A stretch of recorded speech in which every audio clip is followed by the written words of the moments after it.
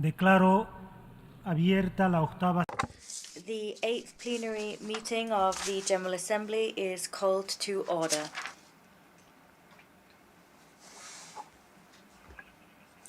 I ask delegations to please take their seats.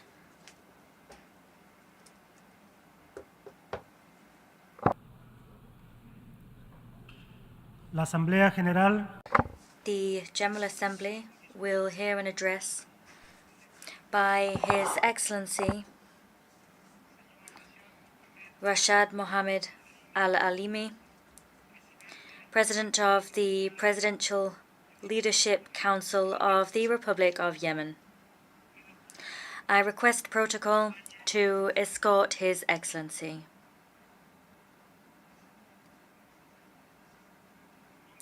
On behalf of the General Assembly, I have the honor to welcome His Excellency Rashad Mohammed Al-Alimi, President of the Presidential Leadership Council of the Republic of Yemen, and to invite him to address the Assembly. Bismillahir Rahmanir Rahim. In the name of God, the merciful, the compassionate, Your Excellency, Mr. Dennis Francis, the President of the General Assembly, Your Excellency, Mr. Antonio Guterres, the Secretary General of the United Nations, Your Majesties, Royal Highnesses, Excellencies, ladies and gentlemen, this new session of the United Nations is held as we face new and complicated environmental, political, and economic challenges. Therefore, we all need new solutions, and we need to change our traditional manner to address these challenges. We also need to put an end to the suffering of the Yemeni people. The slogan of this session truly meets the aspirations of our Yemeni people, so that we can rebuild trust in our institutions and reignite solidarity in order to support sustainable developments towards peace, prosperity, and progress for all. The members of the Presidential Leadership Council would like to commend the unified position of the international community that supports the constitutional legitimacy, the sovereignty, independence, and territorial integrity of Yemen and the non-interference in its international affairs. We also commend this unified political position of the international community towards Yemen. We also thank our brethren in the Kingdom of Saudi Arabia and the United Arab Emirates for their solidarity with our people. Their positions represented a strong fence to prevent the collapse of the institutions of the Yemeni state. They also supported our resistance in the face of Houthi militias supported by the Iranian regime. Mr. President, we had to rebuild our institutions. We had to reestablish a Presidential Leadership Council based on partnership, building peace, and ending the war. However, despite this important transformation and despite the regional and international momentum to achieve peace, however, peace remained elusive despite the compromises from the Yemeni government. We thank our brethren in the Kingdom of Saudi Arabia and the Sultanate of Oman for their efforts, and we thank the envoy for their efforts. We do hope that the militias will recognize the truth that only a state that is based on the rule of law and equal citizenship will help us to make sure that our country is stable and safe. These are the demands of the legitimate government. We know that we need partnership in order to build our country, in order to reach a bright future. Today, I don't believe that we have enough time or we have enough compromises to make in order to convince the Houthi militias to change their positions. We can even predict their intentions for decades to come. If we do that, This approach will lead the Yemeni people back to the ages of ignorance and oppression. Our country can even become a hotspot to export terrorism and to launch a regional and international conflict that cannot be contained through diplomatic means. Therefore, any complacency from the international community, or if we deal with the militias as a de facto authority, this means that oppression, the violations of freedoms, this behavior we will not be able to eradicate this behavior easily. We know that the Houthi militias only use peace agreements as a way in order to delay further and acquire further resources. This is why they shirked previous agreements, the latest of which the Stockholm Agreement. Therefore, we reaffirm the need to have the right guarantees for peace. It should be based on the 3 terms of references that were agreed upon at the national, regional, and international levels. We need to respect international legitimacy pursuant to the Saudi initiative. Furthermore, a sustainable peace should be based on justice, fairness, and addressing pending key national issues. Any peace agreement or any measures to build trust, they should be able to achieve tangible results in order to alleviate the suffering of the Yemeni people, so that we can make sure that those who benefit are the victims of the conflict, notably women and children. Sustaining peace and ending the war, this is the only way to guarantee that the Yemeni people will be able to build their state institutions that guarantee and protect their rights and freedoms and equality among citizens. And also build good neighborly relations with our brethren in the GCC countries.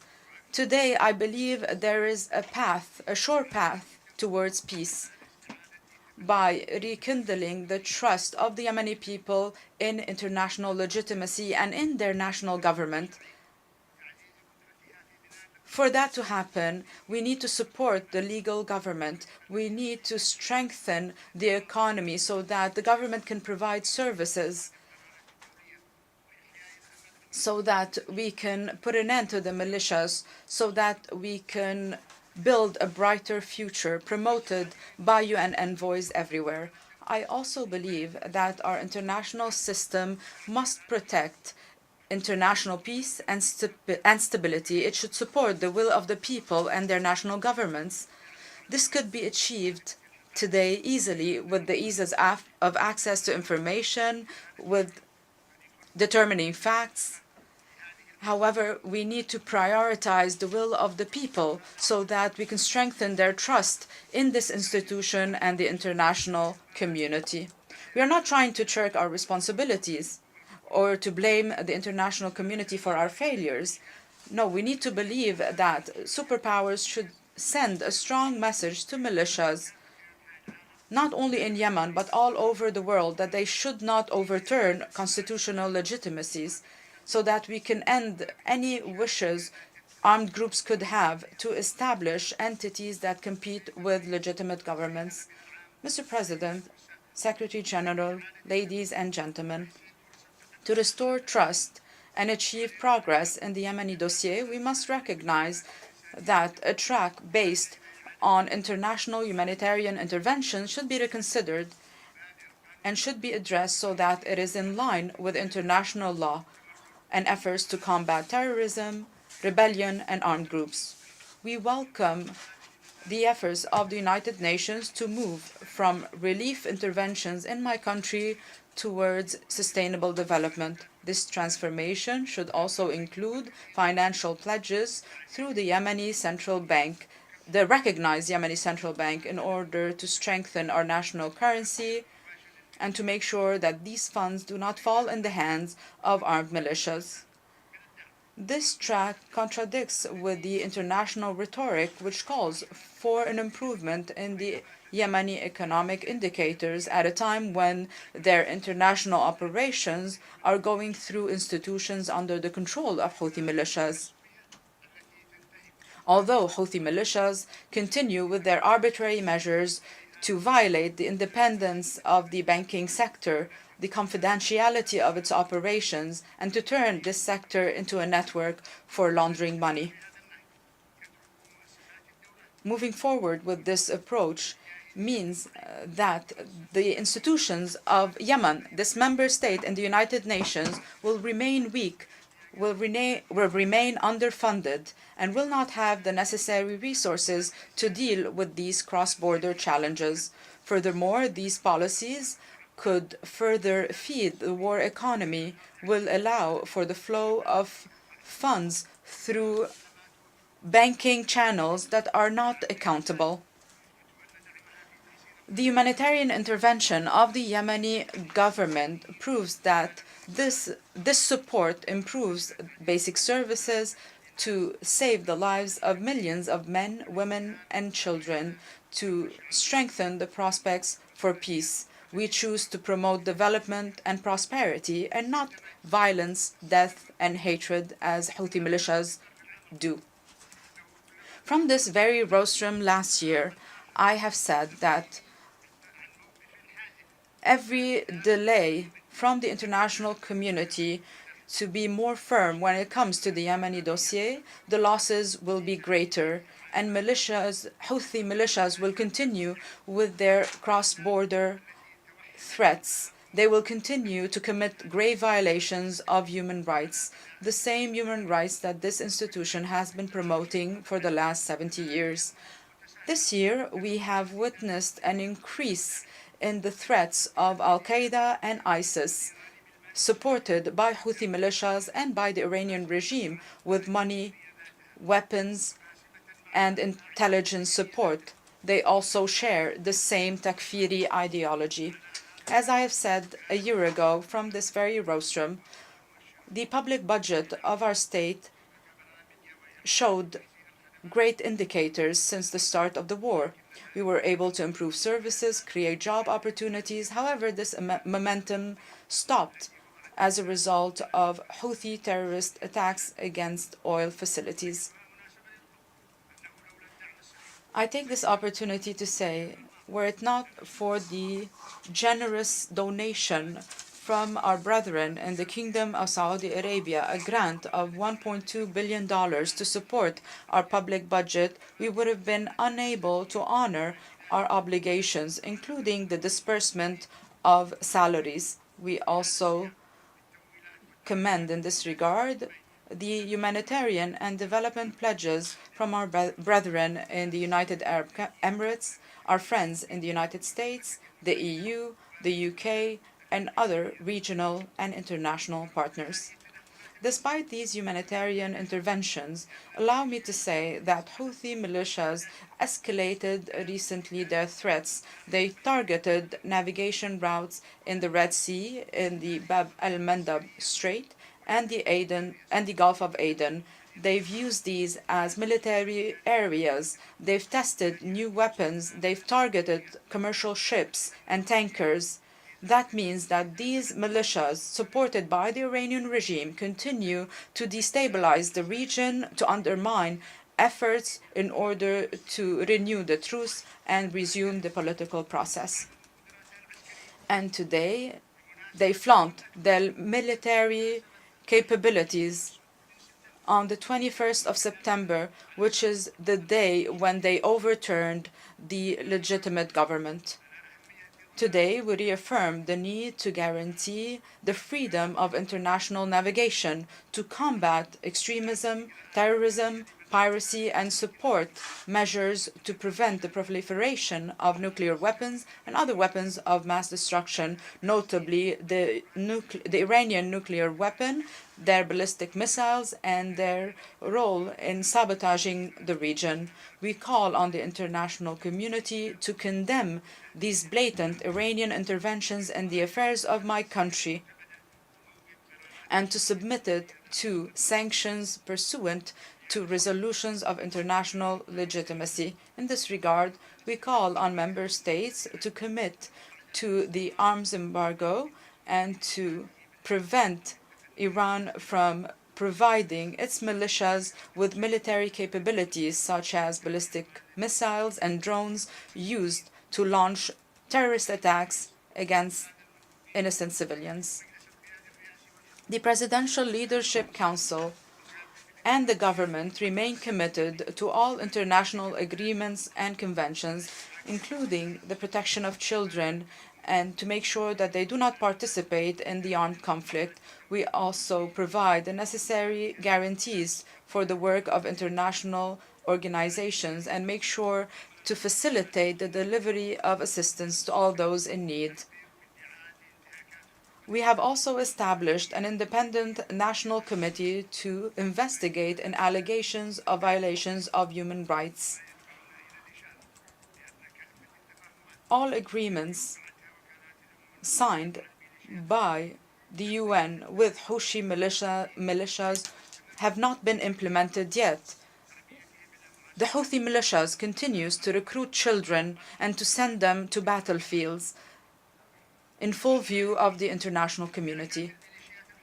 Houthi militias violate human rights daily.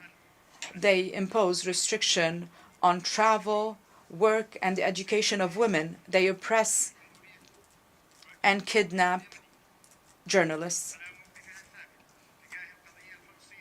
We would like to reaffirm our firm position regarding the Palestinian issue.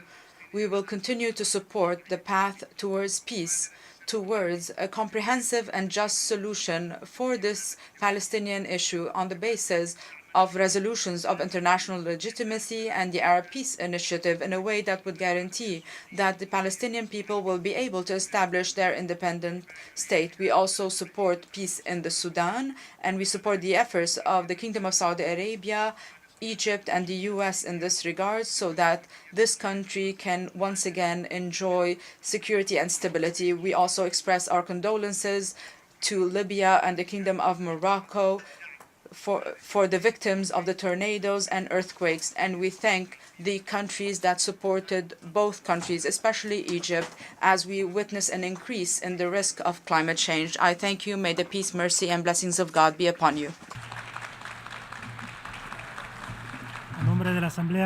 On behalf of the General Assembly, I wish to thank the President of the Presidential Leadership Council of the Republic of Yemen for the statement just made, and I request protocol to escort His Excellency.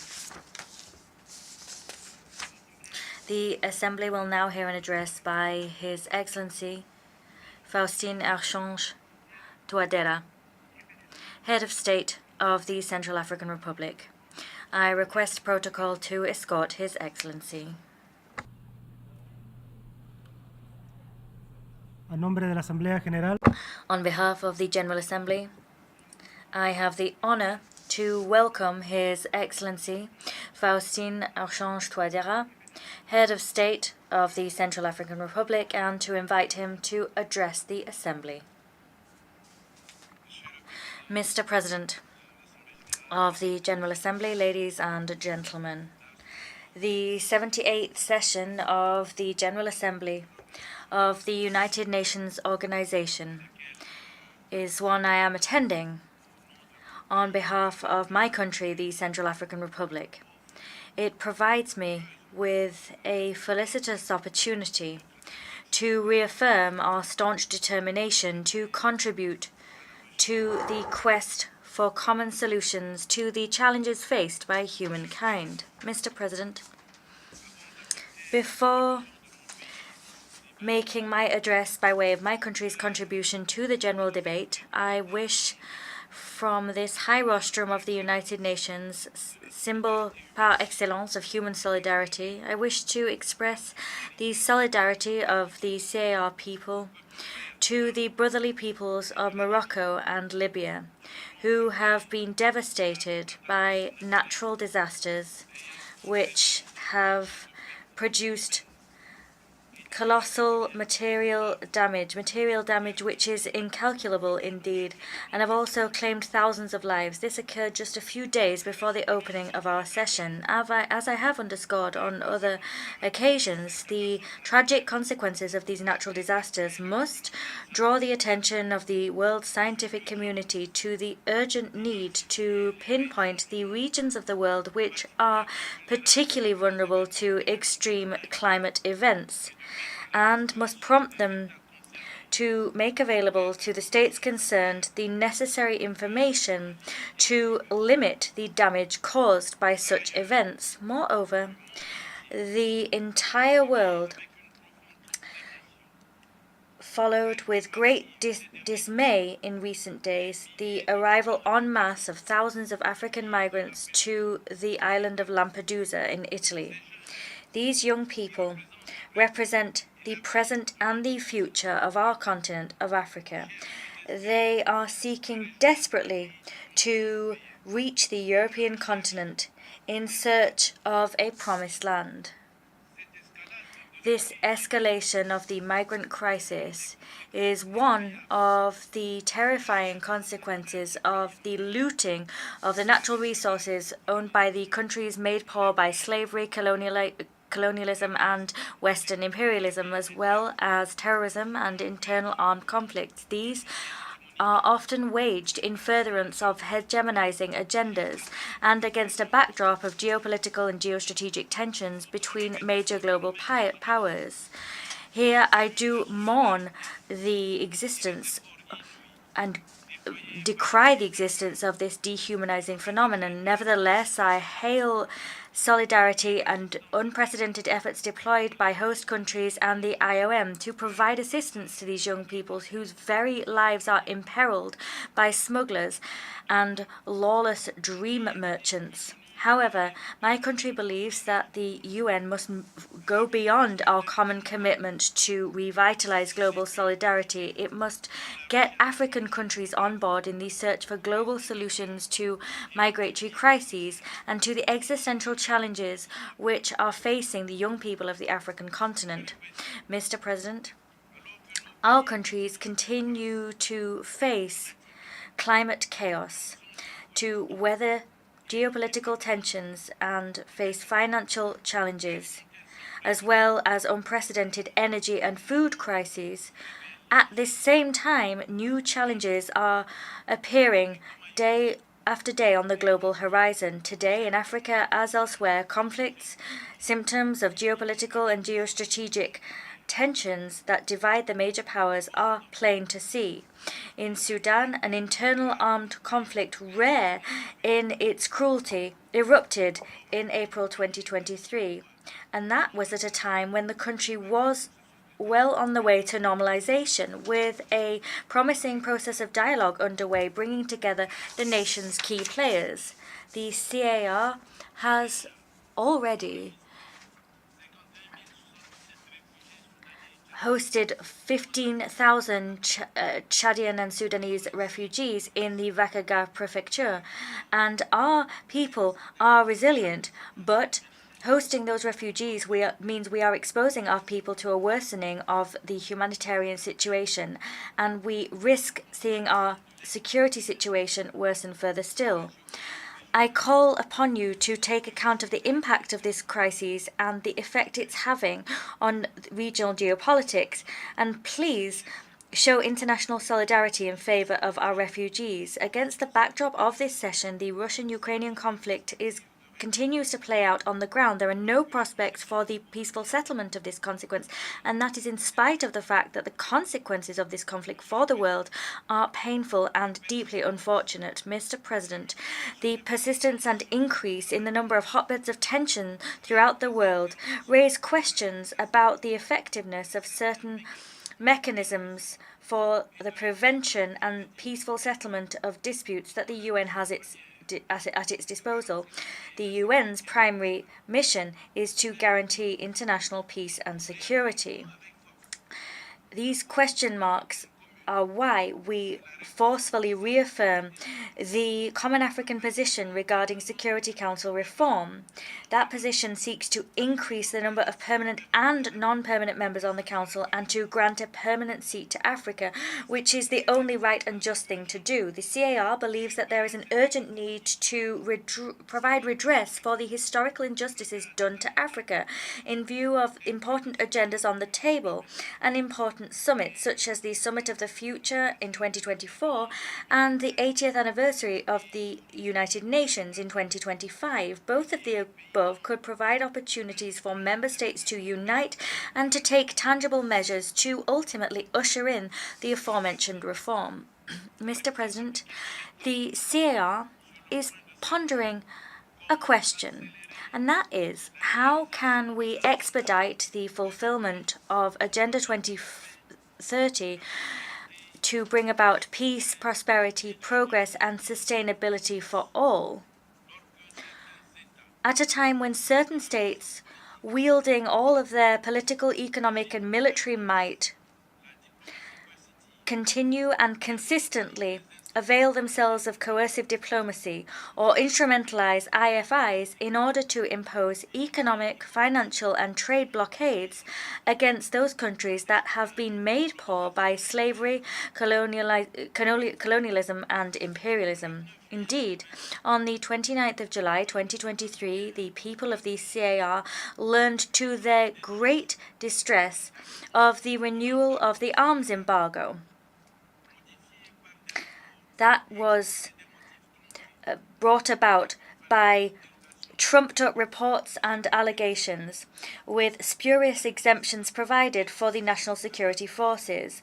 The CAR criticizes here before the world this cynical decision which betrays the unspoken intention of the members of the Council that voted for it to instrumentalize sanction regimes for political purposes and to bring political pressure to bear under the aegis of the United Nations. Here, I remind you and I rue the fact that arms embargoes and diamond embargoes that have been renewed for the last 10 years happen in parallel with the suspension of budgetary and economic support, and both of these factors are real obstacle for my country's achievement of the realization of Agenda 2030. Here we repudiate this denial of our right to self-determination and permanent sovereignty over our wealth and natural resources, rights guaranteed by the relevant legal instruments of the United Nations. Please do away with these trumped-up mechanisms which thinly veil a desire to allow insecurity to reign and to continue a stranglehold over our natural resources for the benefit of foreign powers. These mechanisms ultimately legitimize armed groups and give them the status of being a subject of international law. Mr. President, our planet is burning, our planet is drowning, the world is collapsing, the world is crying. Yes, every day the media announce natural disasters linked to climate change, which look very much like harbingers of the apocalypse. Paradoxically, trust and solidarity between the nations, as founding values of the United Nations, are growing ever more brittle, and that is taking the human community, the community of mankind, further and further away from achieving the noble sustainable development goals for the benefit of peace, prosperity, progress, and sustainability for all, as enshrined in Agenda 2030. However, in order to rebuild trust and reignite solidarity in the face of devastating climate phenomena, commitments have been entered into by developed nations and major polluters. We saw that in the Paris Agreement, in Glasgow, and in Sharm el-Sheikh in Egypt. COP27, in particular, was particularly useful in setting 4 major goals that we all adopted, namely mitigation, adaptation, financing, and a just transition, in order to face up to the common challenges of humankind. Unfortunately, many countries have been the innocent victims of the tragic consequences of the overexploitation of our planet by developed countries, and these countries are not seeing the fruits of financial pledges made. Mr. President, we are rightly aware of the value of the contributions made by bilateral and multilateral partners in their desire to show solidarity towards Africa, our continent, and we thank them for that support.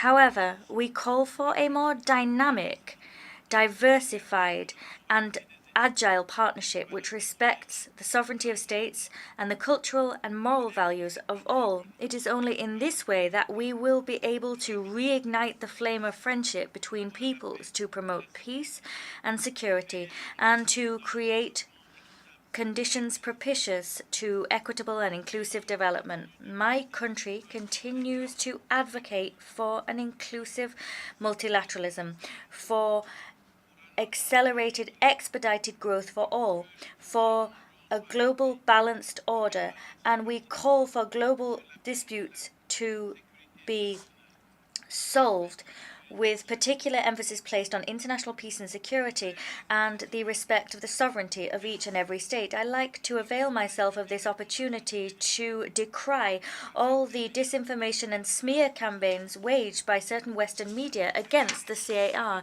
Here, I reaffirm my country's determination to diversify its international cooperation and extend it to all countries who wish to cooperate with us with the only desire of furthering the vital interests of our people and of avoiding competition between global powers. That's the cooperation I call for. Mr. President, on the 30th of July, we adopted the new constitution of the CAR. That was adopted by an overwhelming majority of 95.3% of the population. There was a turnout of over 57%. And with that vote, the people of the CAR reaffirmed its commitment to the purposes and principles set forth in the United Nations Charter. They reaffirmed their inalienable right to the respect of their sovereignty, to self-determination, to the stability of institutions, to peace, to security, to national unity, and to development. To speed up fulfillment of Agenda 2030 and its sustainable development goals to bring about peace, prosperity, progress and sustainability for all, the government continues to implement the political agreement for peace and reconciliation. And we continue also to implement the Luanda Joint Roadmap. We are striving to strengthen the commitment of all stakeholders to these processes.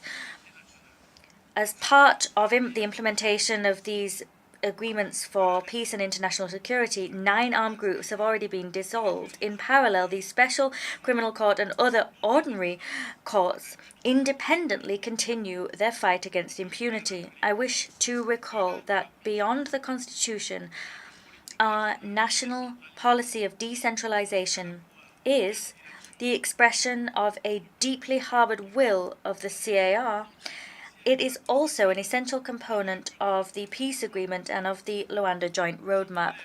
I wish to here point to all of the efforts already undertaken by the National Electoral Authority with the support of international technical assistance. These efforts have allowed us to reassess the timeline for elections.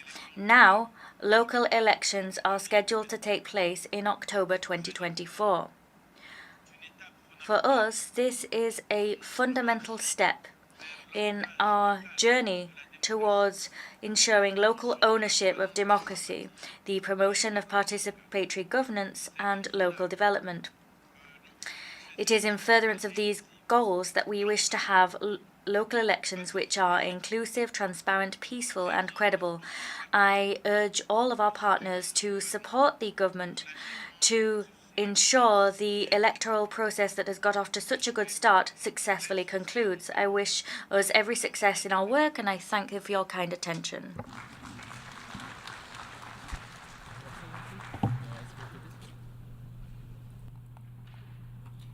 Agradezco I thank, on behalf of the General Assembly, the Head of State of the Central African Republic for the statement just made, and I request protocol to escort His Excellency.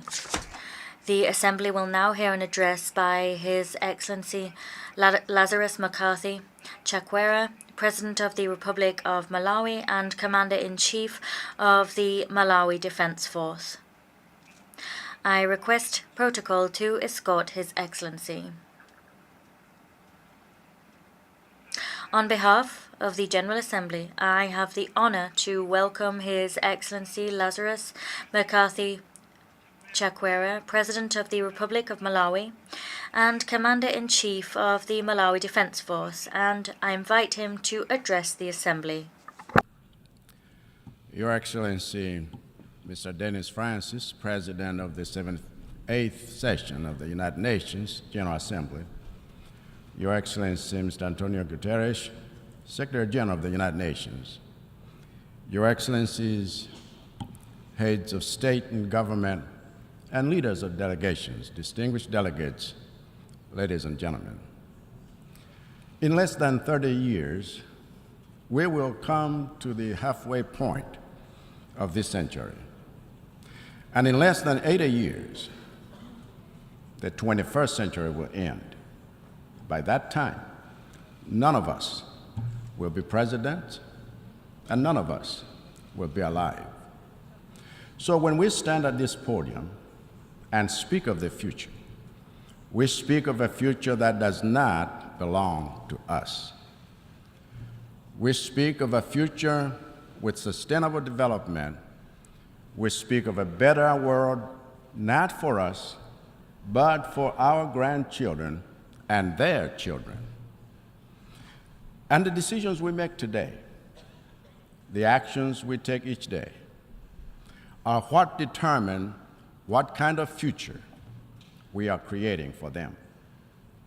It is therefore not good enough to say that we must build trust in the world when we continue making decisions that undermine trust. It is not good enough to say that we want to reignite global solidarity when we continue to pick and choose whom we show solidarity with. It is not enough to say we want to move towards peace when our actions in other nations promote war and create the conditions for conflict. It is not good enough to say we want prosperity for all when our rules for trade and our financial systems are a recipe for deepening the poverty of other nations. Without changing our decisions, our positions, and our actions, the future we speak of today and the sustainable development we dream of achieving by 2030 will remain a reality on paper. And when it comes to urgent action, we must focus our attention, our energies, and our resources on the areas where we are falling behind. We must prioritize those places in the world that are most at risk of not achieving sustainability in any of the 17 SDGs. In the case of Malawi, the most pressing priorities are plain to see. As a nation, we took the SDGs and aligned our national aspirations to reflect them. So even though we have our sights set on the Malawi 2063 vision, we also created an implementation plan for the first 10 years that coincides with the decade of action on SDGs in the context of Agenda 2030. And our focus has already started yielding fruit, because in the past few years we have stayed on track with our quest to end hunger in line with SDG 2, to safeguard the good health and well-being of our citizens in line with SDG 3, to improve quality of education in line with SDG 4, to leverage Malawi's abundant water resources for better sanitation in line with SDG 6, and to promote life below water in line with SDG 14. Now, while we celebrate the progress we have made on these goals, with 7 years to go before the end of the decade of action on SDGs, we are not satisfied with seeing progress on only 5 out of 17 goals. In fact, not only do we need support with making gains in the areas where we are seeing little, but we even need urgent support with safeguarding the gains we have made in the areas where we are doing well. In short, we need urgent support in building resilience to inoculate our economy against the adverse effects of shocks. In 12 months since the last time I stood here, Malawi has had the worst cholera outbreak in its history, killing more people than COVID, a consequence of the contamination of water bodies and systems suffered when cyclones Ana and Gombe hit us 6 months before. In that time, Malawi has also had a drought in its northern region, resulting in the loss of half of our maize and 80% of our rice in one of the most productive districts in our country. In that time, Malawi has also come under assault by the worst cyclone on record, as Freddie made landfall twice and left a trail of death and destruction like you can't believe, killing over 1,000, displacing over 500,000, and washing away homes, roads, and bridges, businesses, and fields of crops that are a source of livelihood for over 2 million people. So when I say that our SDGs are under threat, the threat is real, and it is already here. What Malawi needs, therefore, is decision and action.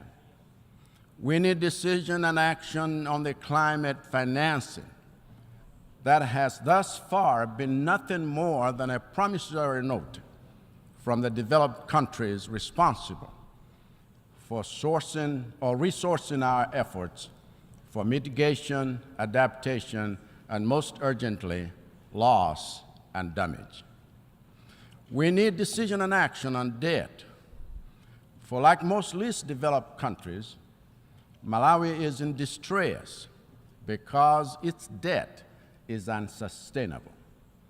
And so our call to action on behalf of all LDCs on this matter remains the same. Cancel the dates. Cancel the dates. Cancel the dates. As a family of nations, we have already lost 2 years of progress during the decade of action due to economic shutdowns effected to contain COVID-19. And if you want the global economy to regain that lost ground, you must cancel the debts.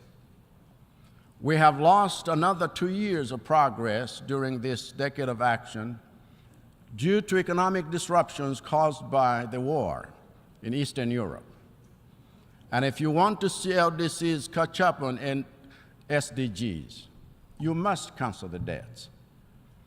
That's a decision you can make today, an action you can take that would breathe oxygen into the suffocating economies of the global South. That's a decision you can make today so that the money being drained by servicing debts can go towards rebuilding roads, schools, hospitals, businesses, and livelihoods. For Malawi's part, we are committed to continue implementing reforms and policies aimed at building economic resilience against shocks.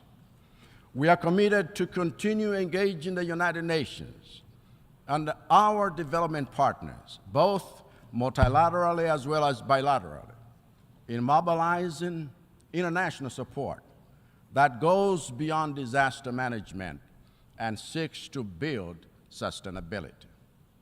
We are committed to continue banging on the doors of financial institutions that remain too slow and too unresponsive and too rigid to address the existing financing gaps in the programs we have for achieving SDGs.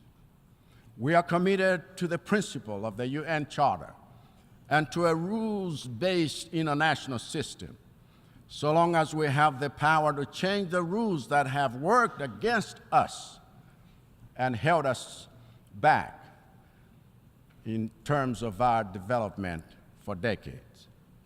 This is why Malawi strongly advocates for radical reform in the United Nations Security Council itself, whose very structure undermines the values of democracy, inclusivity, accountability, and trust.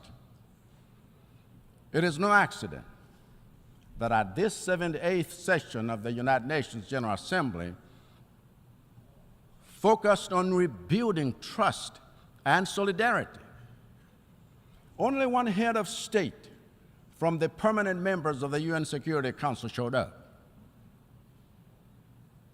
That is not how you build trust.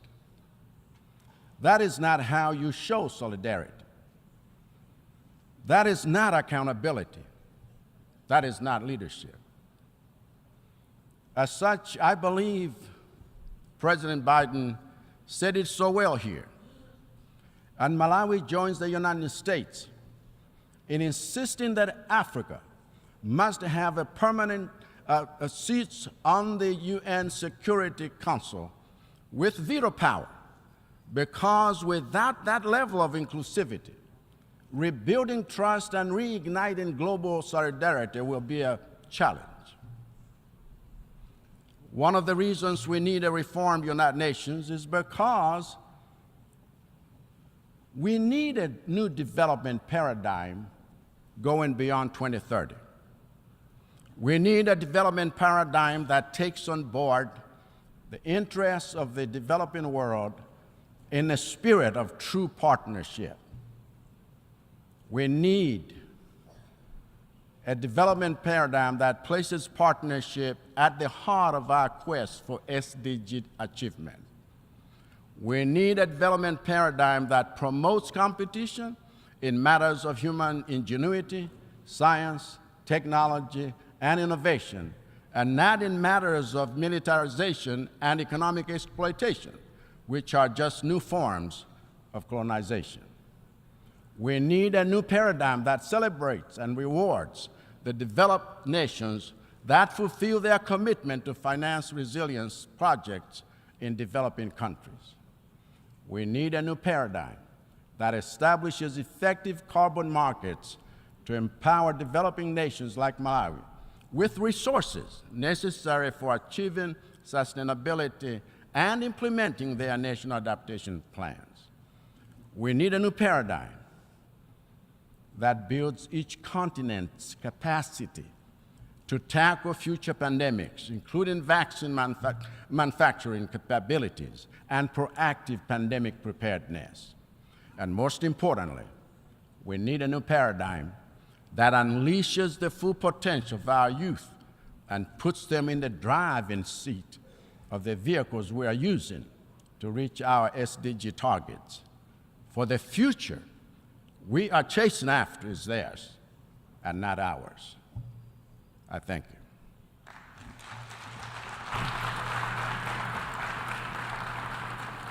A nombre de la Asamblea, On behalf of the Assembly, I wish to thank the President of the Republic of Malawi and Commander-in-Chief of the Malawi Defense Force for the statement just made, and I request protocol to escort His Excellency. The Assembly will now hear an address by His Excellency Taneti Mau, President, Head of Government and Minister for Foreign Affairs and Immigration of the Republic of Kiribati. I request protocol to escort His Excellency. a nombre de la Asamblea, On behalf of the General Assembly, I have the honor to welcome His Excellency Taneti Mau, President, Head of Government and Minister for Foreign Affairs and Immigration of the Republic of Kiribati, and to invite him to address the Assembly. Mr. President, UN Secretary General, Excellencies, distinguished delegates, ladies and gentlemen, at the outset, allow me to share warm greetings from the government and the people of the Republic of Kiribati. In the name of the Almighty God, whom we place our trust in, and is our anchor of solidarity. Mr. President, I join previous speakers in congratulating you on your election, and I wish you every success as you guide these important deliberations. The theme, rebuilding trust and reigniting global solidarity for accelerating action on the 2030 Agenda and its Sustainable Development Goals toward peace, prosperity, progress, and sustainability for all resonates deeply with the aspirations of our people. In our fast-changing world, predicated by multiple challenges, part of the theme to rebuilding trust and reigniting global solidarity is very timely and crucial. As we all know, trust is the cornerstone of any relationship, that when strained, it creates uncertainties, mistrust, and instability. Geopolitical tensions, economic disparities, and the unforeseen challenges brought about by events like pandemics, climate change crisis, and disasters have tested the resolve of national governments, their peoples, and their partners. The call to rebuild trust, therefore, highlights the need for countries to establish faith in multilateral cooperation and diplomacy. It highlights the importance of transparent communication, mutual understanding, and engaging with each other to afford strategic partnerships for our common goal and development. Our renewed commitments to accountability, good governance, and responsive policies can contribute to a more engaged and empowered global community. At the same time, the call to reignite global solidarity reflects our recognition that our global challenges and opportunities are intertwined. It encourages countries not only to recognize, but also deliver actions to resolve issues such as poverty, inequality, climate change, and healthcare. The idea of global solidarity underscores the principle that no nation can thrive in isolation and recognizes the uniqueness of each country's context and need. The experience from COVID-19 pandemic is an exemplary of the world coming together as one family. When we recognize the essence of science, while we recognize the essence of science to address pandemics, it is important for member states to work together to gain a better understanding of the variants and vaccines before they are rolled out. Mr. President, since the launching of the SDGs in 2015, my government launched Kiribati's first ever long development plan, identifying our priorities for development. The Kiribati vision for 20 years is rooted firmly on the needs of all Kiribatis and commits my government to transform Kiribati into a wealthier, healthier, and peaceful nation. It recognizes the need to align our national priorities with the SDGs and complements our national efforts with those outlined by our UN family. In 2018, my government became one of the few member states that delivered a voluntary national report, VNR, outlining our policy actions to achieve our SDGs. The VNR enable us to take stock of our development and assess our future. To ensure sustainability and ownership of our desired developmental goals, we are engaged in extensive consultations at all levels. As the year 2030 is imminent, time is of the essence. It is imperative for our UN family to stay on track in our efforts to achieve our goals set forth in the SDGs. This entails setting ambitious targets and mobilizing resources, technology, innovation, and policy changes to ensure the goals are achieved on time. However, there is no guarantee that SDG goals will be achieved. Therefore, Kiriba's graduation from a least developed country would not be sustainable. Mr. President, since our independence in 1979, our nation has enjoyed 44 years of stable and peaceful governance. We continue to recognize the independence of the three arms of government, trusting that each arm discharges its duties with the highest level of integrity in a transparent, respectful, and honest manner.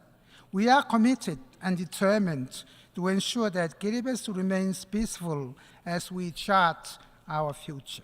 But peace can be precarious, as determining factors are often beyond our control. We have the human resources, yet lack the capacity or necessary skills to develop our country. Equally important is the commitment to maximize benefit to our people, uplift our communities, and maintain our cultural values for peace.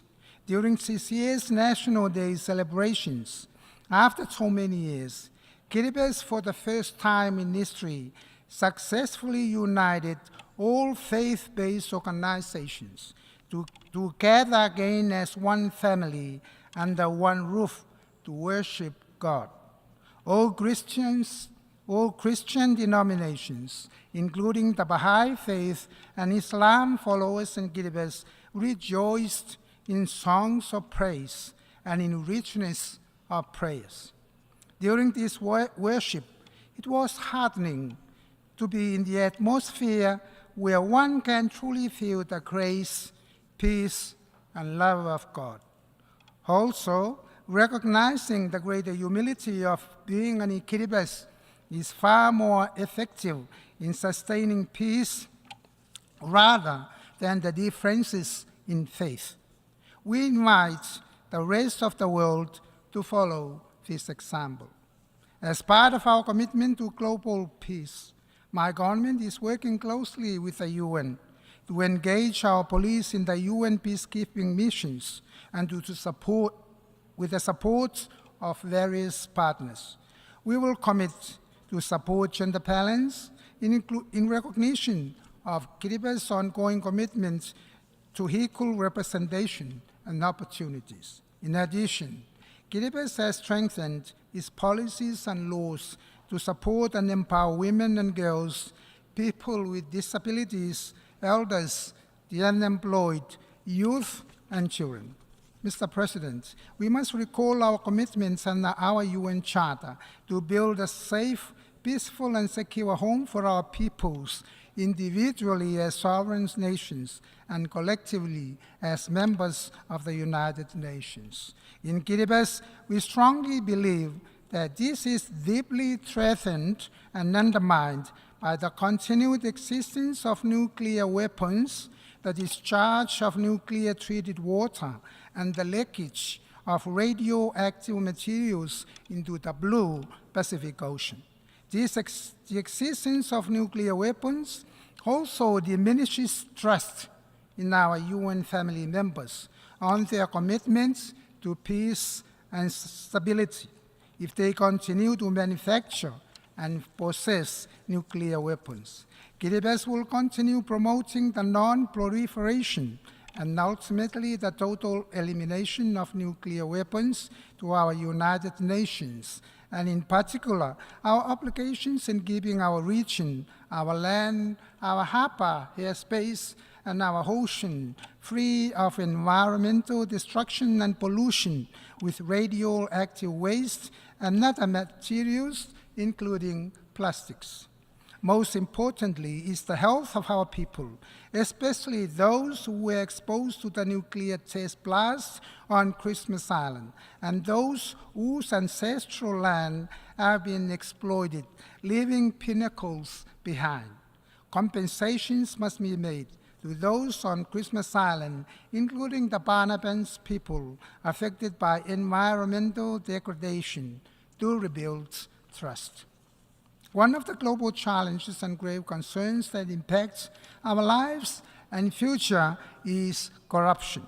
The government recognizes that fighting corruption is critical to achieving sustainable development, and accordingly hosted the first ever regional anti-corruption conference for Pacific leaders in 2020. The outcome of this conference, Day in Our Vision, reaffirms the Pacific unity against corruption, as well as integrating good governance principles into their broader developmental agenda. At the international level, the United Nations Office on Drugs and Crime, along with the General Assembly, can lead the way by ensuring that anti-corruption efforts are prioritized in our development efforts, in our pursuit of global sustainable development, with SDG 16 as our guidepost. Mr. President, enhancing prosperity is essential for sustaining peace, and so the government is dedicated to people-centric principles, placing these citizens at the center of our decisions and services, and promoting transparent governance. We value continuous learning and capacity development for a competent public service to deliver on development goals. Building capacity and transfer of knowledge to enhance the capacity of our people is sustainable. This allows our people to take ownership of our own national processes and procedures, thus guiding our development. We acknowledge the support of our development partners, which needs to be well coordinated and harmonized to ensure fair and equal distribution and allocation of limited resources amongst competing needs. We are committed to expanding access to overseas labor market, providing decent working conditions and adhering to international labor standards. In education, we invest in our young generation and educators, support accessible, well-resourced schools for quality learning environments, and ensure equal access to high-quality education at all levels to nurture our people and advance our nation forward.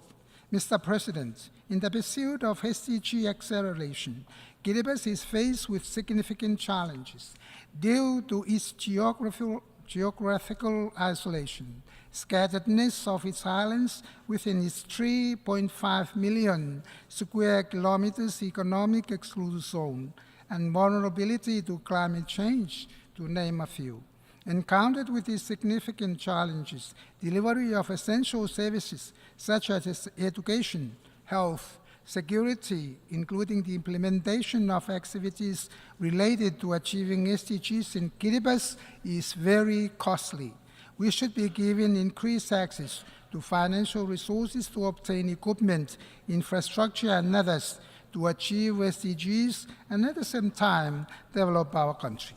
This includes an urgent call to scale up global financial resources and simplifying guidelines to allow easy access. Achieving this guarantees Kiribati to be placed in a better position to sustain peace and harmony. With a vast ocean and airspace, Kiribati's resources are central to our survival, development, and security. To harness our ocean resources sustainably, we need financial assistance and access to the right capabilities, technology, and equipment. Likewise, the management of our airspace is important for security purposes. This will enable us to effectively manage our maritime domain and airspace, ensuring responsible utilization while protecting our fragile ecosystem. At the front of climate change, Kiribati is experiencing intensifying severe drought with coastal inundation affecting homes, public infrastructure, food, and water security. The projected cost for adaptation has significantly increased. Therefore, developed countries are urged to put more funds beyond the global pledge agreed to in Paris. This would also finance the loss and damage and facilitate investment in early warning systems and forecast. With that said, this would help our people adapt to the changing environmental conditions and to build resilience in our communities. Mr. President, sustainability has become the new governance imperative, which needs to be clearly understood.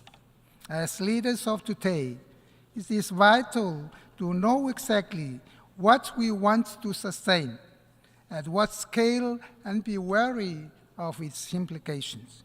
This will require us to be more diligent, patient, and not working with sheer determination, so sustainability of resources, efforts, and time is optimally maximized for the betterment of all. Before I conclude, Mr. President, I would like, on behalf of my countrymen and the people of Kiribati, join previous speakers and excellencies in offering our condolences to the government and the people of Morocco and Libya for such a tragedy that they have faced. May God bless them. In conclusion, let's embrace our traditional blessings of the Maori, the Roi, or the Tabemoa, which literally means health, peace, and prosperity upon us all. Thank you. En nombre de la Asamblea. On behalf of the Assembly, I wish to thank the President, Head of Government and Minister for Foreign Affairs and Immigration of the Republic of Kiribati for the statement just made. I request protocol to escort His Excellency. The Assembly, the General Assembly, will now hear an address by His Excellency Emerson Dambudzo Mnangagwa, President of the Republic of Zimbabwe. I request protocol to escort His Excellency. A nombre de la Asamblea. On behalf of the General Assembly, I have the honor to welcome His Excellency Emerson Dambudzo Mnangagwa, President of the Republic of Zimbabwe, and to invite him to address the Assembly.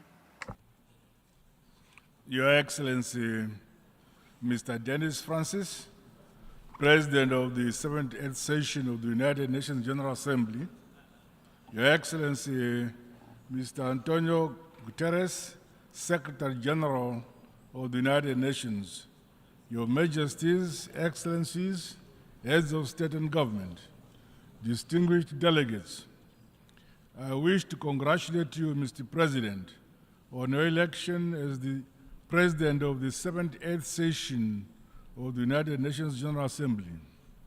We are confident that under your stewardship, we will make progress on the important global agenda before us.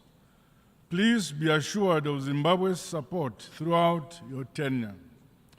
I also pay special tribute to your predecessor, Mr. Korosi, for leading the 77th session of the General Assembly. We value the role he played to promote science in our overarching goal to improve the lives and livelihoods of all. Mr. President, it is imperative that we recommit to the Charter of the United Nations multilateralism, solidarity, justice, and the peaceful settlement of disputes for sustainable development and a shared future. This calls on us all to respect the sovereign equality of nations, big or small, poor or rich. By working together, we can harness our expertise and learn from one another to strengthen international institutions for the accelerated attainment of Agenda 2030. The impact of conflicts, terrorism, climate change-induced natural disasters, biodiversity loss, and the rising prevalence of disease and pandemics, especially in the developing world, deserve our urgent attention. Regrettably, progress towards the achievement of the Sustainable Development Goals has been uneven, while global solidarity has been tasted and a self-interest superseding cooperation. We have a duty to reignite our commitment to the principles of the 2030 Agenda and rekindle the spirit of multilateralism. To accelerate our action on the SDGs, we must scale up investments in people and communities by ensuring access to quality education, health care, clean water, and sanitation for all. The creation of economic opportunities, decent jobs, and entrepreneurship, especially among women and youth, must remain a priority. Excellencies, Zimbabwe continues to entrench democracy, constitutionalism, good governance, and the rule of law following the recently held 2023 harmonized general elections. I am pleased to highlight that our country enjoyed peace before, during, and after our free, fair, transparent, and credible elections. Zimbabwe has been under the illegal unilateral economic sanctions for 23 years, imposed by some Western countries. These sanctions were designed to subjugate the sovereign will of the Zimbabwean people. We therefore demand that the unjustified unilateral sanctions be unconditionally lifted, including those imposed on countries like Cuba. We remain grateful for the support and solidarity of progressive countries in the Committee of Nations. In spite of these debilitating sanctions, the people of Zimbabwe have become masters of their destiny. This is anchored on a philosophy that, as a people, we have the duty and responsibility of developing our country using our own domestic resources. Partners and investors are welcome, but guided by our own vision and national priority areas. We are recording unprecedented development and economic success milestones. For the last 3 years, our country has been the fastest growing economy in our Southern Africa region. Further, Zimbabwe is prioritizing the eradication of poverty and improving the quality of life of our people, particularly those in rural areas. The empowerment and the capacitation of communal and small-scale farmers has seen us realize food and nutrition security at both household and national level. With effect from this year, our country will become a net exporter of wheat. Zimbabwe has not been spared from the negative impact of climate change. Hence, my government continues to make the requisite investment in infrastructure to mitigate and build resilience towards climate change adaptation. Dams are being built across the country. In addition, we have begun an ambitious and yet achievable program to sink solar-powered balls in each of our country's 35,000 rural villages and schools. Alongside each of these water points are commercial nutritional gardens for the empowerment of our women and youth.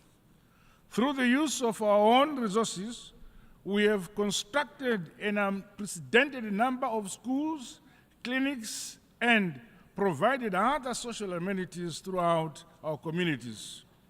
Mr. President, today's realities across all regions bring to the fore the importance of global solidarity. No nation, no matter how powerful, can stand alone to realize sustainable and inclusive development. The high-level meetings on universal health coverage, tuberculosis and pandemic prevention, preparedness and response are welcome opportunities to reflect on the importance of maintaining essential services during pandemics and health emergencies. The realization of affordable and quality health delivery, as outlined under SDG 3, is a key deliverable for my administration. Science, technology, and innovation are essential ingredients to leapfrog the modernization and industrialization of developing countries. To this end, Zimbabwe continues to reap the benefits of a comprehensive and transformative heritage-based higher education curriculum. The innovation hubs and industrial parks established within institutions of higher education have refocused young people in our tertiary institutions towards developing and producing goods and services. Allow me to reaffirm that Zimbabwe is actually open for business. Mr. President, building resilience and tackling the adverse impact of climate change should be an urgent priority for us all. In the case of Zimbabwe and the Southern Africa region, floods and droughts have affected the livelihoods of many while hindering progress on national development. May I express my deepest condolences and sympathies to the government and peoples of the Kingdom of Morocco and the state of Libya on the recent loss of lives as a result of the devastating impact of climate change. There is need for concrete climate action as opposed to mere promises, so that we strengthen our adaptation, resilience, and mitigation mechanisms. We must transition to a low-carbon and resilient global economy by increasing investments in renewable energy, sustainable agriculture, and a green infrastructure. Commitments made under the United Nations Framework Convention on Climate Change and the Paris Agreement must be honored to deliver climate justice. It is our hope that progress will be made to operationalize the loss and damage fund. Zimbabwe is implementing a climate change policy and response strategy, while disaster management and the early warning systems continue to be strengthened. Mr. President, the need to reform global financial institutions is of essence to unlock funding for developing countries. The current exclusionary architecture, dominated by a few states, is failing to deliver the requisite resources for countries to finance their developmental priorities and other pressing health and environmental challenges. The shortcomings in the last round of SDR allocations should be addressed. Zimbabwe supports the stimulus package proposed by the United Nations Secretary General. We further call for the long-term concessional loans, increased access to unused special drawing rights, as well as the use of modalities such as debt cancellation and restructuring as a stimulus for developing countries to grow their economies and build greater resilience.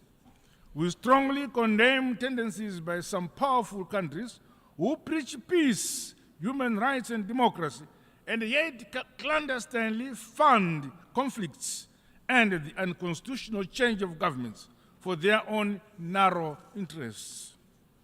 We further condemn the use of unilateral and illegal sanctions as a foreign policy tool at the disposal of some powerful nations, such as those sanctions imposed on Zimbabwe and the countries like Cuba. Such actions hamper the trust, global solidarity, and the multilateralism we desire. It is important that we channel our collective efforts towards building peace and driving forward our development agenda for shared prosperity. There is much more that unites us than that which divides us. Similarly, the establishment of a fair and inclusive global security architecture has become urgent. The maintenance of peace and security should never be the preserve of a privileged few.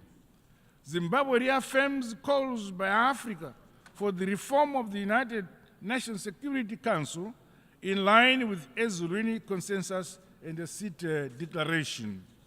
Mr. President, allow me to conclude by reaffirming Zimbabwe's commitment to the purposes and principles of the United Nations Charter as we implement our Global Agenda 2030.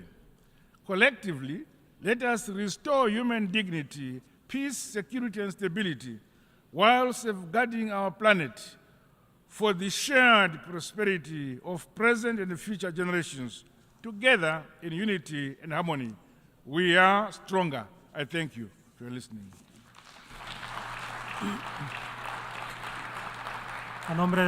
On behalf of the Assembly, I wish to thank the President of the Republic of Zimbabwe for the statement just made, and I request protocol to escort His Excellency. The Assembly will now hear an address by His Excellency José Ramos Horta, President of the Democratic Republic of Timor-Leste. I request protocol to escort His Excellency.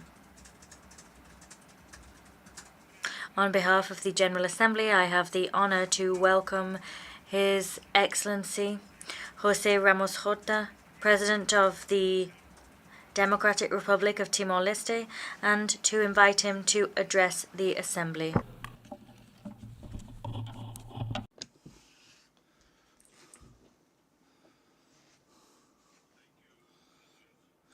Thank you, Mr. President.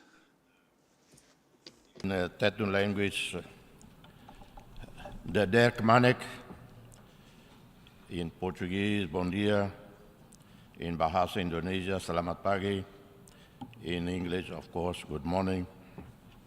I begin my speech in English. In Portuguese, Excelência, somos uma democracia. Excellencies, we are a young, imperfect, and vibrant democracy, an oasis of peace, tolerance, and freedom. Since our independence in 2002, our democracy has evolved. It is alive and dynamic. The Economist magazine's Democracy Index rates Timor-Leste as the most democratic country in Southeast Asia. The Reporters Without Borders organization, in their most recent World Press Freedom Index, places Timor-Leste in the 10th global position in freedom of the press. We are a multicultural, multi-religious, multilingual, and multi-ethnic society. With humility, we continue to build a country that is open to the world, tolerant, free of hate and violence. A 98% majority of practicing Catholics live in harmony with our Protestant and Muslim brothers and sisters. Timor-Leste has no political violence, nor tensions or crimes based on ethnicity or religion. We have no domestic organized crime, nor armed robberies.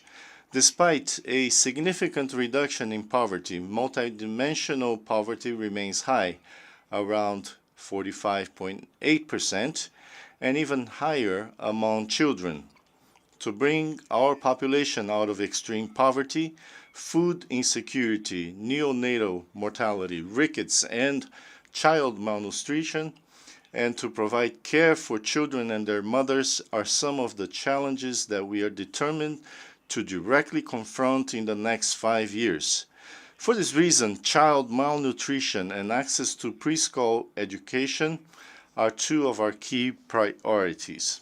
In collaboration with UNICEF, our government plans to implement an intersectorial early childhood development policy in order to drive investments in a child's initial years and build a solid basis for social and human capital. We have a high and unacceptable incidence of domestic violence.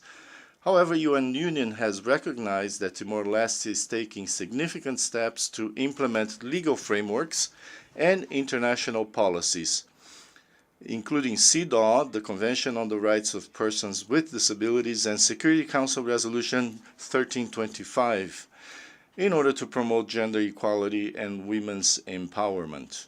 We are an observer state at ASEAN, with the right to participate in all summits of heads of state and government, as well as meetings of ministers, high authorities, and technical staff. During the last 20 years since our independence, and in the 10 years since we formally applied for ASEAN membership, most economic and social indicators show significant progress, including in life expectancy, which was below 60 years in 2002 and is now risen to 70 years, reduced poverty and child mortality, 21 doctors in 2002, and now more than 1,200. In 2002, the capital had partial power coverage, while the rest of the country did not have such privilege. Currently, power is available in 96.1% of our territory. We are very grateful for the Asian leaders' unanimous decision to grant observer status to Timor-Leste, a pathway to membership and a broad support package to continue to build our staff and diplomats' skills. We do not depend on foreign aid, and we are eternally grateful to those who helped us when our needs were greatest. We finance our own national budget with the returns from a sovereign fund invested in U.S. Treasury bonds and in global financial markets, with an annual return in excess of 9%. Timor-Leste is an active member of the community of Portuguese-speaking countries and a co-founder of the international G7 Plus group, which was established in 2010 in Dili and is formed by 20 countries affected by conflicts. Ukraine and the resulting geopolitical fragmentation have disproportionately impacted the already fragile and conflict-affected countries. They have always felt the brunt of every global crisis. On the other hand, these countries are the least responsible for those crises. The incidents of extreme hunger, poverty, and the humanitarian crisis caused by wars, climate change, and geoeconomic fragmentation are increasingly concentrated in fragile and conflict-affected countries. Conflicts proliferate and economic and social conditions are worsening in countries around the world. But we seem to have forgotten the children of the tragedies of Myanmar, Afghanistan, Yemen, Syria, Palestine, the Democratic Republic of the Congo. The growing tensions among regional and global powers are eroding the potential of our collective security institutions at a time when we face existential challenges. We cannot accept the incomprehensible anachronisms such as the embargo imposed on the Cuban people, or the continuing impasse of the Western Sahara conflict, or the blatant disregard of UN resolutions on the two-state solution for Israel and Palestine. On and off, we hear about the need to reform the UN Security Council. Academics concoct an expanded Security Council, regurgitate ideas for a more representative body reflecting today's demographics, which is in itself an almost surreal task, bearing in mind that leaders up to the present have not ended nuclear arms race, remain the biggest arms merchants of death, led in the desecration of Mother Nature, failed to help the poorest out of poverty, have not shown wisdom in writing off the debt incurred by countries of the poorer South, burdens caused by loan sharks from Western commercial banks.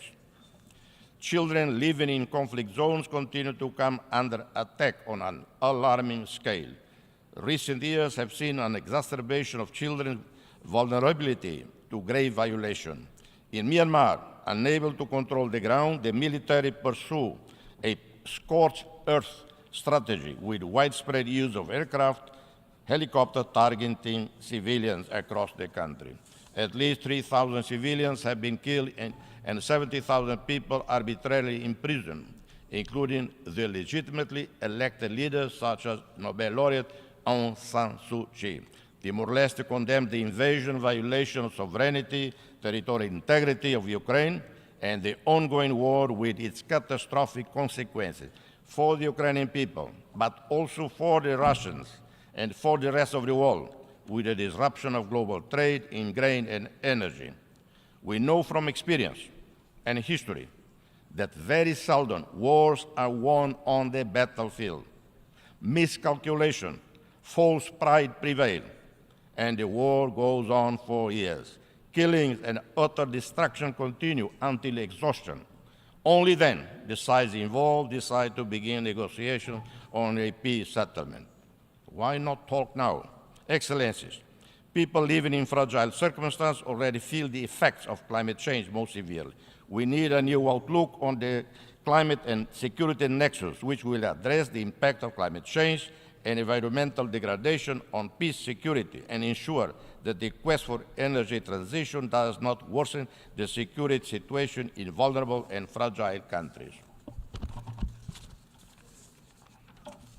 Therefore, we would propose a bold initiative. The initiative seeks to accelerate the just energy transition in fragile developing states that heavily rely on oil and gas production to prevent turmoil and unrest. The combined efforts of unlocking finance through debt alleviation, streamlining international finance at lowest interest rates, and significantly increase official development assistance will empower these nations to embark on projects that foster development of clean industries, address the ongoing loss and damage related to climate change, facilitate their efforts in greenhouse mitigation and adaptation to climate change. While initiatives to further the just transition exist, they do not pay enough attention to either fragile or vulnerable states nor to LDCs and SIDS. As a second priority, this initiative will pay urgent attention to particular challenges faced by fragile states that are not only susceptible to fragility and vulnerability on their own, but where there is heightened risk when faced with any massive economic turmoil, which the green transition, if not handled carefully, would increase. Thirdly, as the urgency to transition to low-carbon economy and clean energy accelerate, this initiative will seek to ensure that the quest for rare earth elements and critical minerals does not lead to further instability, nor promote weak governance or exacerbate local tensions, nor grievances in the countries where strategic reserves of such elements and minerals are found. This initiative seeks to create a brighter and more sustainable future for our planet and all inhabitants by facilitating the energy transition in small island states, LDCs, and climate-vulnerable nations. We aim to mitigate climate change impacts and preserve our shared global environment for generations to come. The super-rich CEO of banks and credit countries, in the face of agony of poverty, rising costs in the most impoverished countries, remain indifferent to the calls for debt cancellation. I'm stating here to banks and other credit institutions, cancel off this damn debt. It would be a leap forward in international solidarity if all OECD countries were to allocate 1% of their national GDP to ODA. We would see positive effects on poverty rates, food security, access to basic health services, education, electricity, drinking water, sanitation, housing, or social security. with multiplier effects on the diversification of economies, especially in agriculture. We live in a world full of dualities, an increasing prosperous world whose wealth has increased by 30 trillion a year, according to Nobel Prize winner Kailash Satyarthi, but the leaderships of the G7 or G20 fail to reflect this in the fight against hunger, stunting, and other forms of multidimensional poverty. We need to adopt a universal child benefit, a new ODA target for a fair share for children, targeting particularly children in fragile, low-income countries. Excellence, allow me to remind you the story that is no longer part of our daily conversation, the story of the 3-year-old Aylan Kurdi, an innocent Syrian child whose lifeless body washed ashore near the Turkish resort town of Bodrum in September 2005.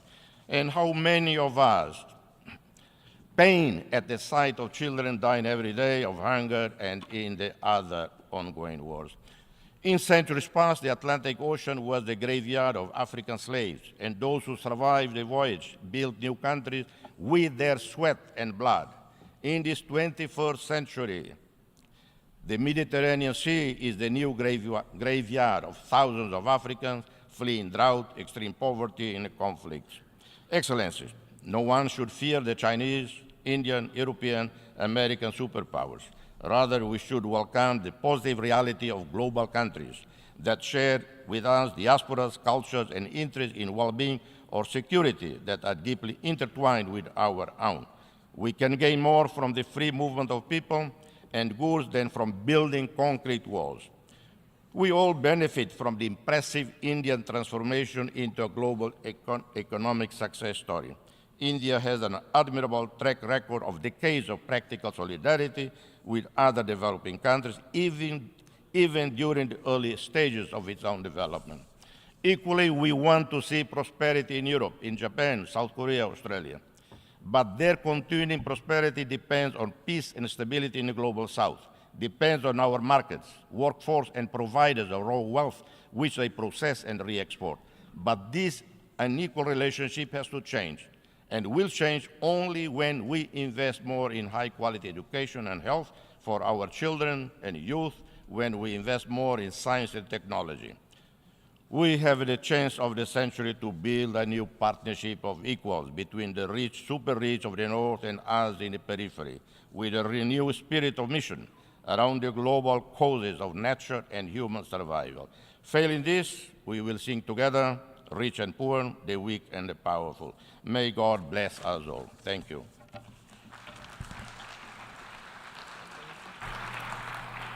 A nombre de la Asamblea. On behalf of the Assembly, I wish to thank the President of the Democratic Republic of Timor-Leste for the statement just made, and I request protocol to escort His Excellency. Ahora la Asamblea escuchará un... The Assembly will hear an address by His Excellency Salva Kiir Mayardit, President of the Republic of South Sudan. I request protocol to escort His Excellency.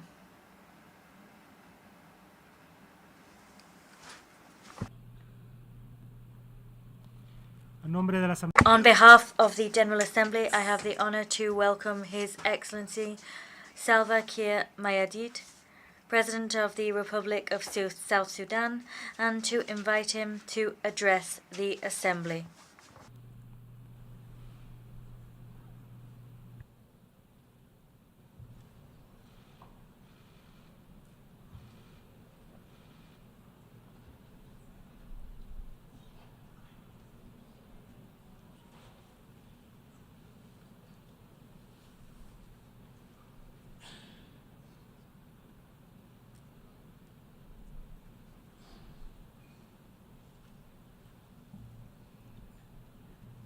Your Excellency, Denis Francis, President of the 78th session of the UN General Assembly. Your Excellency Antonio Guterres, Secretary General of the United Nations. Your Majesties, Your Excellencies, heads of state and government, distinguished delegates, ladies and gentlemen, before my remarks, I would like to express my heartfelt condolences to the people of the Kingdom of Morocco and the Republic of Libya who have lost their loved ones in the recent natural calamities. South Sudan stands in solidarity with them during this difficult moment in their respective countries. Excellencies, on behalf of the people and government of the Republic of South Sudan, I stand before you today to reaffirm our commitment to world peace and security. We are committed to global efforts aimed at addressing challenges that we face as a human family. We are also committed to multilateralism and international cooperation as the best means of achieving our shared aspirations. Within this context,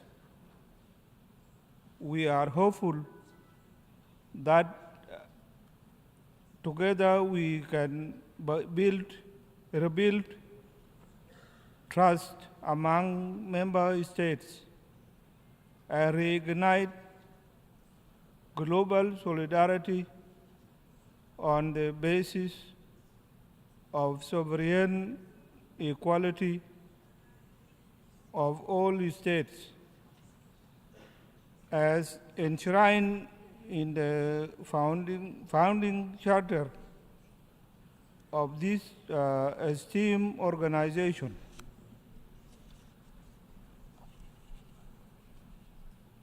Excellencies,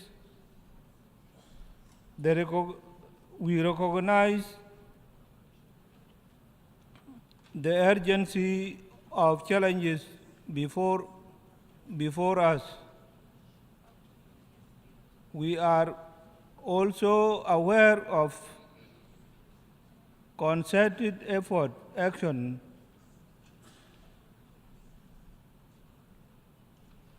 required to address these challenges in order to ensure a better future for the coming generations.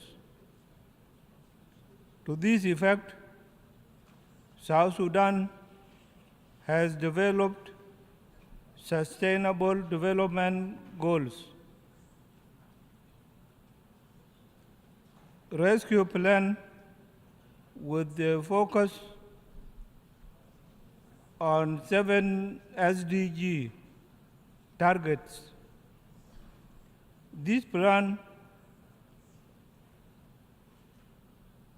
provides a roadmap of a better future for our people. And given that education is the key that will allow us to achieve our SDGs rapidly, I am pleased to report that South Sudan has made some progress in its education sector. Since our independence in 2011, our constitution, for example,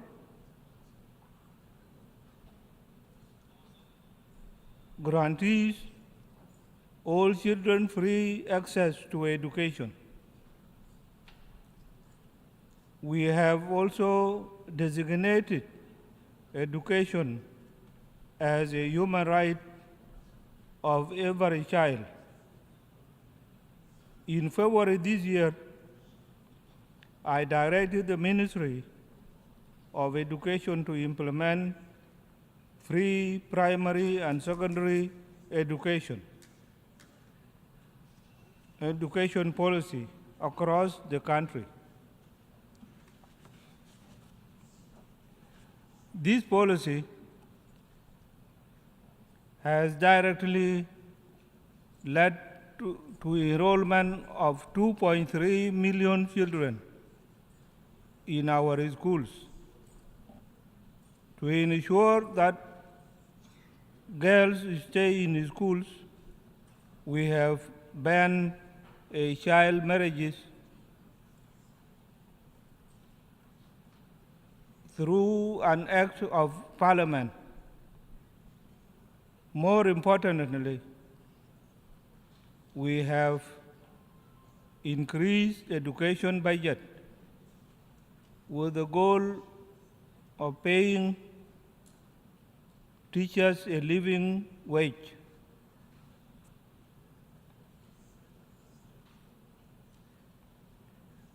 In the health sector,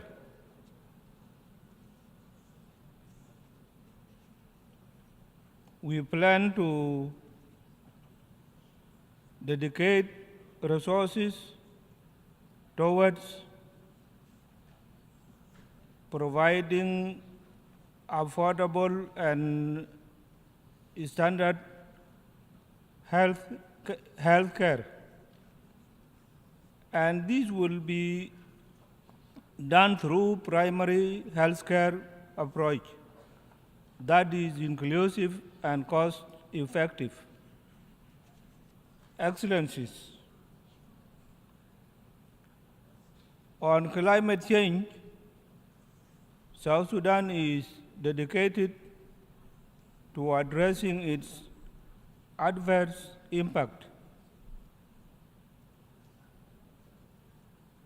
We plan to prioritize sustainable sustainable land use, promote renewable energy, and collaborate with international partners to reduce carbon emissions and protect our environment for generations to come. While working on this, it is only fair for us to call upon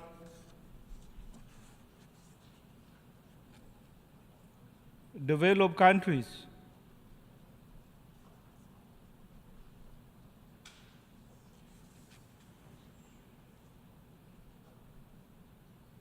to cut their emission by 45% and honor their pledges of availing funds for mitigation, adaptation, and loss and damage to the developing countries.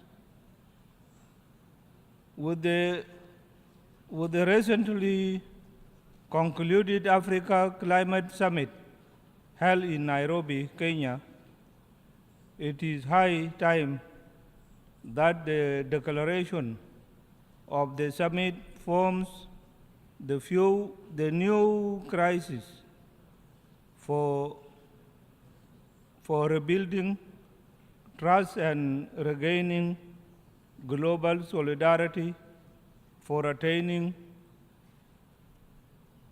the 2030 Agenda. Excellencies, we acknowledge the political, humanitarian, and security challenges we have faced as a country since 2013. However, we have turned the corner with the signing of the revitalized peace agreement in 2018. Now we are determined to build on the commitments of our revised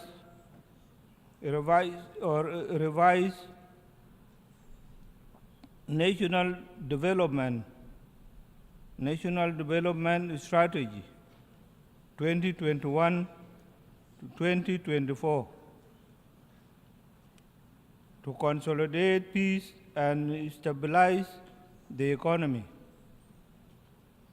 Ongoing public financial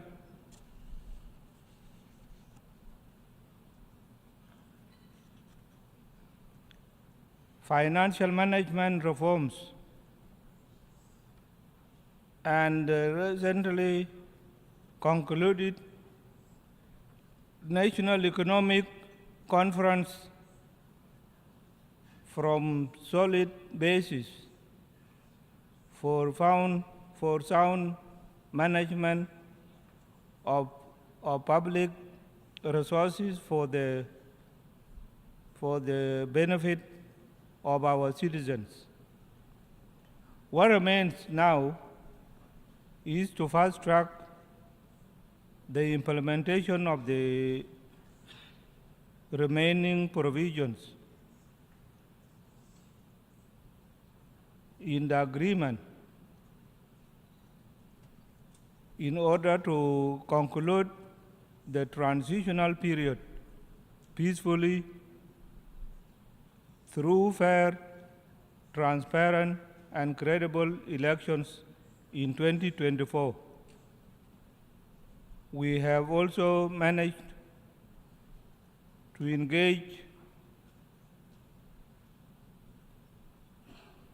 in dialogue and consultation with the various stakeholders, including civil society, women, youth, traditional leaders, and opposition groups to ensure that our peace process is owned and driven by our own people. As we move in this direction, we call upon the United Nations to lift the arms embargo imposed on us to aid peace implementation and to secure the elections. The arms embargo has impeded the implementation of security arrangements because effective deployment of the unified forces, which we have graduated, cannot happen without arms. Excellencies, as the country sharing the border with the Republic of Sudan,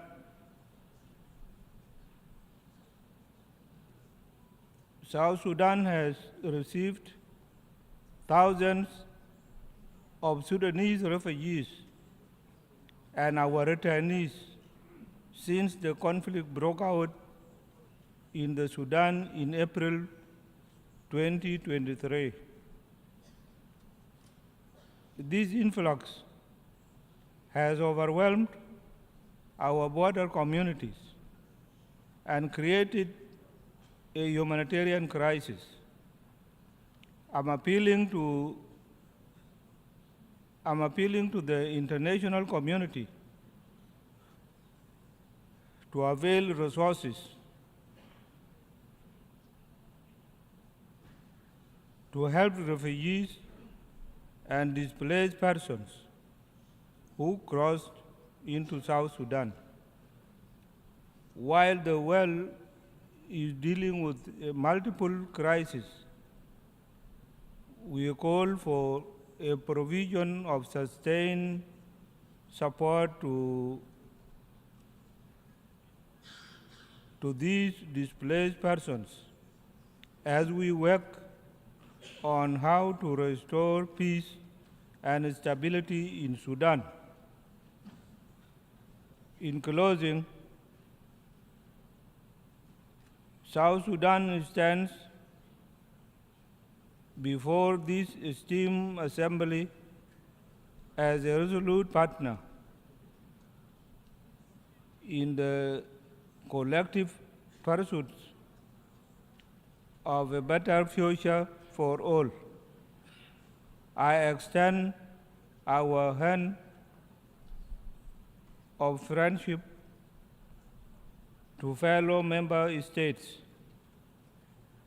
international organizations, and civil society. Thank you very much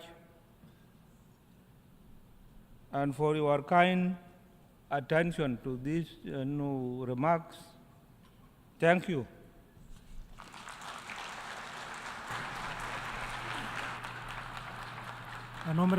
On behalf of the Assembly, I wish to thank the President of the Republic of South Sudan for the statement just made, and I request protocol to escort His Excellency. Ahora The Assembly will now hear an address by His Excellency Mamadi Doumbouya, President of the National Committee for the Reconciliation and Development, President of the Republic of Guinea, Head of State. I request protocol to escort His Excellency. en nombre de la Asamblea General On behalf of the General Assembly, I have the honor to welcome His Excellency Mamadi Doumbouya, President of the National Committee for Reconciliation and Development, President of the Republic of Guinea, Head of State, and I invite him to address the Assembly.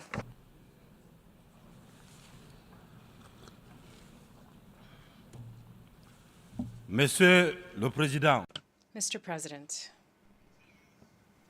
Excellencies, ladies and gentlemen, heads of delegations, Mr. Secretary General. At the outset, Mr. President, I would like to extend the warm congratulations of the Guinean delegation on your brilliant election to the presidency of the 78th session of the United Nations General Assembly. Before this august assembly, I would also like to assure you of my country's support. I take this opportunity to also pay a well-deserved tribute to your predecessor, Mr. Szabakorsi of Hungary. To Mr. Secretary General Antonio Guterres, I extend my gratitude for the dedication with which he leads our organization. Mr. President, ladies and gentlemen, in coming to take part in the work of the 78th regular session of the General Assembly, I am fulfilling a duty, that of conveying the warm greetings of the sovereign people of Guinea. My country continues to place hope in the United Nations to find appropriate solutions to the issues our world continues to face. In this context, Mr. President, we believe that the fundamentals which underpinned the creation of our organization must adapt to the profound changes in our society. The theme of this session, peace, prosperity, progress, and sustainability, is topical evocative, and deserves particular attention on our part. There is a coup epidemic in Africa. Following the COVID-19 pandemic, the continent has been hit by an epidemic of military putsches, particularly in the French-speaking countries south of the Sahara. Everyone condemns them, sanctions them, is disturbed by the sudden resurgence of this phenomenon that we had thought was a thing of the past, and rightly so. But what I wish to say is that the international community must have the honesty and the rectitude to not content itself simply with denouncing the consequences. Rather, it must look to and address the causes. Coups d'etat have multiplied in Africa in recent years because there are deep-rooted reasons for this. And to remedy the problem, ladies and gentlemen, we must look at these root causes. The putschist is not only the person who takes up arms to overthrow a regime. I want us all to be well aware of the fact that the real putschists, the most numerous, and those who avoid any condemnation, are also those who plot and scheme, who use trickery, who cheat to manipulate the text of the Constitution in order to stay in power eternally.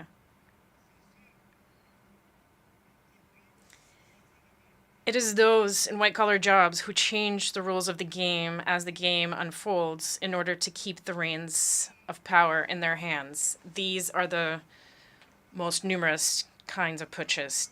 Mr. President, ladies and gentlemen, I am one of those who one day decided to shoulder our responsibility to prevent our country from slipping into complete chaos, into an insurrection.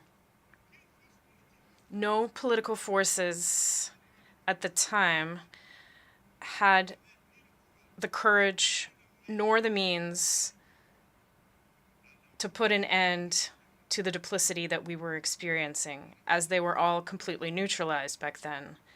The institutional correction for which my brothers in arms and I took responsibility on September 5th, 2021, was only a consequence of that chaotic situation which had ended up tearing apart the social fabric of my country and undermining our coexistence. This is not an exhaustive list, but we believe that the transitions underway in Africa are due to several factors, including broken promises, the lethargy of the people, and leaders tampering with constitutions with the sole concern of remaining in power to the detriment of collective well-being. Today, the African people are more awake than ever and more than ever determined to take their destiny into their own hands. The unequal distribution of wealth creates endless inequalities, famine, and abject poverty, which make the daily lives of our populations increasingly difficult. These inequalities are part of the causes for the events that endanger our peaceful coexistence above all.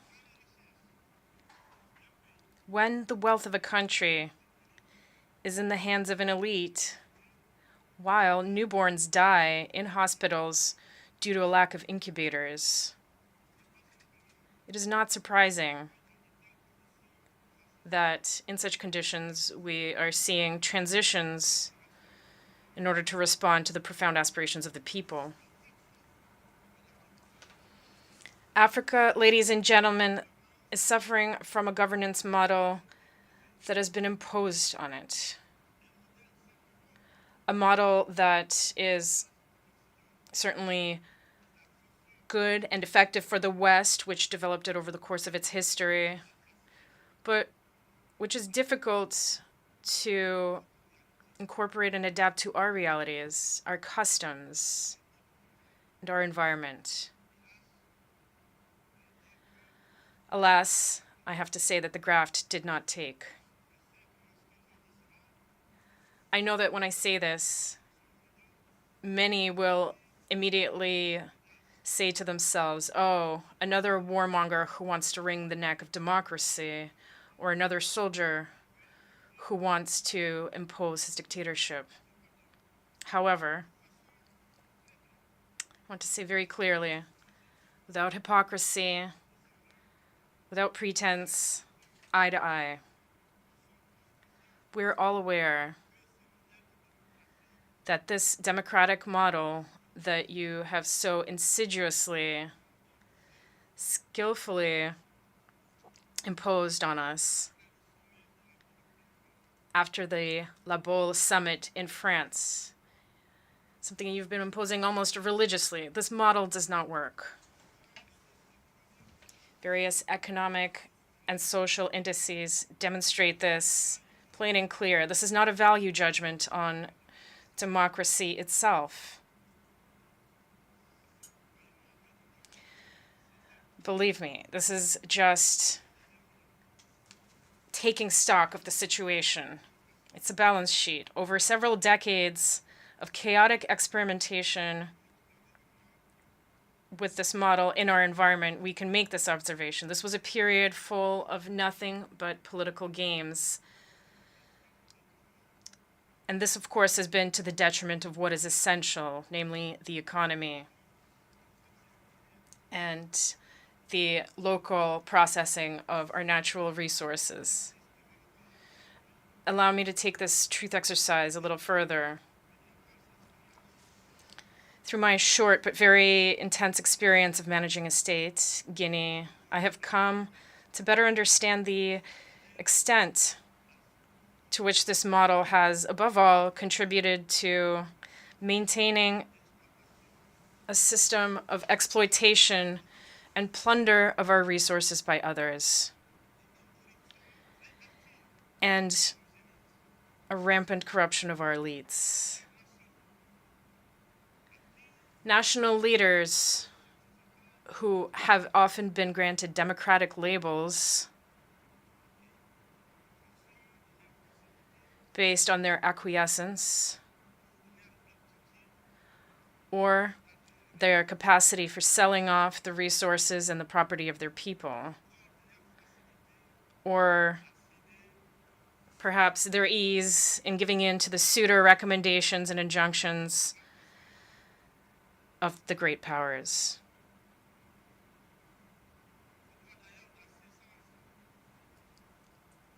I must confess in this regard that everything that I am facing goes beyond all imagination. These are the same people who profess democracy, transparency, who denounce poor governance and corruption, who dictate the rules. It is they who, behind the scenes, very discreetly and underhandedly, are increasing pressure to make us cede our national wealth through unconscionable leonine contracts. I understand certain leaders and some of my predecessors who, because they possess certain weaknesses, because they were under pressure, or because they had skeletons in their closets, or particularly because they had a political agenda, gave in to what was being asked of them. I understand them, even if I do not approve. some cases, I was even reminded that if I had a political agenda, I would be less comfortable carrying out the reforms that my government and I are tackling. One thing is certain. We have but one concern, and that is the well-being of the people and living together.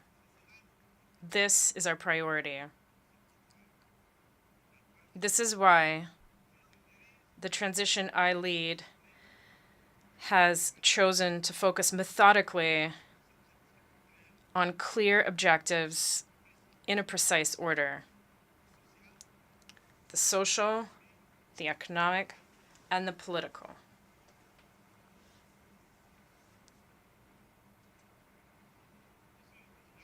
Mr. President, ladies and gentlemen, I wear my uniform in service to my people, and I would be grateful if you would respect that oath. An oath to keep ourselves a respectable distance from divisions of all kinds that many attempt to fuel in our countries. The Sahel is undergoing one of the most serious crises in its very long history. But it has the resources that are required to face it. Its legendary sense of diplomacy must be unleashed so that we can speak to each other without interference. It is for this reason that ECOWAS, whose vocation was economic, let's stop getting involved in politics and favor dialogue. The African people are tired, exhausted by the categorizations with which everyone wants to box us in.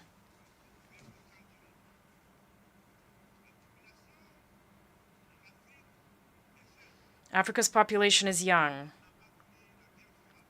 It did not experience the Cold War. It did not experience the ideological wars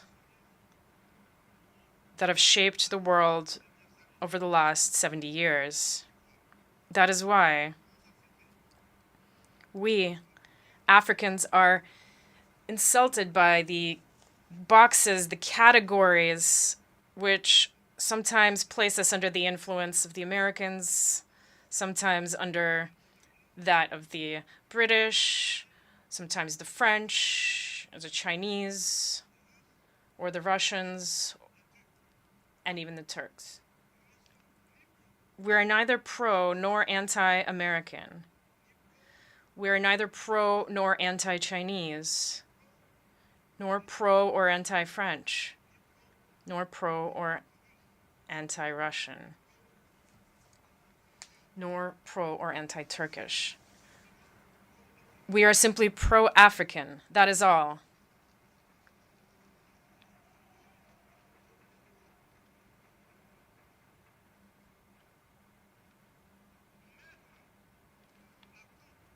Placing us under the influence of this or that power is an insult. It is contempt and racism towards a continent of more than 1,300,000,000 people. It is important that in this prestigious and influential assembly, we understand clearly and definitively that the era of the old Africa is over.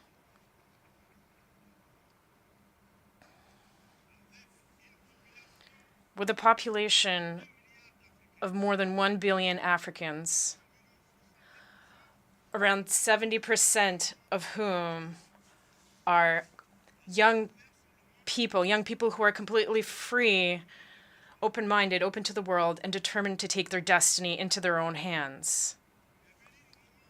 The time has come to realize that the structures, the rules from the post-war era, established in the absence of our states, which did not yet exist at the time, are obsolete. This is the end of an unbalanced and unjust era where we had no say in the matter. It is time to take our rights into account and to let us take our proper place, but also, and above all, it is time to stop lecturing us and to stop treating us with condescension like children. Rest assured that we're old enough to know what is good for us.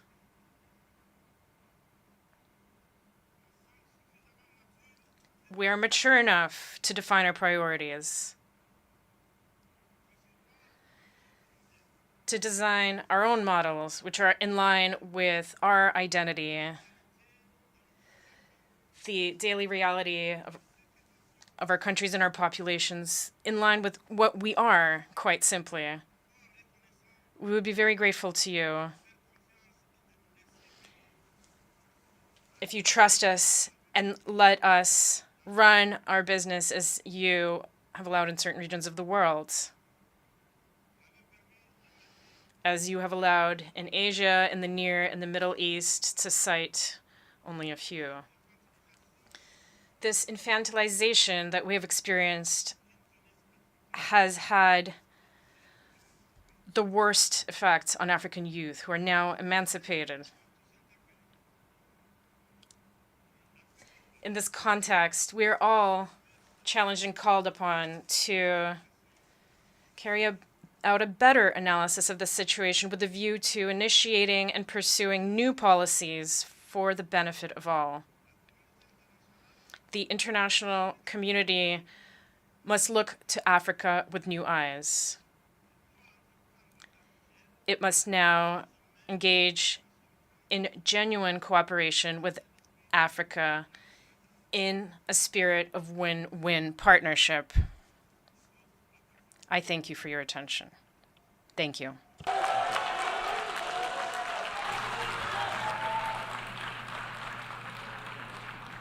A nombre de la Asamblea, On behalf of the Assembly, I wish to thank the President of the National Committee for Reconciliation and Development, President of the Republic of Guinea, and Head of State for the statement just made. I request protocol to escort His Excellency.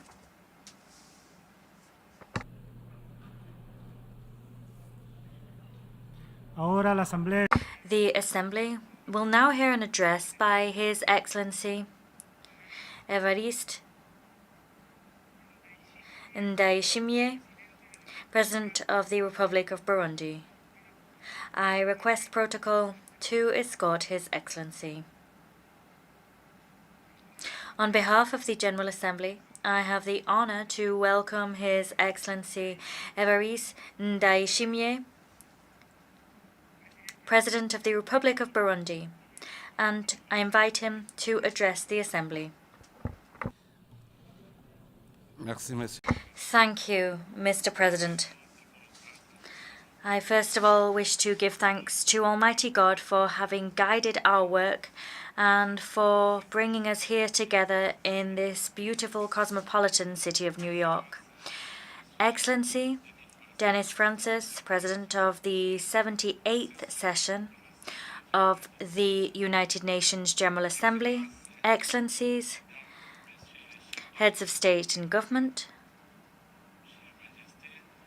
Your Majesty, Secretary General of the United Nations, distinguished delegates, ladies and gentlemen, all protocol observed. Allow me to express my sincere thanks to the host country of the United States of America and to its people, in particular to the authorities and people of the state of New York. I thank them all for the very warm welcome and exemplary hospitality that I and my accompanying delegation have been shown. At the outset, I wish to reiterate my most heartfelt condolences to the people of Morocco and Libya. Today, they are in mourning following natural disasters the human and material damage of which is incalculable.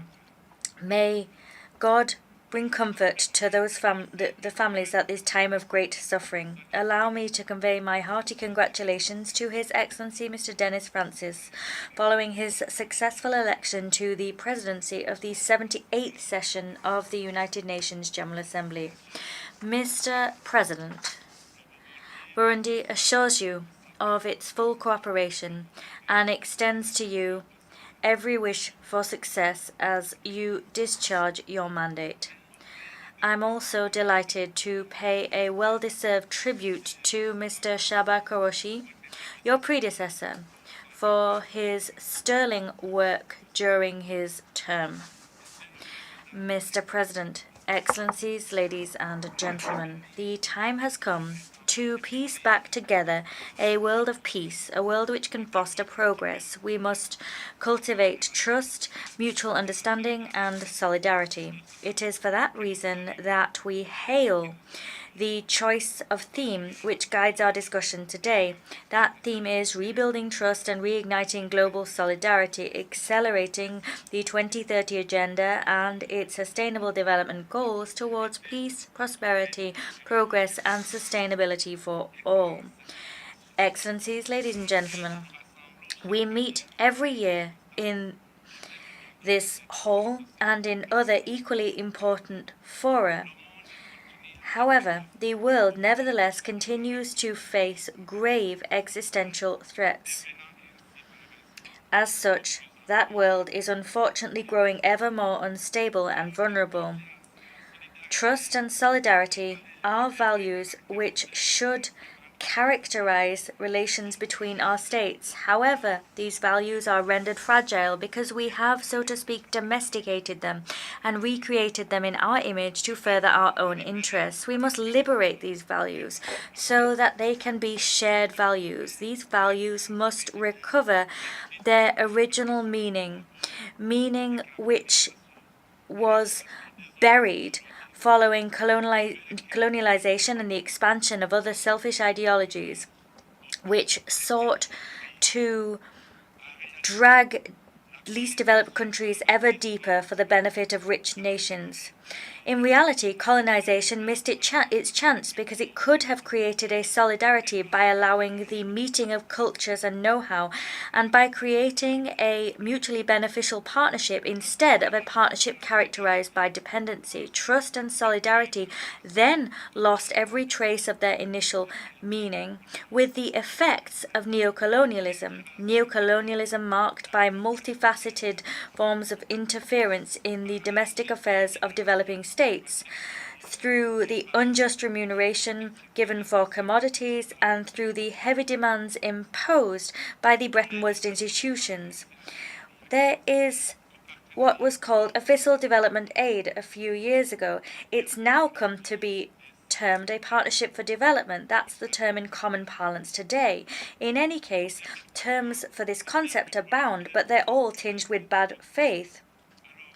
Indeed, terms abound to veil this hypocrisy. At the same time, resources dispersed with a view to generating economic returns that could foster economic recovery are themselves shrinking. Today, Mr. President, it is important to move beyond the needs and interests of states. These often vary greatly and are often difficult to reconcile.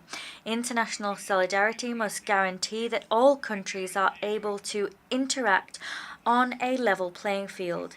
International solidarity that we wish to see does not seek to homogenize. Rather, it seeks to stand as a bridge between differences and even between radically opposing viewpoints. It seeks to allow respectful and mutually beneficial relations to flower. Mr. President, ladies and gentlemen, trust and solidarity should be the cornerstone on which thriving international relations can develop, international relations free of inequality and conflict. This is, incidentally, the goal that Burundi is striving to achieve, first and foremost at a national level. We're seeking to cultivate and strengthen this ideal within our people. As such, after years of instability, the process of Truth and Reconciliation, launched in Burundi, is today bearing a bounty of fruit because the people of Burundi are now energized in pursuit of a common ideal as they seek to achieve the Sustainable Development Goals. In this connection, we call upon friendly countries and partners to support the action of Burundi's government, and we heartily encourage foreign investment. However, the sad truth is that ODA, which should support the efforts of the government as it seeks to guarantee the well-being of its citizens, has little by little faded away to instead be channeled towards non-state actors which serve the geopolitical and economic interests of certain so-called donor states. These interests are unspoken and clandestine. Evidently, international solidarity should encourage developed nations to make tangible contributions to the socio-economic development of LDCs. A Kirundi proverb, Nwetanguro Muburo, means prosperity can only last if it is shared. That proverb reminds us that investing in the prosperity of a neighbor is to indisputably guarantee and shore up one's own sustainability and progress. This, Mr. President, reminds us of the urgent need to rethink and strengthen our global partnership. That, in our view, involves ensuring debt relief, a substantial increase in resources devoted to the fight against poverty. It involves strengthening South-South cooperation, the sharing of technologies and innovation, and it involves broadening commercial agreements. Ladies and gentlemen, in spite of all of the challenges above, Burundi remains determined, and indeed we trust that this assembly will work to rebuild trust in my country. We believe that it will champion a process by which international solidarity is revived. The government and people of Burundi have a genuine and staunch determination to maximize the dividends of peace and to protect our hard-won reconciliation. In view of that goal, our warhorse is the promotion of good governance and the fight against all forms of injustice. Indeed, we are engaged in a tireless struggle to ensure the proper management of public affairs, and thanks to this determined struggle, Burundi has made significant progress in terms of democracy, good governance, and improving its business climate. Consequently, we have become a safe place for investment and a range of economic activities. Moreover, significant efforts are being made in productive sectors which create mass employment and which drive growth. Against this backdrop, my government is striving to particularly stimulate the agricultural sector. That sector employs vast swathes of Burundi's population. Consequently, in light of that goal, we have taken the decision to finance our agricultural sector through our national program of agricultural subsidies. That program subsidizes fertilizers, selected seed species, and plant health products. We're also focusing on development of research in the agricultural sector, as well as the mechanization of it and the use of advanced technologies to ensure agro-food processing and to shore up rural infrastructure. To do all of the above, a national pact for agriculture has been established, and it has put in place 2 agricultural hubs built around 4 lucrative subsectors. That was done very quickly, and we now also have a special agricultural industrial zone. In all of the above endeavors, we wish to involve Burundian economic operators and foreign investors. To implement this plan, we have a new investment code and have made regulatory adjustments which make our environment a very attractive one. Given the fact that we have a climate which favours year-round agriculture, given the fact that we have a wealth of labour available, and given the exceptional fertility of our soil, Burundi is the best possible destination for anyone wishing to invest in the agricultural sector. Excellencies, ladies and gentlemen, in other sectors, elsewhere, my government has just updated its mining code to create an investment-friendly environment within this sector. The abundant mineral wealth of our country remains underexploited. My government's goal is to bring about economic recovery by exploiting our natural resources. The goal is to make Burundi an emerging country by 2040 and a developed country in 2060. To succeed in this endeavour, we are giving pride of place to young people and women. They are the real drivers of socio-economic development because of the way they promote entrepreneurship, innovation, and because of their spirit of creativity. Indeed, we are particularly backing young people because there is no weapon more effective than young people in the fight against poverty and in conflict prevention. As an African Union champion for the Youth, Peace and Security agenda, I wish to take this opportunity to call for a better inclusion of and the more effective participation of young people in the development agendas of our respective states. In this regard, I welcome the General Assembly's decision to create a United Nations Youth Office. I congratulate the Secretary General, Antonio Guterres, who proposed this flagship initiative in his report, Our Common Agenda. This is exactly how intergenerational trust and solidarity will serve as genuine sources of peace and security for sustainable development. As a staunch advocate of non-discrimination where women and young people are concerned, the government of my country has chosen to use the bounty of talent and knowledge to promote their economic empowerment. In order to expedite the implementation of Agenda 2030, education has been free in Burundi since 2005, and that has allowed Burundian girls to access quality education and, as such, to prepare for an active participation in national life. For 2 decades now, Burundi has improved the ratio of men to women in the political sphere. We have set a quota of 30% for women in the National Assembly and the Senate. Today, women hold approximately 50% of seats in the parliament, in the government, and in the most senior positions. In order to leave no one behind, as it ushers in socio-economic development, the government of Burundi is sparing no effort to promote the empowerment and emancipation of all sectors of its population.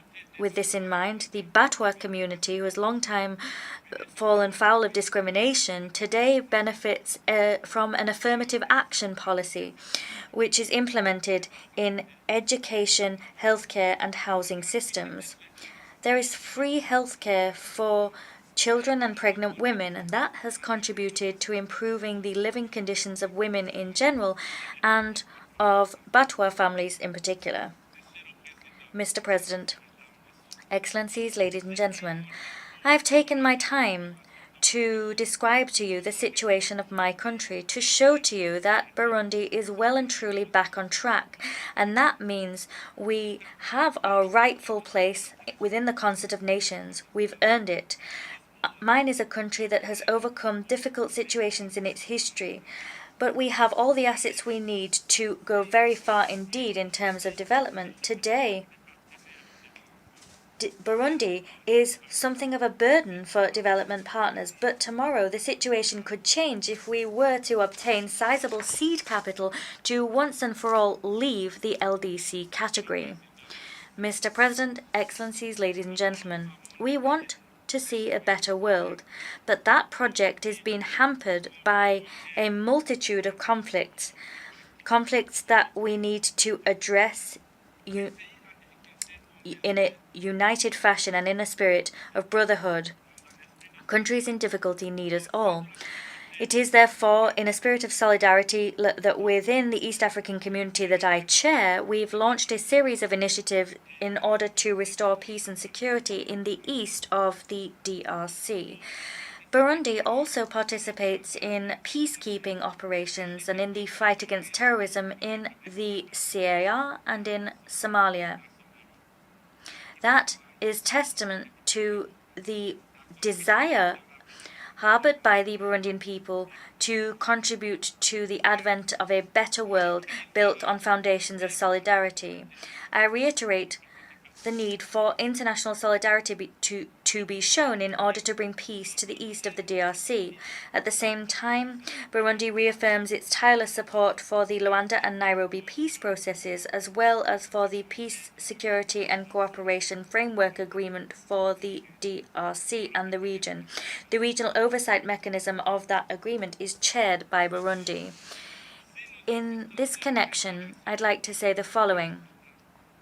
Whilst we do insist on the need to rebuild trust between states, we must together condemn certain spoilers who fan the flames of conflicts and devote themselves to sowing destabilization in other states. Let us call a spade a spade. The political and security-related instability in countries of the South, particularly in Africa, is born of the desire of powers who wish to control the domestic policies of developing nations.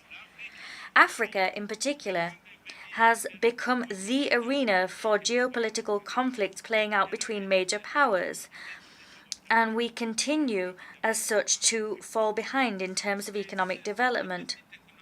That economic deficit becomes the cause of internal conflicts, which then plunge our countries into abject poverty. We are battling against external interference in domestic affairs. At the same time, we also condemn the re-emergence of anti-constitutional changes to systems of government, which are a serious erosion of democratic gains seen over the last several years in Africa and throughout the world. Constitutional order and the rule of law must prevail above all. My country reiterates its staunch commitment to the peaceful resolution of conflicts through dialogue, cooperation, joint work and negotiation.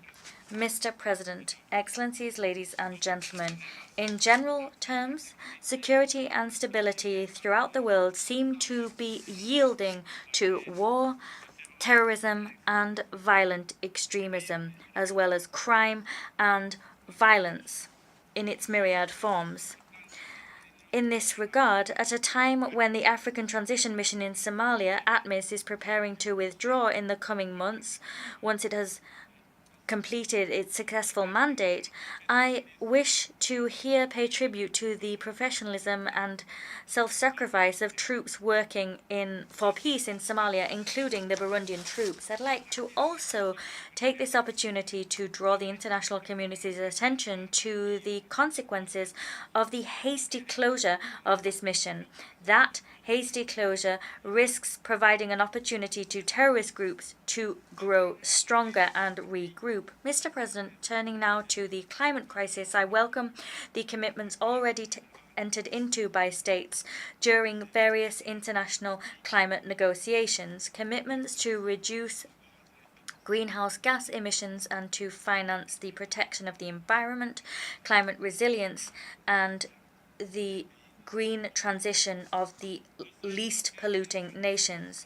We want to see these commitments followed up by tangible action, because the failure to mobilize $100 billion annually since 2020, a commitment made in the Paris Agreement, and that was a commitment that was to continue annually until 2025, but the failure of that to materialize imperils the very existence of future generations. We believe that COP28, which will be held this year in Dubai, will provide an excellent opportunity to turn words into actions. Turning now to the increase in migratory flows, we are all aware that the extent of these migratory flows are threats to to peace and security. Indeed, this movement is of concern to rich countries, is the consequence of poverty, because these migrants are seeking a better life, and as such they leave poor areas to earn a living in more affluent nations. The reducing migration involves inevitably adopting appropriate cooperation-based measures which allow young people better opportunities to find opportunities for decent work, employment, independent employment, or entrepreneurship. This should be done namely through the implementation of programs which seek to achieve the SDGs and ensure they are achieved on a national level. We are now called upon to focus our efforts on establishing a global partnership which fights poverty in all its forms. However,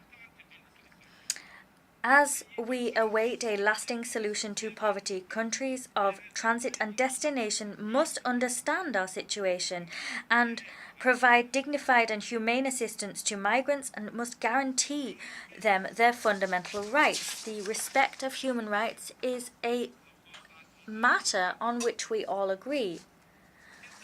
These rights must be universal and indivisible for all. My country is always against discrimination, as well as against the instrumentalization of human rights and the double standards used in their application.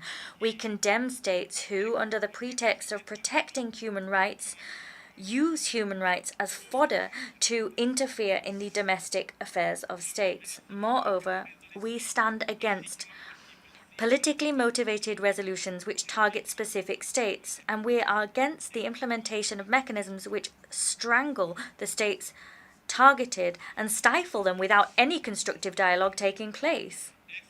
Excellencies, ladies and gentlemen, allow me, before I conclude, to reaffirm our commitment to the democratization of the multilateral system. This includes the reform of the United Nations Security Council as well as of the international financial system to make both more representative, just and inclusive, and able to more effectively address the challenges emerging in the world today. International law recognizes the principle of the sovereign equality of all states. Accordingly, these states must enjoy the same rights and the same international duties, including in the sensitive domains of the maintenance of international peace and security. I wish to thank the member states of the Security Council, some of which understand the desire long expressed by Africa. Mr. President, ladies and gentlemen, excellencies, as we mark this International Day of Peace, I wish to close my address by paying a fervent tribute to our brave peacekeepers, wherever they are in the world, because they defend a universal cause which transcends all of our differences. For peace, for the sake of peace, let us rebuild trust and reignite international solidarity. May God bless you. Thank you for your kind attention.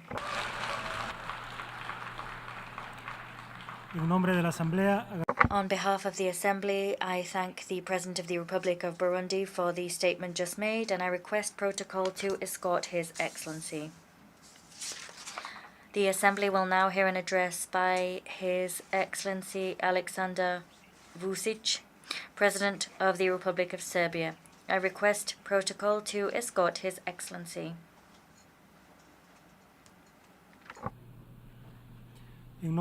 On behalf of the General Assembly, I have the honor to welcome His Excellency Alexander Vučić, President of the Republic of Serbia, and I invite him to address the Assembly.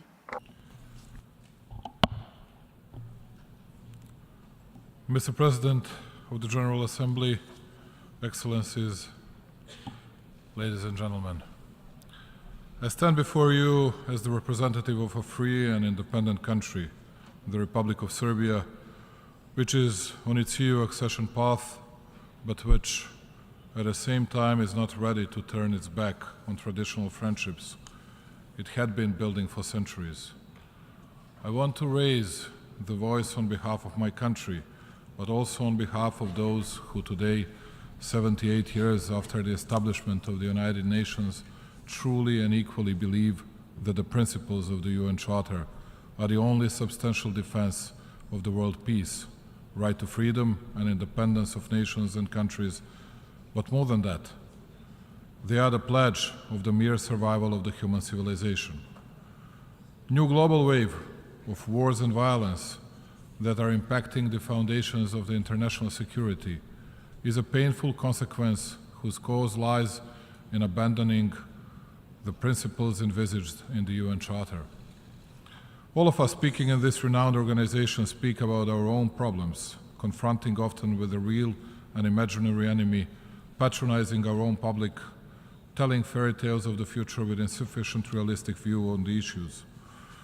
What does the future of the world look like? Even though all of us listened the words of the Secretary General, not many were actually heard. And almost not a single word's news conveyed his words of warning. Nevertheless, in the era of social networks dominance, when only important thing is to get one more like, in the era when each pet gets more attention than children, it is no wonder that we cannot recognize the dangers that are in front of us.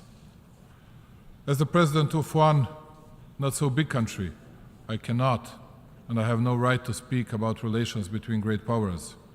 It is neither my job nor I could do that. But I can and I will speak about how inobservance of the international public law can bring horrible consequences.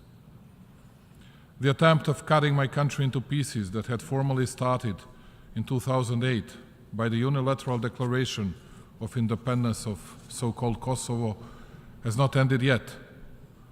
Precisely the violation of the UN Charter in case of Serbia was one of the visible precursors of numerous problems we are all facing today, and that go far beyond the borders of my country and scopes of the region I come from. Broadly observed, since we last met in this hall, the world is neither a better nor a safer place. Quite the opposite. Global peace and stability remain under acute threat. We continue to face problems related to energy security, financial instability, as well as security and disruptions in food and medication supply chains. Not only have we not found solutions to many problems, but they have become more numerous, and some of them have even grown more complex. I also spoke about how nobody here listens to anyone and does not strive for real agreements, and in the meantime we started to talk even less and less. It is as if virtually all, guided solely by their own interests, entrenched in their positions, have given up on seeking compromise solutions. Ladies and gentlemen, while for 3 days in a row we pledge from this place to respect of principles and rules of the UN Charter, precisely violation of the respective is rooted in most of the problems. In international relations and implementation of dual standards is an open invitation for all those who strive to achieve their interests through war and violence by violating norms of international law, but also basic human moralities. All the speakers so far, and I believe all who will speak after me, spoke about the necessity of changes in the world, underlying their country as the example of morality and commitment to the law and world justice. Today, I will not speak a lot in superlative about my country, about the growth of salaries and pensions, hundreds of kilometers of constructed highways and railroads, newly built hospitals and schools, science technology parks, the Artificial Intelligence Institute, because it is a natural thing that I protect its interests and that I love it more than anything in the world. But I will speak about principles which had been violated and which brought us to the situation in which we are today, and not by the small ones who are often the target of the attack, but by the most powerful countries in the world, especially those who gave themselves the right to lecture, each from its own angle on politics and moral to the whole world. Here, in this hall, only 2 days ago we could hear from the President of the United States the most important principle in relation between the countries, the respect for their territorial integrity and sovereignty. And only as the third most important factor he mentioned human rights. And it seemed to me that everybody in this hall could support it. I, as the President of Serbia, supported that with unhidden jubilance. The only problem in all that was the fact that few hours after his speech, I had to see in these premises the President of the so-called Kosovo, who is considered by the most powerful part of the West the president of an independent country, originated, by the way, by the secession of the territory of the Republic of Serbia. At the same time, only a few meters away from this hall, the German minister said that Germany firmly observed the UN Charter and UN decisions and documents, and that it would never give up on it. All that would be nice if it were true. Namely, almost all Western powers brutally violated both the UN Charter and the UN Resolution 1244, which had been passed in this renowned organization, as they denied and violated precisely those principles they are defending today. And it happened 24 and exactly 15 years ago. For the first time, unprecedented in the world history, the most powerful 19 countries made a decision without involvement of the UN Security Council. I repeat, without any decision by the UN Security Council, to brutally attack and punish a sovereign country on the European soil, as they had said, to prevent the humanitarian disaster. They didn't laugh out loud when Russian president used the very same words justifying his attack against Ukraine. They forgot that they themselves had used the same narrative, the same words, and the same explanations. Whereby, I would like to inform you that Serbia had not stepped its foot in the territory of some other country, nor jeopardized its existence. But 24 years ago, the most powerful and the strongest 19 had no mercy with small Serbia. Even when they had finished this job. They said that the issue of Kosovo is a democratic issue and that it would be resolved in accordance with the UN Charter and other international law documents. And then, contrary to all, but absolutely all documents of the international public law, it occurred to them in 2008 to support the independence of the so-called Kosovo. The illegal decision on secession of the autonomous province of Kosovo and Metohija from Serbia was made a decade after the war conflict in our country had ended, without a referendum or any other democratic form for declaring their stances for the citizens of Serbia, or at least in Kosovo itself. This decision was made in a moment when Serbia had a government committed to European and Euro-Atlantic integration, and when including in its composition the province of Kosovo and Metohija, a full-fledged member of the UN, but also of Council of Europe, OSCE, and many other international organizations. Nevertheless, it did not prevent legal and political violence coming from those who are today at the forefront in lecturing from this place. Pointless and meaningless explanations like police terror that Serbian authorities had carried out in its southern province a decade earlier, humanitarian crisis expelling of the local Albanian population, were only a drop that spilled over the glass of lies and nonsense in order to justify the violence against a sovereign country and in order to undermine its integrity. Namely, since the moment of the victory of those 19 against small Serbia, 70% of Serbs from Kosovo have left their thresholds, and there are by 300,000 Albanians more than have ever been in Kosovo. Well, that much about the law, that much about the justice. Nevertheless, worse than anything is that all those who committed aggression against the Republic of Serbia lectured today about territorial integrity of Ukraine, as if we did not support the integrity of Ukraine. And we do support it, and we will keep supporting it, because we do not change our politics, we do not change our principles, regardless of centuries-long traditional friendship with the Russian Federation. To us, every violence is the same. Every violation of the UN Charter is the same, regardless of the strength of the power that exerts it or inevitably similar excuses makes for its illegal and immoral behavior. But when we ask them about the territorial integrity of the Republic of Serbia and about what they had done to my country, the answer is the one that all of you representatives of smaller countries in the world heard on countless of occasions. Do not go back in the past. Look towards the future, because it is the only way for your country to make progress. When it comes to the territorial integrity of Ukraine and Serbia and any other country, all of us are entitled to speak about from this podium at least a bit more than they are. I'm the president of Serbia in my second presidential term. On countless of occasions, I was under different political pressures, and I'm a political veteran. And what I will tell you today is the most important for me. Principles do not change from one circumstance to another. Principles do not apply only on the strong ones, they apply to all. If that's not the case, then there are no longer principles.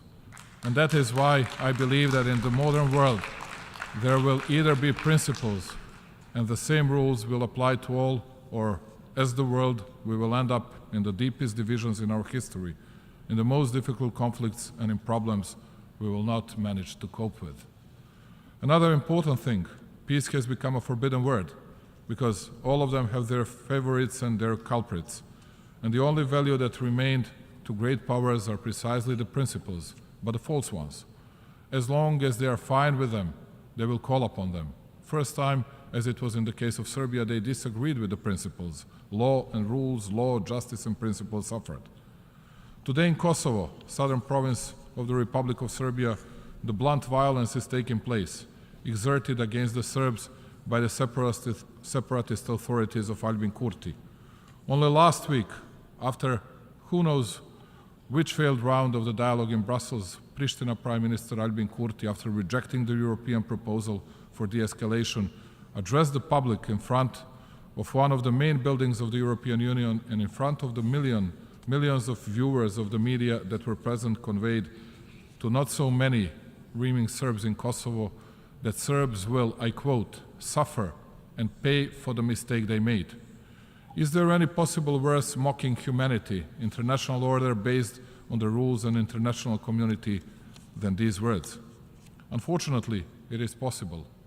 Only one day later, as we sit in this hall, a new contingency of Serbs is being taken to Kurti's prisons, apprehended according to fabricated accusations as a part of his terror campaign. So much worse are the actions continuously done by that extremist regime in the past 20 months, and which in practice, together with repeated accelerated displacement of the remaining Serbs, are turning into a crawling ethnic cleansing in the heart of Europe. You can conclude by yourself how far that regime's cynicism goes from the following sentence. Since the European Union and the US State Secretary Antony Blinken issued a statement in early June condemning unilateral action of the so-called government of Kosovo, ethnically motivated attacks against Serbs in our southern province raised by 50%, while at the same period Pristina authorities made even 22 new escalatory moves. Serbian boys Stefan Stojanovic and Miloš Stojanovic, who are 11 and 21 years old, were wounded on the Christmas Eve by the members of the so-called Kosovo security forces, in whose equipping take part some of the attendees in this hall, knowing quite well that it is deeply illegal and that the mere existence of the KSF is contrary to the UN Security Council Resolution 1244. 7 innocent civilians were shot by the representatives of the so-called Kosovo institutions. Disruption of supplying of hospitals, election voting bans only for Serbs, entire economic blockade for Serbian goods, attacks against churches, graveyards, schools are a part of the sad daily life of my people in this part of our territory, parted by the violent secession contrary to the UN Charter. And you wouldn't believe it, even though there is not a single wounded Albanian, not a single apprehended or injured Albanian, guess what? It is the fault, always, of both sides. Unlike 1999, when Belgrade and other cities in my country were bombed, leaving the bloody track from several thousand dead civilians and soldiers, in scenes that pretty much resemble those that we unfortunately see today in different parts of the world, when an obvious terror, which they themselves say reminds of what happened to Albanians, happens against Serbs, there is no humanitarian disaster, there is no call for action, there is nothing. There are only words, they are only worried now, shrugging their shoulders, but if they have to make any decisions, it will always be, as they put, at the fault of both sides. And in such a world, I believe that one small Serbia, by raising its voice and fighting for universal values of principles and inviolability of internationally recognized borders, territorial integrity, sovereignty, and political independence, gives the example of the fight for the right, the one that was abolished here, even in this building, and protects the principles the world should be made of, with its not such a big strength, but with its paramount decisiveness and courage. We did not change the principles for the purpose of daily politics and our own needs. And just like we preserve the integrity of Serbia, we defend the integrity of each UN member state.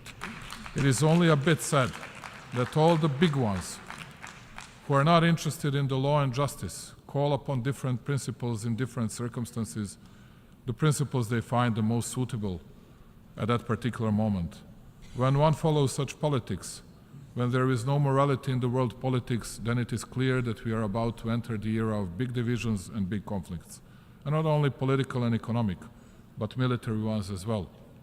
And precisely in this difficult situation, the UN is the last substantial platform that brings us all together, regardless of all our differences and divisions. I believe that the commitment to peace and development, the desire to resolve disputes through dialogue, to find common ways to end human suffering and to ensure a more prosperous and stable future are precisely what unites us. That is why we extend full support to all important reform processes of the UN organization itself, including the initiatives of the UN Secretary General. For preservation of global peace, and so that we all do not disappear in a Darwinist conflict led by great powers, it is necessary to join our forces, just like 78 years ago in common fight for international order based on the UN Charter. Ladies and gentlemen, respecting the UN Charter is not a choice, it is an obligation. After all, like I have already said by mentioning some names, this is what we had the opportunity to hear during the previous presentations of most of my colleagues while talking, among other issues, about a topic that is still dominant in all forums, the conflict in Ukraine. I will agree with them when it comes to the necessity of respecting the territorial integrity and sovereignty of Ukraine, which the Republic of Serbia has been consistently showing from the beginning. We have been making such appeals continuously for decades, but with a significant difference. Serbia supports the territorial integrity and sovereignty of all United Nations member states. I repeat, all member states. Therefore, it is hard for me to understand how some are still not acting in a consistent manner when it comes to the need to respect the territorial integrity of Serbia, and how they fail to understand that the selective application of principles leads to pronounced divisions, a lack of solidarity, and mutual understanding. However, I want to thank wholeheartedly to the global majority, significantly more than one-half of the UN member states in our example supports the UN Charter, and they do not support the violent partition of my country. I'm glad that for the majority of UN member states, double standards are out of the question. We are deeply grateful to all of you who selflessly support our efforts to preserve territorial integrity, thus demonstrating your commitment to the UN Charter. By safekeeping your borders today, you safekeep your borders and you preserve peace. On your behalf, as well as on our behalf, we will continue year after year to underline that defending the principles is the same as defending the freedom, independence, and peace. It often seems to us that the discussion with Pristina's government is more like a monologue than the dialogue, because it is hard to explain why after more than 10 years after the signing of the Brussels Agreement and taken obligation, the community of Serb majority municipalities has not been formed. The Republic of Serbia, its government, and all the institutions are working in their full capacity on preservation of the dialogue with the Pristina under the EU auspices. It is our task. The dialogue is possible only in case that all of us, including also the European facilitators, adhere firmly to what had been agreed. Misbalance by which Serbia has to make concessions all the time is not leading towards the solution, quite the contrary. It often seems to us that the discussion with Pristina's government is more like a monologue than the dialogue, because it is hard to explain why, after 10 years, after the signing of the Brussels Agreement and taken obligations, that community of Serb majority municipalities has not been formed. Like I have already said at the beginning of my speech, Serbia is on its European path, ready to change, reform itself, and to make progress. Today, Serbia has very good cooperation with the United States of America in almost all areas, and we believe that our relations will only be better in the future. At the same time, Serbia will cherish its big and traditional friendships in all continents, while being proud of its good relations with all the nations and countries in Africa, Asia, and Latin America. We do not divide people by the color of their skin or their religious affiliation. That is why our relations with the People's Republic of China, Republic of Korea, Japan, many Arab and other Muslim countries are at the highest historical level. We don't cut our important and historical ties with Russian Federation as well. Believing that the dialogue is the only way for finding the compromise solution, Serbia remains committed to this process in the aim of providing peaceful coexistence of Serbs and Albanians. Peace and stability of the region have no alternative. It is with that belief that we approach to all discussions facilitated by the EU. As many of you maybe know, different interpretations of history are the cause of many disagreements and open issues, not only in our region. I believe in future, and I believe that by using joint efforts, we still have the capacity and ability to try to overcome differences and focus on what connects us, care for well-being of our nations. We want to build bridges, not walls. We need to look towards the future. We need to move forward, to use every chance for economic growth, connectivity, and exchange of ideas. Today we have common toll collection from Belgrade almost to the Adriatic Sea, and soon we'll have it to the Aegean Sea. We open borders in the Balkans, we open labor market and enable free flow of people, goods, and capital. Precisely this was the guiding star and initiator of the Open Balkan Initiative, which has given concrete results so far and strengthened regional ownership of the processes of the economic connectivity of the region. The Open Balkan improved also the political atmosphere. We have such approach to all our neighbors, and our key interest is to preserve stability in the region and turn towards as intensive cooperation as possible in all areas. These processes are certainly an inseparable part of our strivings to become a full-fledged member of the European Union, which is at some time one of the key priorities of our foreign policy. Precisely this was the guiding star and initiative of the Open Balkan Initiative, and it gave us concrete results. And we have such approach because priority certainly does not exclude our commitment for cooperation, development, and deepening of relations with traditional friends from all parts of the world, from the region in particular, where we remain reliable and responsible partner. We will strive to strengthen existing and build new friendships, both bilaterally and through participation in initiatives and fora of different regions all over the world. The latest confirmation that the geographic distance should not be a barrier for cooperation is recent accession of the Republic of Serbia to the Treaty of Amity and Cooperation in Southeast Asia TAC. Additionally, we are proud for being given a unique opportunity that the spirit of friendship I speak about is to be felt in Belgrade, which will host the specialized exhibition Expo 2027. We are grateful to all those who supported us and had faith in us. Thank you, dear friends. Ladies and gentlemen, after long negotiations with a lot of optimism, the 2030 Agenda Plan of Action for People, Planet and Prosperity was adopted in this room, by which we pledged that no one will be left behind. Halfway to the set deadline for meeting the goals of the agenda, there is still a glimpse of hope that we will be able to fulfill given promise. Although there are many reasons for concern, even beside the progress that was made in certain areas, unfortunately we are still facing the basic existential problems like poverty, hunger, and inequality. Serbia puts maximum efforts in order to secure a stable and safe future, initiating at the same time policies based on sustainable development goals.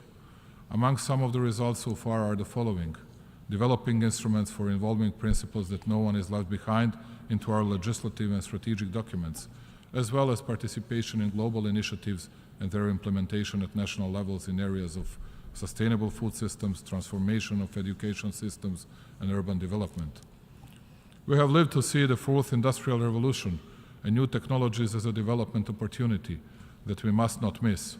And that is why we continue with investment into infrastructure, economic reforms, and creation of better business environment. Digitalization and education are among our key priorities. The necessity of finding new sources of growth has also been recognized. That is why our future activities are focused on innovation, research and development, and creative industry. Serbia is the first country in the Southeast Europe region that joined the Global Partnership on Artificial Intelligence and adopted development strategy in this area back in 2019. Biofor campus is being built. It is a unique multidisciplinary complex for research and development in natural science, which should become one of the key bioeconomic hubs in Europe. We firmly believe that knowledge and science play one of the key roles in accelerating activities towards implementation of the 2030 Agenda. Therefore, I am proud that at the proposal of the Republic of Serbia and like-minded countries, the UNGA adopted a resolution declaring the period from 2024 to 2033, the International Decade of Science for Sustainable Development. We do all this for future generations. I believe that involvement of the young ones into the implementation of the 2030 Agenda is an important prerequisite for its success, because beyond any doubt, the young ones are the most important development engine of every society. Excellencies, I believe that we are all aware that there is no development without peace. Just like Nelson Mandela said, peace is the greatest weapon for development that any person can have. We must believe in that and work together on it. Conditio sine qua non is, first and foremost, conversation, to listen and to try to hear and understand each other. There is no alternative to peace. Finally, I want to take this opportunity to invite the representatives of all UN member states to take part in World Exhibition Expo 2027 in Belgrade, Serbia's capital, a cosmopolitan metropolis with 2 million inhabitants, is your home, and we extend the welcoming hand for participation in the freest and most diverse international exhibition so far. Come to Belgrade to celebrate the humanity together. Now I know that I spoke much longer than I was asked to do, but I have to say that I gave the same right to me as those big powers gave it to themselves. Thank you very much for listening to me.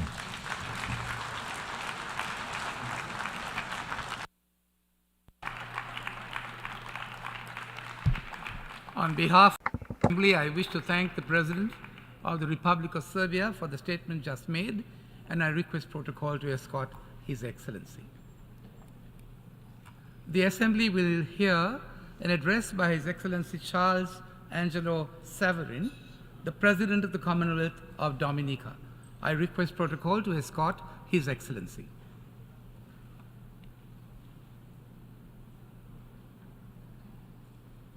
On behalf of the General Assembly, I have the honor to welcome His Excellency Charles Angelo Saverin, President of the Commonwealth of Dominica, and to invite him to address the Assembly.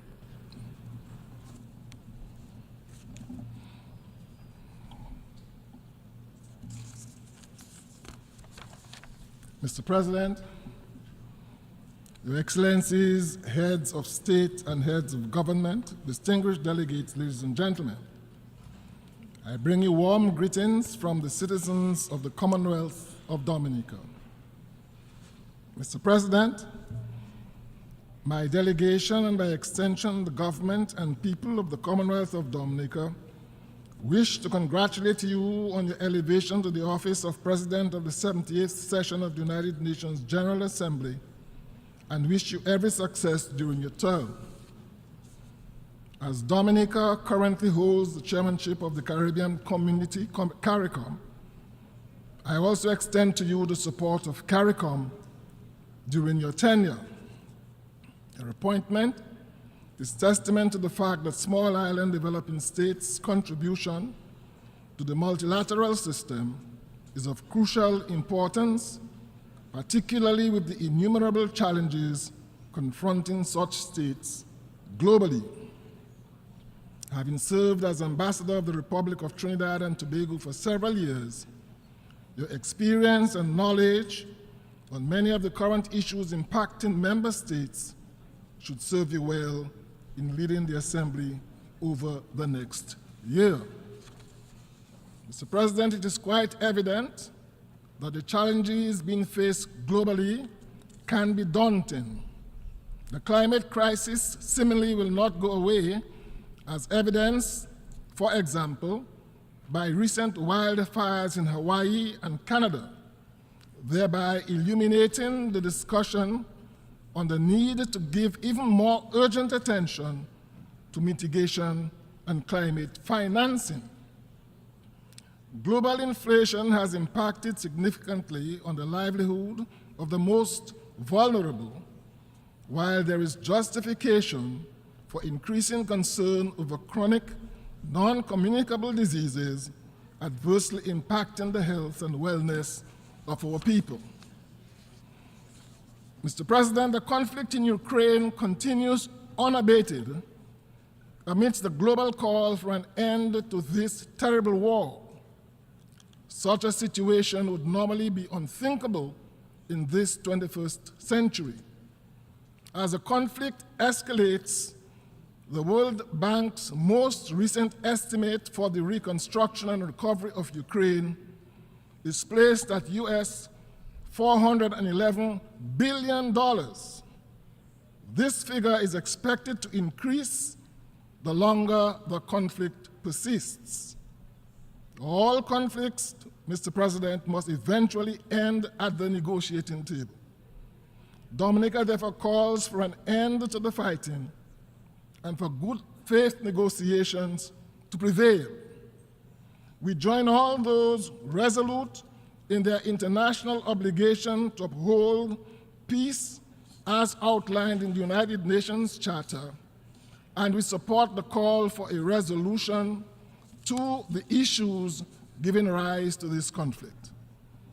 To this end, Mr. President, Dominica endorses the joint declaration by the G20 on the Russia-Ukraine conflict and other global issues at the end of the 18th G20 summit held recently in New Delhi, India. Mr. President, while we in Dominica are opposed to coups and attempted coups, we are also aware that in 2010, there were a series of uprisings affecting Arab countries of the Middle East and North Africa, which was dubbed in the West as the Arab Spring. These uprisings, with at least the tacit support of the West, resulted in the removal of several governments. There was no talk of sanctions or military intervention to restore the ousted governments. Today, Mr. President, we are witnessing what I refer to as the African summer, and we are hearing the drumbeat of sanctions and military intervention. What is the difference between the Arab Spring and the African summer, I ask? The international community should pay heed to the wisdom of the leaders of the African Union who have opposed military intervention and urged diplomatic engagement. The question is, whose interest would military intervention serve? Certainly not the people of Africa. We in Dominica and the Caribbean urge that in all such situations, the interest of the population be foremost in any consideration of intervention by neighboring countries and indeed by the international community. Mr. President, this year's theme for the General Assembly is in keeping with the strides we should all be making at the international and multilateral levels to achieve an accelerated and progressive implementation of the 2030 Agenda. The challenges faced by small island developing states in achieving this objective are considerable. Typically, the narrow fiscal space and the increase in economic and environmental losses attributable to changes in weather patterns and other climate-related events have served to increase our vulnerabilities exponentially. The evidence suggests that we live in an imperfect world by virtue of our inherent geophysical and socioeconomic characteristics, and some countries, Dominica included, will always be disproportionately disadvantaged by the actions of others. In this regard, we welcome the high-level dialogue on financing for development and the call by the Secretary General for a Climate Ambition Summit. We are optimistic that this forum will be a practical demonstration of a commitment to securing the necessary funding to initiate transformative change. Mr. President, the key elements for accelerating realization of the 2030 agenda include the harnessing of information communication technologies and the role which science will play in ensuring effective decision-making. ICTs can provide a platform to get more done within a shorter period of time and further create an impetus to bridge the generational gap, allowing for innovation and creativity to emerge to the fore. Our youth must be continually engaged, thereby engendering a sense of trust in their leaders and institutions. This is critical to ensuring that the significant gaps which currently exist between the haves and the have-nots are addressed and drastically reduced. Access to quality education, clean water, food security, proper health care, decent work, proper housing, and economic growth taken together must be the foundation upon which we continue to ensure that no one is left behind.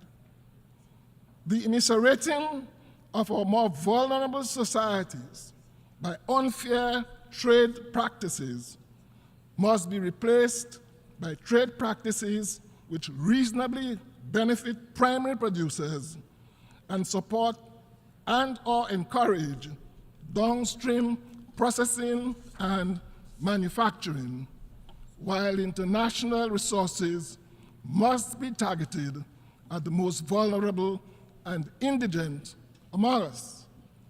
Only then can we be assured of achieving a society of prosperity, progress, and sustainability for all.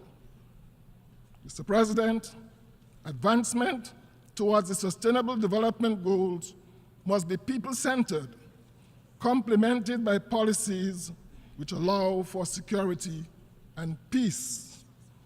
The government of Dominica recognizes the central role of its citizens in the decision-making process on major national issues, and to this end, government has engaged the expertise of the international community in reviewing its electoral system and has embarked on a wide cross-sectoral consultation to hear varying views from every segment of the society on recommendations for electoral reform in the country. It is therefore anticipated that when the final measures are brought before Parliament, they will be in keeping with best practices and the views of the majority.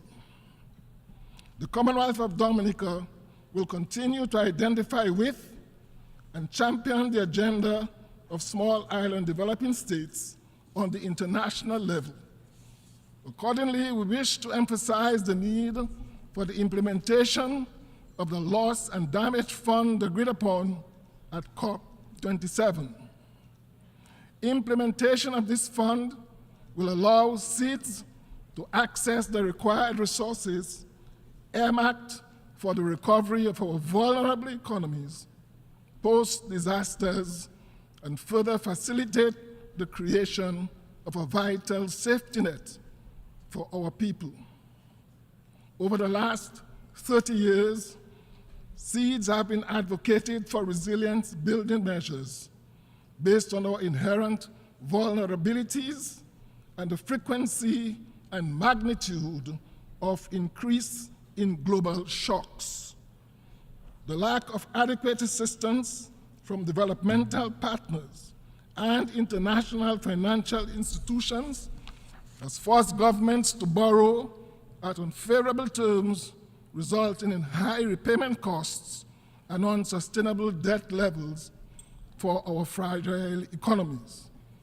To this end, Mr. President, Dominica fully supports the work on the Multidimensional Vulnerability Index, which can contribute to unlocking the type of financing which is so urgently required. Additionally, Dominica pledges its full support and participation in the upcoming SEEDS conference to be held in Antigua and Barbuda in 2024. This conference should serve as a watershed moment for all SEEDS, such that action-oriented outcomes can be derived. Moreover, mindful of the confluence of challenges confronting SEEDS today, there should be no further delay in the much-needed reform of international financial institutions to address the contemporary realities of debt distress and debt solvency. Dominica therefore joins fellow member states of CARICOM in support of the Bridgetown Initiative as a core blueprint for restructuring the architecture of sovereign debt. Mr. President, my delegation unreservedly welcomes the adoption of the BBNJ agreement, building on the legacy of the United Nations Conference of the Law of the Sea. This achievement reaffirms the UN's role in facilitating the implementation of multilaterally agreed solutions to global challenges.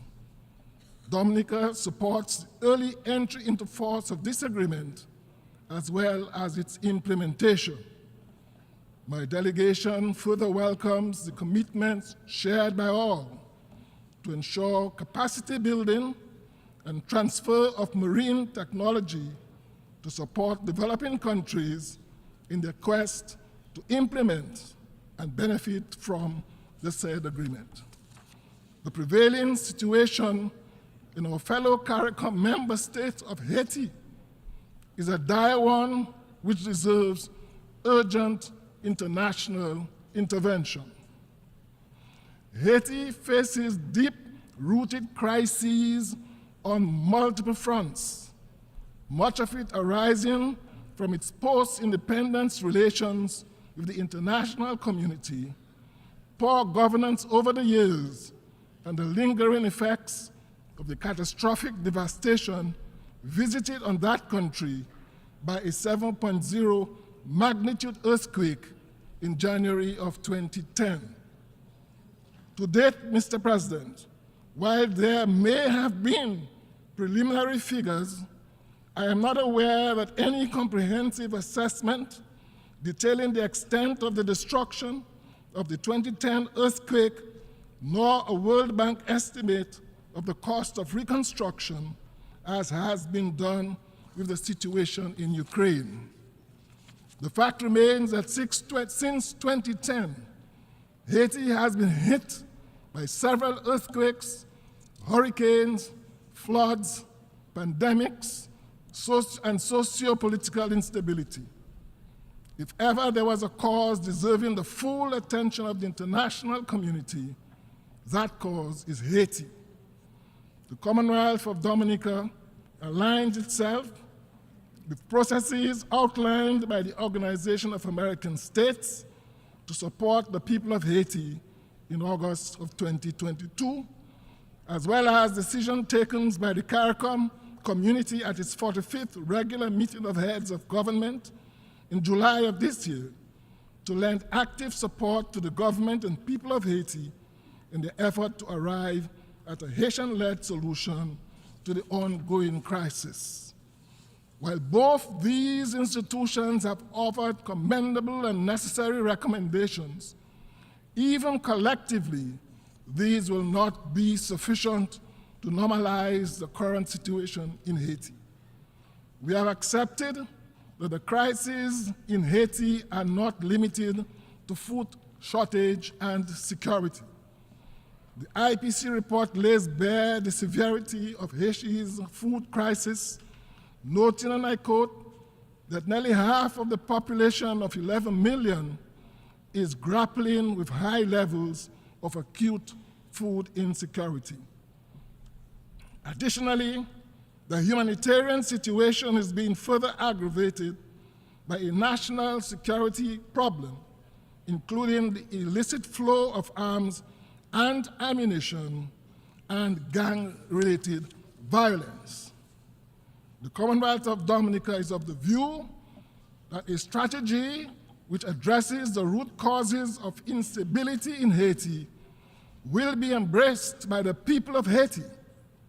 We also underscore that such an approach cannot be pursued without the unwavering support of the international community. My delegation therefore calls on the Security Council to move decisively to offer support to Haiti in key priority areas, including security, governance, education, health, water and electricity, sustainable livelihoods, and long-term development planning and advocacy. Mr. President, Dominica continues to stand with the overwhelming majority of the international community in calling for the removal of the 60-year-old economic blockade imposed on the Republic of Cuba by the United States.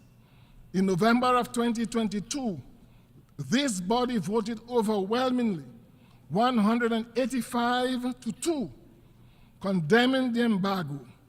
Even Ukraine, Mr. President, could not bring itself to support the United States in this outdated and unjust measure and abstained from voting. This body must continue to condemn this egregious violation until it is lifted, as it has severely impacted the lives and livelihoods of the ordinary Cuban citizens for the last 6 decades. Additionally, the inclusion of that country on the United States State Department unilateral list of state sponsors of terrorism are all unjustified measures. Further, Mr. President, my delegation supports the lifting of sanctions on the people of the Bolivarian Republic of Venezuela. This hegemonic situation constitutes a violation of the human rights of the Venezuelan people. We therefore stand in solidarity with the government and people of the Bolivarian Republic of Venezuela and look forward to a complete lifting of all such sanctions, thus allowing the realization of the great potential for the rapid socioeconomic development of this great nation. Finally, Mr. President, as one of the more vulnerable small island states, which was devastated in 2015 by Tropical Storm Erika, resulting in significant loss of life and loss of over 90% of our GDP, and being again struck by Hurricane Maria in 2017, resulting in the loss of 226% of our GDP, we empathize with the government and people of the Kingdom of Morocco, who was struck by a 6.8 magnitude earthquake on September the 8th, resulting in over 3,000 deaths and twice as many injuries and the complete devastation of several communities. Similarly, Mr. President, Dominica empathizes with the government and people of Libya, who experienced flooding of biblical proportions, resulting in the loss of more than 20,000 lives, with thousands of citizens still unaccounted for, according to UN reports, and incalculable devastation in terms of infrastructure and built heritage. We welcome the responses of neighboring countries and the international community to these catastrophes in both of these North African countries and urge even greater response in line with the magnitude of these natural disasters. Mr. President, I end by calling all member states of this United Nations to recommit ourselves to this organization as an instrument of our joint obligation to the global community. And I wish you, Mr. President, and all delegates to this 78th session every success during these deliberations. I thank you. On behalf of the Assembly, I wish to thank the President of the Commonwealth of Dominica for the statement just made, and I request protocol to escort His Excellency. Distinguished delegates and excellencies, may I have the singular honor of presenting to you my President.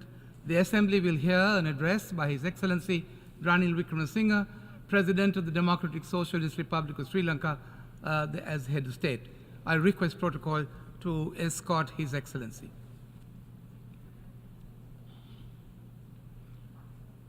On behalf of the General Assembly, I have the honor to welcome His Excellency Ranil Wickremesinghe, President of the Democratic Socialist Republic of Sri Lanka, head of state, and to invite him to address the Assembly.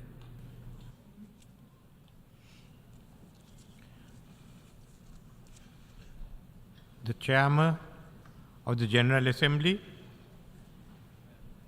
His Excellency Dennis Francis, President of the General Assembly, Excellencies, ladies and gentlemen.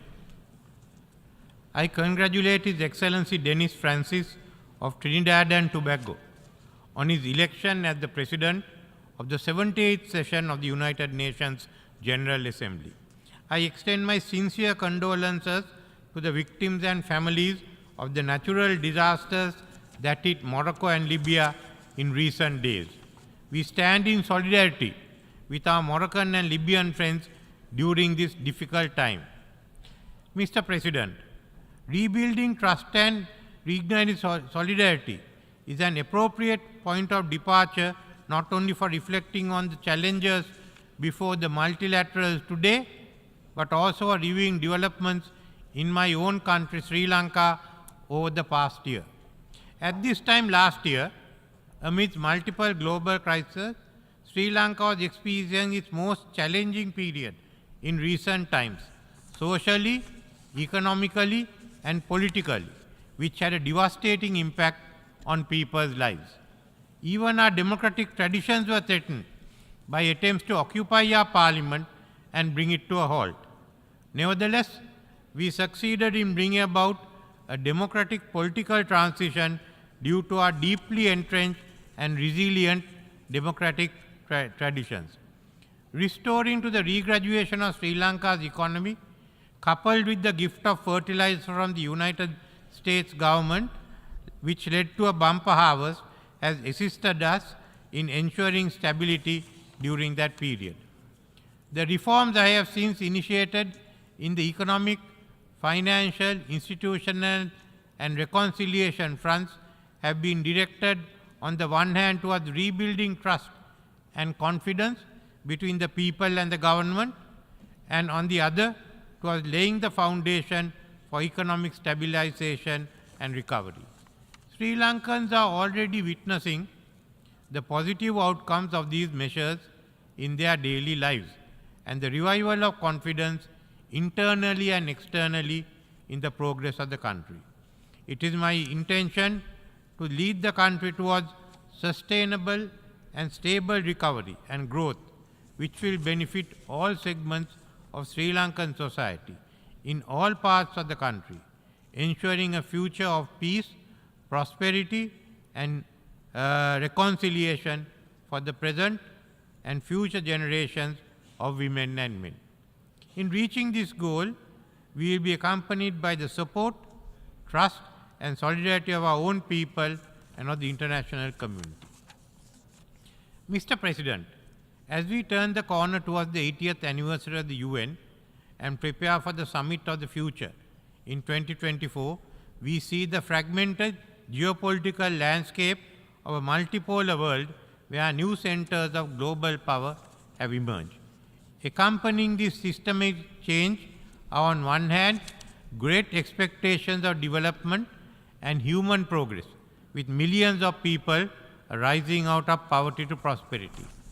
On the other hand, we see a world where former big power rivalries and geopolitical tensions have reignited in open war, overlapping with new theaters of conflict and tension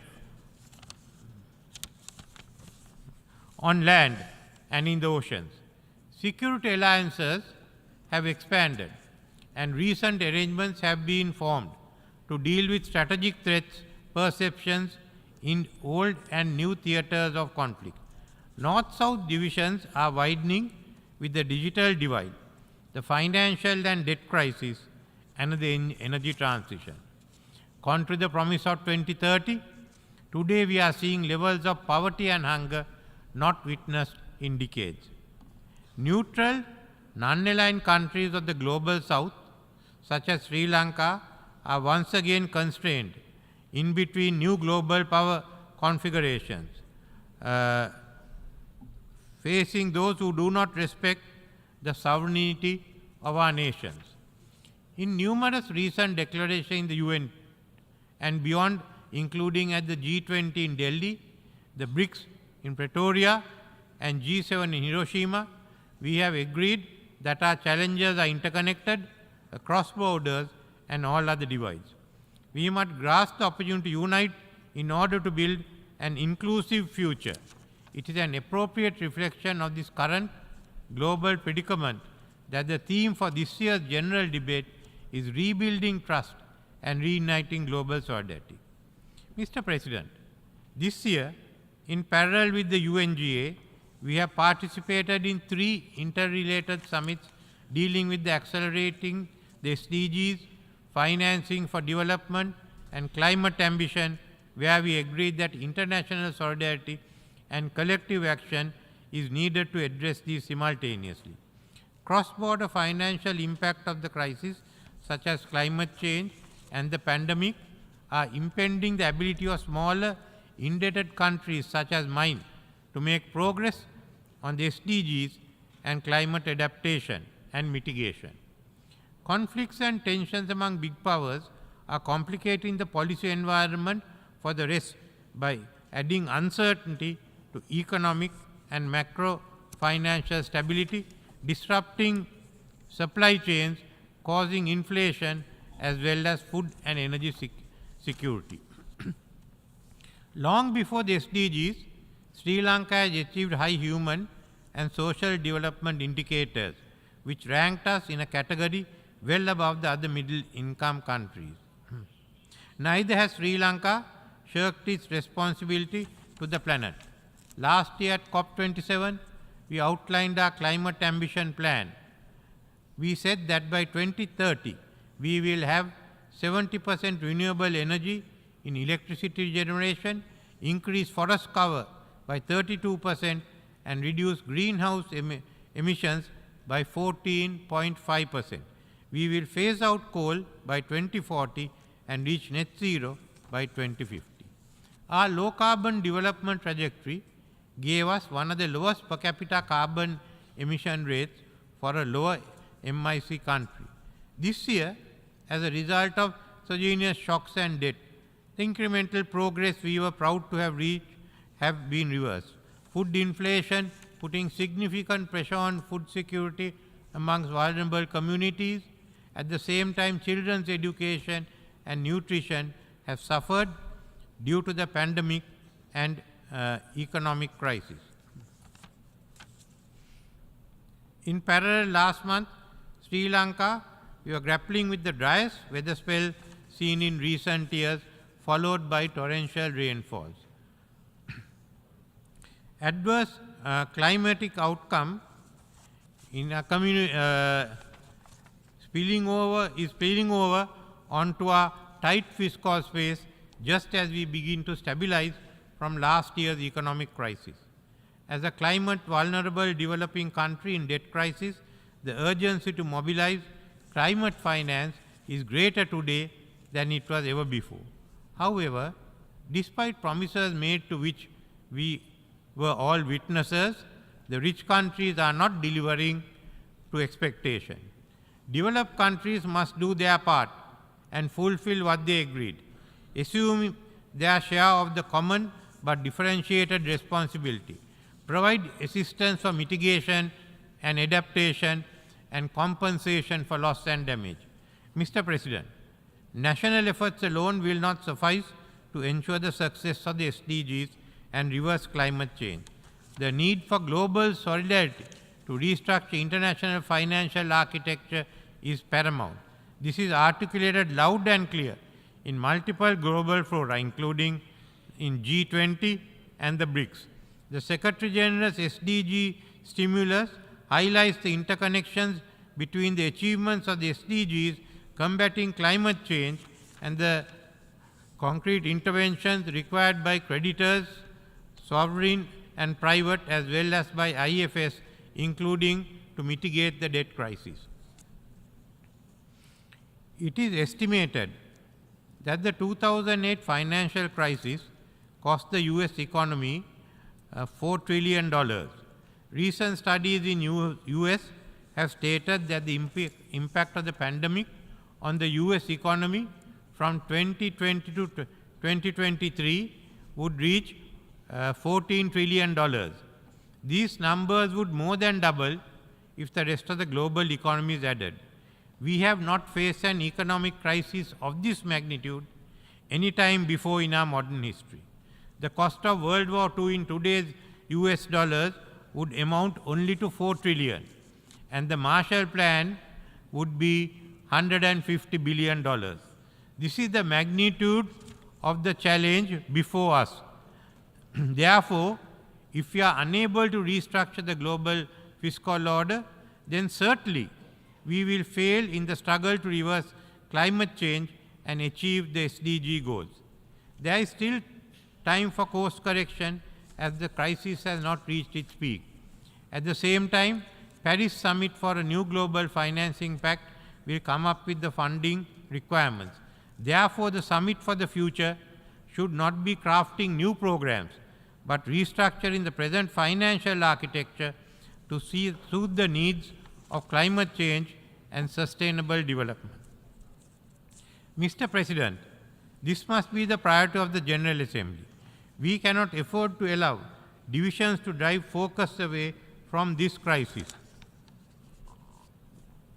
While key issues such as the Bridgetown Initiative and the necessity to address the debt of low-income countries are being discussed in this Assembly, it's not commanding the attention it deserves. Unfortunately, the Security Council has failed to give priority to these connected issues of climate change, debt relief, and sustainable development. This impacts the future of the mankind. The survival of the planet must be our priority. We cannot afford to go into this war with a divided high command. The future of all species on the globe is dependent on our ability to put aside our rivalries until this crisis is solved. Multilateral machinery, which reflects the world of the past century, needs to be reformed to meet the challenges of the present and the future. A machinery which has failed to find a solution to the long-standing Palestine question. The composition of the Security Council must be expanded to be representative of current global diversity and decision-making. In parallel, the role of the UN General Assembly must be strengthened. We are asking that the permanent members engage in a credible dialogue which will lead to a unified approach to combat these threats ahead of the next sessions. I would like to repeat again, we are asking that the permanent members engage in a credible dialogue which will lead to a unified approach to combat these threats ahead of the next sessions. Mr. President, while we seek solidarity and financing to alleviate poverty and climate challenges, global military expenditure has risen today to a record level, reaching $2.24 trillion. This reflects the strategic trust deficit among the powerful key arms control framework which were instrumental in maintaining system stability in the past, which have collapsed. And nuclear conflict is once again under open discussion, potentially and apocalyptically triggered by autonomous controls. We urge restraint in the increase of military expenditure which leads to escalation of conflict. Developing countries have been the voice of sanity and reason in this regard for decades. In keeping with Sri Lanka's long-standing position, supportive of disarmament of the weapons of mass destruction and nuclear weapons, this year Sri Lanka ratified the Comprehensive Test Ban Treaty. Yesterday, we acceded to the Treaty on Prohibition of Nuclear Weapons. The war in Ukraine has far-reaching and severe financial and humanitarian repercussions on food, hunger and debt in all parts of the world, including Sri Lanka.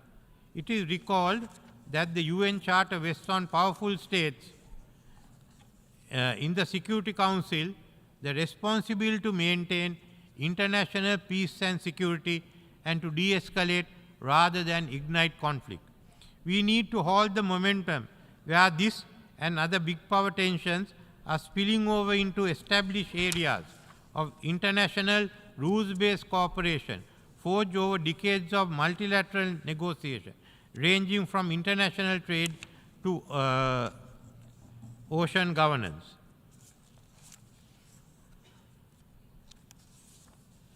Mr. President, this international system is today undergoing vast changes. At the same time, it's been confronted with unprecedented challenges.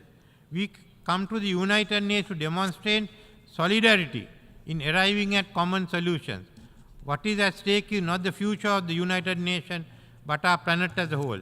Member states will need to find new ways of working together despite increasing mistrust that has permeated international relations. We who have not been able to find a solution to the Palestinian question must now be able at least to find a solution to the questions which threaten the existence of the present global community.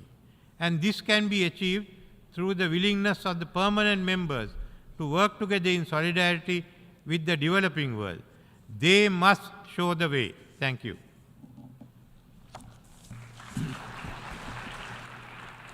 On behalf of the Assembly, I wish to thank the President of the Democratic Socialist Republic of Sri Lanka, Head of State, for the statement just made, and I request protocol to escort His Excellency.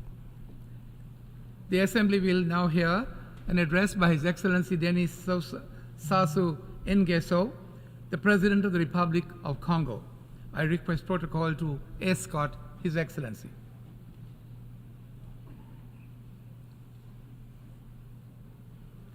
On behalf of the General Assembly, I have the honor to welcome His Excellency Denis Sassou Nguesso, President of the Republic of Congo, and to invite him to address the Assembly.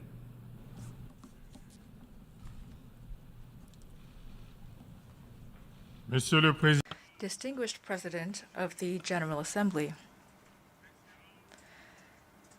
distinguished heads of state and government, Secretary General of the United Nations, ladies and gentlemen. Like most preceding speakers, I would also like to express my fraternal compassion and solidarity with the peoples of Morocco and Libya, who have been so hard hit recently by natural disasters with unthinkable consequences. A few weeks ago, I received the report of a mission that I had sent to Libya as part of the African Union mission of peace and reconciliation, which I have headed for almost 6 years. The report from this mission is a testament to the courage and resilience of the Libyan people, who are weary of living divided. A people that is fighting to banish the demons of the country's partition, to return to the path of truth, reconciliation, and peace. A people determined to walk the path of recovery and to regain prosperity. This is a people, a brave and courageous people that have given so much to Africa. It is to them that I express my sincere condolences. Mr. President, ladies and gentlemen, the theme of our general debate clearly reflects our common will to change the world in a qualitative manner. Thus was the noble philosophy and the aim of the 17 Sustainable Development Goals of the UN 2030 Agenda to ensure peace, security, and prosperity for all the peoples of the world.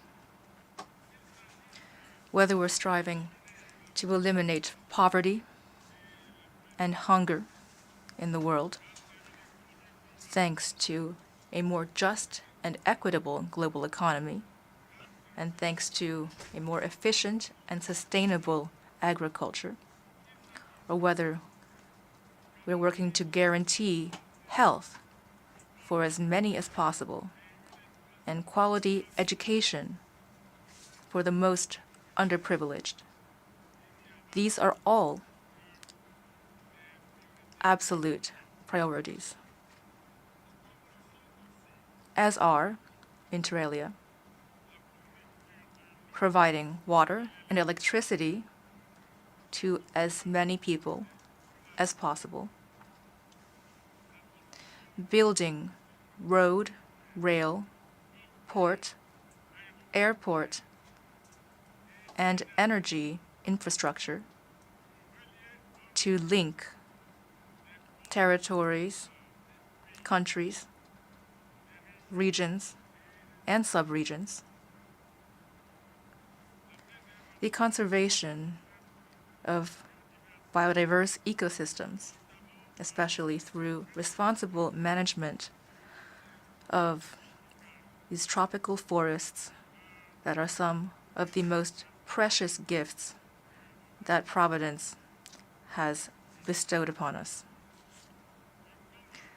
Fighting to change mindsets throughout the world while respecting the diversity of cultural expression and while promoting mutual tolerance. Inculcating our societies with the idea of gender equality and gender parity, and empowerment of women and girls. With regards to that last point, I'd like to underscore the weighty role played by women in my country over the last 15 years. Today, women contribute immensely to promoting their rights and freedoms, to eliminating poverty and expanding inclusive education through training and study of all kinds.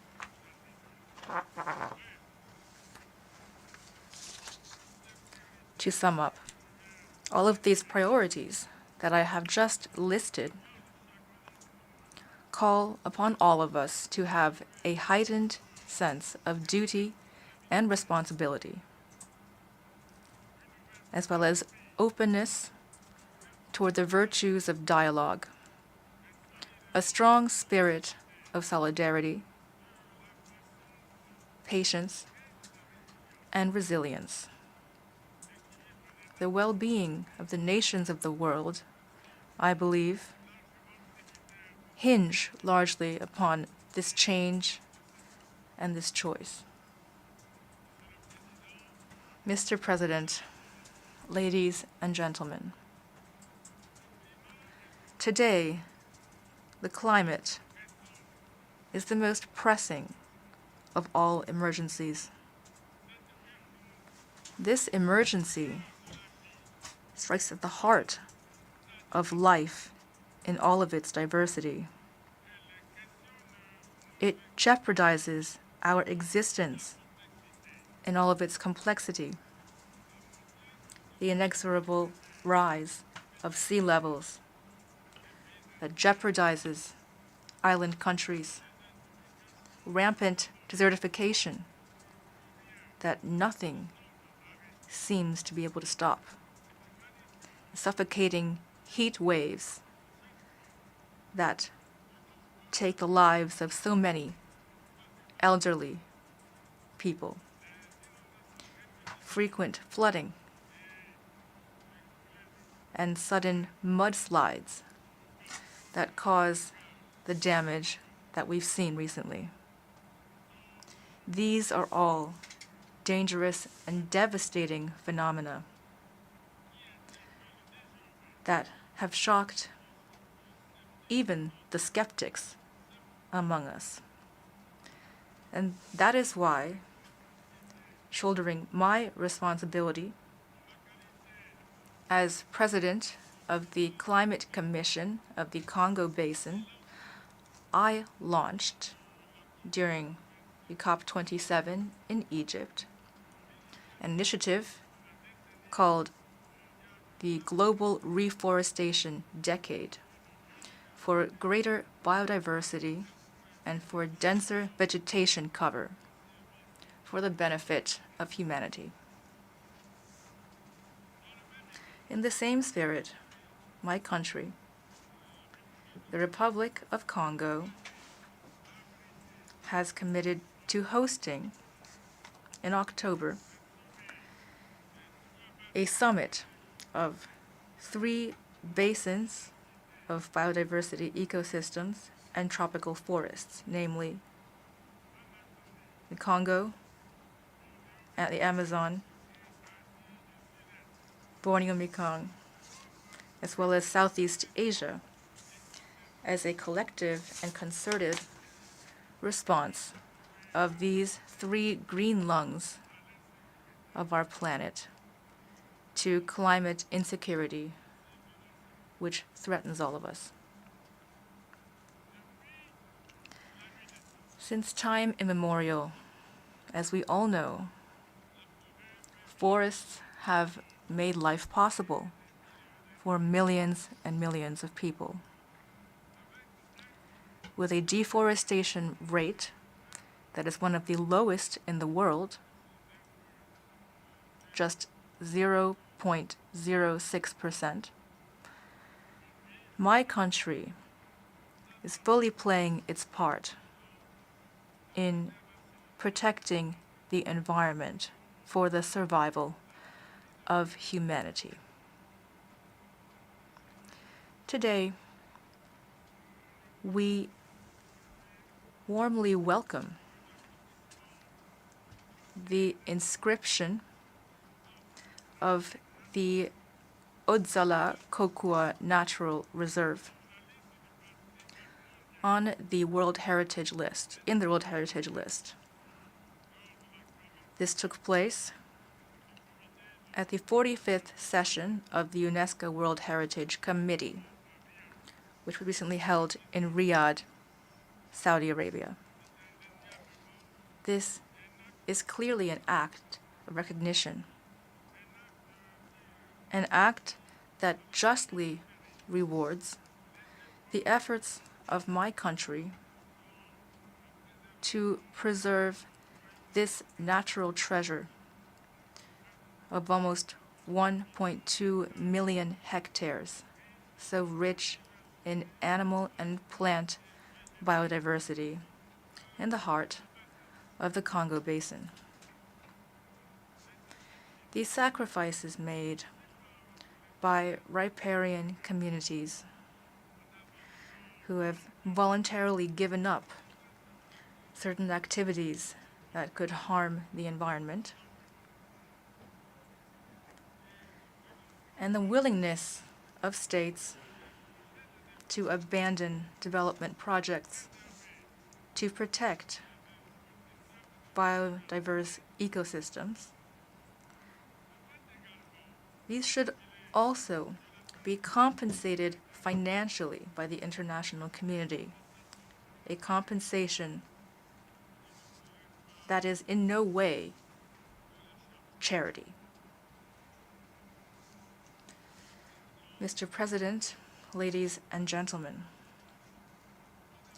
in Africa, with regard to agricultural development, we know that we must protect arable land from the harmful effects of climate change. Otherwise, production estimates would vary widely, and planning would become impossible. Our responsibility as leaders is clear as day. With a population of nearly 2 billion in 2050, Africa must now make a qualitative leap to ensure that in the future it has sufficient and high-quality food and can thus banish forever the specter of famine and population flight. Africa is in dire need of modern agriculture, supported by modern irrigation and mechanization systems. Agriculture that would allow it to greatly reduce its food imports, which are still too high. That is why I'm calling for effective technical and financial partnerships to make great strides in this sector. Africa has no need for partnerships based on official development aid that is politically oriented and tantamount to organized charity.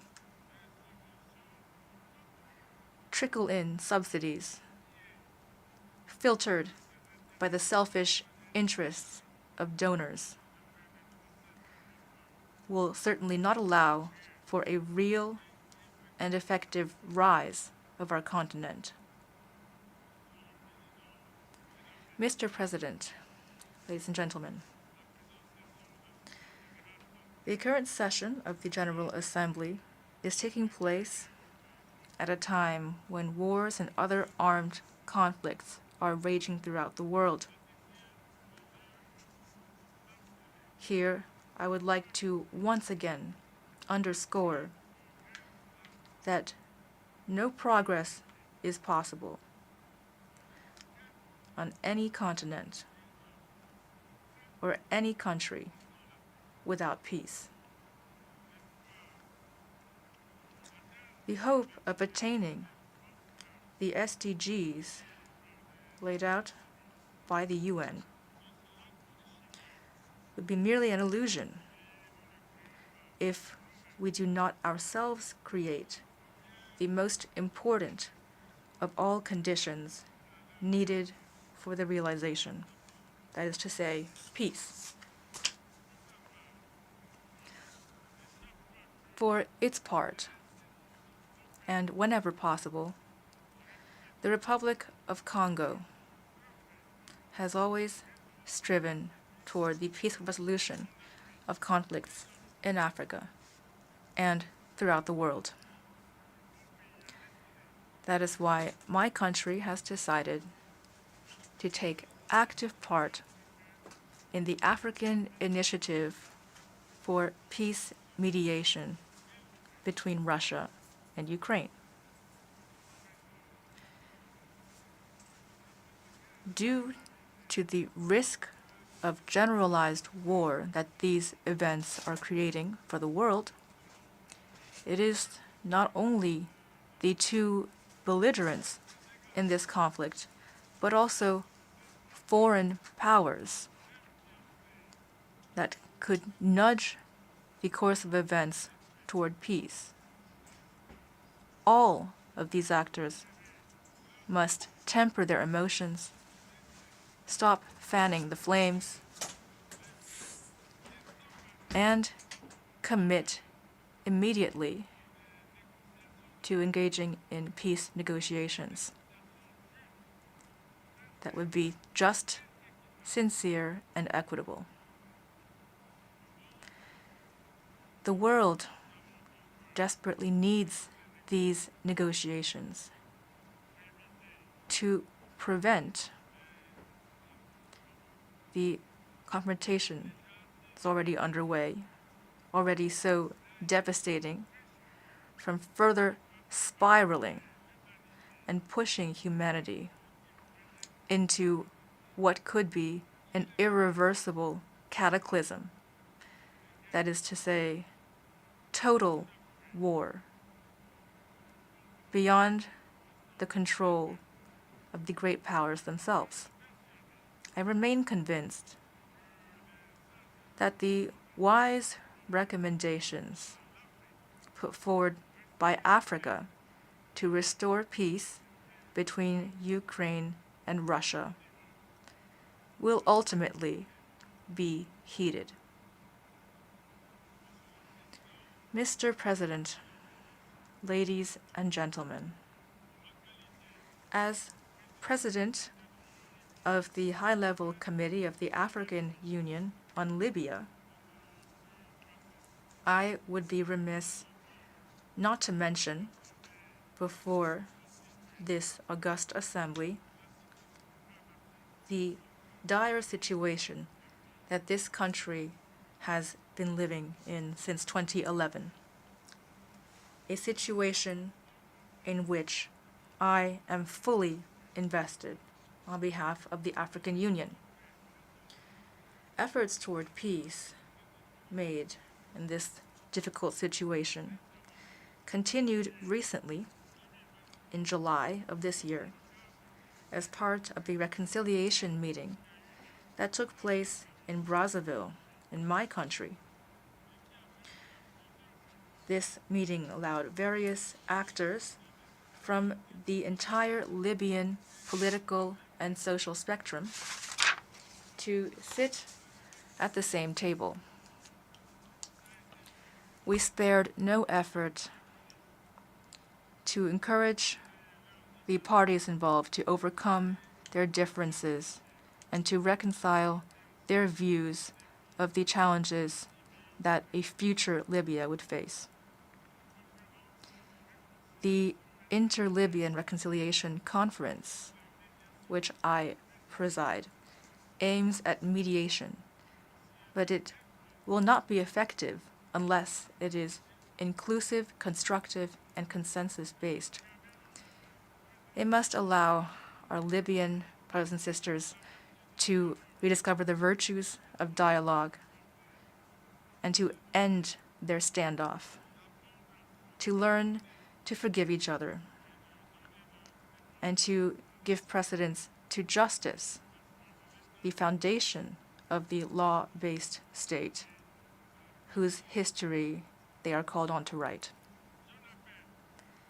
Once again, I call for the support of the international community, beginning with the countries of the sub-region and the organizations that they belong to, as well as, of course, the countries of the Quartet, to provide tangible support for our efforts to create a strong and credible prospect of resolving once and for all this crisis, which has gone on far too long. Mr. President, ladies and gentlemen, in light of the unilateralism that is dangerously eroding the foundations of the great edifice that so many generations have helped to build since 1945, the Republic of Congo through myself, reaffirms its commitment to multilateralism, the key to justice in international relations, and the key to balance, equity, peace, and cooperation for shared development. Multilateralism, as we all know, can only flourish in a just and equitable global system, a system that reflects not the phantoms of the past, but the changing reality of our time. Whence the urgent need to reform its flagship instrument, that is, the Security Council of the UN, in order to guarantee fairer representation of all continents and all peoples of the world. Here, Africa has a common position, a compromise and consensus-based position signed in Eswatini, which my country has staunchly defended for more than a decade. Here and now, I reiterate the African demand, legitimate in every way, to see 2 of its states accorded permanent membership of the Security Council of the UN with veto rights.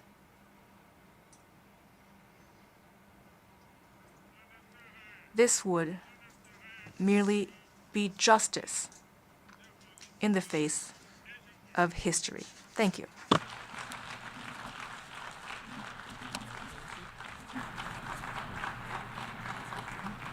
On behalf of the Assembly, I wish to thank the President of the Republic of Congo for the statement just made, and I request protocol to escort His Excellency. The Assembly will hear an address by His Excellency William Samoei Ruto, President of the Republic of Kenya and Commander-in-Chief of the Defense Forces. I request protocol to escort His Excellency. On behalf of the General Assembly, I have the honor to welcome His Excellency William Samoei Ruto, President of the Republic of Kenya and Commander-in-Chief of the Defense Forces, and to invite him to address the Assembly. Thank you very much. The world over today, hundreds of millions of people are besieged by anxiety about their present and future security, dignity, and prospects of well-being. Many are victims and witnesses of present assaults of many, and many more are afraid of future violations of their most fundamental expectations. In his opening address, our Secretary General provided a graphic snapshot of the condition of the world and humanity, a situation that calls into question the state of multilateralism in terms of its founding aspirations as well as its present agenda. The poverty, fear, suffering, and humanitarian distress haunting the victims of conflict, drought, famine, flooding, wildfires, cyclones, deadly disease outbreaks, and other disasters are the outcomes of sustained violation of the most essential principles and the systemic neglect of humanity's dearest values, which lie at the very foundation of the UN Charter. The failure of peace and security systems, inadequate development, and limited climate action amidst technological advancement and enormous wealth, has left us in a state of paralysis, enduring one of the darkest periods of human existence. We may all agree, without any fear of contradiction, that the world is headed in a most undesirable direction. It is moments like this that the affirmative spirit of multilateralism, international collective action, and global solidarity is most needed and should be attained. This is not the occasion for any member of the United Nations to escape when they should be rising to the challenge of the moment. Resorting to pursuit of narrow, insular, antisocial agendas within exclusive clubs constituted to maintain the status quo that undermines and cannibalizes the United Nations systems at the expense of progress in humanity's collective journey to the future of our aspirations is totally unacceptable. The existence of this inimical clique of geopolitical formations defies the fundamental values and principles of the UN system, and its operations have led to alienation, mistrust, insecurity, and exclusion of and among peoples, nations, regions, and continents. Moments like now place the nature and purpose of multilateralism under sharp scrutiny for history's honest examination and judgment. If any confirmation was ever needed that the United Nations Security Council is dysfunctional, undemocratic, non-inclusive, unrepresentative, and therefore incapable of delivering meaningful progress in our world as presently constituted, the rampant impunity of its actors on global scene settles that matter. The environment of pervasive mistrust between the global north versus the global south, developed versus developing, rich versus poor, polluters versus victims, and net emitters versus net victims, which complicate and frustrates multilateralism, is the inevitable result of promises not kept, commitments not actualized, resolutions not honored, and principles not observed. Multilateralism has been failed by abuse of trust, negligence, and impunity. A year ago, I stood in this assembly hall to call upon the global community to transform the UN system in order to achieve a consensus-driven, rules-based multilateral system which works for the people of the world in their diversity. It is time for multilateralism to reflect the voice of the farmers, represent the hopes of villagers, champion the aspirations of pastoralists, defend the rights of fisherfolk, express the dreams of traders, respect the wishes of workers, and indeed protect the welfare of all peoples of the world. In the face of the most urgent crisis of our time, it is now clear that the international community has fallen seriously behind in meeting its targets in both climate action and the implementation of the Sustainable Development Goals, as well as their underlying enabler, peace and security. We as Africa have come to the world not to ask for arms, charity, or handouts, but to work with the rest of the global community to give every human being in this world a decent chance of security and prosperity by taking necessary actions, mobilizing adequate resources for investment, confronting security challenges, and resolving conflict as we all make our contribution to global prosperity. Kenya is proud of the contribution it continues to make in its tireless endeavor to support peacemaking, conflict prevention, peacekeeping, peace building, and other interventions undertaken across different regions. All across Africa, there is progress in efforts to resolve conflict and restore peace and stability, while at the same time, we are witnessing setbacks to democratic consolidation in the form of unconstitutional changes to governments. Kenya remains committed, determined, and indefatigable in its contribution to unity, peace, security, stability, and prosperity. Often, we have made encouraging progress. For example, on 5th December 2022, the Juba Peace Agreement ushering in a 2-year transition was signed by the parties to the conflict in Sudan. A day after, the Inter-Congolese Dialogue on EAC-led process and concluded its 3rd session in Nairobi. The following day, the government of Somalia and Somaliland agreed to resume reconciliation. We are also proud of the progress made in stabilizing Eastern DRC as a result of the EAC regional force setting the DRC on the path to sustainable peace and stability. In Ethiopia, the guns have gone silent following the Pretoria and Nairobi agreements, while in South Sudan, the parties have committed to explore ways to resume and conclude the stalled peace process and to hold elections.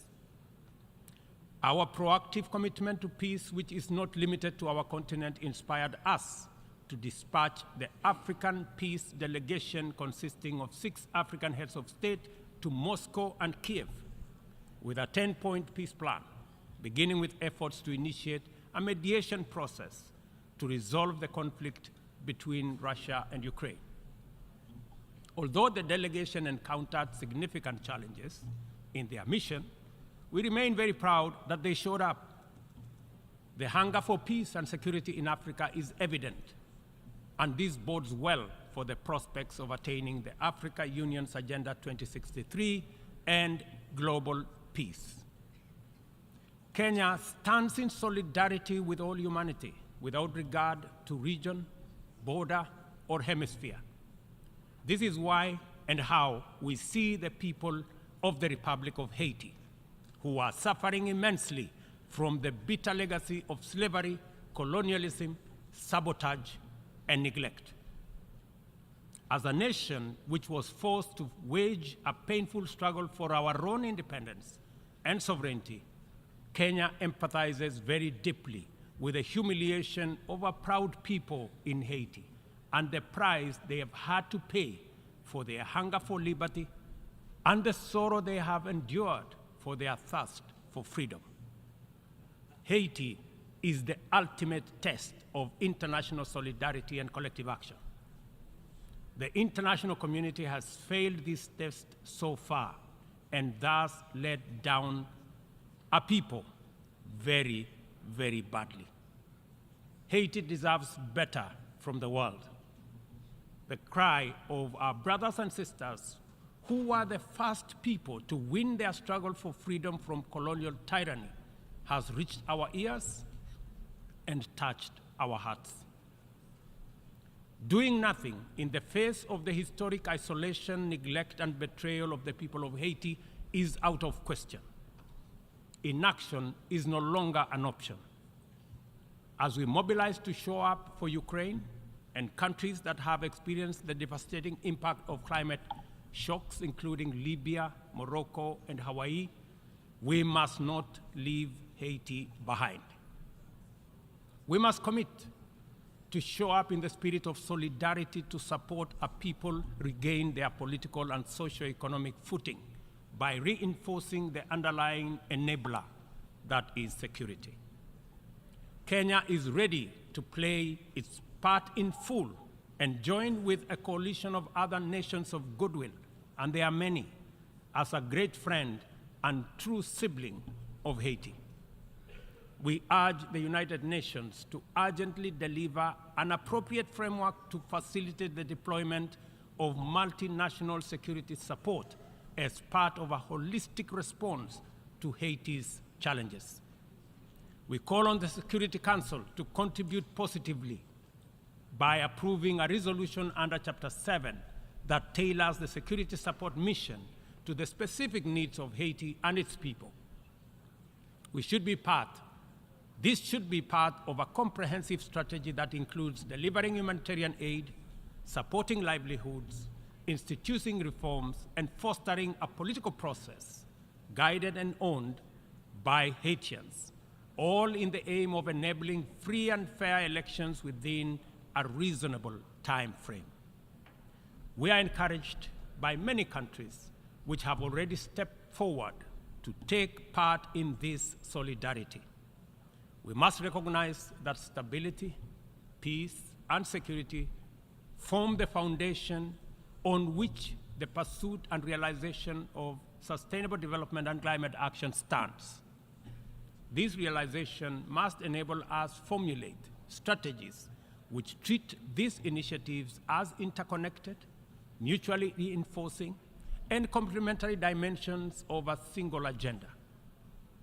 The tragic spectacle of young people from Africa boarding rickety contraptions to gamble their lives away on dangerous voyages in pursuit of opportunities abroad, either as conflict, climate, or economic refugees, is a statement of the failure of the global economic system.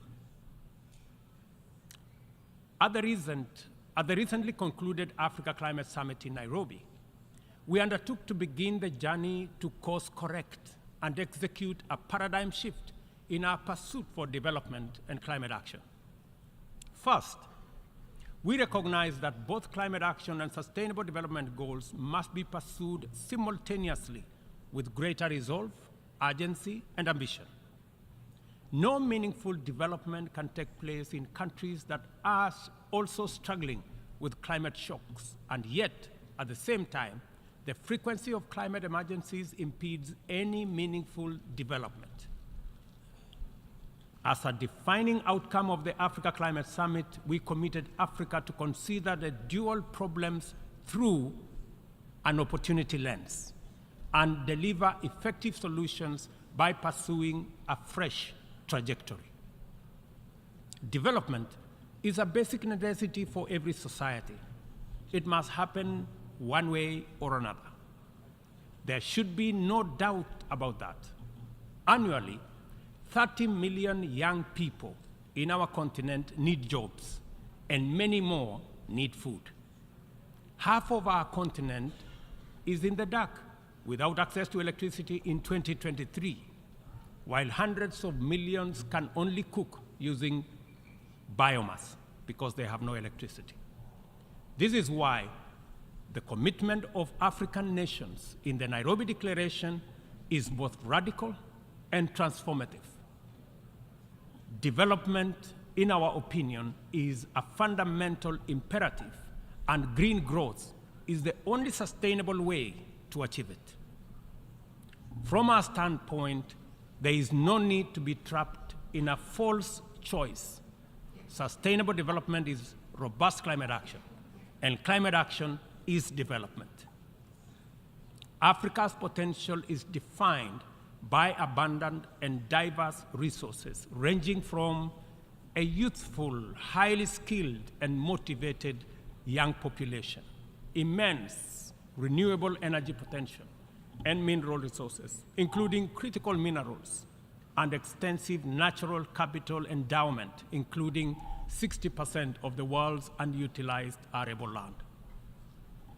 Capital and technology can find no better returns anywhere than the tremendous investment opportunity in Africa's potential.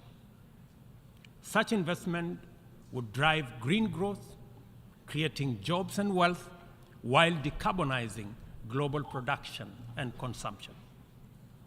Further, the investments would also connect over 600 people to clean electricity, provide clean cooking to about 1 billion people, finance green manufacturing, including e-mobility, transform African agriculture and food systems, including the manufacture of green fertilizer, process vast tonnage of steel, aluminum, and lithium required by new green industries, and enable our young people find the livelihoods they desire at home and reverse the tide of migration in the opposite direction.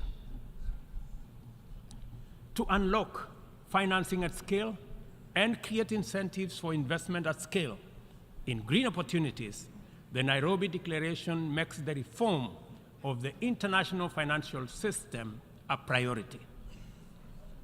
No meaningful climate action or development can take place in conditions of financial distress. According to IMF data, as of last month, 10 low-income countries were already in debt distress, and 52 are at high or moderate risk of falling into debt distress. The 3.3 billion people in these countries are trapped in a vicious circle of emergency responses, reconstruction, and recovery from more frequent climate shocks, which diverts resources away from both development and climate action, and sucking vulnerable countries into a downward spiral of debt and environmental stress. The global community must therefore develop a debt restructuring initiative that does not wait for nations to plunge over the cliff into debt distress before providing relief. Rather, the new sovereign debt architecture should extend the tenure of sovereign debt and provide a 10-year grace period for countries that are in debt distress. The second financing intervention relates to concessional financing. It is time to work with the international financial institutions to provide more concessional loans, approximately to the tune, in our estimation, of about $500 billion, and to provide increased liquidity support through special drawing rights with a minimum target of what was obtained during the COVID pandemic of $650 billion. Access should be based on specific needs, not entitlement, and this necessitates changes to the allocation mechanism different from what we saw during SDRs for COVID. The third critical reform is that of the financial market reorganization. The entire system of risk assessment and the opaque methodologies employed by credit rating agencies and risk analysis needs to be overhauled at the minimum. We must all recall the miscalculation of subprime mortgage risks by these agencies 2 decades ago, which precipitated a financial crisis whose effects reverberate to date, and ask the following question: on what basis should we believe that their methodologies are better at assessing risk in faraway frontier markets like ours that are far much more complicated to measure objectively than in assessing the value of financial assets in the markets where they actually operate, and which they got so disastrously wrong? If they got it wrong then, I bet you they have it wrong now.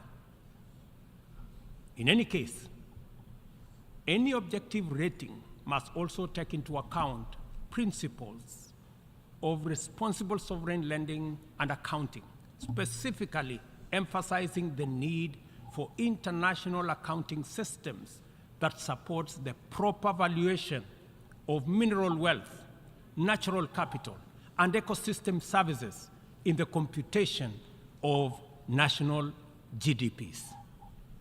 Until that is done, very wealthy countries will be categorized as poor. The fourth limb of the interventions arising out of the Nairobi Declaration is the establishment of a global public climate financing mechanism funded through a global carbon tax on trade in fossil fuels as well as an emissions levy on aviation and maritime transport, including the option of a global financial transactions tax in order to make available dedicated, affordable, and accessible capital for green investments at scale.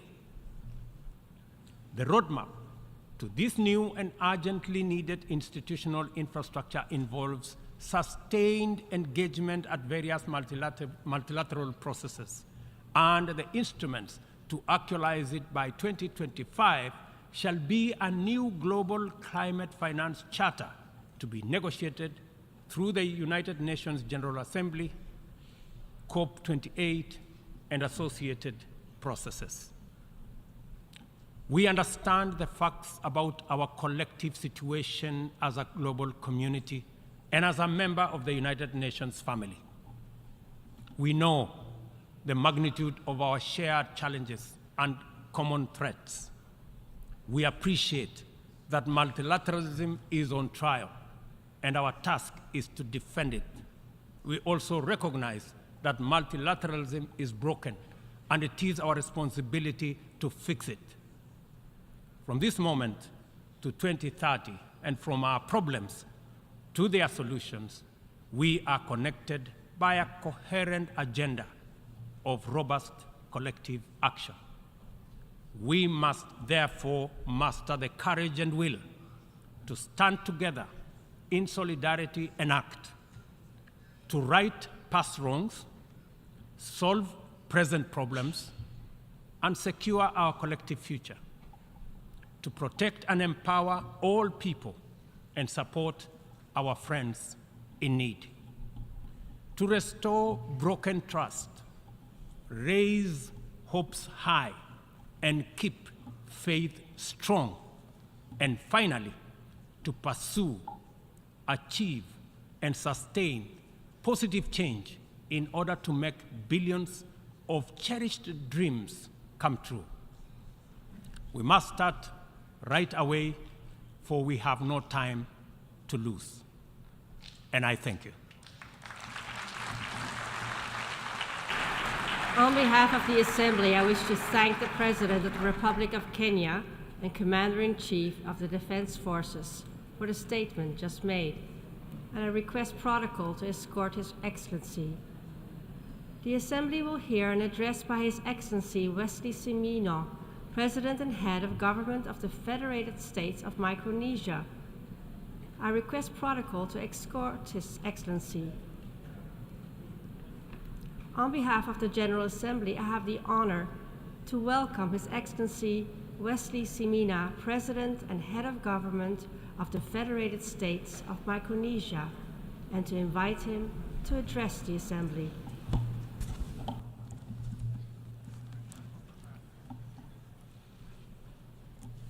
President, Secretary General, Excellencies, I bring warm greetings from the people of the Federated States of Micronesia to this august institution. At the outset, I congratulate you, Mr. President, on your election as the President of the 78th session of the UN General Assembly. I assure you of mine and my delegation's full support, and I have every confidence that you will be successful in leading the General Assembly to a successful conclusion. I would also like to express our appreciation to your distinguished predecessor for his service to the General Assembly, and to the UN Secretary General for his bold and visionary leadership in steering the United Nations during these challenging times.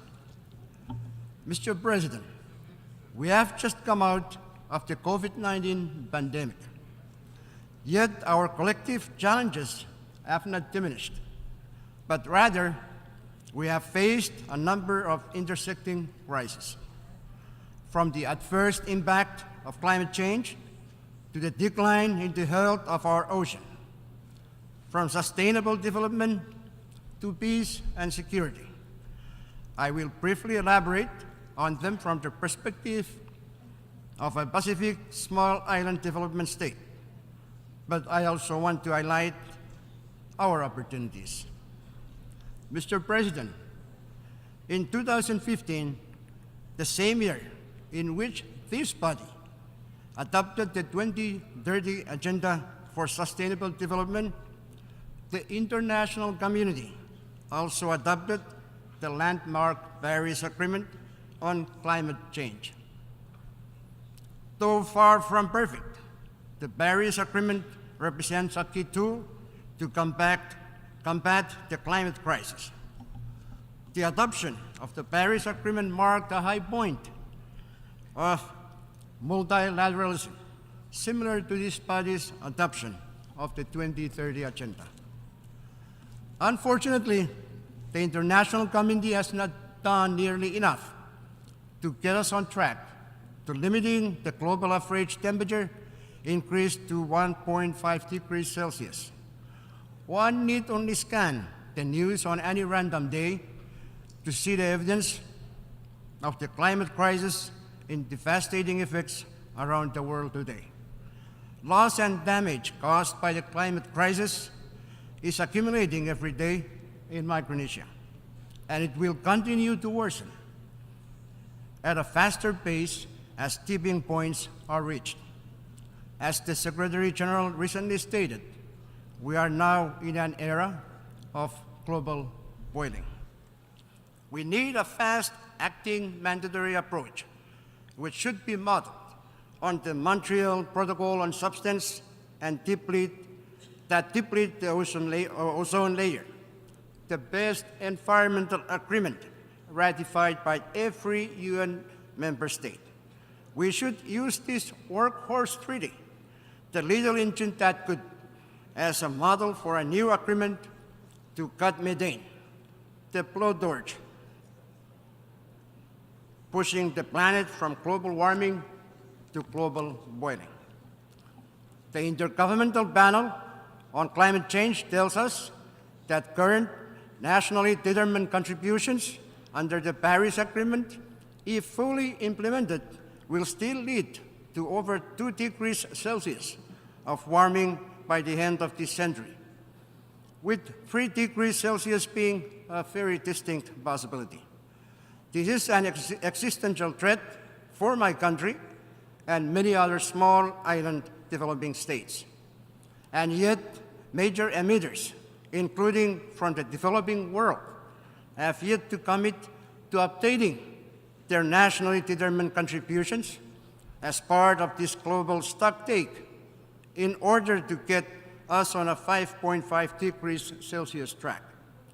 This week, I joined my fellow leaders in the High Ambition Coalition on Climate Change in issuing a statement with a strong call for action.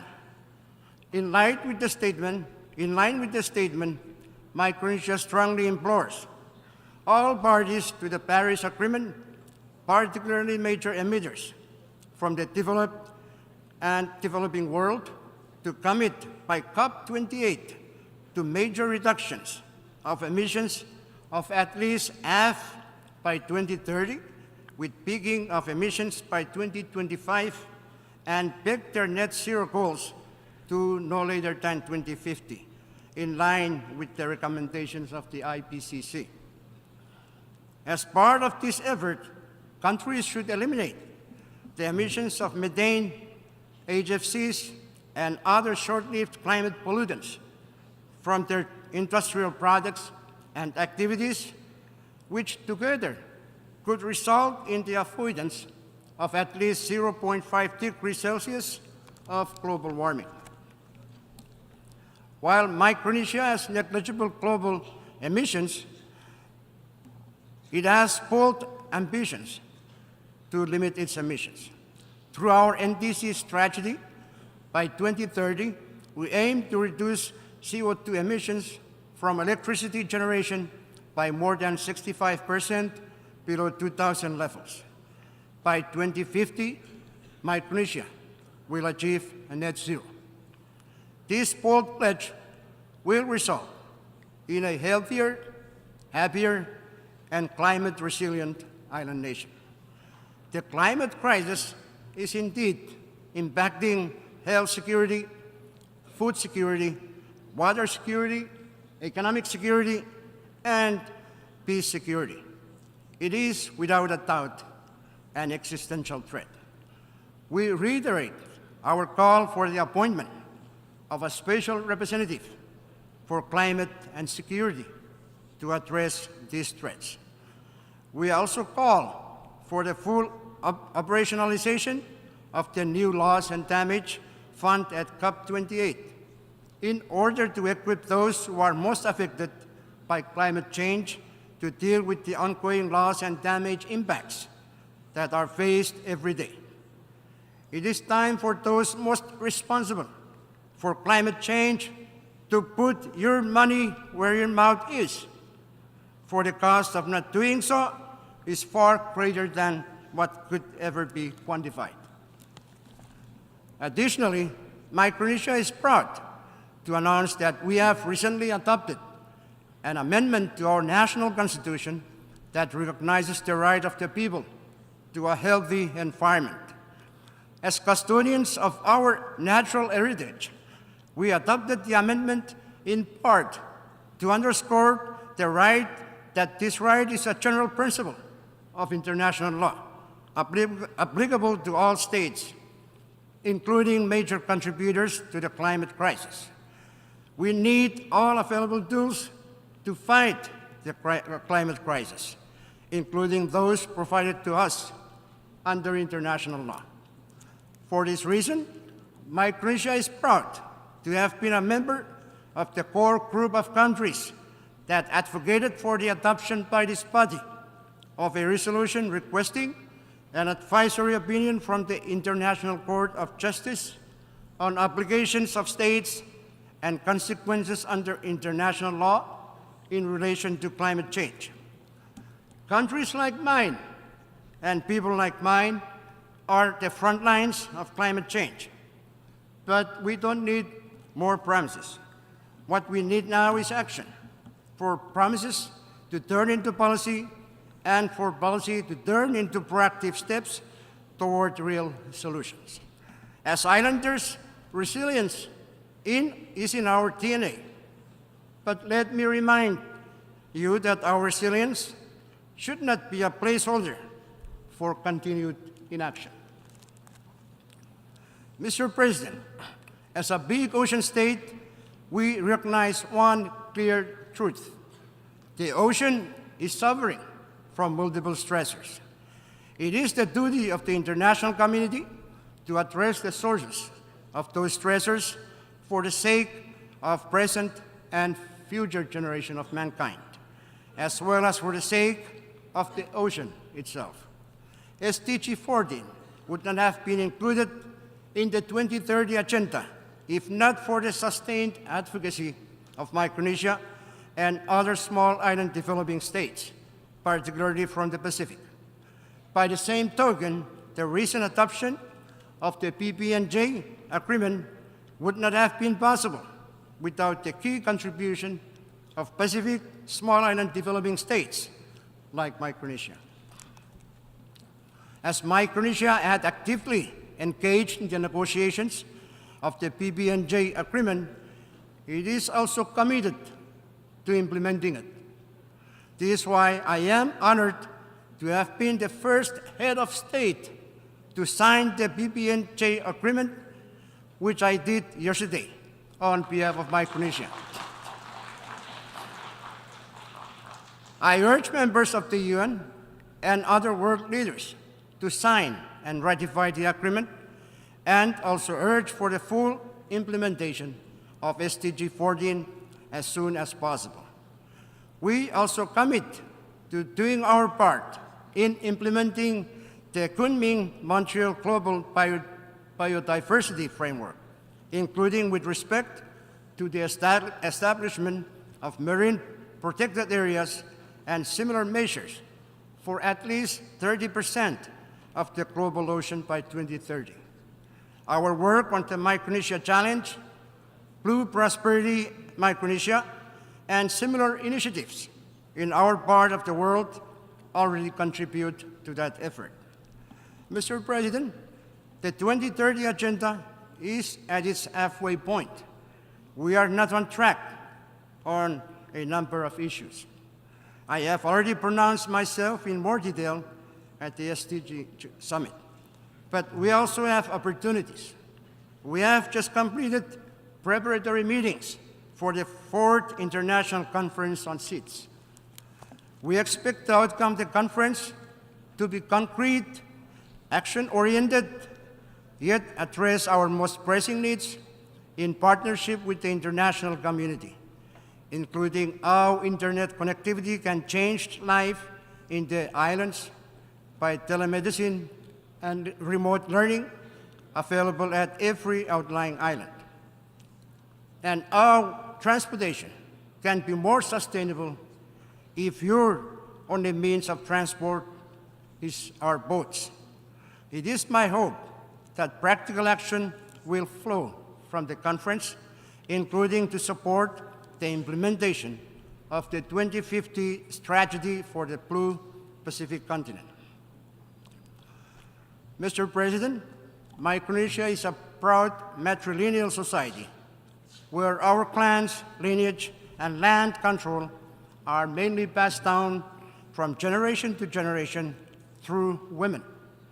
This symbolizes the powerful role of women in our culture and society. Yet we recognize that historically, women have had difficulty in attaining roles in leadership and decision-making in government. So, Mr. President and Mr. Secretary General, I am pleased to report that finally, there are women members currently serving in our National Congress now. And in my own administration, I have committed to putting more women into leadership and decision-making positions while continuing to meaningfully consult and engage women on matters of national importance in order to strive for a more inclusive and equal Micronesia. Mr. President, traditional threats to peace and security persist, making the principles of the UN all the more valuable to uphold. This is why Micronesia stands in solidarity with Ukraine and supports its independence within its internationally recognized borders. We also urge all member states to cooperate to urgently address the adverse impact of the war in Ukraine on food security, energy, and finance, including in small island developing states like my own that are vulnerable to such impacts. We must find ways to put an end to this illegal war, which continues to erode the credibility and integrity of this premier international body and the principles enshrined in its charter that we all agree to support. This brings me to a related and most crucial point, the reform of the UN Security Council, which was put in place almost 80 years ago. The Security Council has become archaic and ineffective in addressing security challenges of our contemporary world, which are much more complicated, interlocking, and interconnected, including the worsening and devastating impact of climate change. As the Secretary General mentioned in his opening statement, the world has changed, but our institutions have not. Fellow leaders, the time for that change is now. The geopolitical dynamics that we face demand that we embrace change and adapt to the realities and dynamics of the 21st century. Permanent membership of the Security Council must be expanded to include Japan, India, Germany, and others. And non-permanent membership should be expanded as well, including a standalone seat for small island developing states. These changes are needed in order to enhance the legitimacy, credibility, and effectiveness of the Council. The time for Security Council is now. Mr. President, in closing, more than ever in the history of the United Nations, we urgently need to live up to our name and fortify unity among nations. for the challenges of our time demands it of us. Our global community is interconnected, and interdependence among nations is reality. And so no challenge can be solved by any one country or community alone. We must admit we all need each other. And so in addressing these challenges, we must remember that people lie at the heart of every solution, both as a driver and as a benefactor. As a global community, we all gather here within these walls because despite it all, we still believe that we can do better. We still have the audacity to reimagine a more just and prosperous world that is worthy of the next generation. I thank you for listening. On behalf of the Assembly, I wish to thank the President and Head of Government of the Federated States of Micronesia for the statement just made, and I request protocol to escort His Excellency. The Assembly will hear an address by His Excellency Jakov Milatovic, President of Montenegro. I request protocol to escort His Excellency.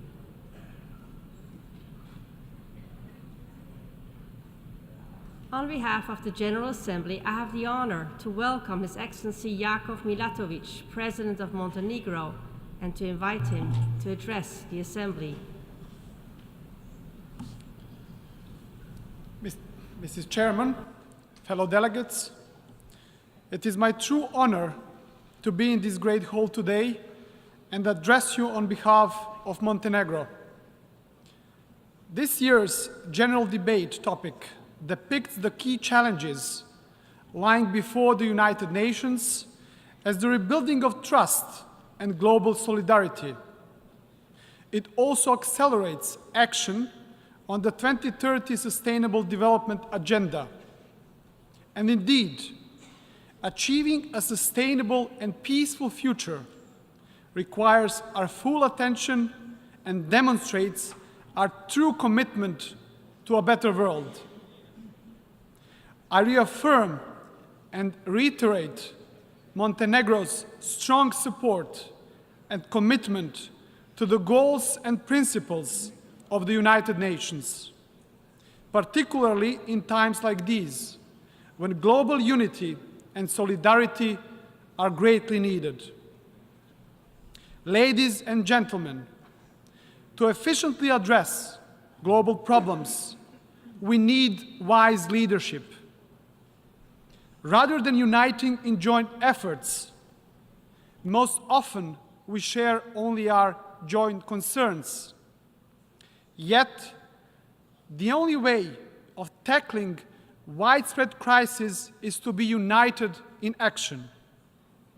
And I believe we can all agree that the ongoing geopolitical crisis represents a grave challenge to the international peace and security, and an alarming indicator of the need to fully return to the provisions of the UN Charter, respect its binding character and the universality of its goals and principles, civilizational values on which the rule-based world order rests. Excellencies, ladies and gentlemen, I have assumed the position of the President of Montenegro just 4 months ago, after our citizens made a resounding choice for change in the recent election. This marks an unprecedented level of support for a new era of our country's democratic development. And this leaves me with no doubt about the political direction our citizens want to see. Strengthening the rule of law, developing prosperity, ensuring social cohesion and equal opportunities. And I'm highly aware of how vital these objectives are in safeguarding our young democracy and our freedom, especially at a time when de-democratization processes are becoming increasingly apparent worldwide. Let me particularly emphasize the importance of the rule of law as the key to unlock the economic potential and improve the living standards. Building truly democratic and independent institutions is crucial along that road. Thus, we are committed to a zero tolerance on corruption and organized crime. And to better achieve our wider policy goals, we base our foreign policy on three key pillars. Number one, accelerating our integration into the European Union. Number two, further strengthening the credibility of Montenegro as a NATO member. And number three, fostering the best possible relations with all our neighbors in the Balkans. Montenegro is devoted to safeguarding lasting peace in the Balkans. Therefore, I have commenced my term by strengthening the friendships with our Balkan neighbors.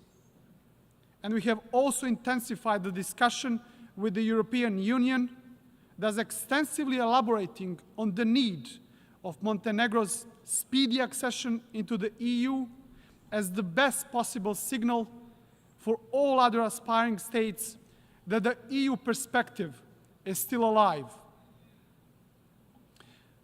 Following these principles, in the 4 months period of my mandate, we opened a meaningful dialogue with the civil society and vulnerable communities, with the aim of pursuing and ultimately achieving a truly inclusive society where nobody is left behind.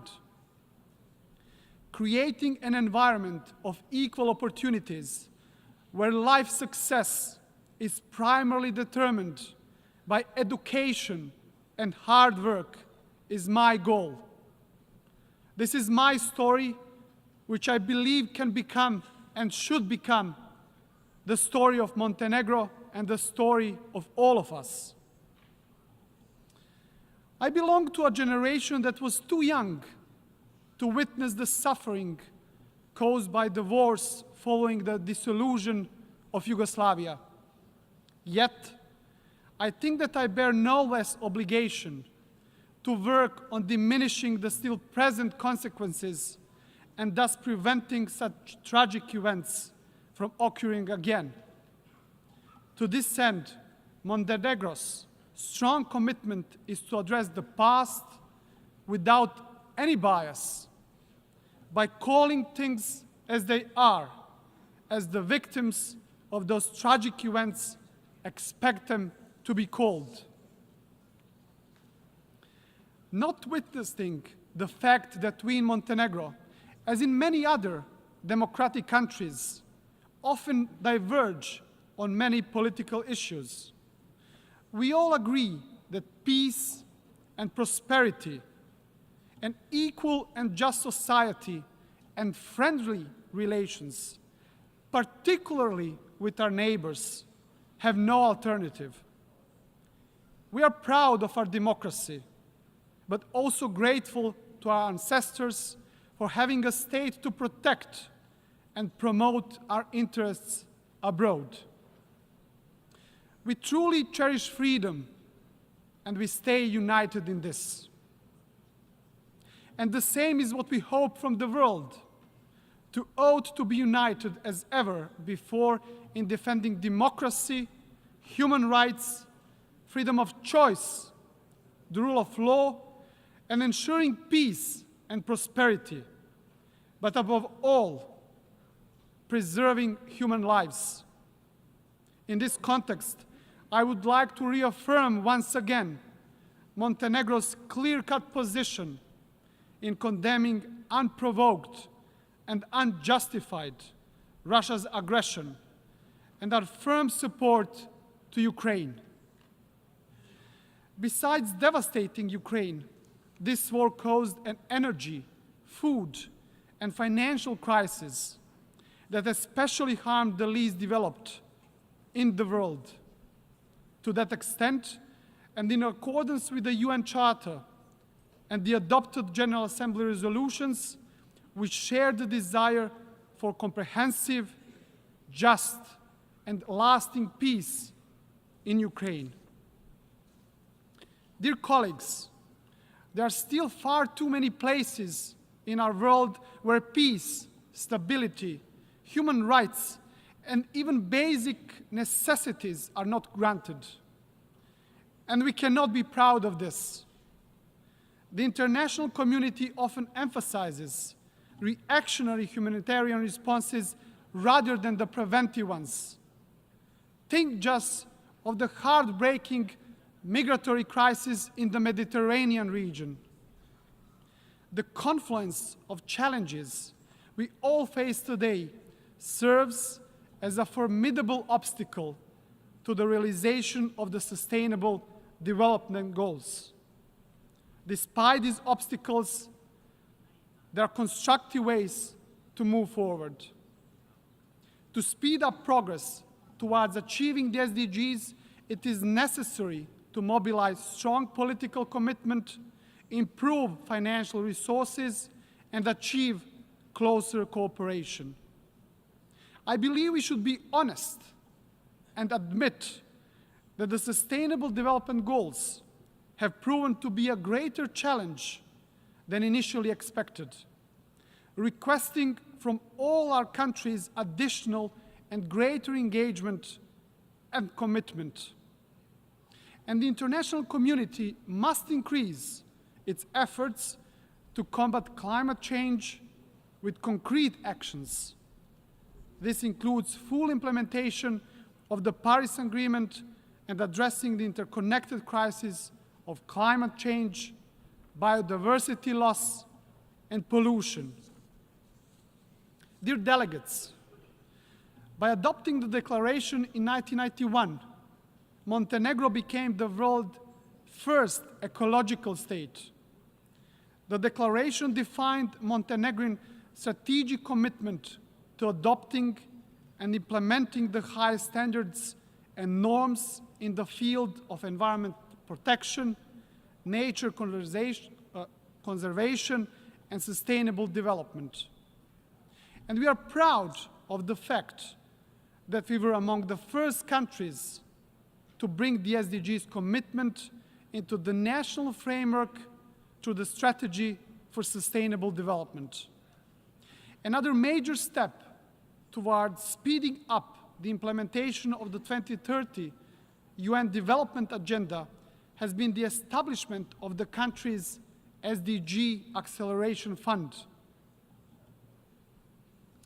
One particularly important fiscal and labor market reform resulted in the rise of the minimum wage and minimum pensions, and this was followed by other social security reforms, including the provision of the free books to primary school students, as well as child allowance to all under 18. All those measures supported an environment of equal opportunities, thus tackling one problem that was present in our country for a long time: inequality. Dear colleagues, in the spirit of the 75th anniversary of the landmark Universal Declaration of Human Rights, Montenegro confirms its strong commitment to respecting, protecting, and promoting human rights. As a member of the Human Rights Council during the period of 2022-2024, we are determined to further strengthen the role of this pivotal international forum in responding to situations of serious human rights violations, preserving the universality of international human rights law, and the independence of the UN human rights system. Montenegro, as a secular state, takes great pride in our diverse and inclusive society, embracing various cultures and religions.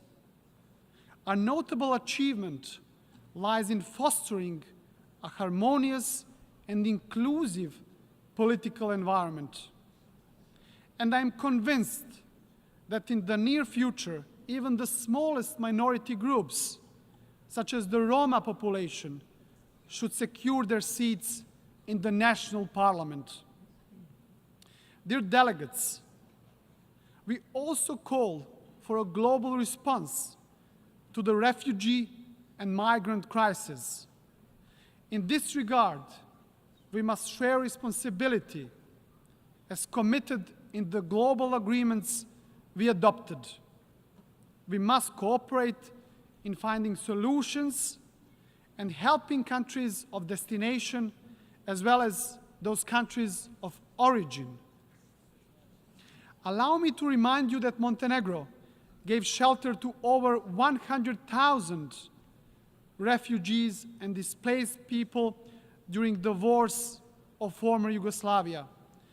More than 20% of our entire population. Also today, we have opened our doors for the biggest number of Ukrainian refugees per capita in Europe.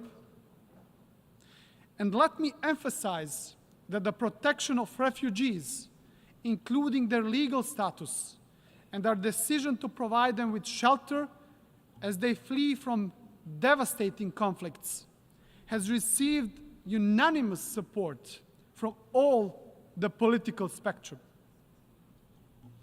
Moreover, Montenegrin society stands united in its commitment to uphold international law in this regard, even in the face of significant social pressure on our healthcare system and education infrastructure. Ladies and gentlemen, Montenegro is firmly committed and determined to actively and constructively contribute and support collective efforts to preserve world peace and security. We strongly advocate for the role and work of the UN peacekeeping missions. To this end, we will continue to strongly support a higher presence of Montenegrin military forces in peace missions under the auspices of the United Nations. We very much welcome the new agenda for peace, where the Secretary General outlined the very founding stones on which we should rebuild the new international system based on trust and solidarity. Montenegro remains determined on the course of a Euro-Atlantic future, good neighborly relations, and multilateralism. And having this in mind, we have launched our candidacy for the non-permanent seat of the United Nations Security Council for the period 2026-2027, and we do ask for your support. To conclude, dear friends, as a European country, not only geographically, but more importantly, in terms of values and principles, we are convinced that the EU accession of Montenegro, as well as the entire Western Balkan region, will further strengthen our international position and ensure the lasting peace and prosperity. Hence, the accession of Montenegro in the European Union is a story significant not only for Montenegro itself, but it would provide a positive example to all aspiring countries, all the way from the Balkans to the east of Europe, that the EU enlargement is alive and still possible. I very much thank you for your attention.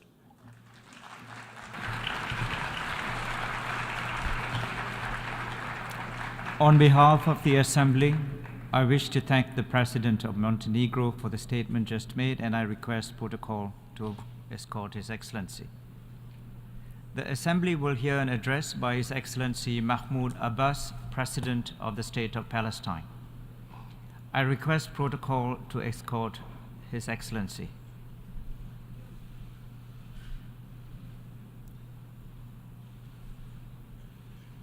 On behalf of the General Assembly, I have the honor to welcome His Excellency Mahmoud Abbas, President of the State of Palestine, and to invite him to address the Assembly.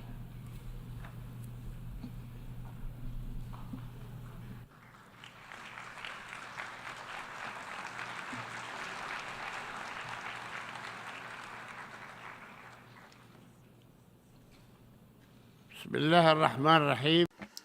the name of God, the most gracious, the most merciful, His Excellency, Mr. Dennis Francis, President of the United Nations General Assembly, His Excellency, Mr. Antonio Guterres, Secretary General of the United Nations, ladies and gentlemen, heads and members of delegations, may peace, blessings, and the mercy of God be upon you. Those who think that peace can prevail in the Middle East without the Palestinian people enjoying their full, legitimate, and national rights would be mistaken.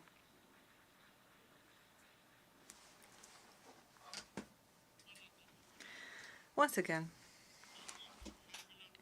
I come to you carrying the cause of my people who are struggling for freedom and independence, to remind you of the tragedy caused by the Nakba 75 years ago. The effects of this Nakba continue and are exacerbated by the Israeli occupation of our land. This occupation challenges your resolutions. Over 1,000 resolutions, in fact. This occupation violates the principles of international law and international legitimacy, while it races against time to change the historical, geographical, and demographic reality on the ground aimed at perpetuating the occupation and entrenching apartheid. Despite this painful reality, and 30 years after the Oslo Accords, which Israel has totally discarded, we still maintain hope that your esteemed organization will be able to implement its resolutions demanding an end to the Israeli occupation of our territory and realizing the independence of the fully sovereign state of Palestine with East Jerusalem as its capital on the borders of the 4 June 1967, as well as resolving the issue of Palestinian refugees in accordance with the resolutions of international legitimacy, especially General Assembly Resolution number 194 and the relevant General Assembly and Security Council resolutions, all of which affirm the illegality of the Israeli occupation and its settlements, in particular Resolution 2334 and the Arab Peace Initiative. Ladies and gentlemen, as I stand before you here, the Israeli racist right-wing government continues its attacks on our people, and through its army and its racist terrorist settlers continues to intimidate and kill our people, to destroy homes and property, to steal our money and resources, and continue to refuse to release the bodies of the martyrs. 600 bodies are being held. For what reason, I do not know. And this is done before the very eyes of the world and with complete impunity Rather, the leaders and the ministers of this government have even been bragging about their apartheid policies that they are practicing against our people who are under occupation. The Israeli occupation government also persists in its violations of the city of Jerusalem and its people. It continues to assault our Islamic and Christian sacred sites. It violates the historical and legal status of the holy sites, especially the Blessed Al-Aqsa Mosque, which international legitimacy has recognized as an exclusive place of worship for Muslims alone, including the Bab al-Rahma prayer hall and the Al-Buraq wall, according to a resolution by the League of Nations in 1930. The occupying power is also feverishly digging tunnels under and around Al-Aqsa Mosque, threatening its collapse or the collapse of parts of it, which would lead to an explosion with untold consequences. We have repeatedly warned against transforming the political conflict into a religious conflict, for which Israel will bear full responsibility. I hereby call on the international community to assume its responsibilities in preserving the historic and legal status of Jerusalem and its holy sites, specifically the Al-Aqsa Mosque and the Church of the Holy Sepulchre and the Ibrahimi Mosque in Al-Khalil, Hebron. Here I wonder, why remain silent about all the flagrant violations of international law that are being committed by Israel, the occupying power? Why isn't Israel being subjected to serious accountability? Why are sanctions not imposed on it for ignoring and violating international resolutions, as is the case with other countries in the world? Why practice double standards when it comes to Israel? Why accept that Israel is a state above the law? Is it not time to answer these questions? Is it not time?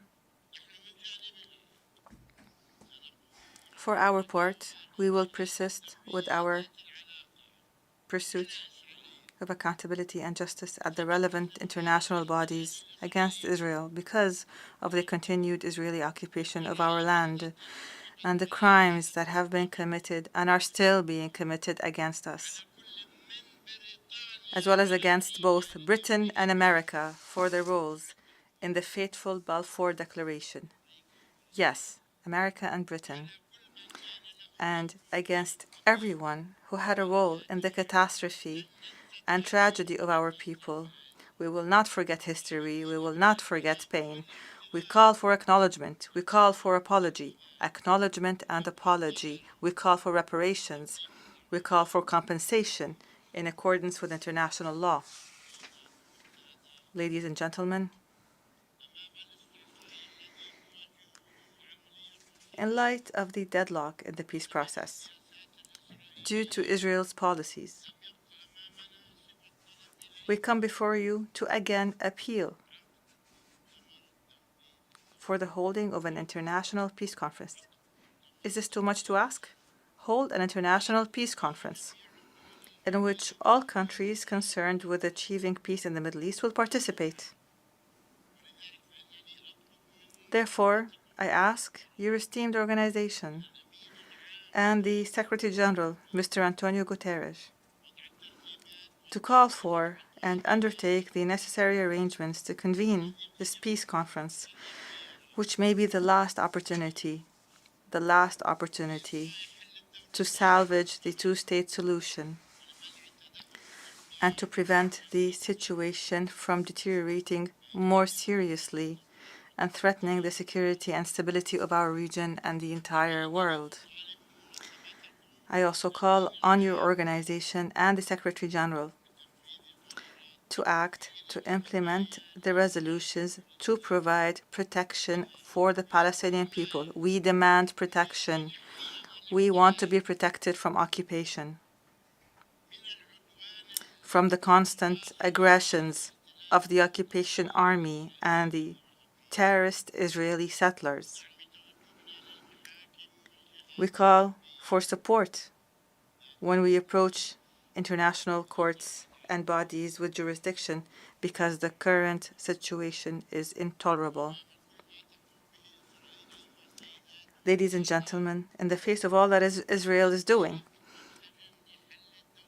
systematically destroying the two-state solution, it's become necessary, and in order to save the solution, to call on member states of your esteemed organization, each state in its national capacity, to take practical steps on the basis of the relevant resolutions of international legitimacy and international law. I also call on the states that have not yet recognized the State of Palestine to declare their recognition. I call for the State of Palestine to be admitted to full membership in the United Nations.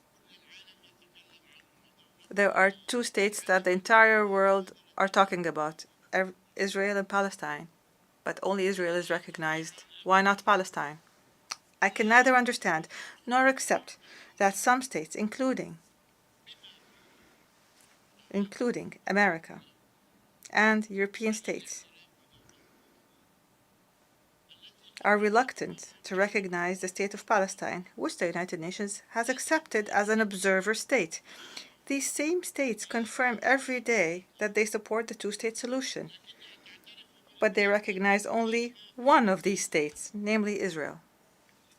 Why? What is the danger posed by the State of Palestine obtaining full membership in the United Nations? What is the danger? Israel enjoys this international recognition, though it has not adhered to the conditions for its accession to the United Nations. It did not adhere. These conditions, namely, are the implementation of Resolutions 181 and 194. We therefore call on your esteemed organization to take deterrent measures against Israel until it fulfills its obligations, at least, that were presented in a written declaration by its Minister of Foreign Affairs at the time, Moshe Sharett. He sent a written commitment to implement these resolutions in 1949, but nothing has happened since. This request of ours is for the sake of peace and justice, and out of respect for international law, international legitimacy, and this esteemed organization. Ladies and gentlemen, our people are defending their homeland and their legitimate rights through peaceful popular resistance. This is our policy. It is a strategic option for self-defense and to liberate the land from a colonial occupation that does not believe in peace and has no regard for the principles of truth, justice, and human values. We will continue our resistance, our peaceful, popular resistance of this brutal occupation until it is defeated from our land. We are managing our affairs under extremely difficult and complex circumstances as a result of the restrictions imposed on us by the occupying power. These restrictions prevent us from accessing our natural resources. The occupying power unlawfully withholds our money with no just cause. It continues to besiege our people in the Gaza Strip, only deepening the suffering of our people. Moreover, Israel bears full responsibility through its control over all crossing points and dividing lines between the occupied West Bank and its surroundings.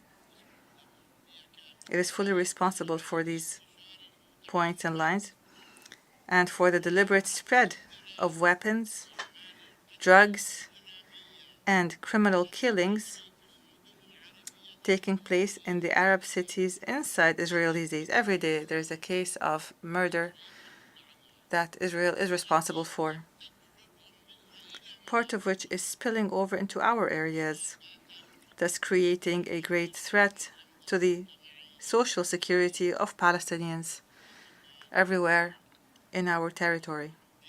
Allow me here to tell you that as long as we continue to suffer under the abhorrent Israeli occupation, we will continue to need financial assistance from the international community. When the occupation ends, we will thank you for your help. In addition to the crucial provision of financial support to the United Nations Relief and Works Agency for Palestine Refugees, UNRWA, it is in dire need so that it could support the refugees. We are thankful to the international community for the support it has given us to build our state and our economy, and we look forward to the continuation of this support until the occupation ends. Help us get rid of the occupation, and we would be able to rely on ourselves. Ladies and gentlemen,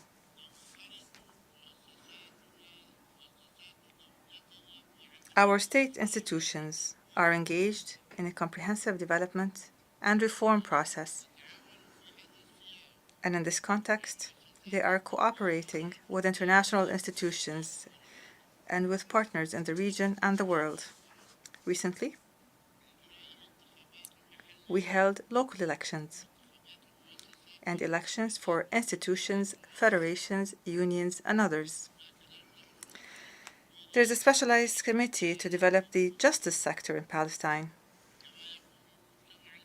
Civil society is also playing its role in adding vitality to our political system. All that remains is for us to hold democratic general elections, as conducted in 1996, 2005, and 2006.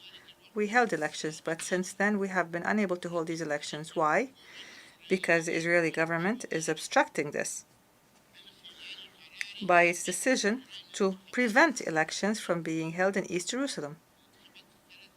In the first 3 rounds of elections were allowed in East Jerusalem. They were not stopped, despite the significant interventions by many countries and regional and international organizations, which we appreciate, to enable our Palestinian people in Jerusalem to vote and run as candidates in these elections. Today, we renew our rejection of any position holding us responsible for not convening these elections, which are a Palestinian necessity that we want today before tomorrow. We want elections, but we want them to be held in East Jerusalem. Why is Israel stopping us from doing so? Please ask it. In the face of this intransigent position of the Israeli government, we will continue to approach the relevant international bodies to hold the Israeli government accountable and force it to allow us to hold these elections that are long overdue. Ladies and gentlemen,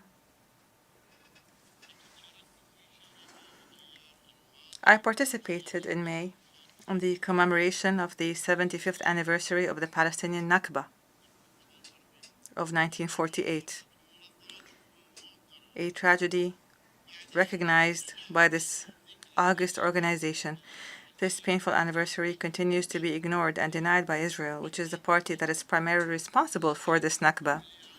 I call upon you today to criminalize this denial, criminalize the denial of the Nakba. and designate the 15th of May of each year an international day to commemorate the anniversary of the Nakba, to commemorate the lives of the hundreds of thousands of Palestinians who were killed in massacres committed by Zionist gangs. Palestinians whose villages were demolished and who were forcibly displaced from their homes. The number of these refugees reached 950,000 people, 950,000 people in 1948, constituting more than half of the Palestinian population at the time. This is the least that the United Nations should do to honor these victims and to condemn this human tragedy, to commemorate the anniversary of the Nakba in 1948.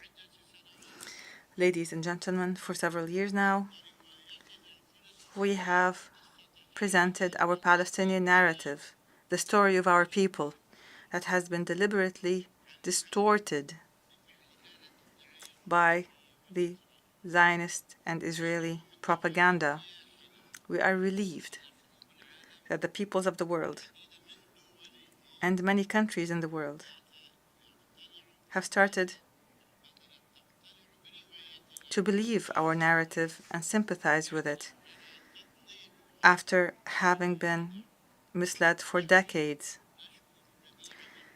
We also thank all those who contributed to sharing this narrative and supporting it and sympathizing it. We thank people of conscience everywhere in the world who today stand up for Palestinian rights. We want and we thank support for our people's struggle for freedom and independence. Ladies and gentlemen, my message today to the Israelis is that this hideous occupation that is imposed on us will not last, regardless of their ambitions and their delusions, because the Palestinian people will remain on their land, which they have inhabited for thousands of years, one generation after the other, as again confirmed by a recent UNESCO resolution on the city of Jericho, which has existed for 10,000 years. The Palestinians cannot leave their land, and if anyone must leave this land, then it must be the occupier. The occupier should leave, not the people of the land. We will stay in our land. My message to the international community is that it should assume its responsibilities with full courage and implement its resolutions to realize Palestinian rights. We ask for no more than that. Realize our rights, implement our resolutions. 1,000 resolutions have been adopted. We're asking to implement just one resolution. Finally, I address all of our people in Palestine, in the refugee camps, in the diaspora, and every place in this vast world. I address you with the highest expressions of appreciation and gratitude for your steadfastness, for upholding your just cause and your rights. I pay tribute to our righteous martyrs and our brave prisoners and our heroic injured people. And I say to everyone, a right is never lost when there is a demand behind it. Victory is ours. We will celebrate the independence of our state in Jerusalem, our eternal capital, and the crown jewel, and the flower of all cities. They see it as impossible, and we see it as inevitable. God willing, peace and mercy and blessings be upon you. On behalf of the Assembly, I wish to thank the President of the State of Palestine for the statement just made. and I request protocol to escort His Excellency. Excellencies, distinguished delegates, the Assembly will continue its consideration of agenda item entitled General Debate. The Assembly will now hear an address by His Excellency Charles Michel, President of the European Council of the European Union. I request protocol to escort His Excellency.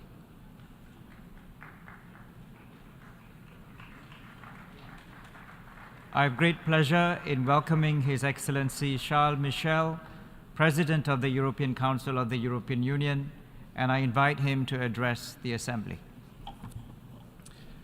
Monsieur le Président, Mr. President, Excellencies, ladies and gentlemen, a mural adorns the wall of the Security Council chamber. The Norwegian painter Per Trog painted a phoenix there. It's a phoenix that emerges from a world covered with ash that is being rebuilt after the war. The lower part of the mural is dark. It features a dragon. It features soldiers and war machines. The United Nations were founded to protect us from our demons. It was founded to elevate the world community towards peace, cooperation, and solidarity. And yet, the climate crisis is wreaking havoc.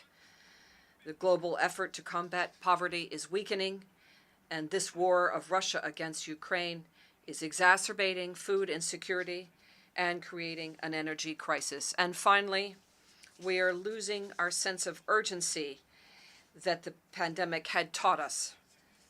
The progress is too slow. We are losing ground in many places. Ladies and gentlemen, the mantra of the Indian presidency of the G20 was one Earth, one family, one future. And indeed, we are a universal family, and the United Nations should be the backbone. And as Secretary General said, this family is, however, dysfunctional. The European Union wants a world that is multipolar, that is cooperating and progressing towards more democracy, towards more respect of human rights. And yet, confidence is eroding, tension is increasing, and a dangerous bipolar confrontation is threatening us. It's as if we had to choose one side against the other. It's a little bit like the frenetic race to arm ourselves with nuclear weapons in the last century. Artificial intelligence now, especially in the military arena, has become that of geopolitical competition. And yet, it was said by our very much missed Secretary General Dag Hammarskjöld, wisely put it, the United Nations were not created in order to bring us to paradise, but rather to save us from hell.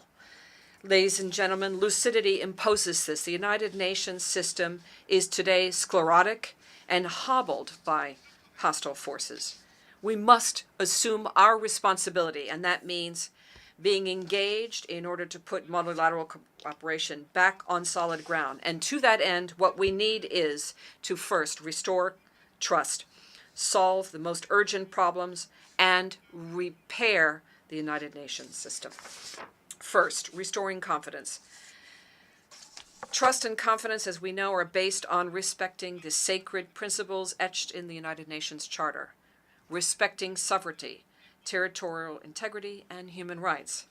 And yet, for the last 19 months, a permanent member of the Security Council, Russia, without any shame, has been undertaking a war to conquer its neighboring country, which never threatened it in the past, and is therefore sweeping away without shame the fundamental principle.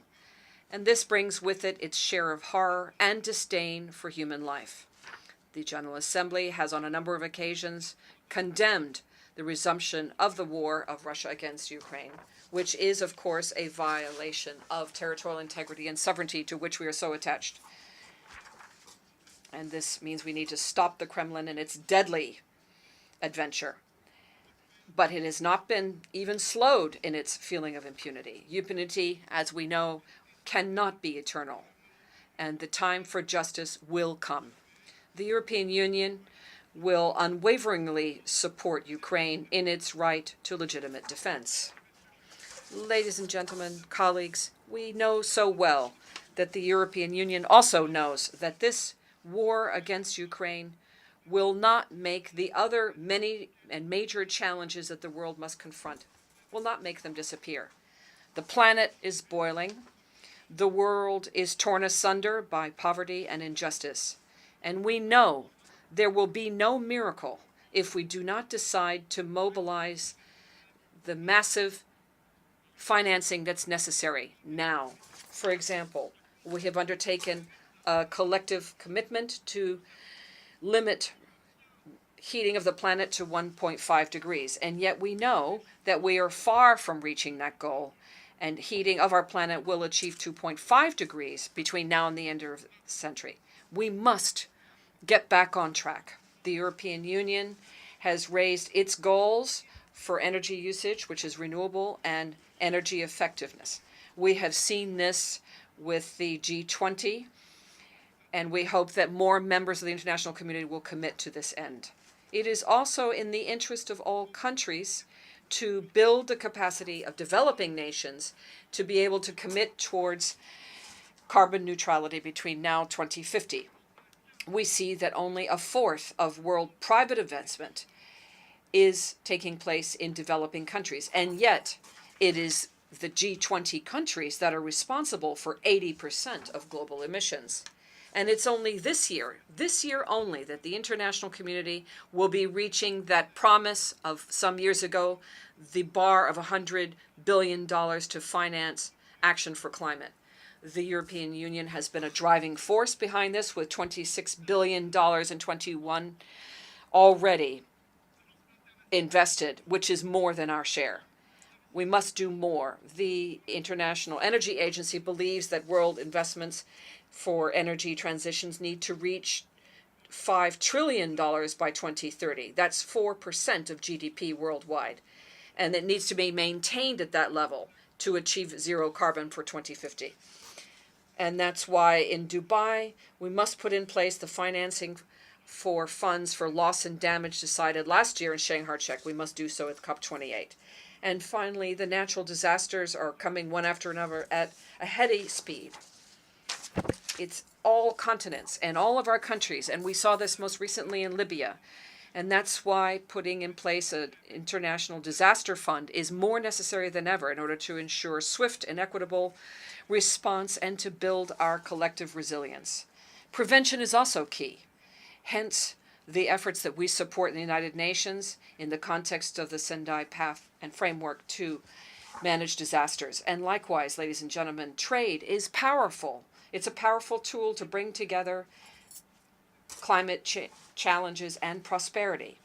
And that's why we call for urgent solutions to the mechanism for settlement of disputes in the World Trade Organization. Ladies and gentlemen, the economic and financial situation of vulnerable economies has been gravely affected.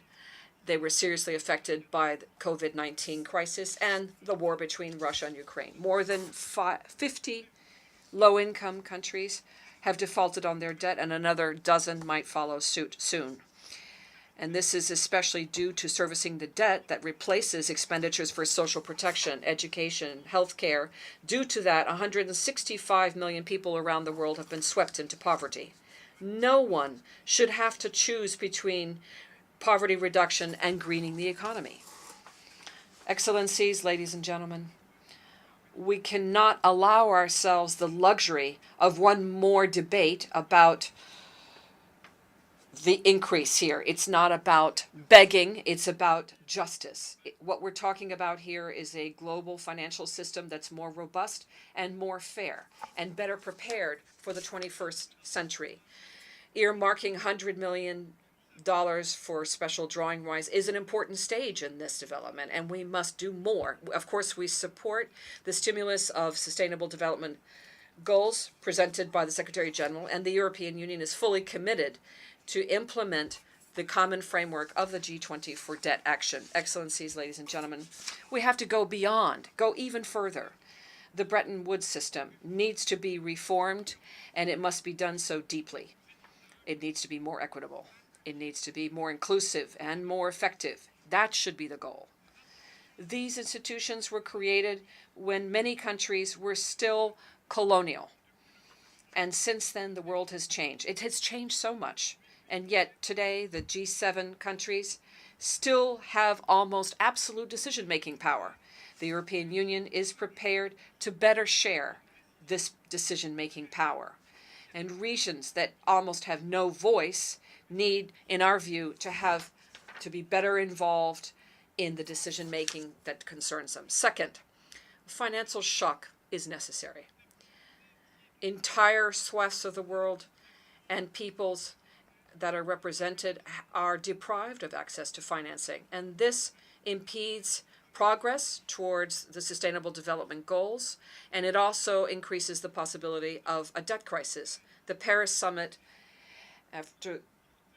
led the debate to discuss a new worldwide financial compact convened by the French president, along with Barbados, and the Prime Minister of Barbados. We've set the path, and as Mia Mottley said, it is now a question of speed and scope and breadth. We must do what's necessary, and we need to do it in time and for the right reasons. Indeed, we need to act to better mobilize capital, public capital, and act to increase and consolidate and tighten the financial flows which are key for lending capacity of international institutions.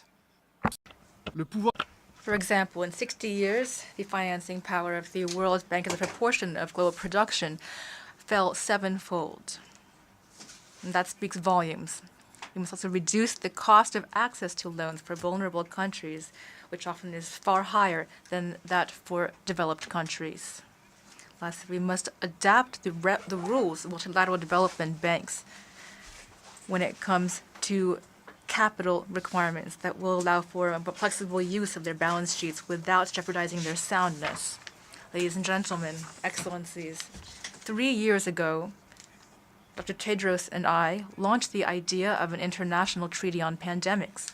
And together, we committed to try to persuade the international community to launch negotiations within the WHO.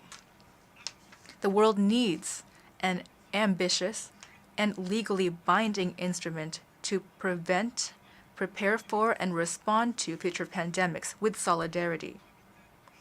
I now call on all of you to amplify your efforts to conclude negotiations by 2024. And we will be a constructive and open partner in this. Ladies and gentlemen, distinguished colleagues, the Secretary General and all of the UN teams are the linchpin of strong action for humanity and the values of the UN Charter. But as we've seen, UN governance is far too often and increasingly impeded. The EU, of course, supports the reform proposals presented by Secretary General in our common agenda. We also commend the progress made in terms of working methods.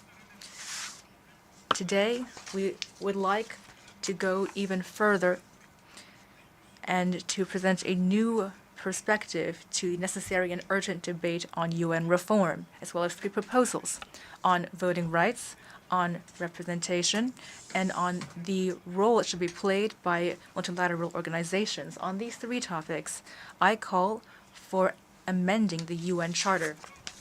First of all, veto rights in their current form are being abused. They lead the Council to be paralyzed. A permanent member of the Security Council can violate with impunity and flagrantly our charter and international law. It can even abuse its veto right to prevent sanctions against itself. It can even exploit the Security Council to disseminate propaganda and disinformation, as well as lies, let's be honest. The Charter, however, says that Security Council members must abstain from a vote when it itself is the object of that vote. So I now would like to call on Council members to invoke this provision when Russia is concerned. Lastly, in the same vein, the EU supports the French-Mexican initiative to limit veto rights in the case of mass atrocities. We also support the Code of Conduct for the Council's action against genocides, crimes against humanity, and war crimes. And lastly, we support all efforts to bolster transparency and accountability within the Security Council. But beyond this, when it comes to reforming the UN Charter, I think we must establish a mechanism that would combine majority-based decision-making with a moderate and well-controlled, flexible use of the veto right. My second point is representation. The Security Council does not reflect today's world. Currently, 60 countries have never had a seat in the Security Council. Entire swaths of the world, Africa, South America, the Caribbean, Asia, are under or non-represented. We support a comprehensive reform of the Security Council to amplify the voice of these regions and countries. Power and legitimacy go hand in hand. And due to its lack of representativeness, the Security Council is inexorably damaging its own legitimacy. Legitimacy is crucial and must be strengthened on two fronts. The UN is a club of nations, and we believe the nation is its basic unit. Therefore, an increased number of permanent Security Council members is inevitable. But we believe, my second point, is that we should go further than this. Regional and continental organizations today play a growing role. That is a fact. The EU, of course, as well as the African Union, the community, Latin American community, ASEAN, these all reflect a new level of legitimacy in international and multilateral fora. These organizations play an effective role in political and economic coordination, and they create spaces for cooperation, closer cooperation, as well as collective action. They also play an increasing role in security. And even more than before, they are also regulatory spaces. That is true of European integration. This example we see has inspired many others, such as the African Union, which is striving to establish a large free trade zone on the continent, or ASEAN as well, which works for coordination between its member states. These organizations have a growing influence in the multilateral arena, and they are crucial contributors toward stability. I believe that their role must increase in the multilateral system because they are helping to build the multipolar world that we all wish to see. And that is why, through me, the European Union immediately supported the call of Senegal's President Macky Sall to include the AU as a full-fledged member of G20, which has been the case, was done a few weeks ago. Ladies and gentlemen, as you see, I am deeply convinced the UN would gain legitimacy and effectiveness if, as well as authority, if it were to choose to guarantee the inclusion of regional organizations. And this inclusion would create a virtuous circle. It would encourage these organizations to cooperate further and better in order to further strengthen their own stability and that of the world. And in this context, I plan to initiate or to propose an institutional summit between the EU, the AU, CELAC, ASEAN, and of course the UNSG, who will be invited. The goal, as you can see, would be to reflect on how these organizations can act together to strengthen the multilateral system in the case of the UN as well as other international entities. Ladies and gentlemen, I'd like to conclude the EU through our history and our DNA would like to be a comprehensive, loyal, faithful partner. We and the member states are the largest donor for development and peacekeeping throughout the world, including in regions where conflicts have become deeply entrenched. In the Sahel, A series of military coups d'etats have increased instability and insecurity to the detriment of local populations. And here I would like to send a message of personal friendship and tireless support to the president of Niger, Mohamed Bazoum, who's been imprisoned 56 days in his own home by a military junta in the Middle East. We believe that lasting peace is only possible if Palestinians and Israelis can live together in security through a two-state solution. And in the South Caucasus, the latest devastating developments have shocked us. Military force is never a long-term solution if we want to win over hearts and minds. And throughout the world, the EU continues to shoulder its responsibility together with all those who work toward the common good for peace and prosperity. But we will never be intimidated by violence or threats. Distinguished colleagues, Per Krog's mural is an act of imagination. It also is a reminder for our consciences. A crucial reminder today, because today more than ever, we are in a world confronted by many dangers. Philosopher Friedrich Hölderlin said, and rightly so, where there is danger, there also is the power to save. In the face of these dangers, we have a vision of a better world, a brighter world. And we have powerful tools. I believe deeply in the power of collective intelligence. It's our turn to act now. We must act now for a more just, free, and prosperous world. Thank you.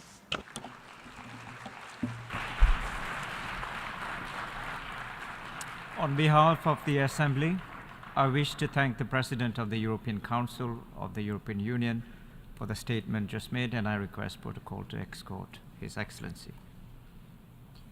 We have heard the last speaker in the general debate for this morning's meeting.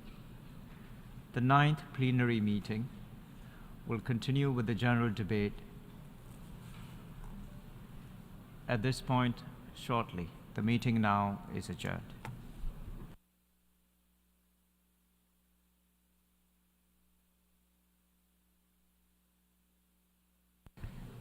The 9th plenary meeting of the General Assembly is now called to order.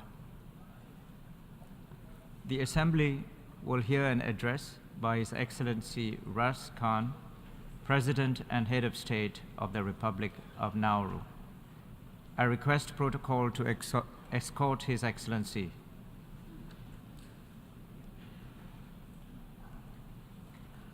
On behalf of the General Assembly, I have the honor to welcome His Excellency Ras Khan, President and Head of State of the Republic of Nauru, and I invite him to address the Assembly.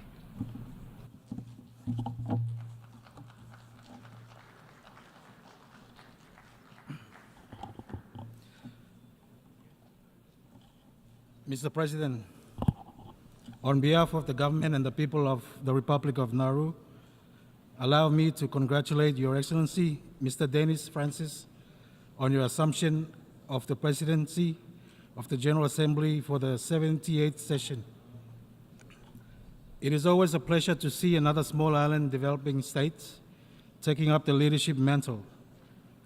Please let me assure you of my delegation's full cooperation and support as you lead this august body in rebuilding trust and reigniting global solidarity.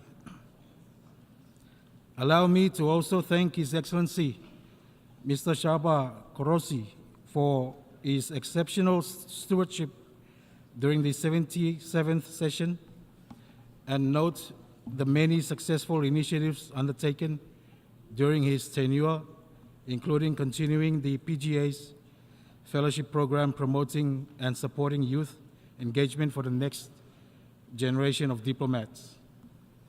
Allow me also to extend my sincere condolences to the governments and people of Morocco and Libya for the recent devastating earthquakes and floods as you seek relief and recovery during this time.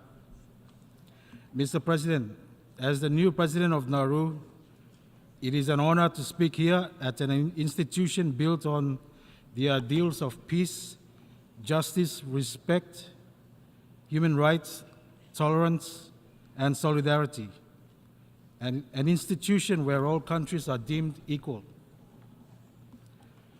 As the smallest member state of this august body, these ideals have important resonance.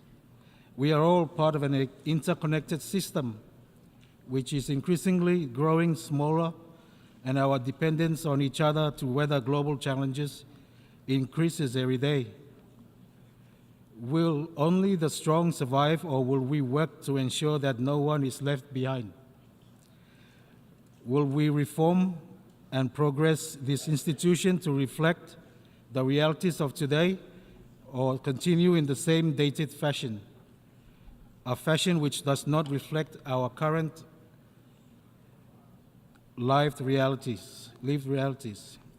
If we are to lift ourselves and future generations up and ensure that we are on our path to peace, prosperity, progress, and sustainability for all, we all need to be dedicated to finding a way forward that reflects the world as it now stands. And that is a world currently riddled with inequity.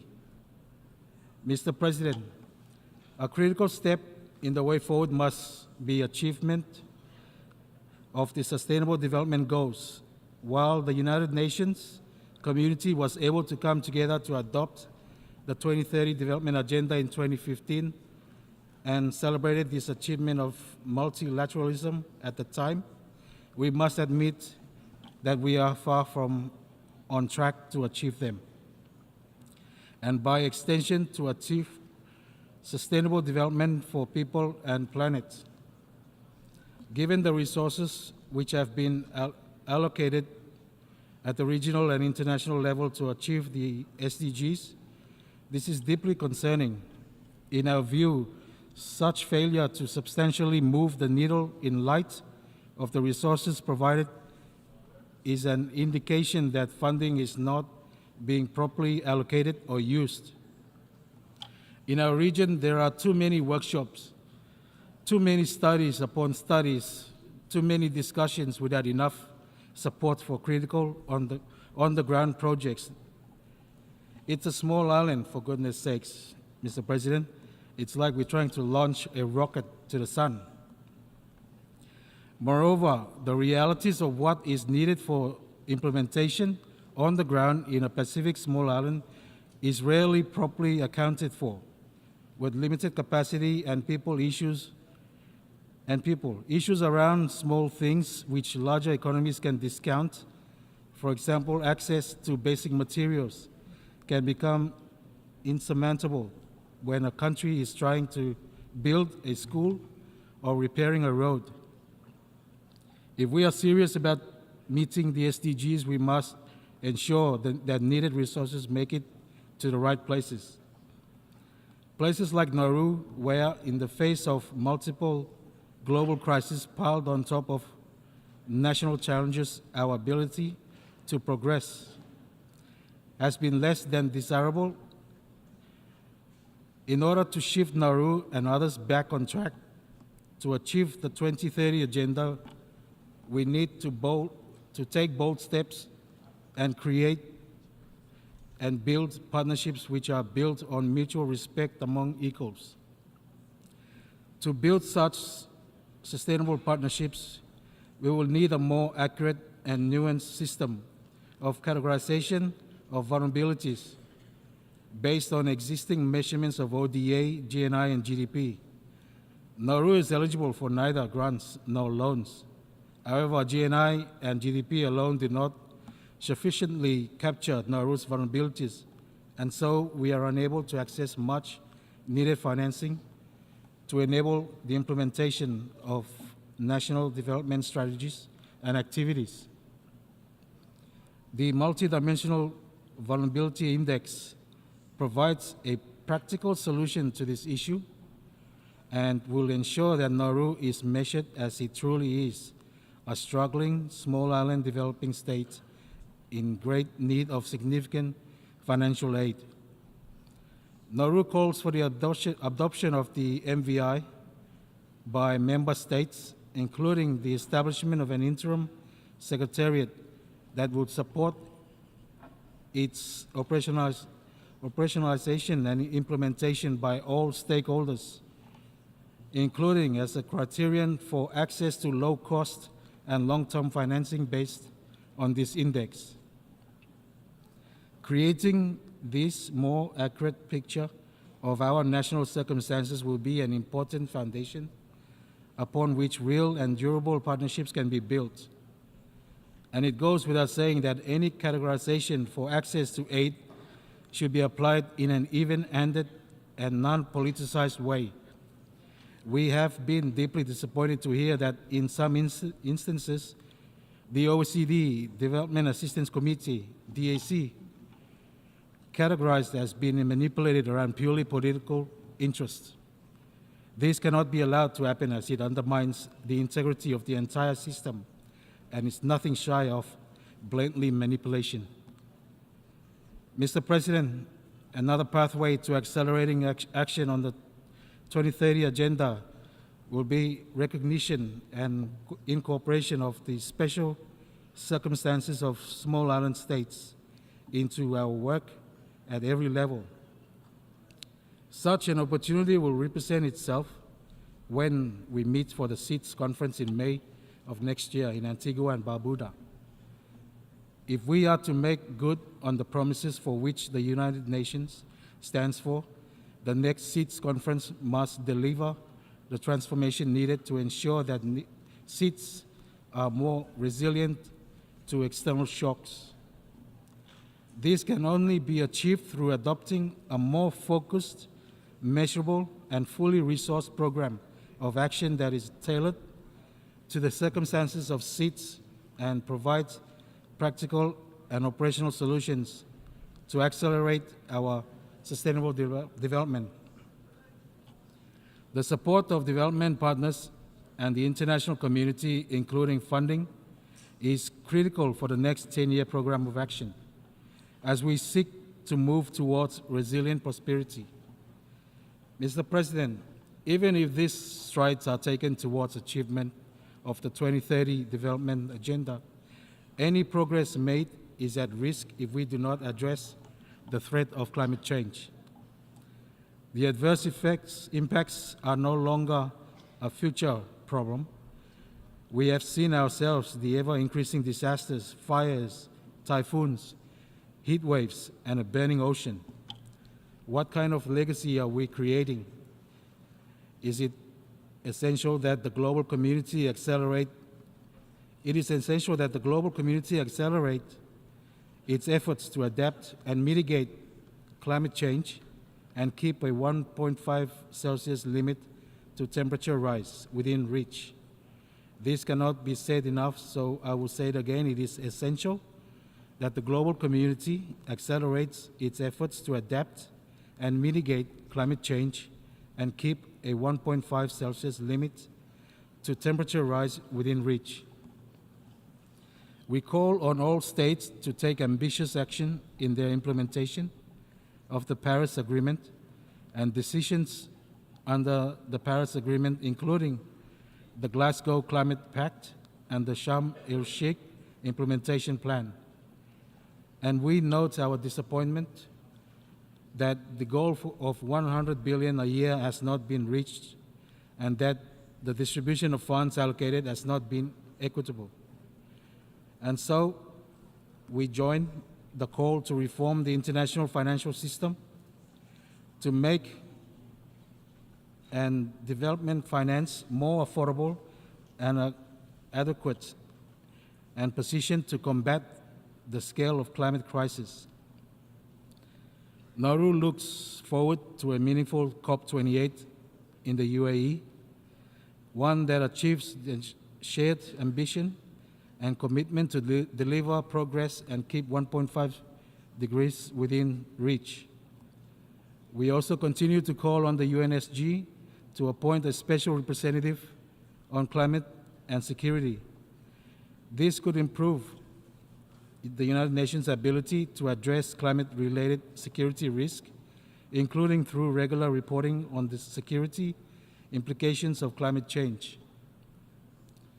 Similarly, we see the need to seek additional paths to climate action and hope that the advisory opinions to come from ITLOS and ICJ will jumpstart more ambitious climate action.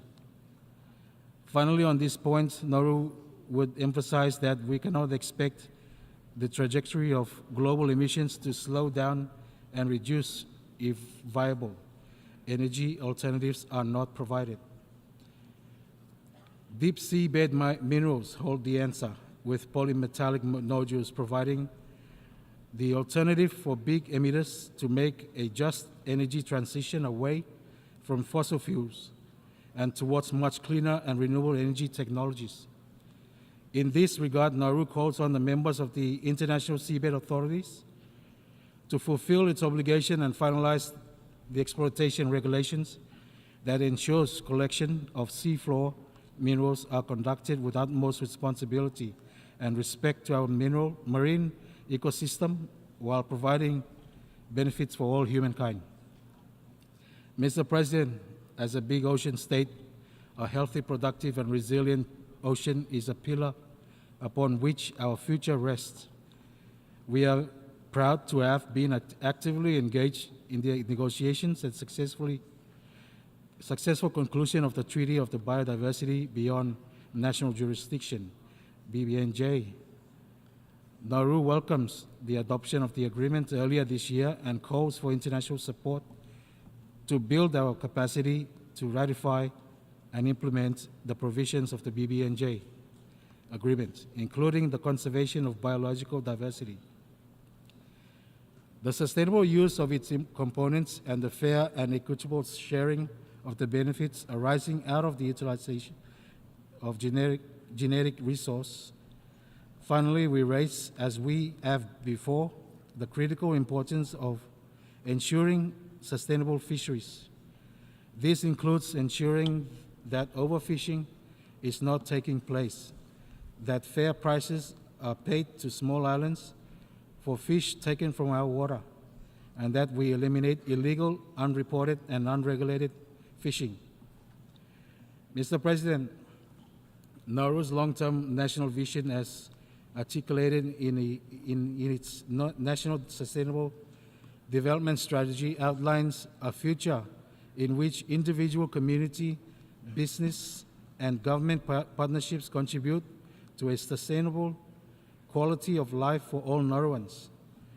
The central message of this strategy is partnership for quality of life. A key pillar will be ensuring the health of our people. To achieve this, Nauru remains committed to a health strategy centered on prevention.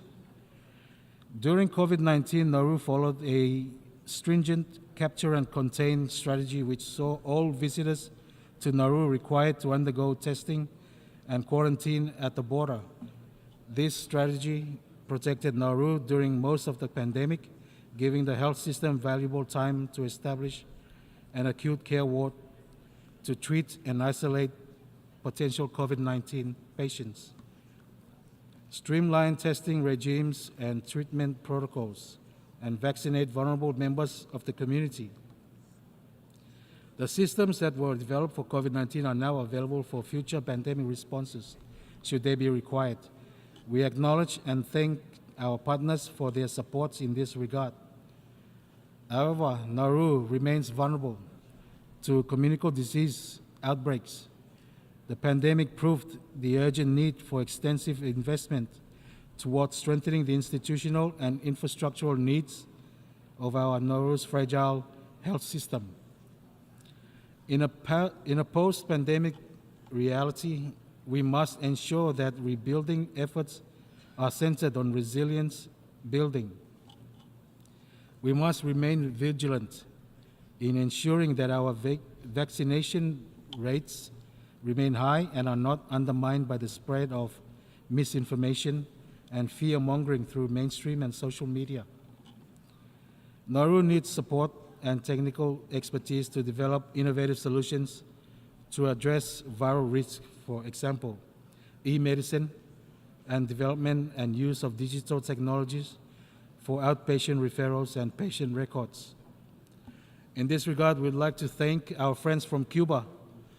There is still much to be learned from their innovation in their field of health. Cuba developed their own COVID vaccines. Moreover, they deploy their medical brigade worldwide, helping others. As a staunch friend, we would call for an end to the embargo imposed by the United States. We must also recognize and thank the Republic of China, Taiwan, for their help and support to our health system. They were and continue to be a leading exemplar in good practice to responding and containing disease. We call for their recognition, their right to participate and engage with us all in this global forum on this issue and in the implementation of 2030 Agenda and its Sustainable Development Goals, leaving no one behind. Mr. President, another crucial element of accelerating action on the 2030 Agenda and its Sustainable Development Goals towards peace, prosperity, progress, and sustainability for all is education.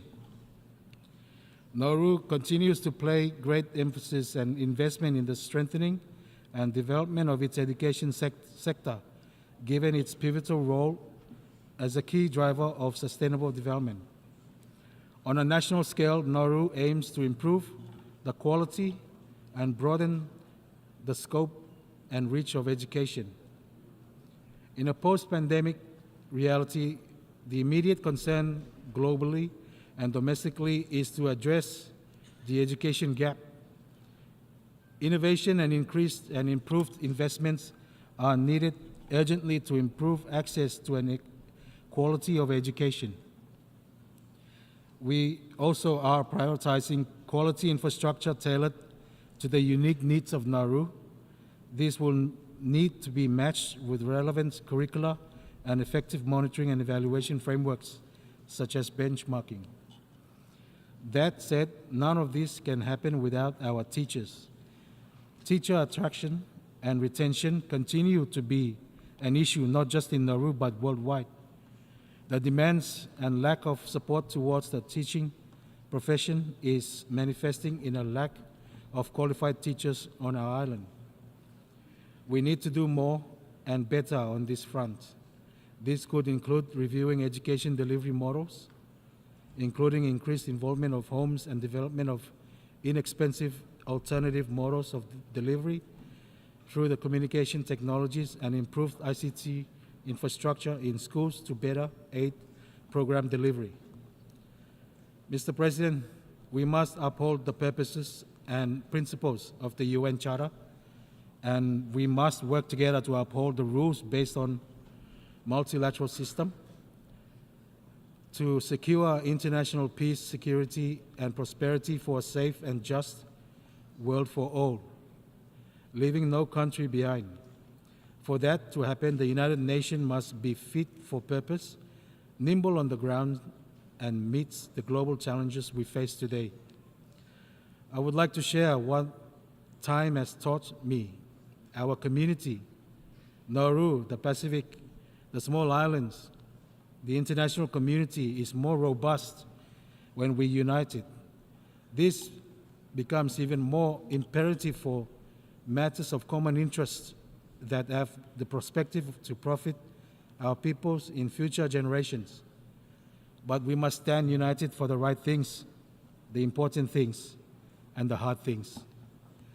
Mr. President, in a nutshell, I echo the Secretary General Guterres' opening remarks. We need to renew the UN multilateral system, reform the Security Council, and redesign the international financial architecture because it is just not working anymore. And it is an outdated system that has been in place for too long. In Nauru's case, like other small island developing states, we become victims within the global architecture and compromise our freedom and voice as a sovereign state. May God bless the Republic of Nauru, and may God bless the United Nations. Thank you.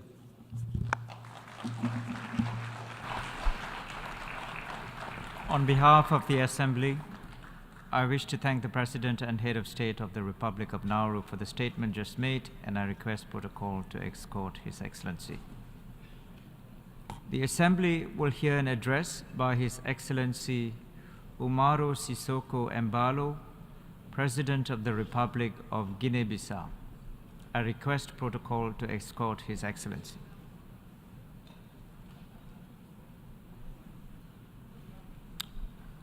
On behalf of the General Assembly, I have the honor to welcome His Excellency Umaro Sissoco Embalo, President of the Republic of Guinea-Bissau, and to invite him to address the Assembly.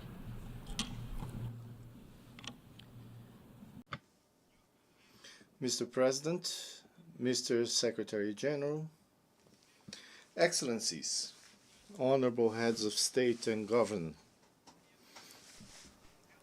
ladies and gentlemen, first, I would like to congratulate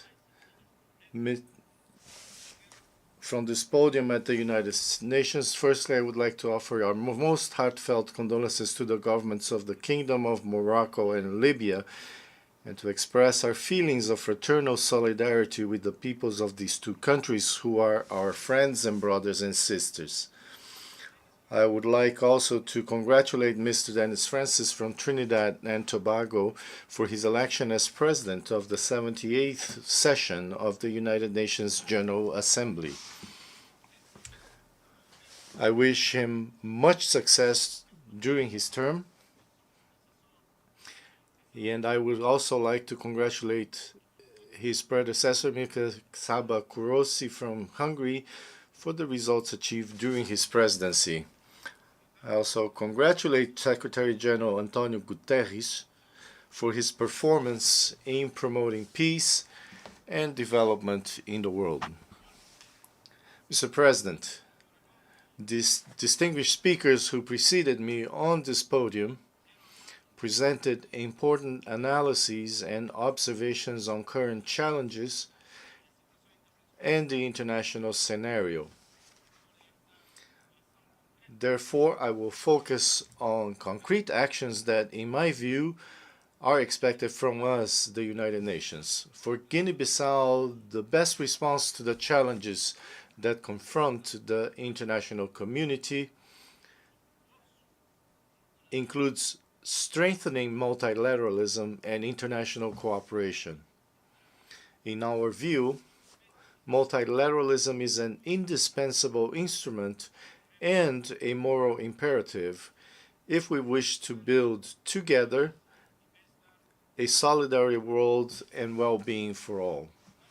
To this end, we welcome the choice and significance of the theme for the session of the General Assembly, which stresses the importance of global trust and solidarity, prosperity, progress, and sustainability for all. Mr. President, Excellencies,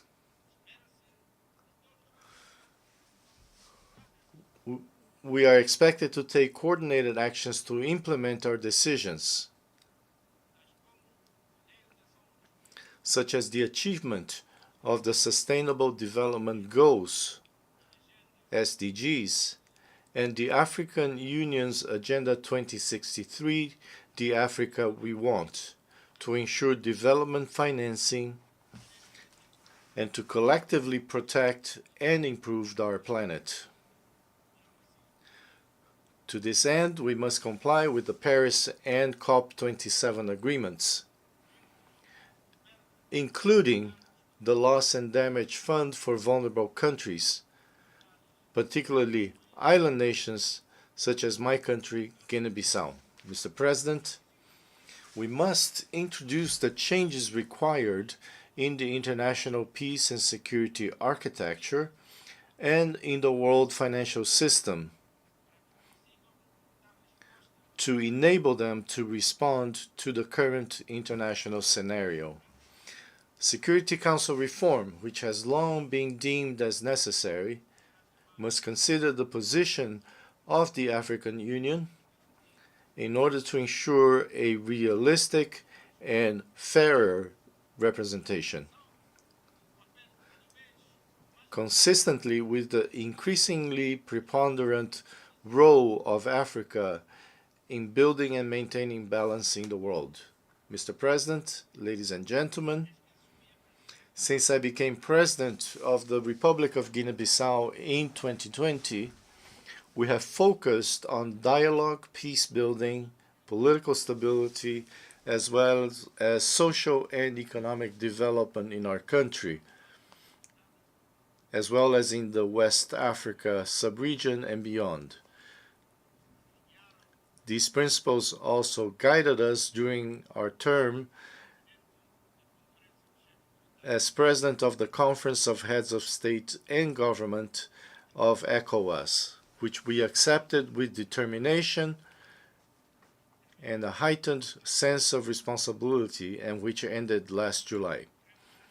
To this end, we wish to reiterate our great concern with the recurrence of coups d'etats and steps back in democracy and the rule of law in some countries in our sub-region, in flagrant violation of the population's freedom of choice as expressed through ballot boxes. Mr. President, ladies and gentlemen, despite the harmful effects of the prolonged embargo imposed on the people of Cuba, our sister nation has always supported and continues to support the countries of Africa. We reiterate our appeal for an end to this unjust and irrational embargo, which is an obstacle to the fulfillment of the legitimate aspirations of the Cuban people.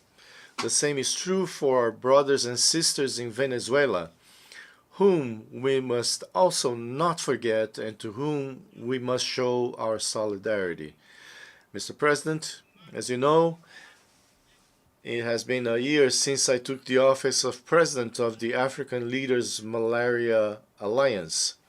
As heads of state and government, we continue in Africa to give priority to the struggle against malaria.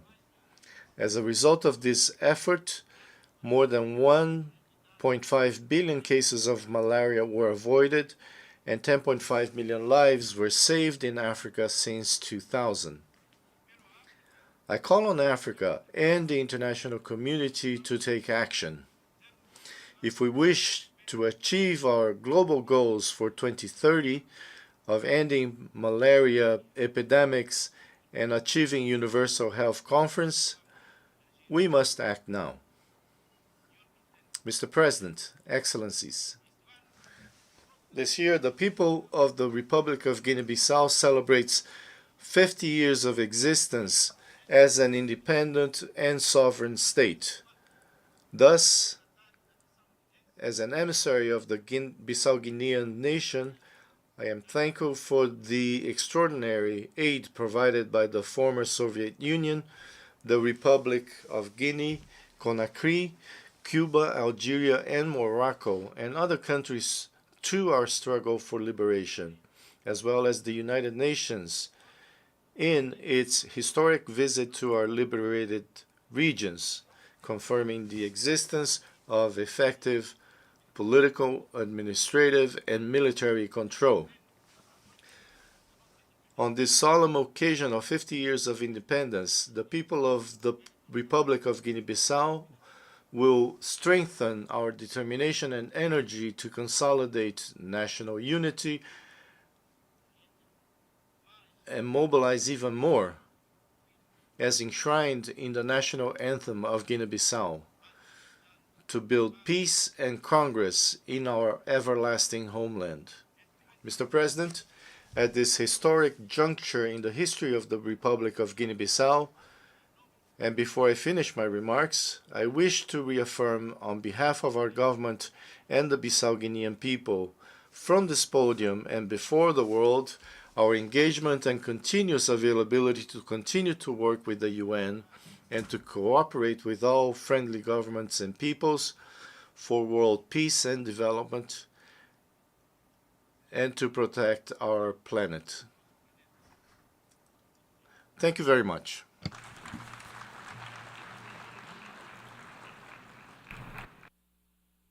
Of the Assembly, I wish to thank the President of the Republic of Guinea-Bissau for the statement just made, and I request protocol to escort His Excellency.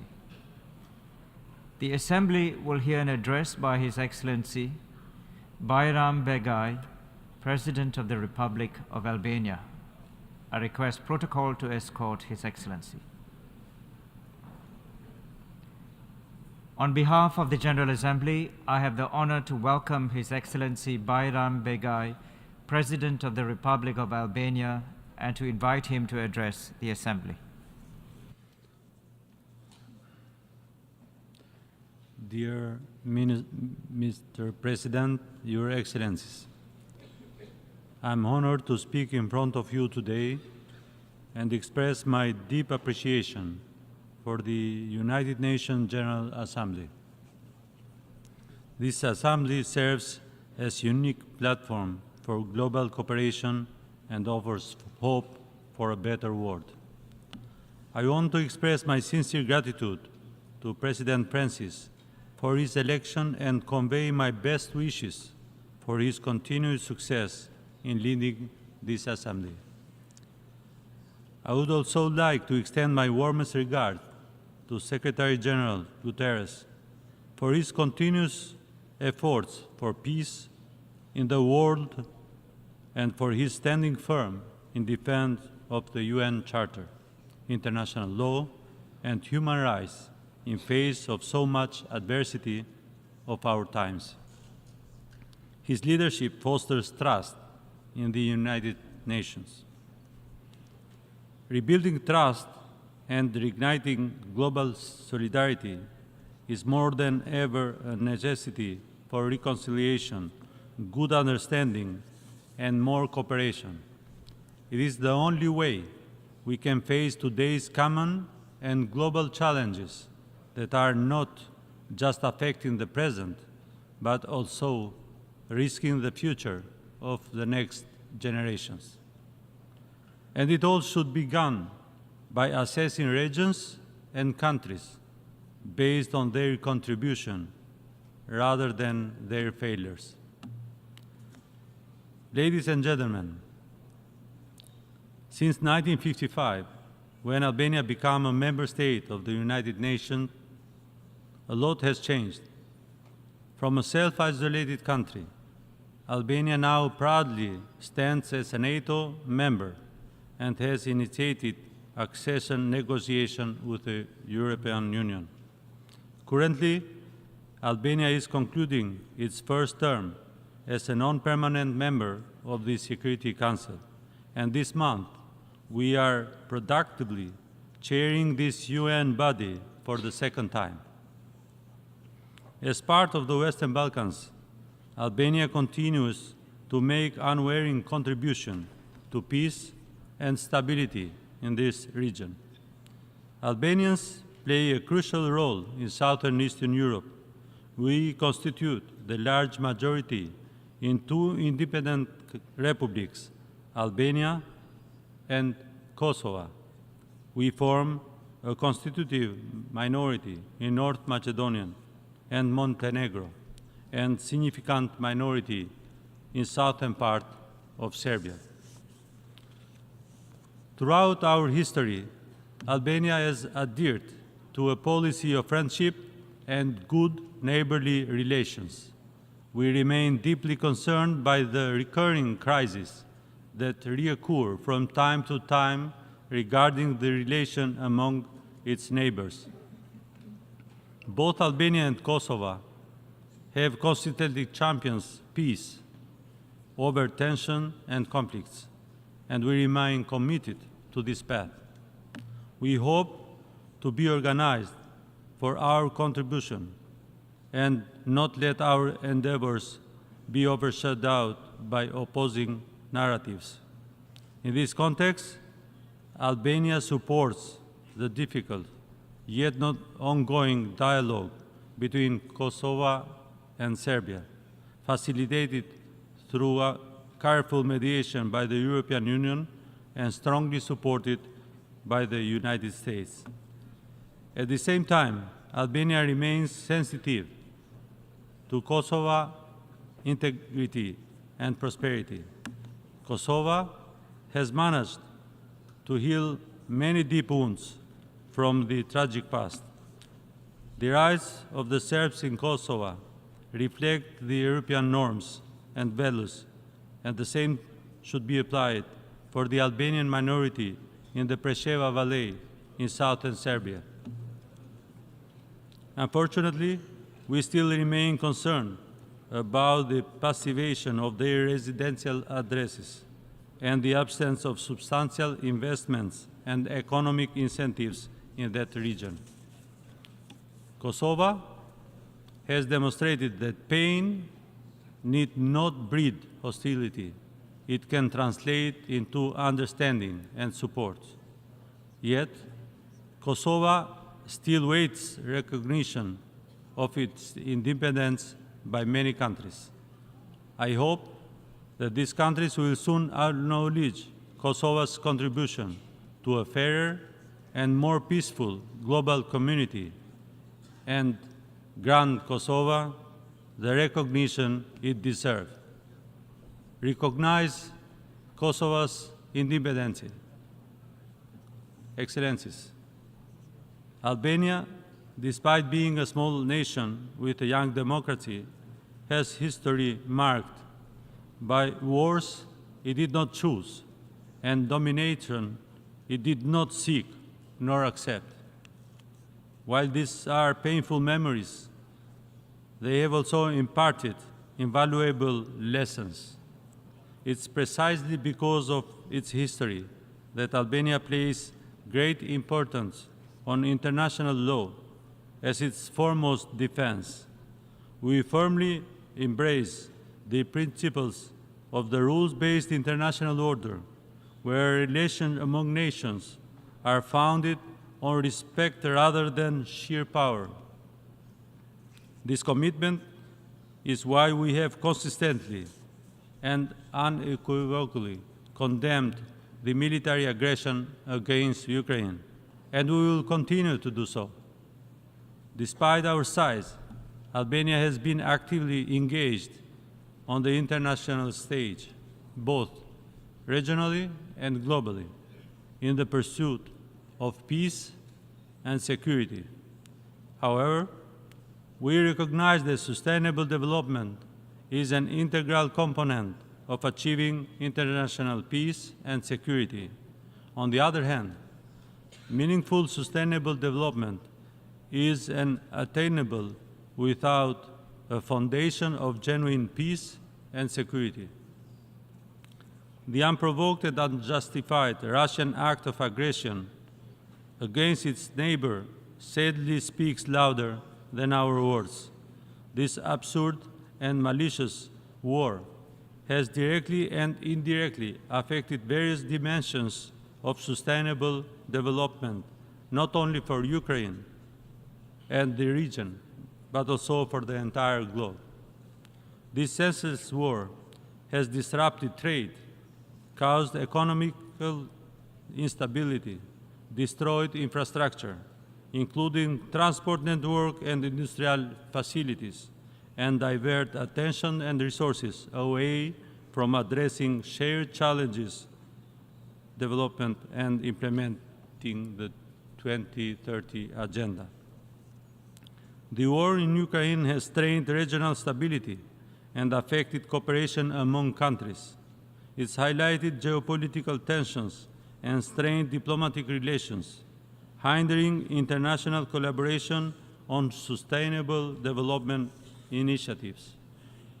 The spillover effects of the war, including displacement, migration, and economic and security concerns, as we have witnessed, can have global ramifications that impede progress toward achieving sustainable development goals. Ladies and gentlemen, Albania welcomed the SDG summit called by UN Secretary General and the political declaration adopted. It's a milestone in re-energizing our joint efforts and commitments to achieving the 2030 agenda. We firmly believe that the success of SDGs lies in our collective efforts to address challenges that hinder sustainable development. Collective efforts means the urgent needs for decisive actions to better support developing countries. Albania acknowledges the imperative for reforms and stands ready to work alongside the international community in ensuring an enabling environment that allows developing countries to actively participate in and benefit from the global economy. I would like to emphasize that Albania is committed to reducing domestic poverty and inequality levels by 2027 and 2030, in line with our nationally determined climate contributions. We recognize the need for comprehensive policy commitments to drive the necessary energy, food, digital, and social transitions to achieve these benchmarks. Aligning our national budget with SDGs, mainstreaming gender equality, revitalizing public sector capacities, and strengthening our data and monitoring systems are among the fundamental actions we prioritize. Albania recognizes the significance of this session as a pivotal moment for our world. It's an opportunity to shift from fear to hope and from deepening pessimism to accelerated actions. We are committed to playing our part and collaborating with the international community to ensure the successful realization of the 2030 Agenda. Ladies and gentlemen, I would also like to bring to your attention Albania's position on one of the most debated issues today, that of multilateralism. Today's critical challenges show that universal reason is the only way out. We recognize that peace is indivisible. We cannot secure peace on the back of the people who perish in war.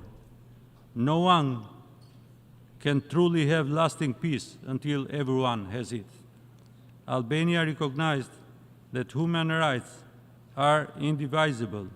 We cannot ensure basic rights for all if we select one subset of rights and ignore the rest.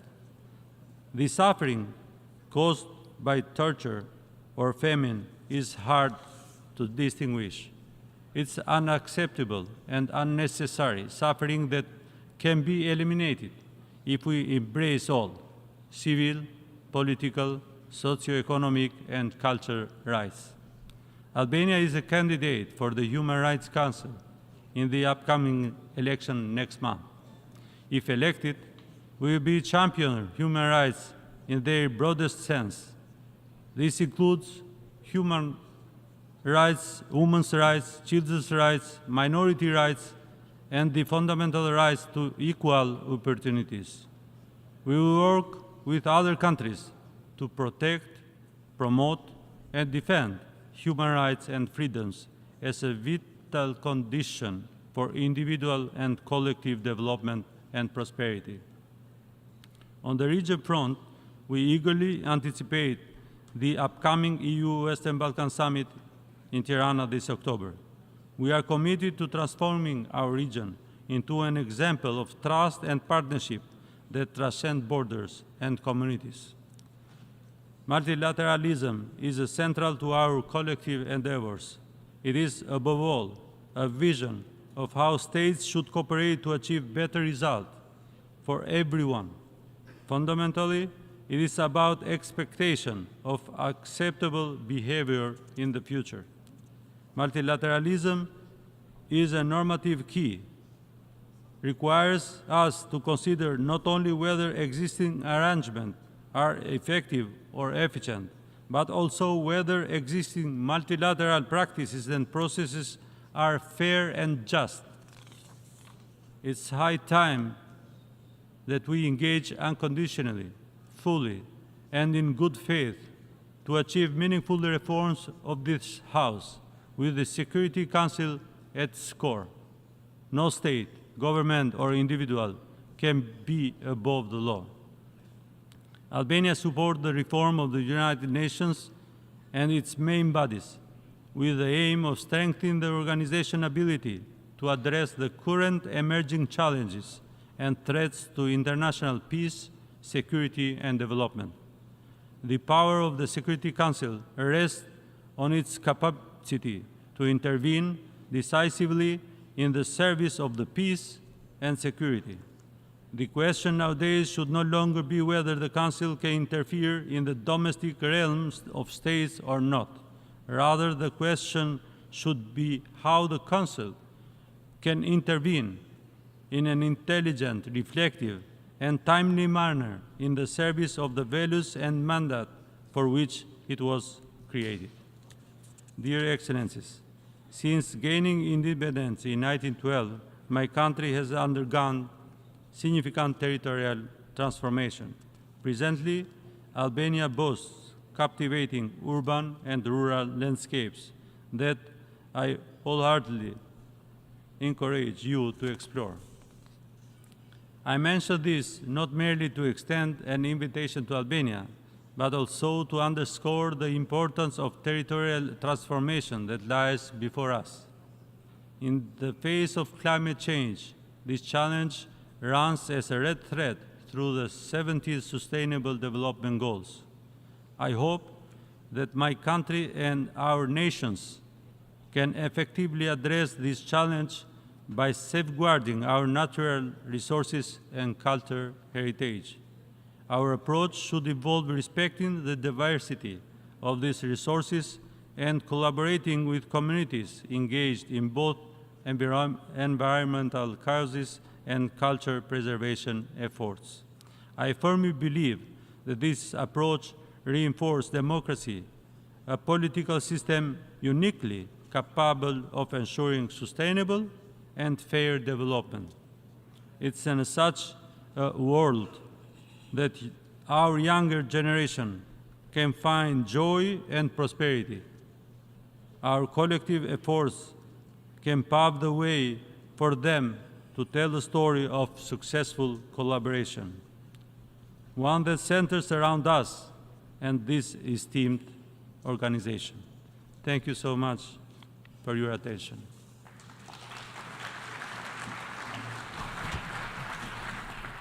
On behalf of the Assembly, I wish to thank the President of the Republic of Albania for the statement just made, and I request protocol to escort His Excellency. The Assembly will hear an address by His Excellency Abdel Fattah al-Burhan Abdul Rahman al-Burhan, President of the Transitional Sovereign Council of the Republic of Sudan. I request protocol to escort His Excellency.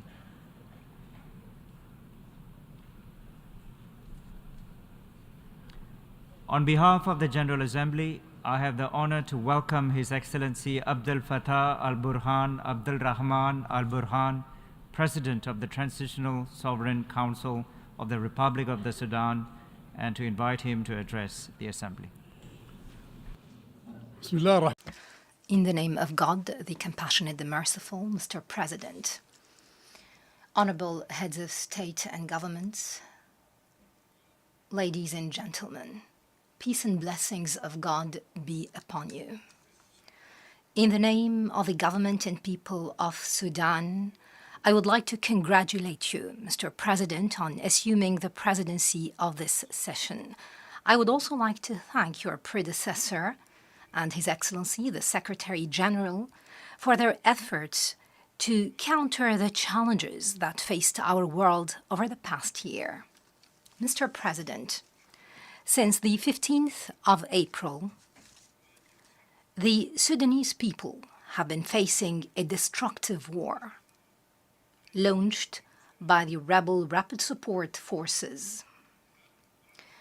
They established alliances with tribal militias and other regional and international ones. They brought mercenaries from different corners of the globe, committing some of the most horrendous crimes against the Sudanese people. These groups have killed, looted, stealed, raped, and seized citizens' homes and properties. They have destroyed civil objects, be it public facilities, hospitals, state buildings, or government buildings.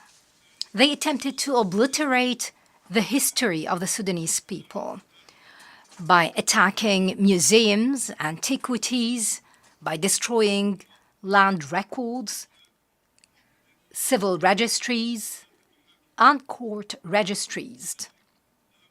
They've also looted banks, private and public corporations, and released prisoners and detainees, including those who have been wanted by international justice, including terrorists. These rebel groups have committed crimes against humanity and war crimes in many corners of Sudan. They have carried out ethnic cleansing and forced displacement, as well as sexual violence and killing based on ethnicity. They are guilty of torture and many acts that amount to war crimes in Darfur, Khartoum, and other places. What was witnessed in West Darfur, in Al Junaina, was a shock to international conscience. So was what happened in Tawila, Morni, Menwashe, and even in Khartoum. It was a testimony of the acts of these rebel groups and their allies. We call upon you, Mr. President, and we call upon the international community to designate these groups and their allies as terrorist groups that must be countered by all. They must be fought to protect the Sudanese people, the region, and the entire world. They are responsible for the killing of thousands and the displacement of millions. Mr. President, Excellencies, despite what has been committed by these groups, and since their attack against the state, we've knocked all doors to stop this war. We responded to each and every initiative by our friends and brothers. We attended the Jeddah meeting based on a friendly invitation by the Kingdom of Saudi Arabia and the USA. We made good progress if it was not for the intransigence of the rebels who have refused to exit inhabited neighborhoods. We've also accepted the IGAD initiative and the initiative of the neighboring countries held in Egypt. Till this very day, we're extending a hand of peace to put an end to this war and to alleviate the suffering of our people. We have also accepted the initiative of our brothers in Turkey and South Sudan, as well as Uganda, to find solutions. However, they were all faced with the rebels' refusal to find a peaceful solution and their insistence to destroy the state, to commit genocide, and forced displacement. Mr. President, some characterize this war as an internal feud between two armed parties. However, the aggression was not only against the armed forces, instead it extended to all state components. The innocent citizens are not part of the armed forces. The people in West Darfur are not part of the armed forces. The homes of our citizens are not part of the armed forces. Therefore, this war cannot be characterized as a war between the armed forces and the rapid support forces. It actually extends to all state components. However, I would like to assure you that the danger of this war is now a threat to regional and international peace and security. For those rebels have sought the support of outlaws and terrorist groups from different countries in the region and the world. This is like the spark of war, a war that will spill over to other countries in the region. Regional and international interference to support these groups is crystal clear by now. This means that this is the first sparkle that will burn the region and will have a direct impact on regional and international peace and security. Mr. President, honorable attendees, allow me to express my thanks for the valuable effort of the United Nations and the Secretary General to support the humanitarian situation in Sudan. We also appreciate all effort made by the different UN agencies and other regional and international agencies, along with the efforts of the sister countries who have provided humanitarian assistance to Sudan. They've stood by our side to alleviate the repercussions of this criminal war. On its part, the government of Sudan has opened ports and airports and facilitated the movement and transit of convoys. It attempted to alleviate and remove all obstacles facing humanitarian action. We have coordinated all efforts so that assistance can reach all those in need and all those affected. In this vein, we call upon all agencies and countries to meet their pledges to fill this huge gap in food, medicine, and shelter that has affected huge segments of our people, those who have been affected by this war launched by the rebels of the RSF under the command of Dagalo. Mr. President, Excellencies, we are still committed to our previous pledges to transfer power to the people of Sudan with great national consensus and consent. Thus, the armed forces would leave politics for once and for all. Transfer of power would then be the result of a peaceful and legitimate process of elections. We perceive a short transitional period when the country would be governed by a civil government consisting of independents. During this period, they can address security, humanitarian, and economic matters and reconstruction. Then general elections would be held so that the Sudanese people can choose their leaders. We stress that the state is committed to continue dialogue with all those who have abstained, our brothers Abdelaziz El-Helou and Abdelaziz Mohamed Noor, so that they can join the march towards national statehood. We are fully committed to the peace agreement signed in Juba back in 2020. We have made great strides to bring about peace and address so many obstacles facing Sudanese statehood.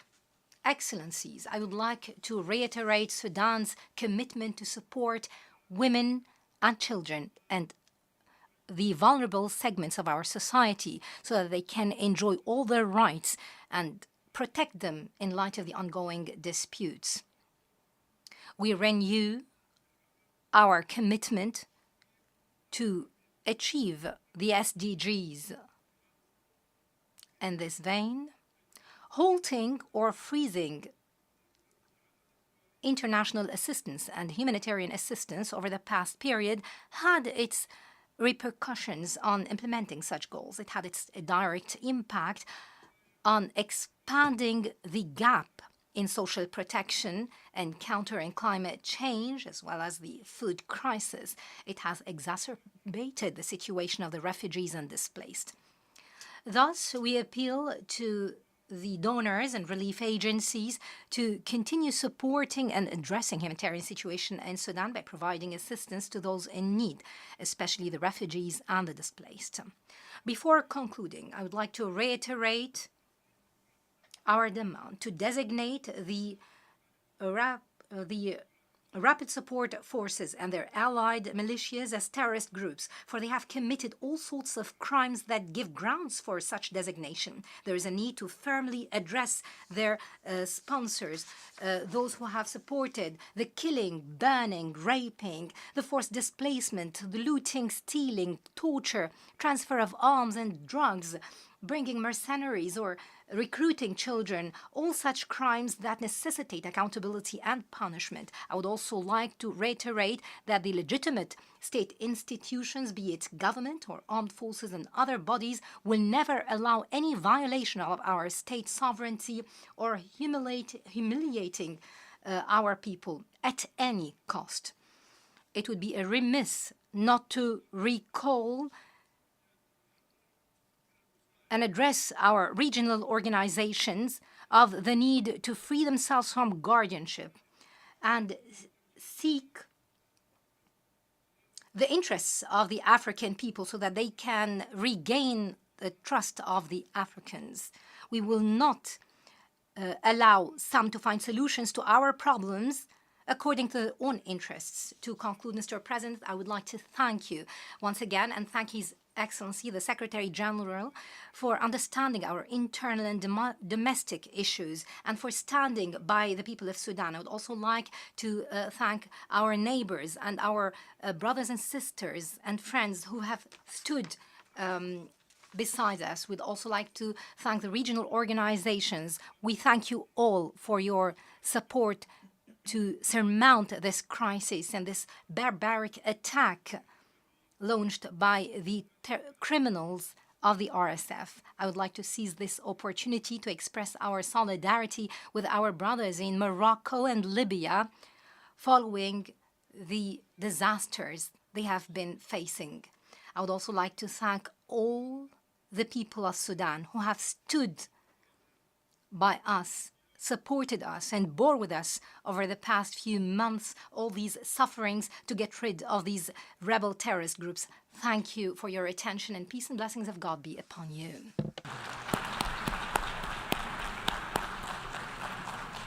On behalf of the Assembly, I wish to thank the President of the Transitional Sovereign Council of the Republic of Sudan for the statement just made, and I request protocol to escort His Excellency.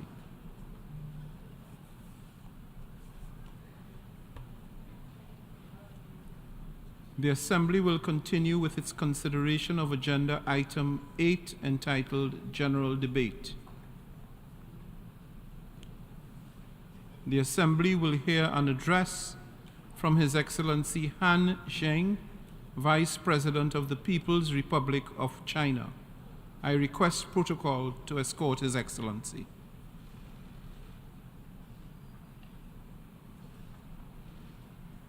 I have great pleasure in welcoming His Excellency Han Zheng, Vice President of the People's Republic of China, and I invite him to address the Assembly.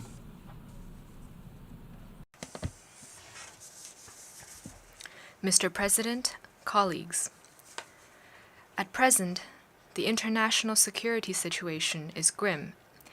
Economic recovery lacks momentum, and the gap in development is widening. Natural disasters and extreme weather patterns are increasing. The global order faces multiple challenges. Facing profound changes in the world, in our times, and in history, Chinese President Xi Jinping made a major call of building a community with a shared future for mankind, and he called on the international community to jointly build a world with lasting peace, universal security, and common prosperity, a world that is open, inclusive, clean, and beautiful. Since then, President Xi Jinping has proposed the Global Development Initiative, the Global Security Initiative, and the Global Civilization Initiative. These initiatives have enriched the vision of building a community with a shared future for mankind and set out a pathway toward realizing this goal. More and more countries have realized that they all share a huge stake of common survival and that unity and cooperation is the right way to take. Mr. President, colleagues, the historical trend of peace, development, and win-win cooperation is unstoppable.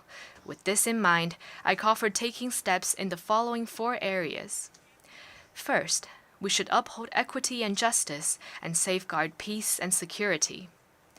The security of all countries is interconnected. Indeed, the security of one country has an impact on that of other countries. It is important to follow the vision of common, comprehensive, cooperative, and sustainable security, and embark on a path to security featuring dialogue over confrontation, partnership over alliance, and win-win outcomes over a zero-sum game. We should address the legitimate security concerns of all countries and resolve differences and disputes in a peaceful way through dialogue and consultation. Communication and dialogue is an important way to achieve international security cooperation, and parties to a conflict or confrontation should never forget this. Cessation of hostilities and resumption of peace talk is the only way to settle the Ukraine crisis. China supports all efforts that are conducive to the peaceful resolution of the Ukraine crisis and stands ready to continue playing a constructive role for the early attainment of peace.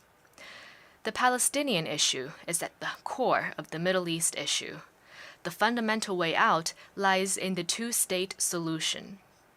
China will continue to support the Palestinian people in pursuing the just cause of restoring their lawful national rights. We should respect the sovereignty and territorial integrity of all countries and observe the purposes and principles of the UN Charter. China opposes hegemonism, power politics, unilateralism, and Cold War mentality. A small number of countries have arbitrarily imposed illegal and unilateral sanctions, severely undermining the harmony and stability of international relations. The international community should jointly resist such acts. China firmly supports the Cuban people in their just struggle to defend their sovereignty and oppose external interference and blockade. We appreciate Cuba's efforts to fight terrorism. We should maintain security in both traditional and non-traditional domains. Nuclear war must not be fought, and nuclear weapons must not be used. China is the only country among the 5 permanent members of the Security Council that has pledged no first use of nuclear weapons. China attaches great importance to conventional arms control and will soon complete its ratification of the UN Firearms Protocol. China will carry out demining cooperation in ASEAN countries in the next 3 years to help them eliminate this hazard at an early date. China supports the UN with full respect for the governance principles and practices of all countries. In serving as the main channel in creating a widely accepted AI governance framework, standards, and norms. Second, we should pursue mutual benefit, deliver win-win outcomes, and achieve development for all. Development should be placed at the center of the international agenda, and development benefit should reach every country and individual in a fairer way. China will continue to contribute to building a global community of development. This year marks the 10th anniversary of the Belt and Road Initiative put forward by China. More than 3,000 cooperation projects have been launched under the framework of this initiative. The China-Europe Railway Express had 16,000 freight services in 2022, which fully demonstrates the vitality of the Belt and Road Initiative. Next month, China will host the 3rd Belt and Road Forum for International Cooperation. We will further advance both Belt and Road cooperation and the 2030 Agenda for Sustainable Development. We should fully and effectively implement the Paris Agreement. Developed countries should do more to reduce emissions and provide developing countries with financing, technology, and capacity building support. China will continue to pursue ecological conservation on a priority basis, advance green and low-carbon development, stop building any new coal-fired power projects abroad, vigorously support other developing countries in developing green and low-carbon energy, and help them build more green energy projects. China will continue to actively respond to climate change. Third, we should stay open and inclusive and advance human civilization. Diversity of civilizations is an invaluable asset for human development. Indeed, diversity is a defining feature of human civilization. Different countries and civilizations should prosper together by respecting each other, advance together by drawing on each other's strength, and seek win-win outcomes by pursuing common ground while setting aside differences. Promoting and protecting human rights is a cause pursued by all countries, and ensuring a good life for people is the biggest human right. As countries have different histories, traditions, and conditions, we must and can only explore a path of human rights development suited to our national conditions in response to the needs of our people. We should advance the international human rights cause through dialogue and cooperation, and oppose politicization and double standard, in particular, the use of human rights and democracy as a political tool to interfere in the affairs of other countries. Fourth, we should stay true to multilateralism and improve global governance. China is firm in supporting the international system with the UN at its core.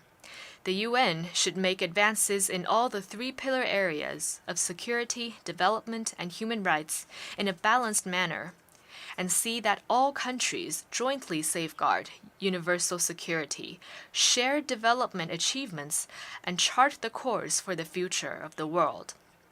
Major countries should lead by example and deliver on their commitment to multilateralism. Next year, the UN will hold the Summit of the Future. The international community should follow the direction of a multipolar world and democracy in international relations. Use this occasion to promote reform in such areas as peace and security, economy, finance, and trade in a coordinated manner. Increase the representation and say of developing countries, and make global governance more just and equitable.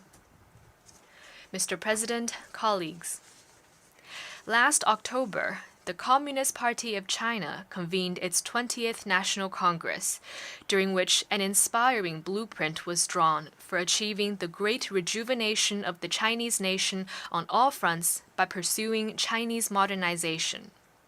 Chinese modernization involves a huge population. It aims to deliver prosperity for all Chinese people, promote material and cultural ethical advancement, and achieve harmony between humanity and nature and peaceful development. By pursuing Chinese modernization, we will boost world peace and development and make new and greater contributions to the advancement of human civilization. China stays committed to opening itself wider to the world. Today, the Chinese economy is already an integral part of the global economy. We will continue to expand opening up in a systemic way, promote trade and investment liberalization and facilitation, open the market further to foreign investment, and protect the lawful rights and interests of foreign investors. We will continue to add new momentum to global economic development, and we welcome all countries to share in the opportunities and benefits created by China's development.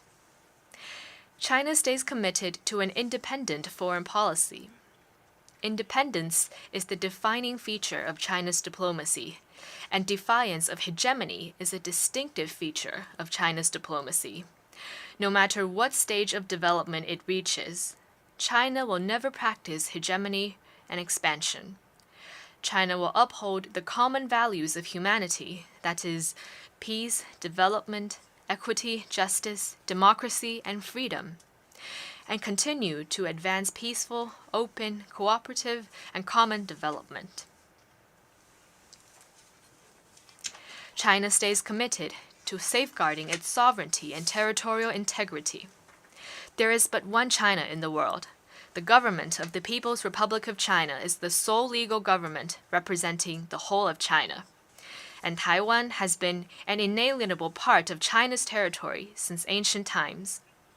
No one, no force should ever underestimate the firm resolve, strong will, and the power of the Chinese people to safeguard their sovereignty and territorial integrity. Realizing China's complete reunification is a shared aspiration of all the sons and daughters of the Chinese nation. We will continue to strive for peaceful reunification with the greatest sincerity and the utmost effort. China will remain a member of the big family of developing countries. As the largest developing country, China is a natural member of the Global South. It breathes the same breath with other developing countries and shares the same future with them.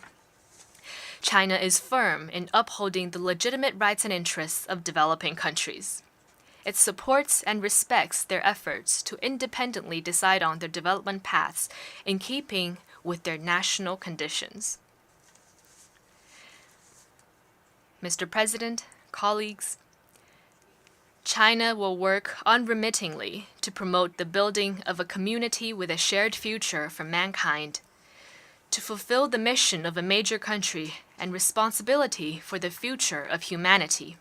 China will work with all other peace-loving countries committed to development to deliver a brighter future for the world. Thank you.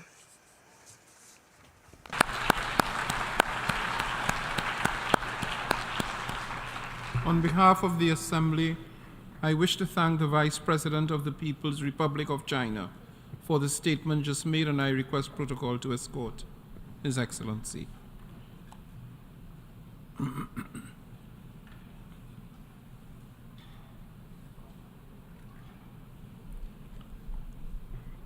The Assembly will hear an address by His Excellency Tiamoko Meliet Kon, Vice President of the Republic of Côte d'Ivoire. I request protocol to escort His Excellency.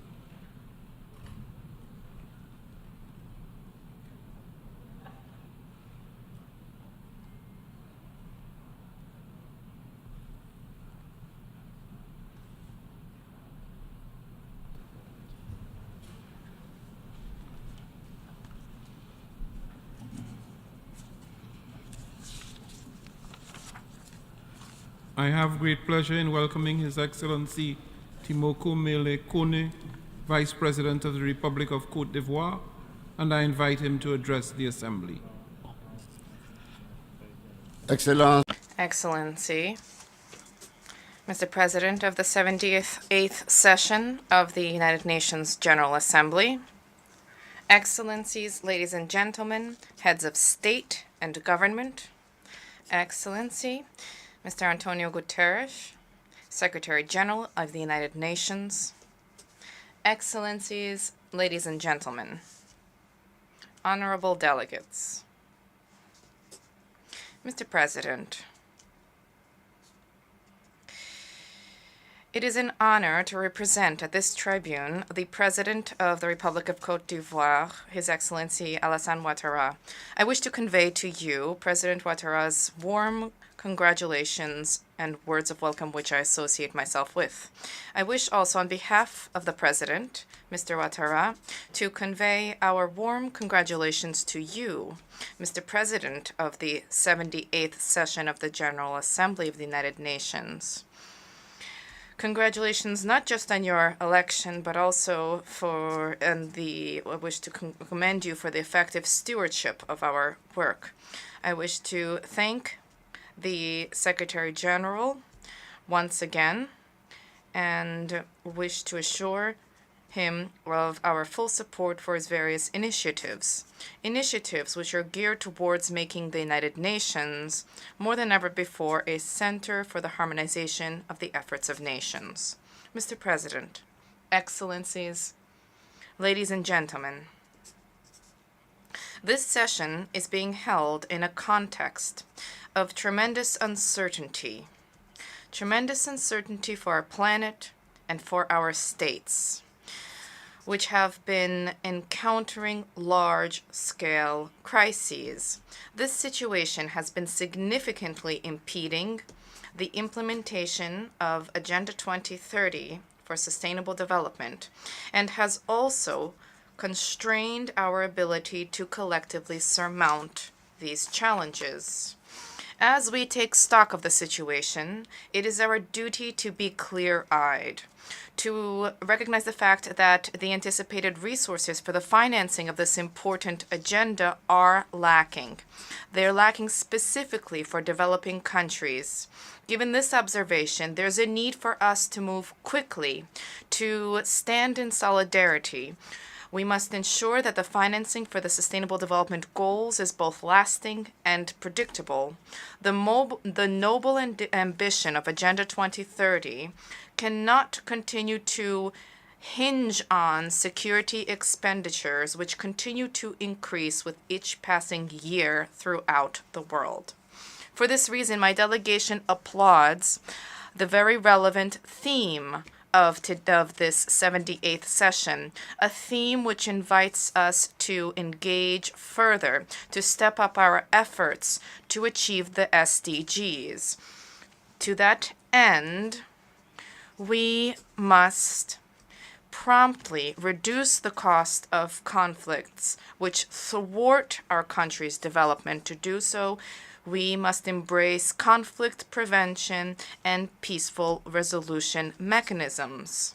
At the same time, our governments must step up and enhance the resilience of our economies to ensure that the economies can contribute to the financing of the SDGs. To that end, Côte d'Ivoire welcomes with particular interest the Secretary General's proposal of a new agenda for peace, the purpose of which is to rethink our priorities for the preservation and enhancement of our collective security. Mr. President, Excellencies, ladies and gentlemen, it is time for the international community to mobilize, to act, so that the parties to the conflict in Ukraine and all of their external partners engage on the path to a peaceful resolution to this war. Beyond the risk of escalating violence and human rights violations, this conflict fuels global inflation. This conflict has resulted in shortages in essential food products and has threatened to plunge millions of people into hunger. Given its scope and its consequences, the financial flows that this war has mobilized, in light of all of this, the war in Ukraine has certainly undermined the financing of Agenda 2030. My country also calls upon the international community to engage alongside Africa as we fight armed terrorist groups which destabilize entire sectors of the continent, from the Sahel to the Horn of Africa. The fight against terrorism is costly for African countries, particularly for Côte d'Ivoire. Côte d'Ivoire has been hosting thousands of refugees from neighboring crisis-ridden countries. There are significant financial resources that are needed but lacking to finance the priorities, expenditures, as well as the SDGs. Everywhere they have entrenched themselves, armed terrorist groups have been annihilating decades of progress. Progress in key sectors such as education, healthcare, culture, and employment has been reversed. They have denied women and minorities their basic rights. They reject the very idea of freedom and democracy. That having been said, and in view of this, my country invites the United Nations and ECOWAS, the Economic Community of West African States, to consider financing modalities for the counterterrorism priority actions. These were adopted by ECOWAS in 2019, and the implementation of this has been delayed. Côte d'Ivoire has been seeing to the effective operations of the Jacquesville International Academy for Counterterrorism. This academy was established with the support of both bilateral and multilateral partners, and the academy also currently enjoys a stellar reputation. Mr. President, Excellencies, ladies and gentlemen, climate change persists, as a challenge and has significantly impacted economies and our ability to tackle the challenge of development financing. Developing countries such as Côte d'Ivoire have contributed marginally to climate change, and yet we are disproportionately affected, and we pay the highest price.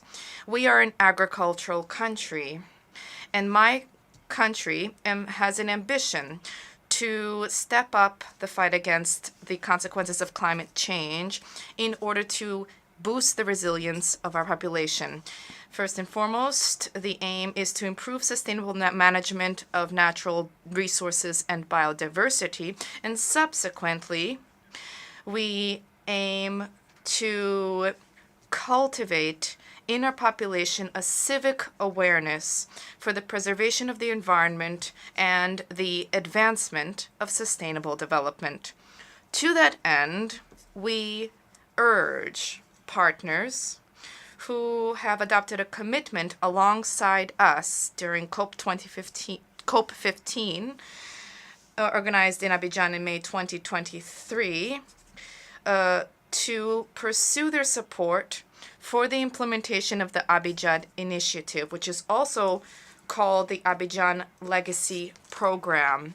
This hallmark initiative for land restoration, for the preservation of the biodiversity, and for the development of responsible agriculture is an opportunity for both current and future generations. In light of current challenges, bilateral and multilateral partners need to meet their financial commitments under the Paris Climate Agreement. They should thereby facilitate the entry into force of the Loss and Damage Fund, which was established during COP27 in Egypt. Côte d'Ivoire welcomes the success of the African Summit on Climate, held in Nairobi on the 5th to the 6th of September 2023. And we applaud the exceptional mobilization of Africa to have our voice heard during the forthcoming COP28 in Dubai. I wish to take this opportunity to invite the international community to support the Nairobi climate recommendations, specifically with respect to enhancement production capacity for renewable energies in Africa, the proliferation and succession of violent climate events have been observed in recent years, and this has resulted in widespread, significant material damage and tragic human casualties and costs. These ravages are a consequence of our climate inaction, and it wipes out progress achieved in the area of the SDGs, specifically for the most vulnerable countries, the countries most vulnerable to climate change. This reflects just how much the fight against climate change will require greater solidarity, as well as resources dedicated to the financing of the SDGs, and will also require that both our economies and our societies adapt. Mr. President, the COVID-19 pandemic has revealed the fragility of our health systems and has, among other things, slowed down the pace of economic growth in Africa. COVID-19 has also served as a reminder of the importance of forging meaningful international solidarity to tackle the multifaceted threats which humanity continues to face. The repercussions of COVID-19 continue to loom over our economies and affect our capability to address urgent social demands. We must draw lessons from the threat that can once again imperil the entire world. For this reason, my delegation welcomes the conduct during this session of high-level meetings on pandemic prevention, preparation, and response, as well as on the fight against tuberculosis, as well as on universal health coverage. Turning to universal health coverage, I wish to recall the fact that my country has adopted a regime entitled universal health coverage. This entered into force in October 2019. I hope that the sharing of experience during this session will offer an opportunity for our health coverage systems to be enhanced. Mr. President, Excellencies, ladies and gentlemen, under the aegis of the President of the Republic, Côte d'Ivoire has been shoring up our democratic progress. This has been attested to recently by the smooth conduct of recent municipal, regional, and senatorial elections, which we organized respectively on the 2nd and 16th of September 2023. These elections saw large turnout with all political parties participating. They were carried out in a transparent and calm way, thereby demonstrating the political maturity of the people of Côte d'Ivoire.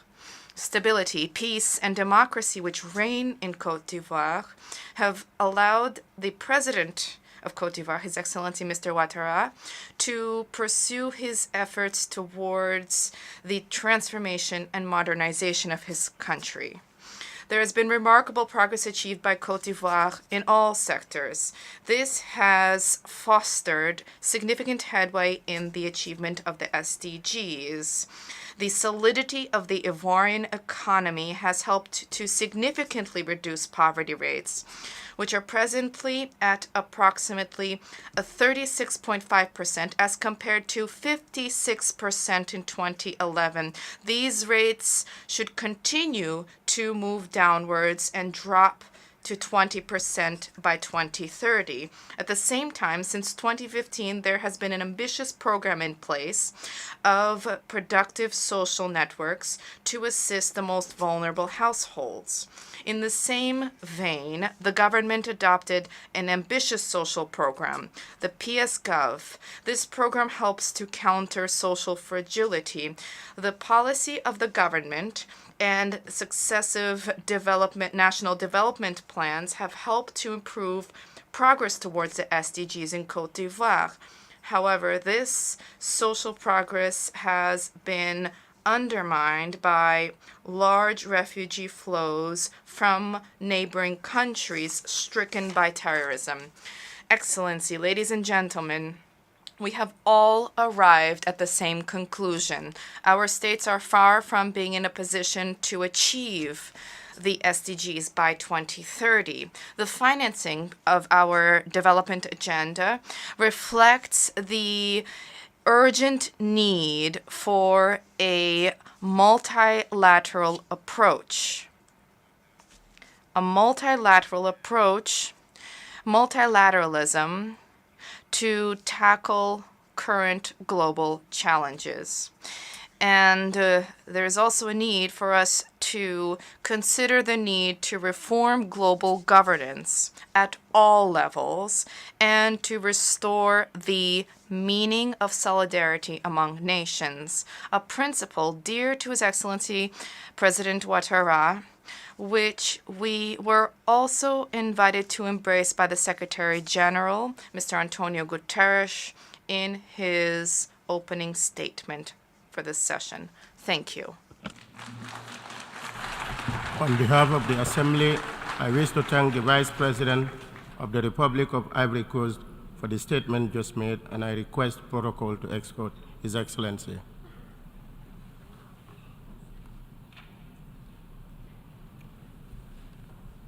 The Assembly will hear an address by Her Excellency Jessica Alupo, Vice President of the Republic of Uganda, and I request protocol to escort Her Excellency.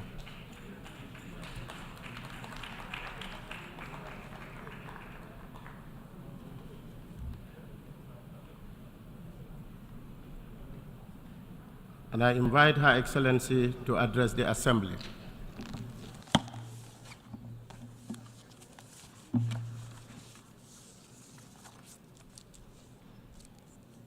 Your Excellency, the President of the UN General Assembly, Excellencies, Heads of State and Government, Secretary General of the United Nations, distinguished delegates, ladies and gentlemen. Mr. President, I congratulate you on your election as President of the 78th session of the UN General Assembly and assure you of Uganda's full support. I would like to thank His Excellency, Mr. Saba Kososi, for his stewardship of the 77th session, and I pay tribute to the Secretary General, His Excellency Antonio Guterres, for his leadership and commitment to the work of the United Nations.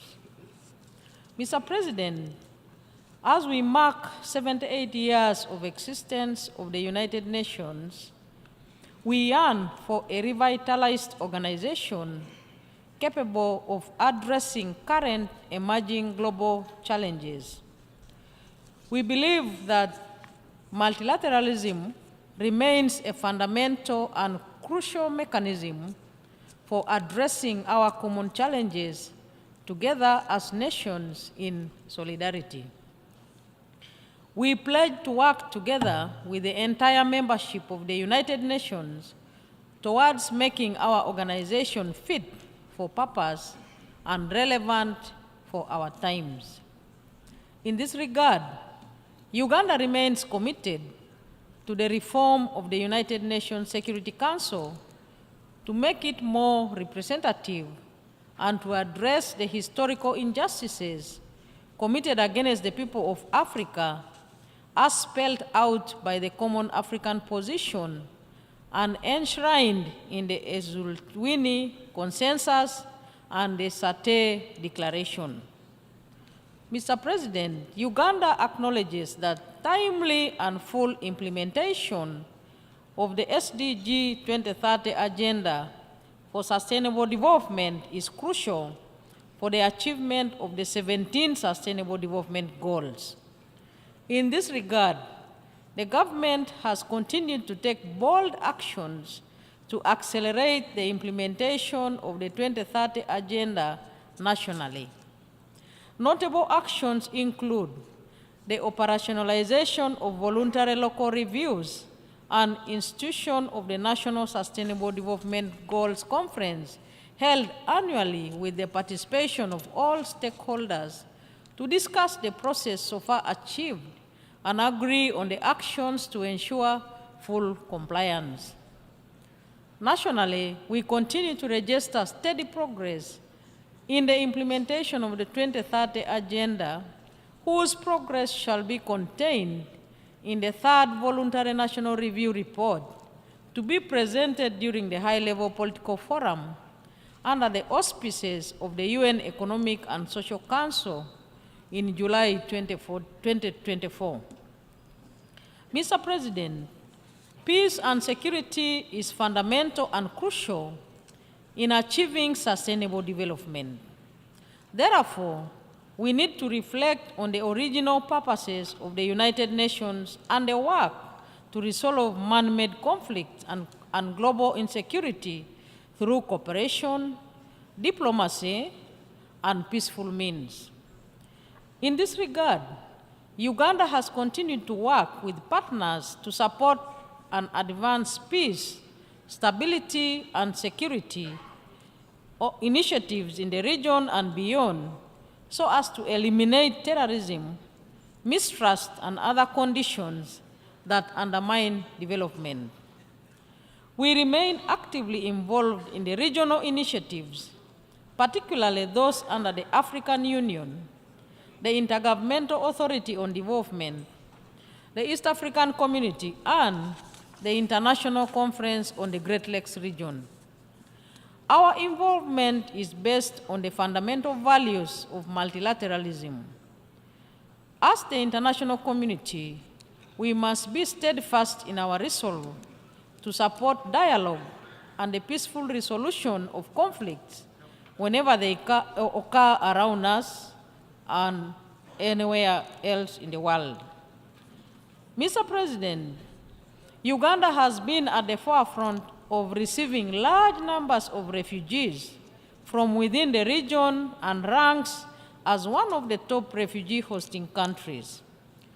Uganda extends her gratitude to the UN member states and other development partners for the support and assistance rendered to the country and refugees respectively. We are working closely with the UN and partners to address the root cause of displacement. Uganda remains committed to shoulder its responsibilities and obligations in addressing the plight of refugees as a pioneer of the progressive refugee policy outlined in the Comprehensive Refugee Response Framework. As one of the co-conveners of the Global Refugee Forum, we commend all the states and other actors for their sustained commitment over the last 3 years, and we call upon member states and stakeholders to continue their commitment to pledge towards initiatives that advance the principle of burden and responsibility sharing, central to the compact during the forthcoming Global Refugee Forum. Mr. President, the Constitution of Uganda provides for the protection of the rights and freedoms of all Ugandans, as well as for the promotion of culture. Uganda has institutional safeguards which address grievances of human rights abuses. Objective 24 of the Constitution states that cultural and customary values are consistent with the fundamental human rights and freedoms, human dignity, and democracy. Our approach to human rights is to respect other people's values, and as we expect others to respect our values, which are deep-rooted in our culture. We therefore call for mutual respect of sovereignty. We believe that human rights considerations, especially in the face of varying cultural values, should not become the moderating factor in our long-term relationship with our development partners, with whom we will continue to engage in a proactive manner. Mr. President, regarding the culture equality, over 34.9% of the parliamentary and executive seats in Uganda are composed of women. On economic empowerment, Uganda has embarked on poverty alleviation programs which target women and youth participation in the economy. We are currently promoting value addition, value chain, and public procurement from the various Uganda Women Entrepreneurship programs. With the creation of the Africa Continental Free Trade Area, women will participate in cross-border trade within the Africa Continental Free Trade Area. However, work still needs to be done in Uganda to achieve full gender equality. Mr. President, climate change continues to undermine the ability of all nations to achieve the Sustainable Development Goals. Globally, we continue to witness climate and weather extremes causing considerable loss of lives and property. We remain concerned that countries that are less contributors to the global greenhouse gases continue to be disproportionately affected by the impacts of climate change. In this regard, Mr. President, my country extends its sincere condolences to the people of Morocco following the devastating 6.8 magnitude earthquake, which claimed more than 800 lives, and the people of Libya following the aftermath of Storm Daniel that resulted in the unprecedented flooding and loss of lives. To address the adverse impacts of climate change, Uganda continues to take bold climate adaptation and mitigation measures that include increasing access to affordable reliable, sustainable, and modern energy to enhance production and value addition, increasing forest and wetland cover, and championing the operationalization of climate-smart agriculture, among others. In line with our ambitions updated nationally, determined contributions. However, we note that the lack of sufficient means of implementation continues to undermine our efforts to adequately address the impacts of climate change. We thus reiterate our call to the developed country parties in line with the Paris Agreement to fulfill their commitment of providing the US $100 billion annually to developing countries parties through 2025 to assist with respect to both mitigation and adaptation. Mr. President, we remain deeply concerned about the increasing trend in biodiversity laws. We believe that the full and timely implementation of the decisions adopted at the 15th meeting of the Conference of Parties to the Convention on Biological Diversity are fundamental to effectively address biodiversity loss. In this context, Government of Uganda has continued to take bold actions to address biodiversity loss. These actions include, among others, complete restoration of all degraded wetlands, reforestation, as well as prosecution of all those involved in illegal activities that undermine the preservation of flora and fauna. Our view, Mr. President, is that conservation and sustainable use of biodiversity remains a commitment for all nations and humankind. We therefore urge the international community to provide developing countries with sufficient means of implementation in terms of financing, capacity building, and technological transfer to support their efforts to address the challenges of biodiversity loss. Mr. President, developing countries continue to face unprecedented financing challenges which undermine their ability to achieve sustainable development. We believe that urgent need to reform the international financing architecture is fundamental and crucial in addressing these challenges. These reforms must be substantial to ensure that developing countries are well represented to effectively and efficiently participate in the decision-making of these international financial institutions.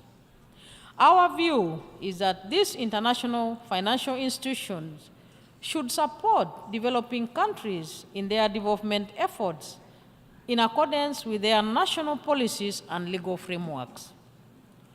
Mr. President, the COVID-19 pandemic presented a multitude of challenges to global health systems and essential health services.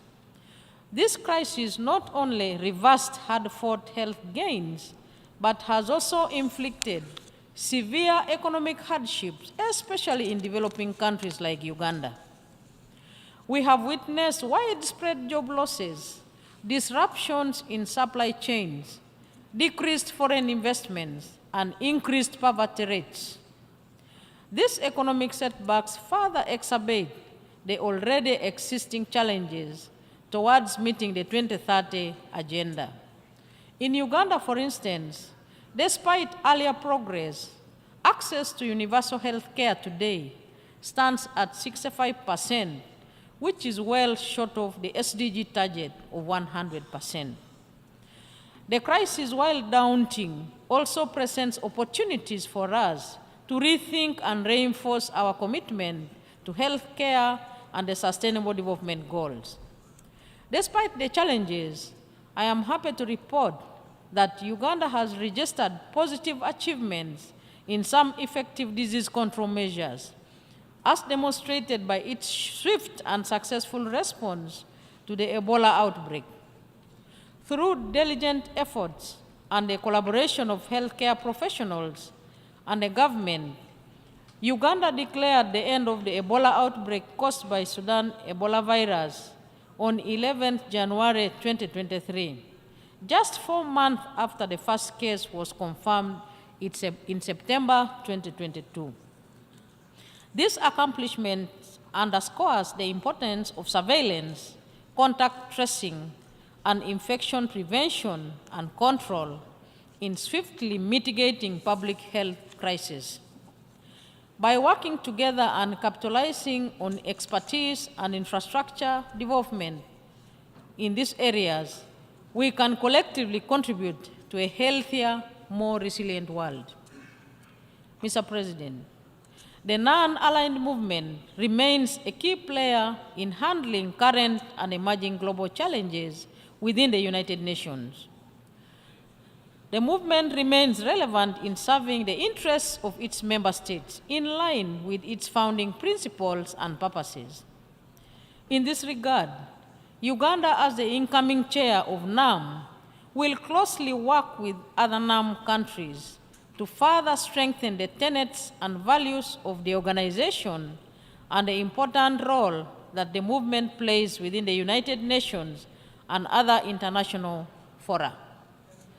As host of the 19th NAM Summit, we look forward to welcoming the NAM heads of state and government to Kampala, Uganda, from 19th to 20th January 2024. Finally, Mr. President, the South-South cooperation remains a strong element of international cooperation within the countries of the Global South, which must be enhanced. We continue to witness the solidarity exhibited by countries in the Global South to extend support to their global counterparts to address the multiple challenges. We therefore commend these countries for the solidarity. Uganda will continue to support the strengthening of the South-South cooperation and triangular cooperation, as well as North-South cooperation with the United Nations. As the third South Summit host, we look forward to welcoming the leaders of G77 plus China to Kampala, Uganda, from 21st to 23rd January 2024. I thank you for your kind attention. On behalf of the Assembly, I wish to thank the Vice President of the Republic of Uganda for the statement just made, and I request the protocol to escort Her Excellency. The Assembly will hear an address by His Excellency Mohamed Jallow, Vice President of the Republic of the Gambia. I request the protocol to escort His Excellency.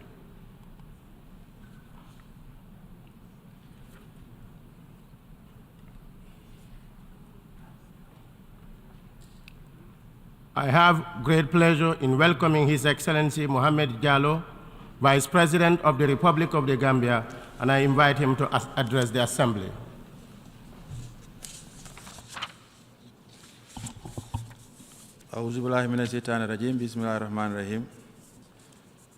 Mr. President, Ambassador Denis Francis, the Secretary General, Mr. Antonio Guterres, Your Majesties, Excellencies, Heads of State and Government, Heads of Delegation, ladies and gentlemen, I bring you warm greetings and goodwill message of peace, progress, and stability from His Excellency President Adama Barrow and the government and people of the Gambia, Africa's smiling coast. Mr. President, we congratulate you on your election as President of the 78th session of the General Assembly and thank your predecessor, His Excellency Mr. Zawa Korosi, for his sterling leadership during the 77th session. We also express our gratitude to Excellency Mr. Antonio Guterres, Secretary General of our organization, for his hands-on leadership during these heady and turbulent times the world over. Mr. President, the world is facing numerous crises and a multiplicity of daunting challenges that raise serious questions about the readiness and viability of our multilateral institutions and arrangements in the event of another crisis or pandemic. The priorities of our times urgently warrant our collective attention and action. We must therefore undertake major reforms and organize our institutions better to make them fit for purpose. Achieving this has to begin with renewing our faith in both the Charter of the United Nations and inclusive multilateralism.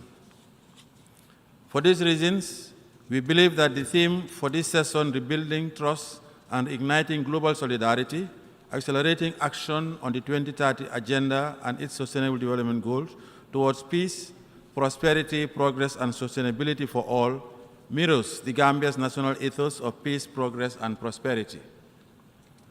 Our world is in dire need of rebuilding that lost trust, and our multilateral institutions must assist in regaining it by first reforming and retooling ourselves. From underdevelopment to climate change, unsustainable debts to cost of living crisis, and conflicts to marginalization, we need to cooperate better and share the burden of solutions equitably through greater partnerships and solidarity. Mr. President, we have 7 more years before the decade of action ends, yet the story on our global attainment of the Sustainable Development Goals is not very positive. It is a story of unfulfilled commitments, weak international cooperation, and lack of genuine global solidarity. It is a story that is all too common when it comes to implementing global commitments. Consequently, we must recognize these global challenges and redouble our efforts by recommitting ourselves to the attainment of the SDGs in the Global South. If we remain on our current trajectory without effecting corrective action, the world's most vulnerable peoples will be left behind and much further we can even fathom. As LDCs, we call for the steadfast implementation of the new Doha Program of Action so that it will not be another lost decade of unfulfilled commitments. Mr. President, in view of the current harsh economic realities across the Global South, many developing countries are contending with unsustainable debt burdens that are compromising their ability to dig themselves out of poverty. In the quest for post-pandemic recovery, debt servicing is severely shrinking our economies, especially in the least developed countries. It is essential to find ways to address this burden urgently, as most of our countries run the risk of being left behind. Our goal is to recover by building back our economies much better and faster, and to create the policy space that would once again generate growth. With a deep sense of urgency, the international community should step up its efforts through new and existing initiatives towards finding durable solutions to the debt problem. In sum, we must get back on track to attaining the SDGs. Mr. President, the issue of debt relief for LDCs is linked to the necessity for greater reform of the international financial institutions and their decision-making mechanisms, particularly those relating to development finance and debt. We join other developing countries in calling for reforms that ensure our greater participation and a stronger voice in decision-making. Also, we would like to see mechanisms developed that adequately mainstream our concerns and interests in decisions that affect us. In this context, we strongly welcome the recent designation of a permanent seat for the African Union at the G20 group. This will immensely amplify Africa's voice and participation in global geopolitical and development issues that concern the well-being of its people. Mr. President, one of the important global issues affecting Africa is negatively disproportionate waste in climate change. Africa is paying a very heavy price for global warming, even though it is the least contributor to climate change. Cataclysmic weather events that currently impact our world clearly make it imperative and urgent to undertake collective action to tackle climate change for a more livable world. The world is neither short of climate action commitments nor the financial resources to match our ambition, but we are short of the genuine political will to act decisively. When shall we meet the $100 billion annual commitment to combat the phenomenon? Shall we ever agree on the modalities for the loss of damage fund at COP28? These are important questions to ask, considering the prevailing mistrust that continues to characterize the global dialogue on climate change and climate action. We have to act soonest and rebuild trust in our collective fight against global warming. In the Gambia, through our nationally determined contribution under the Paris Agreement, we are acting through various initiatives and projects to combat climate change. We call on member states and the international community to fulfill their commitments towards Mother Earth with a greater sense of urgency.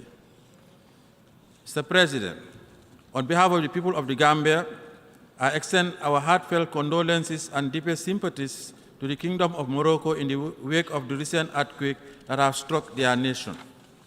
Our thoughts are with the affected communities as they recover from these tragic events. Additionally, we sympathize with all countries that have recently endured the devastating consequences of deadly floods, wildfires, and other natural disasters exacerbated by the effects of climate change. These events serve as a stark reminder of the urgent need for collective action to address the challenges posed by our changing climate. The Gambia reaffirms its commitment to working together with the international community to mitigate and adapt to climate change. Mr. President, our world is also facing a lot of challenges relating to maintenance of international peace and security. In Africa, we continue to face the threat of terrorism, piracy, the emergence of unconstitutional change of governments, civil strife, and armed conflicts across the Sahel and the Horn of Africa. The scenario is similar across parts of the Middle East. The ongoing Russia-Ukraine conflict is another matter of serious geopolitical concern in view of its wider global impact. The institutional failures, human suffering, and huge number of lives lost should serve as a wake-up call for all member states. It is an understatement to state that the institutions, mechanisms, and processes we have created in the aftermath of World War II are inadequate, with reference to preventing the scourge of war. It is thus pressing to revisit our responses to conflicts and devise new and effective arrangements for conflict resolution and management. Today, we are hamstrung by the weaknesses of our institutions and arrangements, largely exacerbated by mistrust and lack of true international solidarity. In the face of the ongoing conflict between Russia and Ukraine, we call on the warring parties to give peace a chance. We further call on them to respect the sanctity of human life. It is only through negotiation and political dialogue that such conflicts can end. We also call on our brothers and sisters in the Sahel and the Horn of Africa to choose peace over armed conflict. Mr. President, since our political transition in 2017, the Gambia has committed itself to the consolidation of democracy, human rights, and the rule of law. Good governance, accountability, and institutional reforms are progressively taking root in our society. Sustaining and building the peace that we have so heavily invested in will remain a priority for the government. We have also instituted transitional justice mechanisms that have yielded substantial results, and we are fully committed to implementing the recommendations of the Truth, Reconciliation, and Reparation Commissions set up in 2018. Mr. President, West Africa is facing serious challenges in connection with development, democratic governance, the rule of law, peace, and security. As we grapple with these regional challenges, let me assure you that in the Gambia, we are truly committed to nurturing our young democracy, institutional building, protecting and promoting fundamental rights and freedoms, as well as women and youth empowerment. We are now enjoying the dividends of democracy, and we believe it is the best form of governance for our people. Furthermore, in our quest to inclusively deliver the dividends of democracy and build a more secure and prosperous Gambia, the government recently developed a new Green-Focused Recovery National Development Plan 2023-2027 as successor to the 2018-2021 National Development Plan. While appreciating the support and partnership received during implementation of the NDP, the Gambia solicits the continued support and partnership of all her friends, partners, and the international community to successfully implement its new development master plan. Mr. President, the pursuit of peace around the world is one of the central pillars of the United Nations work. Adaptability of the organization to resolve ongoing, new, or emerging peace and security challenges is worthy of sober reflection. Peacekeeping missions in situations where terrorism, violent extremism, or gang violence is endemic demand serious dialogue within the organization. No society should be held hostage because our institutional arrangements are ineffectively suited for action in such situations. Traditional peacekeeping has worked in a lot of situations, but it has come under enormous pressure in recent times. Such difficult experiences, as exemplified in some peacekeeping missions in Africa, flag the wisdom for reform. As a demonstration of our commitment to peacekeeping undertakings, in support of the Secretary General's action for peacekeeping, we have agreed with Bangladesh, through the support of the Secretariat, to jointly deploy a battalion in a suitable peacekeeping mission. This is an innovative arrangement where our two countries will collaborate to advance peace. Mr. President, allow me to share some thoughts on topical international political developments and situations that require our attention. The maltreatment of migrants around the world is a matter of serious concern to my delegation. Migrants are human beings with human rights, and they deserve to be treated humanely. We are appalled by the cruel and degrading treatment meted out to migrants at certain borders in Africa and beyond. We call on the United Nations to investigate these incidents and crimes committed against migrants with a view to protecting them and their families. Criminalizing migration or treating migrants as criminals is unacceptable. Let us open legal pathways for migration and the regularization of the status of migrants in line with our international commitments, including those under the Global Compact on Safe, Orderly, and Regular Migration. Mr. President, the Israeli-Palestinian conflict has been going on for too long. The conflict requires a lasting solution. Settlement activities need to stop. We express serious concern over the ongoing loss of life and injuries suffered by Palestinians in the region. Mr. President, allow me to commend the Kingdom of Morocco once again for the efforts they continue to undertake towards the resolution of the dispute in the Moroccan Sahara. The Gambia reaffirms its strong support for the Moroccan Autonomy Initiative, which we believe serves as a serious, credible, realistic compromise solution that could resolve the dispute as affirmed in relevant UN resolutions. Mr. President, our bilateral relationship with the People's Republic of China is founded on the principle of peaceful coexistence, mutual respect, and a commitment to mutually beneficial development. We therefore strongly endorse the One China policy. Mr. President, allow me to highlight that reform of the United Nations, especially that of the Security Council, is long overdue. Africa's marginalization and underrepresentation in the membership of the Council calls for corrective measures. After more than 75 years of existence, this body deserves urgent reforms to regain the world's trust. In furtherance of this call, my delegation strongly supports the common African position on this important issue. Mr. President, in conclusion, rebuilding trust across the wide spectrum of issues that I have raised is a matter of topmost priority. The urgency of rebuilding trust in our multilateral institutions across the globe is glaringly evident. To avoid exclusion of the most vulnerable members in this decade of action, the Gambia calls for greater international cooperation and renewed solidarity. We call on all to make huge difference if we commit to rekindle global solidarity through these critical times. Concerted global action, sustained international solidarity, and increased partnerships are the antidote for our current global challenges. I thank you for your attention. Assembly, I wish to thank the Vice President of the Republic of the Gambia for the statement just made, and I request protocol to escort His Excellency. The Assembly will hear an address by His Excellency Theodore Ngema Obiang Mage, the Vice President in charge of National Defense and Security of the Republic of Equatorial Guinea. I request protocol to escort His Excellency.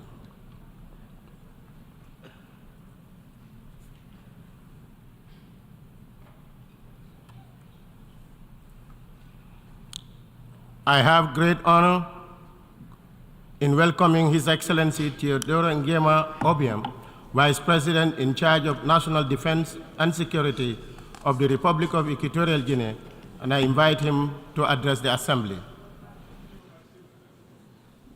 Excellencies. Your Excellency, President of the 78th United Nations General Assembly session, Excellencies, heads of state and government and heads of delegations, Your Excellency, distinguished Secretary General, distinguished delegates, ladies and gentlemen. On behalf of His Excellency Obiang Ngema Obiang, President of the Republic of Equatorial Guinea, I should like to begin by congratulating His Excellency Dennis Francis on his unanimous election as President of this 78th session of the General Assembly. And I extend those congratulations to the other members of the Bureau. Rest assured that you can count on the support and cooperation of the Republic of Equatorial Guinea during your presidency.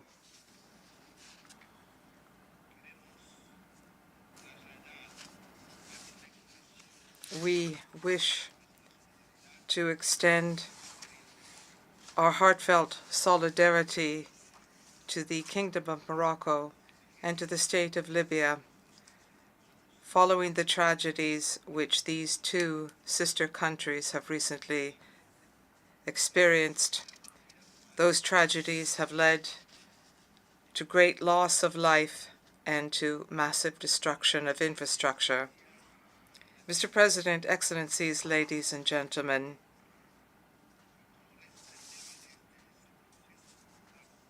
the theme of this 78th session of the General Assembly is quite rightly rebuilding trust and reigniting global solidarity, accelerating action on the 2030 Agenda and its Sustainable Development Goals towards peace, prosperity, progress, and sustainability for all.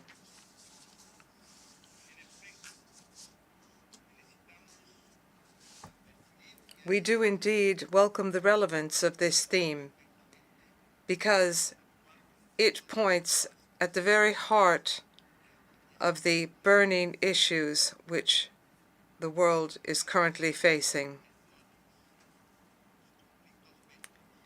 It focuses inter alia on conflicts, on the increase in the number of armed groups, on the real threat of terrorism and mercenarism, on climate change, on the prospect of new health crises, and on the economic and financial crisis, as well as on the food crisis, which may well lead to famine in a number of countries.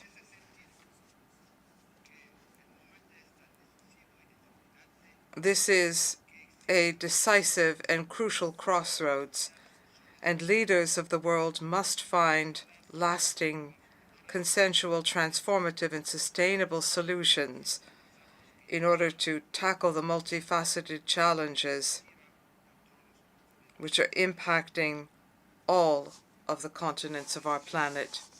Mr. President, once again,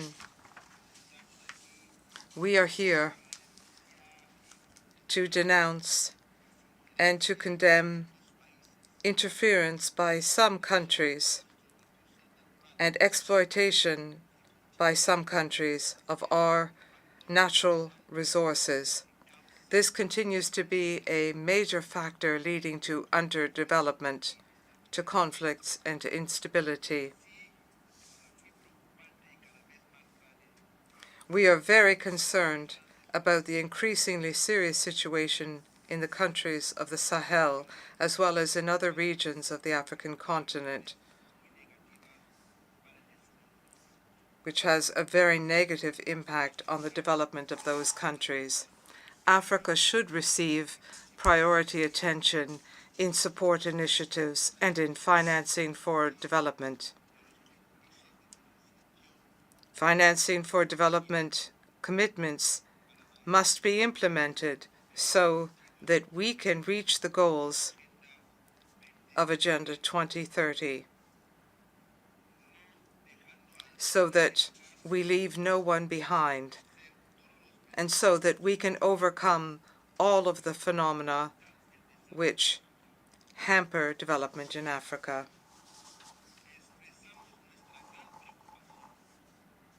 We are quite concerned at the chronic crises in Haiti.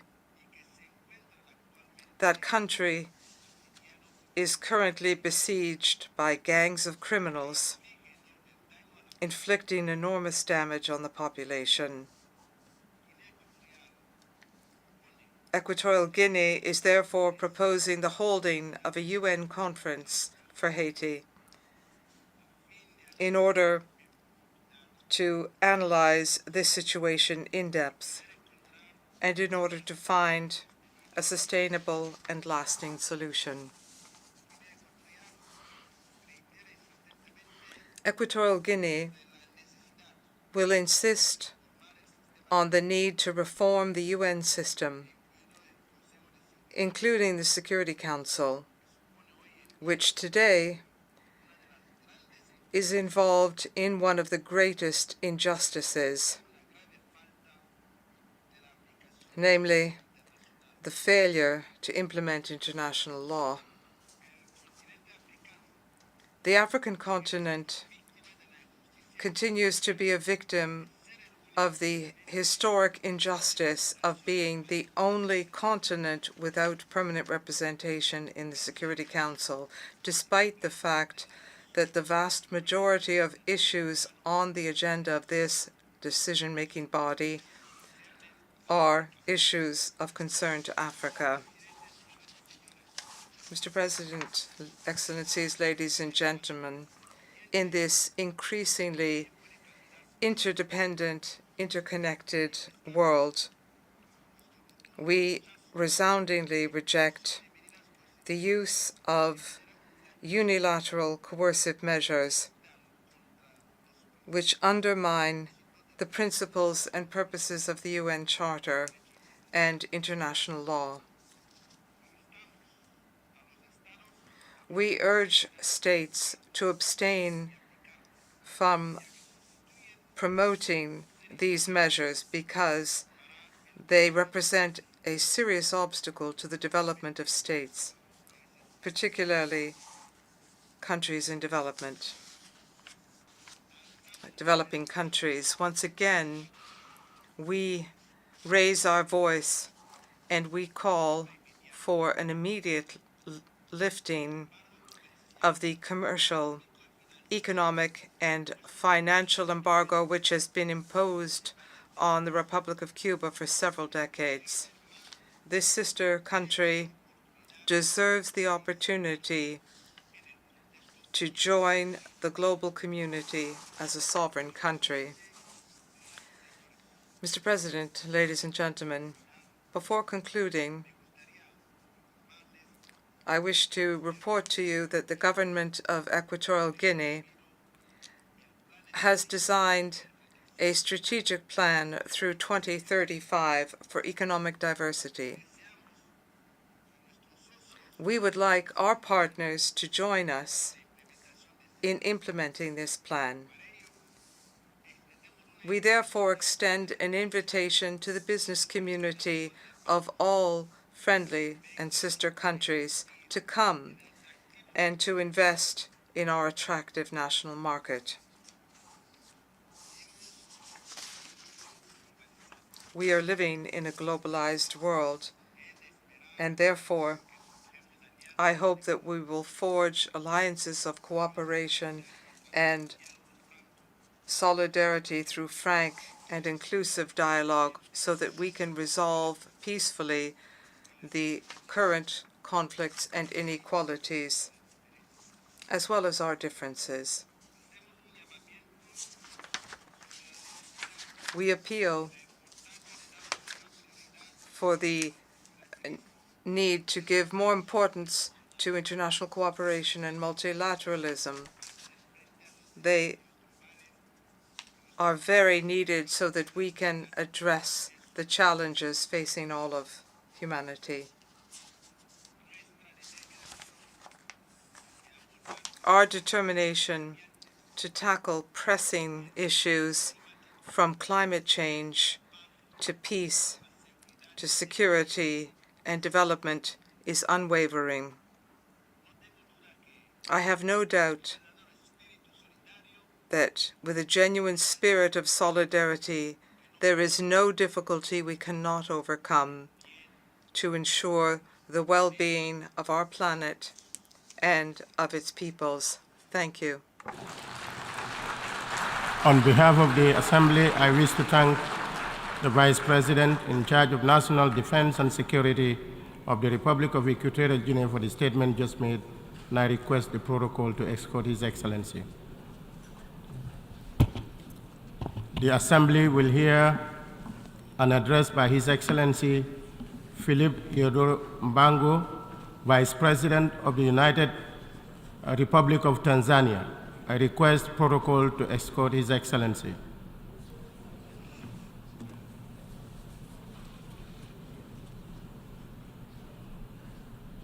I have great pleasure in welcoming His Excellency Philip Izodo Mbango, Vice President of the United Republic of Tanzania.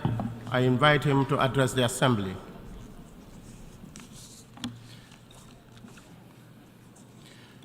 His Excellency Denis Francis, President of the 78th session of the UN General Assembly, His Excellency Antonio Guterres, Secretary General of the United Nations, Excellencies, Heads of State and Government, ladies and gentlemen, Mr. President, please allow me to start by conveying to this august Assembly fraternal greetings from Her Excellency Dr. Samia Suluhu Hassan, President of the United Republic of Tanzania, who could not attend this important session due to pressing national commitments.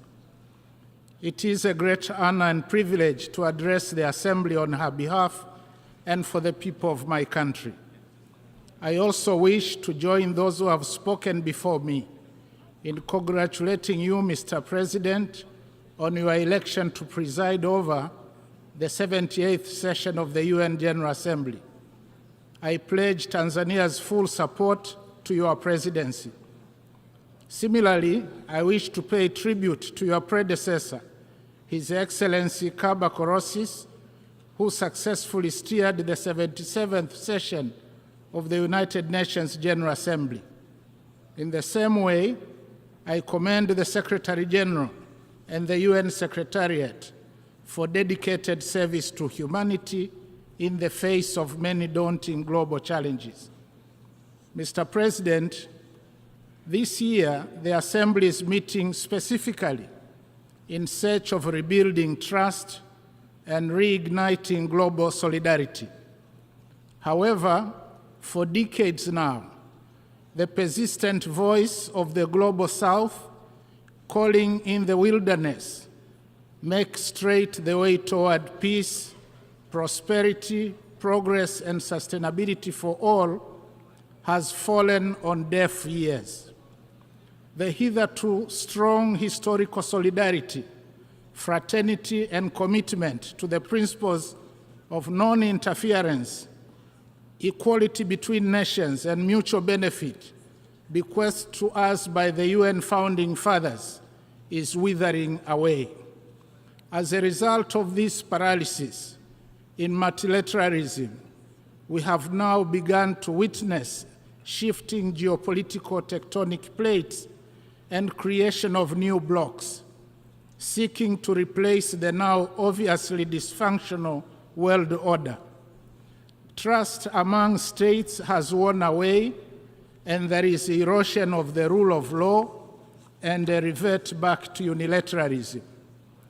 The effectiveness of the UN system and multilateral financial institutions is now being questioned more than ever before, calling for their immediate reform. All this is happening at a time when the world is reeling from the aftershocks of the COVID-19 pandemic, relentless wrath of climate change, horrendous armed conflicts, global food insecurity, looming energy and debt crisis, as well as stubborn poverty and growing inequality. Furthermore, implementation of the SDGs 2030 has been disappointing, mainly as a result of unfulfilled promises of finance and technology by the global north and limited fiscal space in most African countries. In order to rebuild trust, it is imperative that the global north walks the talk on its promises and listens to the voices of the global south.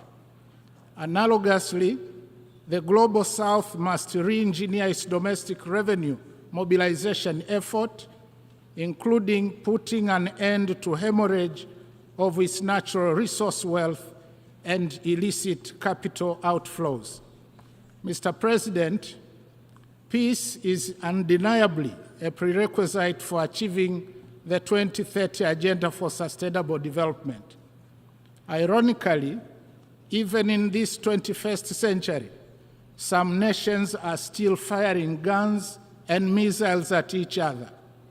However, the fact is that massive production of weapons and skyrocketing military spending on armed conflicts is compromising the promises we all made to the most vulnerable among us, that is, children, youth, women, and the poor, to build a better, prosperous world and create opportunities for all, leaving no one behind. In this regard, Tanzania highly commends the United Nations for its tireless efforts in maintaining international peace and security. We applaud the Secretary General's new Agenda for Peace, unveiled on 20th July 2023, which provides a greater vision for multilateral efforts towards peace and security on the basis of international law. I therefore implore each one of us in this assembly to give due consideration to the priorities stipulated therein, for they resonate very well with the spirit and essence of the theme of this assembly. Mr. President, Tanzania remains fully committed and ready to work with the UN family in maintaining global peace and security to make the world a safer place to live in, not only for us, but more importantly, to the generations to come. Tanzania firmly believes that the world needs to invest more in dialogue and diplomacy to prevent and resolve armed conflicts. Wars and confrontations must be avoided at all costs, because in war, everyone loses, including the non-warring parties. In this regard, Tanzania has and will continue to contribute to peacemaking and peacekeeping efforts in Africa and elsewhere in the world. As of March 2023, Tanzania stood as the 12th largest contributor among 125 countries in UN peacekeeping missions. Tanzania urges the international community to increase support to regional initiatives to bring peace to war-torn parts of the African continent. Those who participate in fueling conflicts in Africa, either for the purpose of profiting from arms trade or access to blood mineral wealth, should be tracked and condemned openly by the United Nations. With regard to combating terrorism, Tanzania has strengthened capacity to deal with cross-border terrorism, working with our neighbors and international partners, especially through sharing of information and strategies. Mr. President, 3 days ago, we gathered in this hall for a second review of the 2030 Agenda for Sustainable Development and implementation of the 17 SDGs. It is discouraging to note that at halftime, we are off track to meet most of the goals.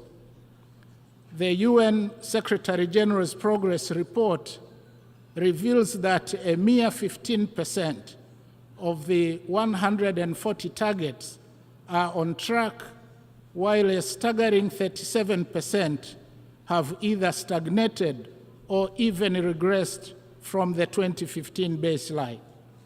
This underperformance calls for supercharged implementation and partnership, especially prioritizing to scale up investment in people.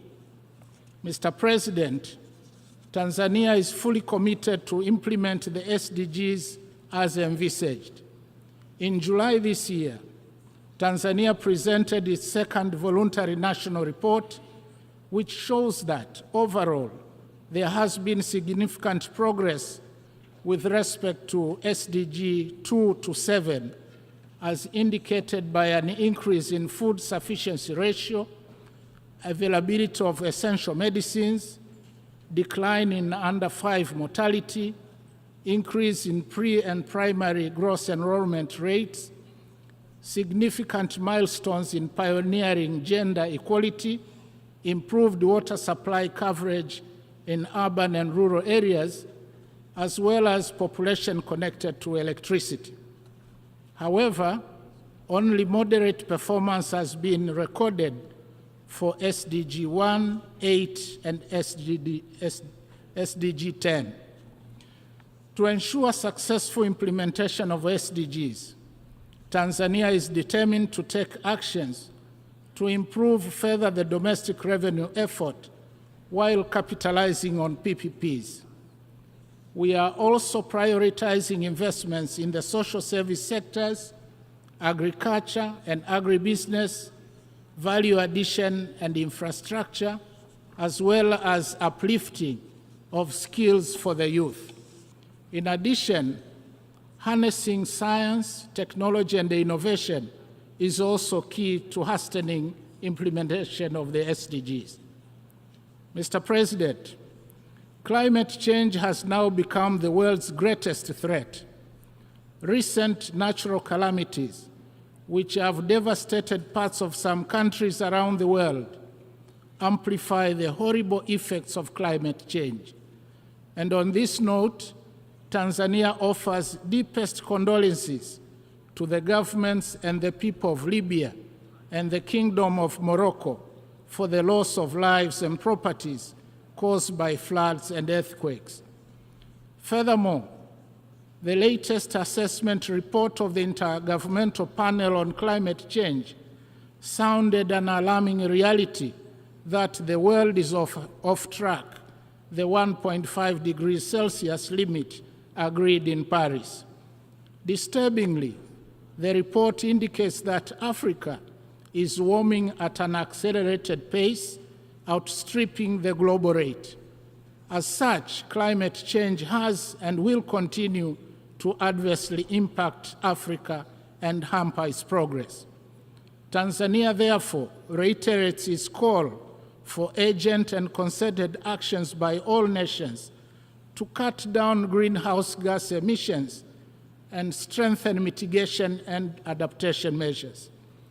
Together, we must create an enabling environment and facilitate investments needed to unlock resources for scaling up implementation of our climate commitments and decarbonization of the global economy.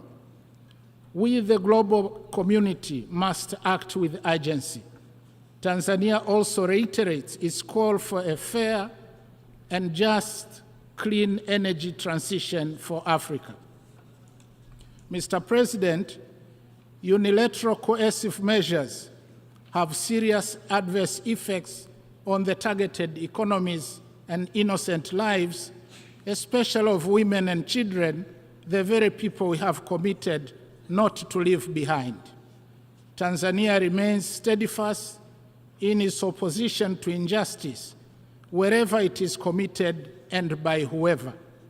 We stand against the imposition of unjust economic sanctions and other unilateral coercive measures that undermine sovereignty and prosperity for all. Likewise, we continue to stand in solidarity with our brothers and sisters who continue to be denied their rights to self-determination and those living under occupation or domination. We call for the lifting of unjust sanctions and an end to the occupation or subjugation. Tanzania also advocates for peaceful resolution of all territorial disputes in accordance with the principles set out in the United Nations Charter. Mr. President, in closing, I wish to reaffirm Tanzania's unwavering commitment to support the United Nations and its member states in implementing our common global agenda. We call upon warring parties around the world to silence their guns and missiles and give prominence to peace. Let us act towards each other with humility, not arrogance. Let's heed the old wisdom that says, an eye for an eye leaves everybody blind. Let's act together to address the climate crisis and hasten implementation of Agenda 2030. Our humble plea is that the voices, promises, and solutions made or provided on this rostrum ought to bring hope to the hopeless, dignity to the humiliated, and justice to all. I thank you. On behalf of the Assembly, I wish to thank the Vice President of the United Republic of Tanzania for the statement just made, and I request protocol to escort His Excellency. The Assembly will hear an address by His Excellency Keith Christopher Rowley, Prime Minister of the Republic of Trinidad and Tobago. I request protocol to escort His Excellency. I have great pleasure in welcoming His Excellency Keith Rowley, Prime Minister of the Republic of Trinidad and Tobago, and I invite him to address the Assembly.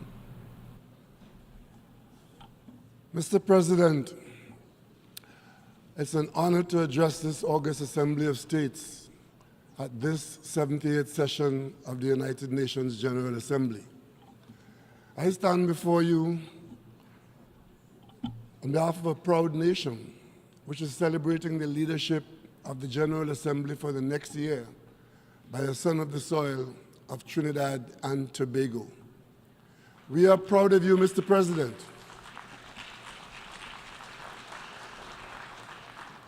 I again extend warmest congratulations to you on behalf of the government and people of the Republic of Trinidad and Tobago, and you are assured of our full support. I also wish to express our deepest gratitude to your predecessor, His Excellency Saba Kurusi, for ably guiding our work during the 77th session. Permit me, Mr. President, to express our deepest condolences to and solidarity with the government and people of Morocco, as well as the government and people of Libya, on the recent tragedies which have resulted in the significant loss of lives, livelihoods, and destruction of property. Mr. President, at the midpoint of the journey for the implementation of the Sustainable Development Goals and the 2030 Agenda, a sober reflection would leave many observers with a pessimistic feeling that the world is in peril and that we are at risk of significantly falling short of ensuring that no one is left behind. We have seen an array of cascading crises in many parts of the world. Recently, the Secretary General sounded the alarm that the period of global warming had ended and that the era of global boiling has arrived. Investments in instruments of war have far surpassed investments in instruments of peace and peace building. Some protracted conflicts are continuing with little signs of ceasefire, and others continue to erupt and escalate with disturbing consequences.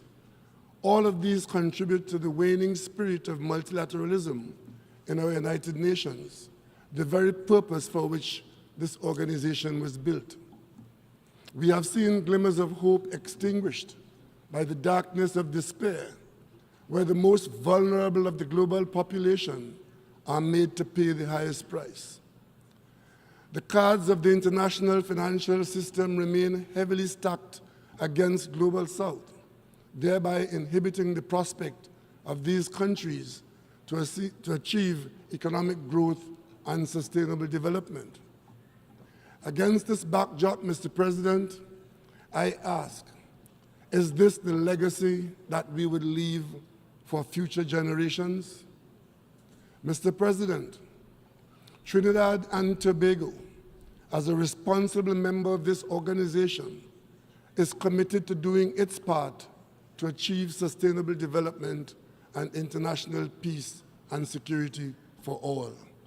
However, our ability to safely navigate our destiny to the harbor of sustainable development by 2030 is stymied by challenges and threats, some of which are existential.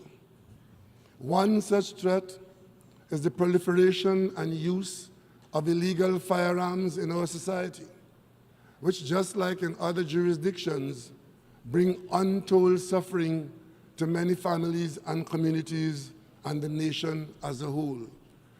Only today, Mr. President, we experience the loss of life of 5 members of one family killed by an assailant with an assault weapon. Mr. President, this situation has worsened largely because of the accelerated commercial availability, coupled with illegal trafficking from countries of manufacture into the almost defenseless territories of the Caribbean. In a population of 1.4 million people in Trinidad and Tobago, we experienced over 600 murders last year, 90% of which involved handguns and increasingly assault weapons. Within our best efforts and a huge consumption of our already scarce resources, we have seen over 400 violent firearms-driven killings already this year. Mr. President, this is a crisis shared by almost all the Caribbean territories and is to be added to the challenges that stand in the way of any successful tackling of the development goals already identified. Mr. President, Trinidad and Tobago, both individually and as part of the Caribbean Community CARICOM, has attempted to devise solutions and interventions to address these challenges meaningfully and holistically. For this reason, earlier this year, Trinidad and Tobago hosted the CARICOM Regional Symposium to address crime and violence as a public health issue, as we felt that it was incumbent to promote and encourage dialogue aimed at reducing violence and preventing crime in our society. In this context, we are cognizant of the need for cooperation at all levels. Accordingly, Trinidad and Tobago remains fully committed to the Arms Trade Treaty and its stated objectives. We also look forward to continue to work collaboratively with our regional and international partners, especially the United States, to urgently stem the illicit trade of illegal firearms, most of which are produced by gun manufacturers and promoters based in this country. We acknowledge and appreciate the recent and ongoing support of the United States in linking arms with Trinidad and Tobago and the wider CARICOM in confronting this metastasizing scourge, which not only disturbs our safety, but threatens our sense of security and even the very democratic states themselves. Mr. President, we acknowledge that the proliferation of violent crime, concomitant with other escalating crises, provides fertile conditions to destabilize any country. It is in this context that Trinidad and Tobago supports CARICOM's position that all nations respect the Caribbean Sea as a zone of peace. Consequently, Trinidad and Tobago, as it fights its own battles in this area, remains deeply concerned over the developments in our fellow CARICOM country, Haiti, that are causing unimaginable humanitarian, socio-economic, and security consequences. We applaud the decision of the government of Kenya to offer to help lead a multinational unit in Haiti, and welcome the decision of the governments of the Bahamas and Jamaica to contribute personnel to it. Rwanda's offer to help is also very significant and commendable. We also urge the international community to collaborate with Haiti towards the achievement of a credible solution to its current crisis that would guarantee that the country and its people are not left behind. I recall the exhortation by Trinidad and Tobago's iconic calypsonian David Rudder in his timeless classic, and I quote, Mr. President, when David Rudder says, "Haiti, I'm sorry," where he intoned, and I could continue to quote, "I refuse to believe that we, good people, would forever turn our hearts and eyes away. Haiti, I'm sorry. We misunderstood you. One day we'll turn our heads and look inside you," unquote. Mr. President, that day has come. That day is now. We, the United Nations gathered here, must prioritize authorization for the external help that Haiti desperately needs. Mr. President, just like anywhere else in the world, Haiti deserves peace. Haiti deserves prosperity. Haiti deserves progress, and Haiti deserves sustainability. Haiti requires the intervention of the United Nations now. I wish to assure you that Trinidad and Tobago, as an honest broker, remains fully committed to working with the government of Haiti and all other stakeholders to arrive at an indigenous solution to comprehensively address the crisis in that country.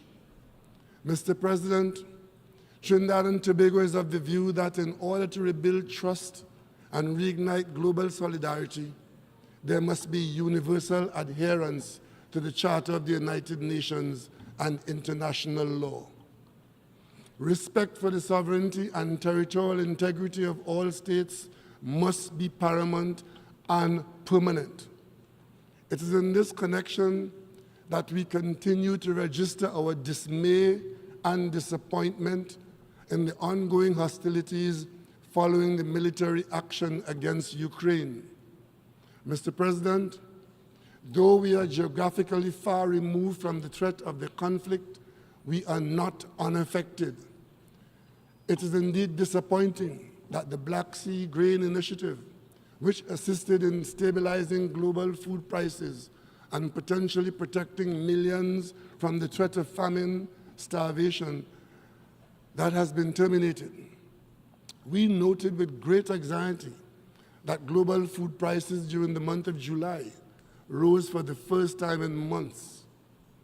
This situation is of priority concern for the CARICOM community, as we acknowledge that food security remains a crucial issue for our region and is a vital component in our quest to achieve the 2030 agenda. Mr. President, it is also regrettable that after all this time, a credible solution to the Israeli-Palestinian conflict remains elusive. In this regard, Trinidad and Tobago reiterates its strong support for a two-state solution based on mutual understanding, tolerance, and respect, which would serve as a foundation for Israel and Palestine to live as peaceful, responsible neighbors. We continue to urge both sides to recommit to a just, lasting, and comprehensive solution that would ensure peace, prosperity, progress, and sustainability for all. Mr. President, 2023 marks two very important milestones for the international community as we commemorate the 75th anniversary of the adoption of the Universal Declaration of Human Rights, as well as the 25th anniversary of the adoption of the Treaty of Rome. As a country that has been a long-standing advocate of the International Criminal Court, Trinidad and Tobago congratulates the court on this achievement. In recognizing this milestone, we remember and pay tribute to an outstanding pioneer of the court, the late Arthur N.R. Robinson, former Prime Minister and President of the Republic of Trinidad and Tobago. We have seen sufficient evidence to be convinced that his efforts, which in part resulted in the creation of the International Criminal Court, were not in vain. For this reason, Trinidad and Tobago remains steadfast in its support of the work and mandate of the court, as we believe that access to justice is a critical element towards achieving sustainable peace.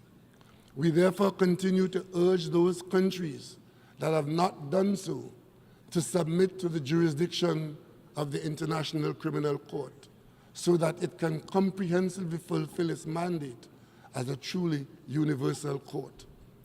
Mr. President, while we acknowledge that the International Criminal Court provides a beacon of hope for access to justice, we also recognize that it is an absolute injustice that 75 years after the adoption of the Universal Declaration of Human Rights, there still exists discrimination and a lack of tolerance for fundamental human rights.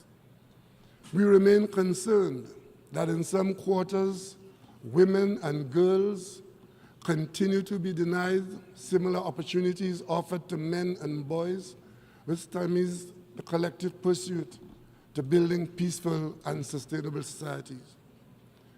It is quite paradoxical, Mr. President, that we are attempting to achieve the 2030 agenda while leaving substantial segments of communities behind. Everyone must be allowed to live a life free of fear and free from all forms of violence, a life in which they are respected, where their dignity and liberty are not compromised. These ideals must also shape the way forward for reconciliation, truth, and justice. The persistent underdevelopment of Caribbean nations and so many others is directly attributed to the unpaid debt for centuries of enslavement and economic exploitation of African people by Europeans. The descendants of these people populate the Caribbean islands, where they struggle manfully against the residual rigors of these historic crimes, even as they are visited by the worst effects of climate change and the constant threat of exclusion from the world's mainstream financial systems. In this regard, Trinidad and Tobago continues to call for bold, decisive action to ensure reparatory justice for the untold suffering of millions of people in the developing world. We would welcome Africa's support in this quest for justice. Mr. President, it is undeniable that climate change is an existential threat to all of us and does not recognize geographical boundaries.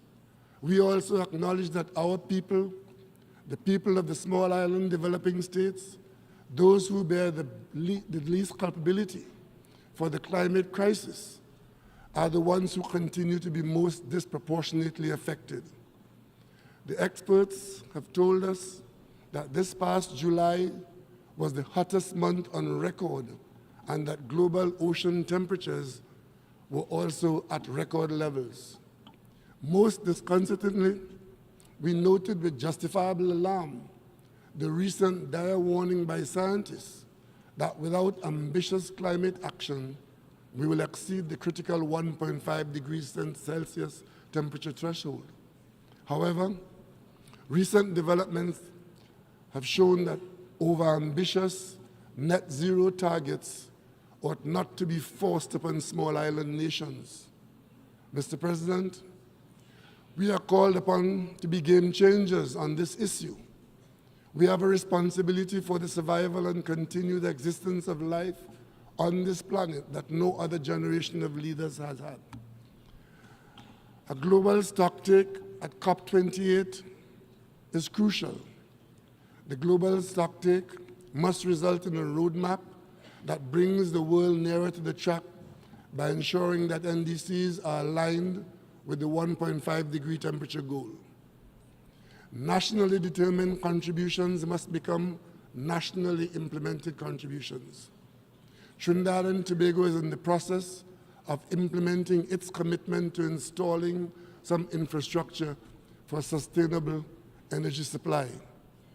We urge developed countries to increase their support for the second replenishment of the Green Climate Fund.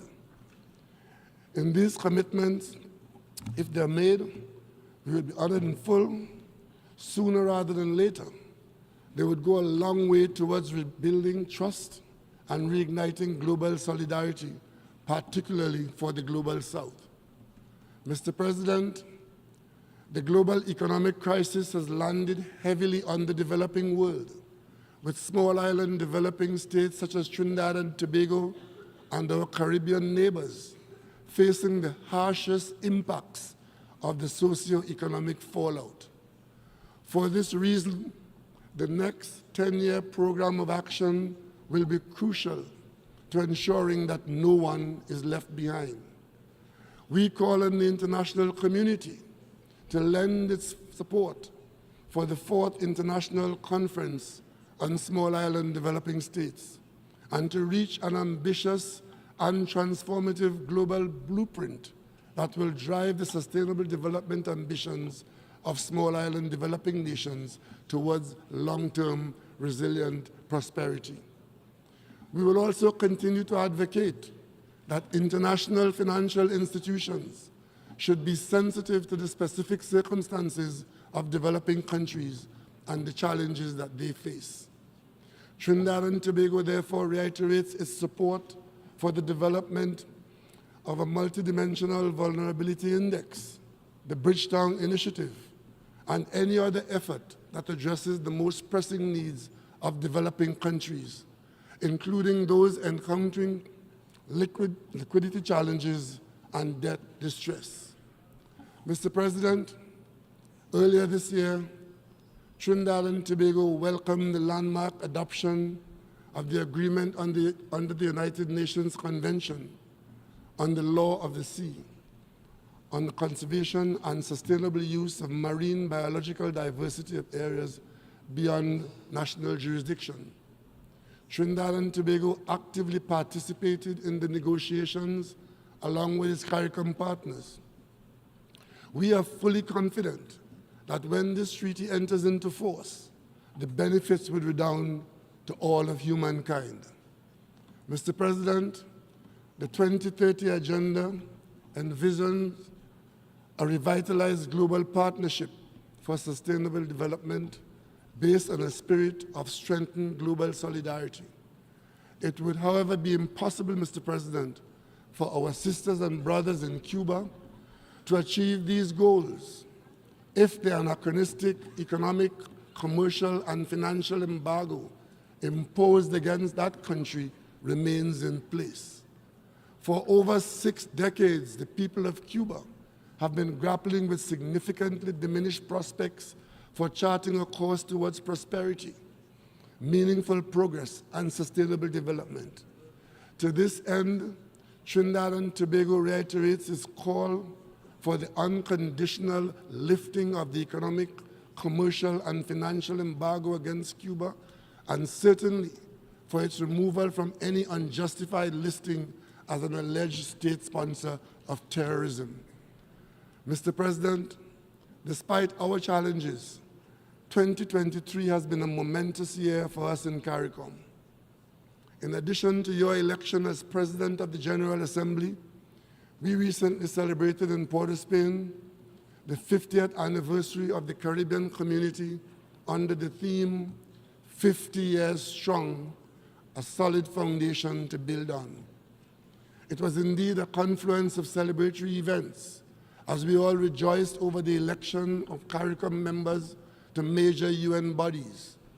In this regard, we congratulate Guyana on its election as a non-permanent member of the United Nations Security Council, as well as Haiti and Suriname on their election to the Economic and Social Council. Mr. President, guided by our charter and the spirit of multilateralism, we can use the popular aphorism as inspiration, and I quote, "Coming together is the beginning.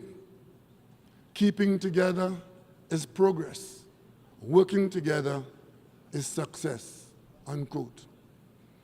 If we were to apply that maxim, I have no doubt that we can achieve peace, prosperity, progress, and sustainability for all.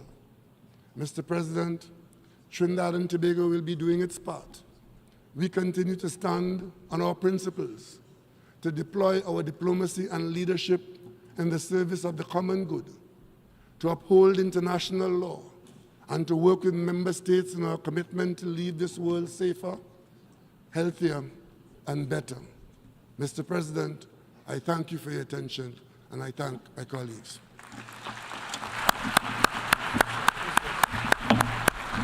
On behalf of the Assembly, I wish to thank the Prime Minister of the Republic of Trinidad and Tobago for the statement just delivered, and I request protocol to escort His Excellency. The Assembly will hear an address by His Excellency Kiri Ahos, Prime Minister of the Hellenic Republic. I request protocol to escort His Excellency.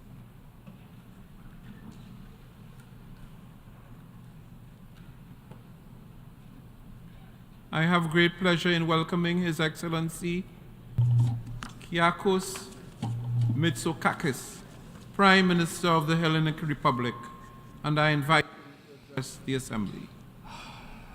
Mr. President, Monsieur le Président, heads of government and state, ladies and gentlemen, the theme of this year's General Assembly asks us to accelerate action towards peace, prosperity, progress, and sustainability for all. It is a laudable goal, and one I would argue matters more now than ever before. But I must also ask if it is anywhere near enough. And I pose this question not because I wish to test the patience of this Assembly, but rather because even though collective multilateral solutions can and often do make a difference, it seems to me that still too many solutions fall short of our ambitions. Our words are never quite matched by our actions, and our achievements are never quite meet our expectations. It is as if in this United Nations, nations are not quite united enough. And nowhere is that clearer to me than in two core areas: tackling climate change and managing migration, both of which will be at the heart of Greece's Security Council candidacy for 2025-2026. If successful, Greece will make climate and migration central tenets of our time on the Security Council, together with respect for international law and maritime security. We will do this because in part at least, the global community's current collective approach to both issues speaks to a failure to match rhetoric with policy delivery. When we have lived through a summer like the one in 2023, the hottest on record, and when we talk rather than act on tackling the main drivers of irregular migration or even the implementation of existing transnational agreements, we are in fact failing. And ladies and gentlemen, we must work harder collectively to change that. 12 months ago, at this very podium, I warned how without multilateral cooperation, the devastating effects of climate change would soon be the norm rather than the exception.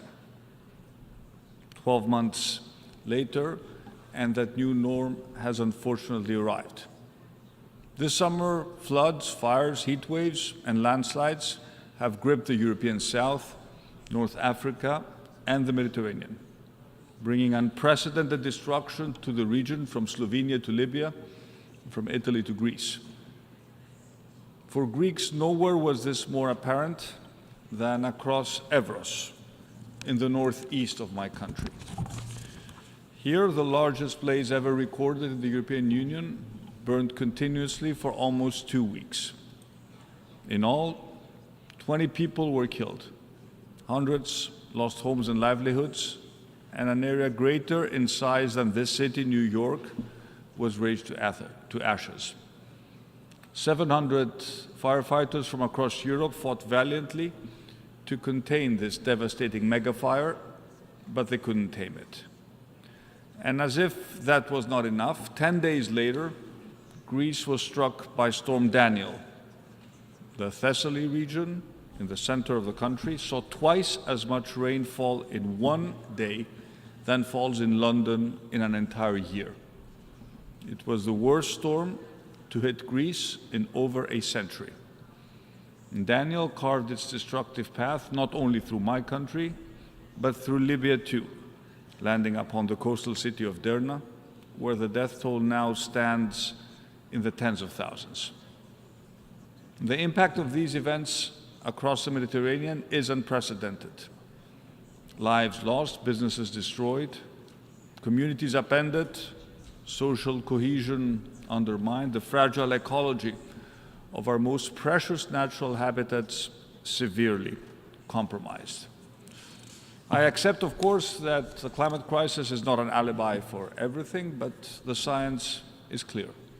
Unprecedented temperatures fueled by global warming are creating the conditions that drive these catastrophic events. And this is no longer a crisis of the poorest or the global south. Our own very unequal battle with nature is now being fought out across the European south and the Mediterranean in particular. And this, ladies and gentlemen, is the new reality of climate change. Greece and our many friends and neighbors who ring the Mediterranean now face similar challenges to those countries which have been at the sharp end of the climate crisis. And like those countries, we need a much more coordinated response.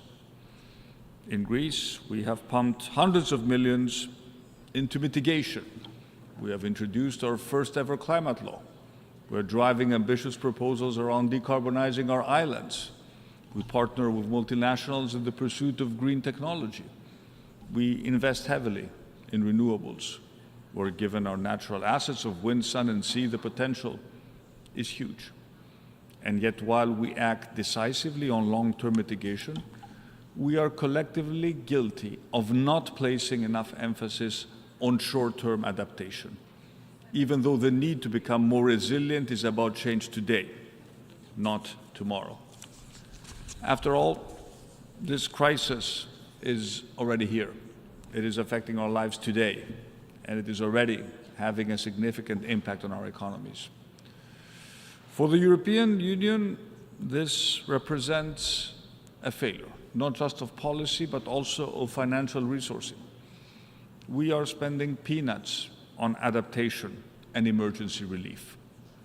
We have two funds which are completely depleted, and this must change, which is why earlier this week, I wrote to the leaders of Croatia, Cyprus, France, Italy, Malta, Portugal, Slovenia, and Spain, who, along with Greece, make up the EU Med-9 group of countries.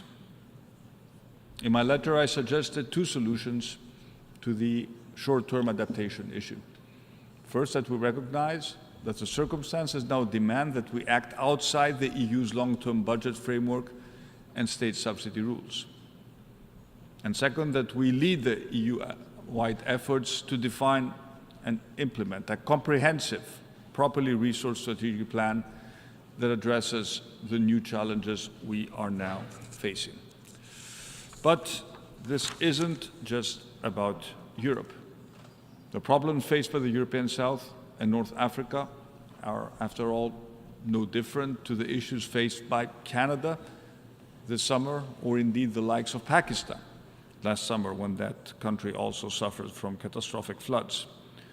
That is why I'm calling for the creation of a global adaptation alliance, a forum from where we can deliver new collective thinking, renewed cooperation, access to new finance, to drive short-term adaptation before it is too late.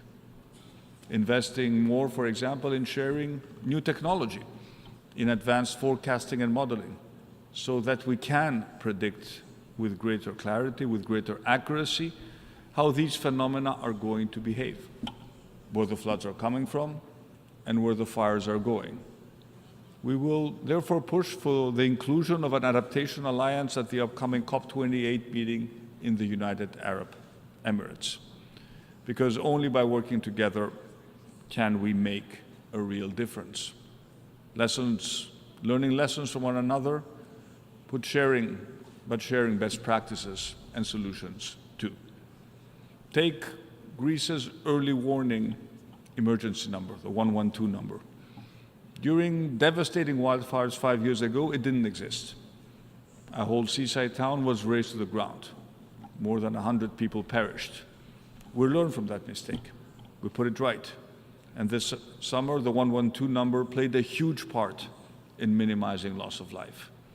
What difference, I wonder, would such a number, an emergency number, have made in Maui during the devastating Hawaiian fires, or in Libya, for example? And it is exactly this sort of relatively cost-effective solutions that represent the type of technological adaptation we need globally going forward. A simple yet life-saving idea. And all of this is critical because at the end of the day, our number one obligation is the protection of human life. Monsieur le Président, ladies and gentlemen, let me turn to the second great challenge of our time, migration. My country is at the forefront of the global migration crisis. Greece has, over the last decade, provided shelter and protection to hundreds of thousands of refugees and asylum seekers. Our Coast Guard has gone above and beyond to save tens of thousands of lives at sea. And let me be clear, Greece will always be an open and welcoming country for those fleeing persecution and violence, as well as those economic migrants who, however, seek a new future by accessing legal pathways. After all, our economy is growing again. We're attracting significant foreign investment, and there are many job opportunities in my country. But we also need to fill these vacancies on our own terms, not those set by the criminal gangs.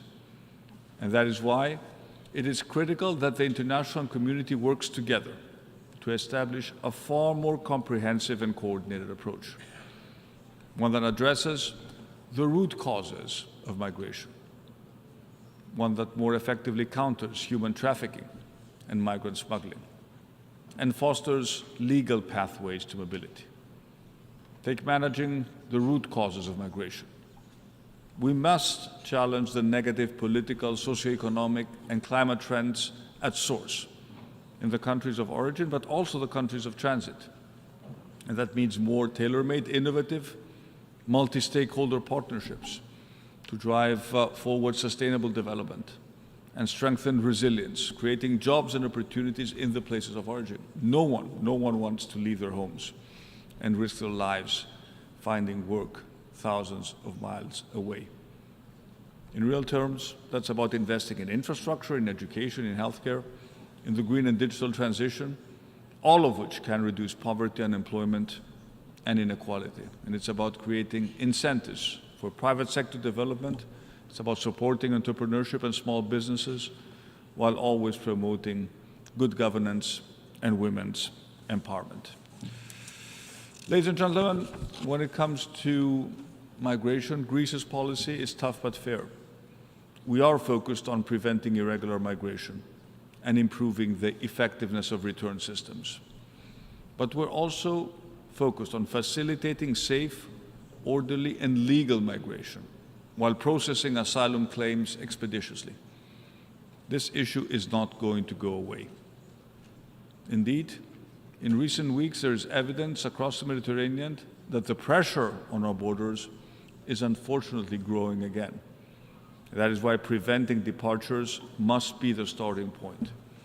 We must break the business model of the traffickers and the networks if we are to stop people from embarking on such dangerous journeys. And working together bilaterally and multilaterally, we must strengthen border controls and surveillance, mechanisms to detect and intercept strugglers and their activities. And we can do that through the use of advanced technology, intelligence sharing, and cooperation among border control agencies.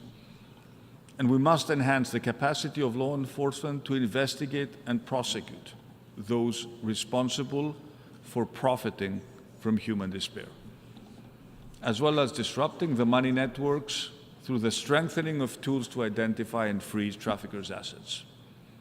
And we need a whole-of-route approach, raising public awareness of the dangers posed by smuggling routes. At the same time, as I said, we must provide legal pathways through family reunification, humanitarian visas, but also labor mobility, something that Greece has done with new bilateral agreements with countries such as Egypt and Bangladesh. But above all, if we want to solve the problem in the Mediterranean, we must work together with our partner countries.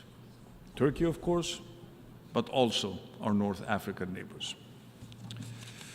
Ladies and gentlemen, let me turn to Greece's relation with our eastern neighbor, Turkey. But let me do so in the spirit of openness.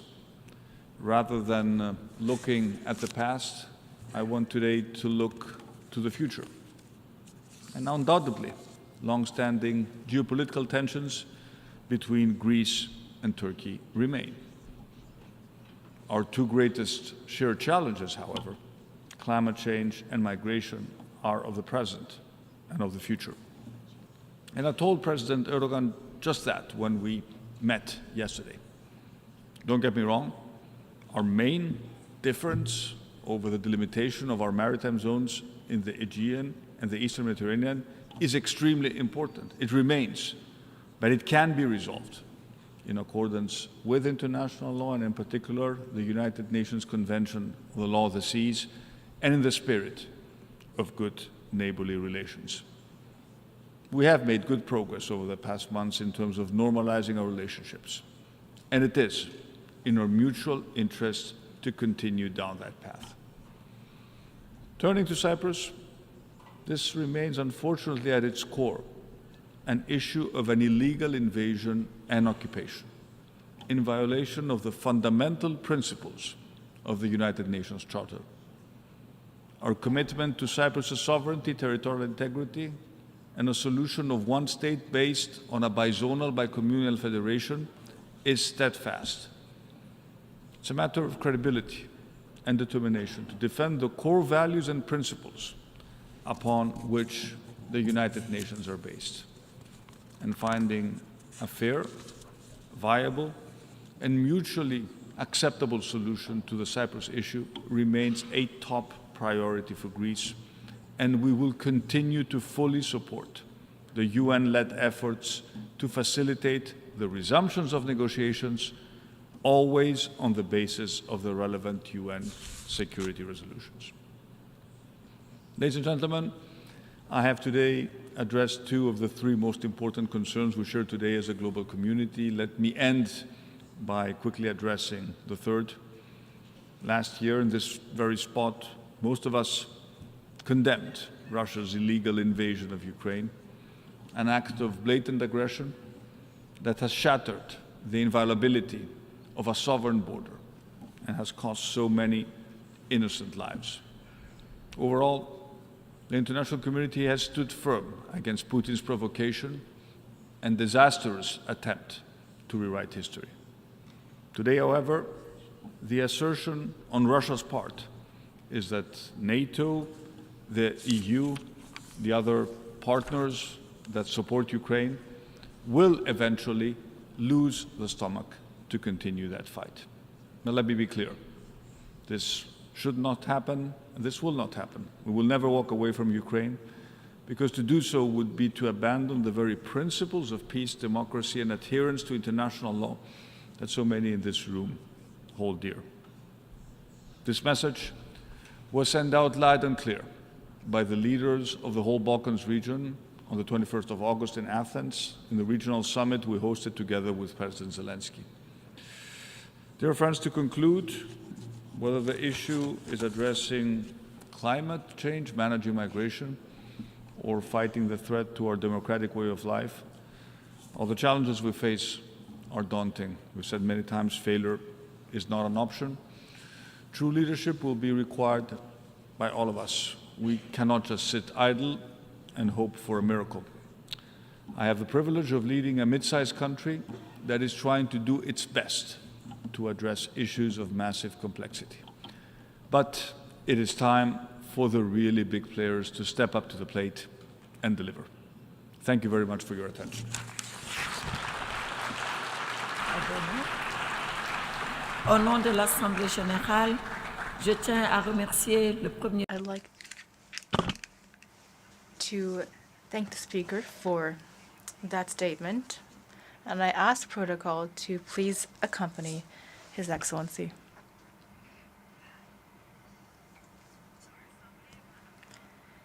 The Assembly will now hear from His Excellency, Mr. Pushpa Kamadaha, Prime Minister of Nepal. I ask Protocol to please accompany His Excellency.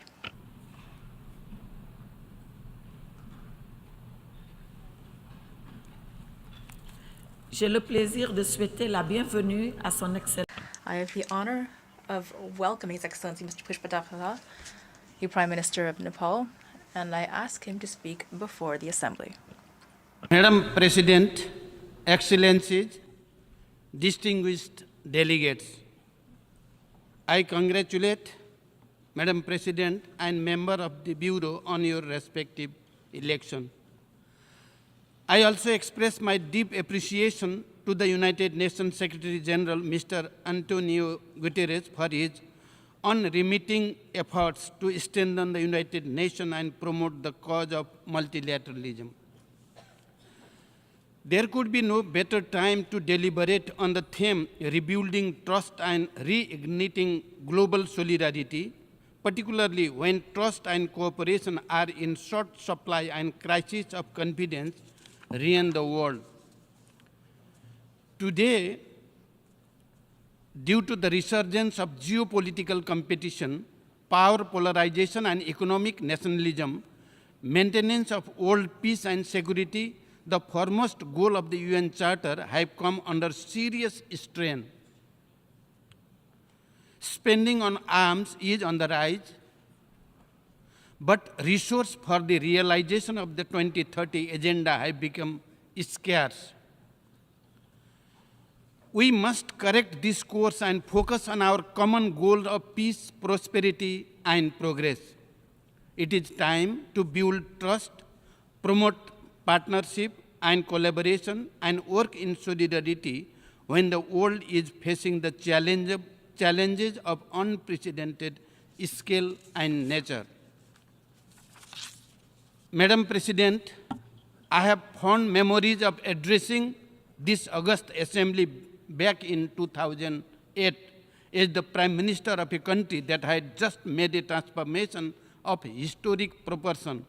a transformation from armed conflict to an inclusive and nationally owned peace process, a transformation from centuries-old feudal monarchical rule to a democratic republican order, and a transformation to a multi-party democratic polity where participation of all sections of our society is ensured.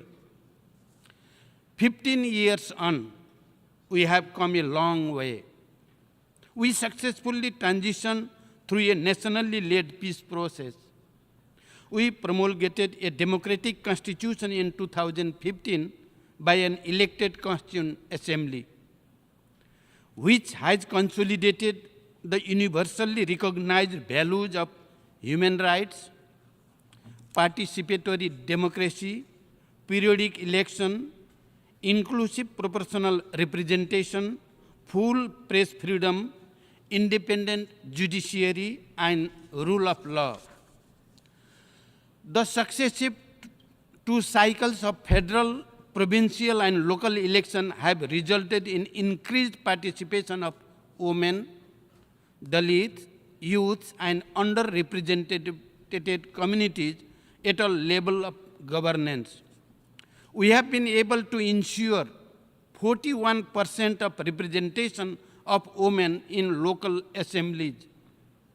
A minimum of 33% representation of women is constitutionally guaranteed in the provincial assembly and federal parliament. We have firmly established that the sovereignty lies in Nepali people, and they are the real source of state power. We are now closer to logically concluding our unique, nationally owned and homegrown peace process. Completing the remaining task of transitional justice is top on my political agenda. As Prime Minister of a co-signatory of the Comprehensive Peace Accord, I have been making serious effort to bridge the gaps and build consensus among the key stakeholders. An amendment bill related to the transitional justice has been tabled at the federal parliament to address the concern of the victims, strike a right balance between peace, justice, and reparation, and to make the transitional justice process broadly owned by our society. The proposed bill evolved through a wider consultative process, taking a victim-centric approach and recognizing reparation as victims' right. In the process, there will be no blanket amnesty for the serious violation of human rights. The ultimate objective is to establish an enduring peace in the country and foster harmony in society through peace, justice, and reconciliation. I appeal the international community for their goodwill and support to the conclusion of the final leg of our peace process and to duly recognize this rare example of successful conflict transformation.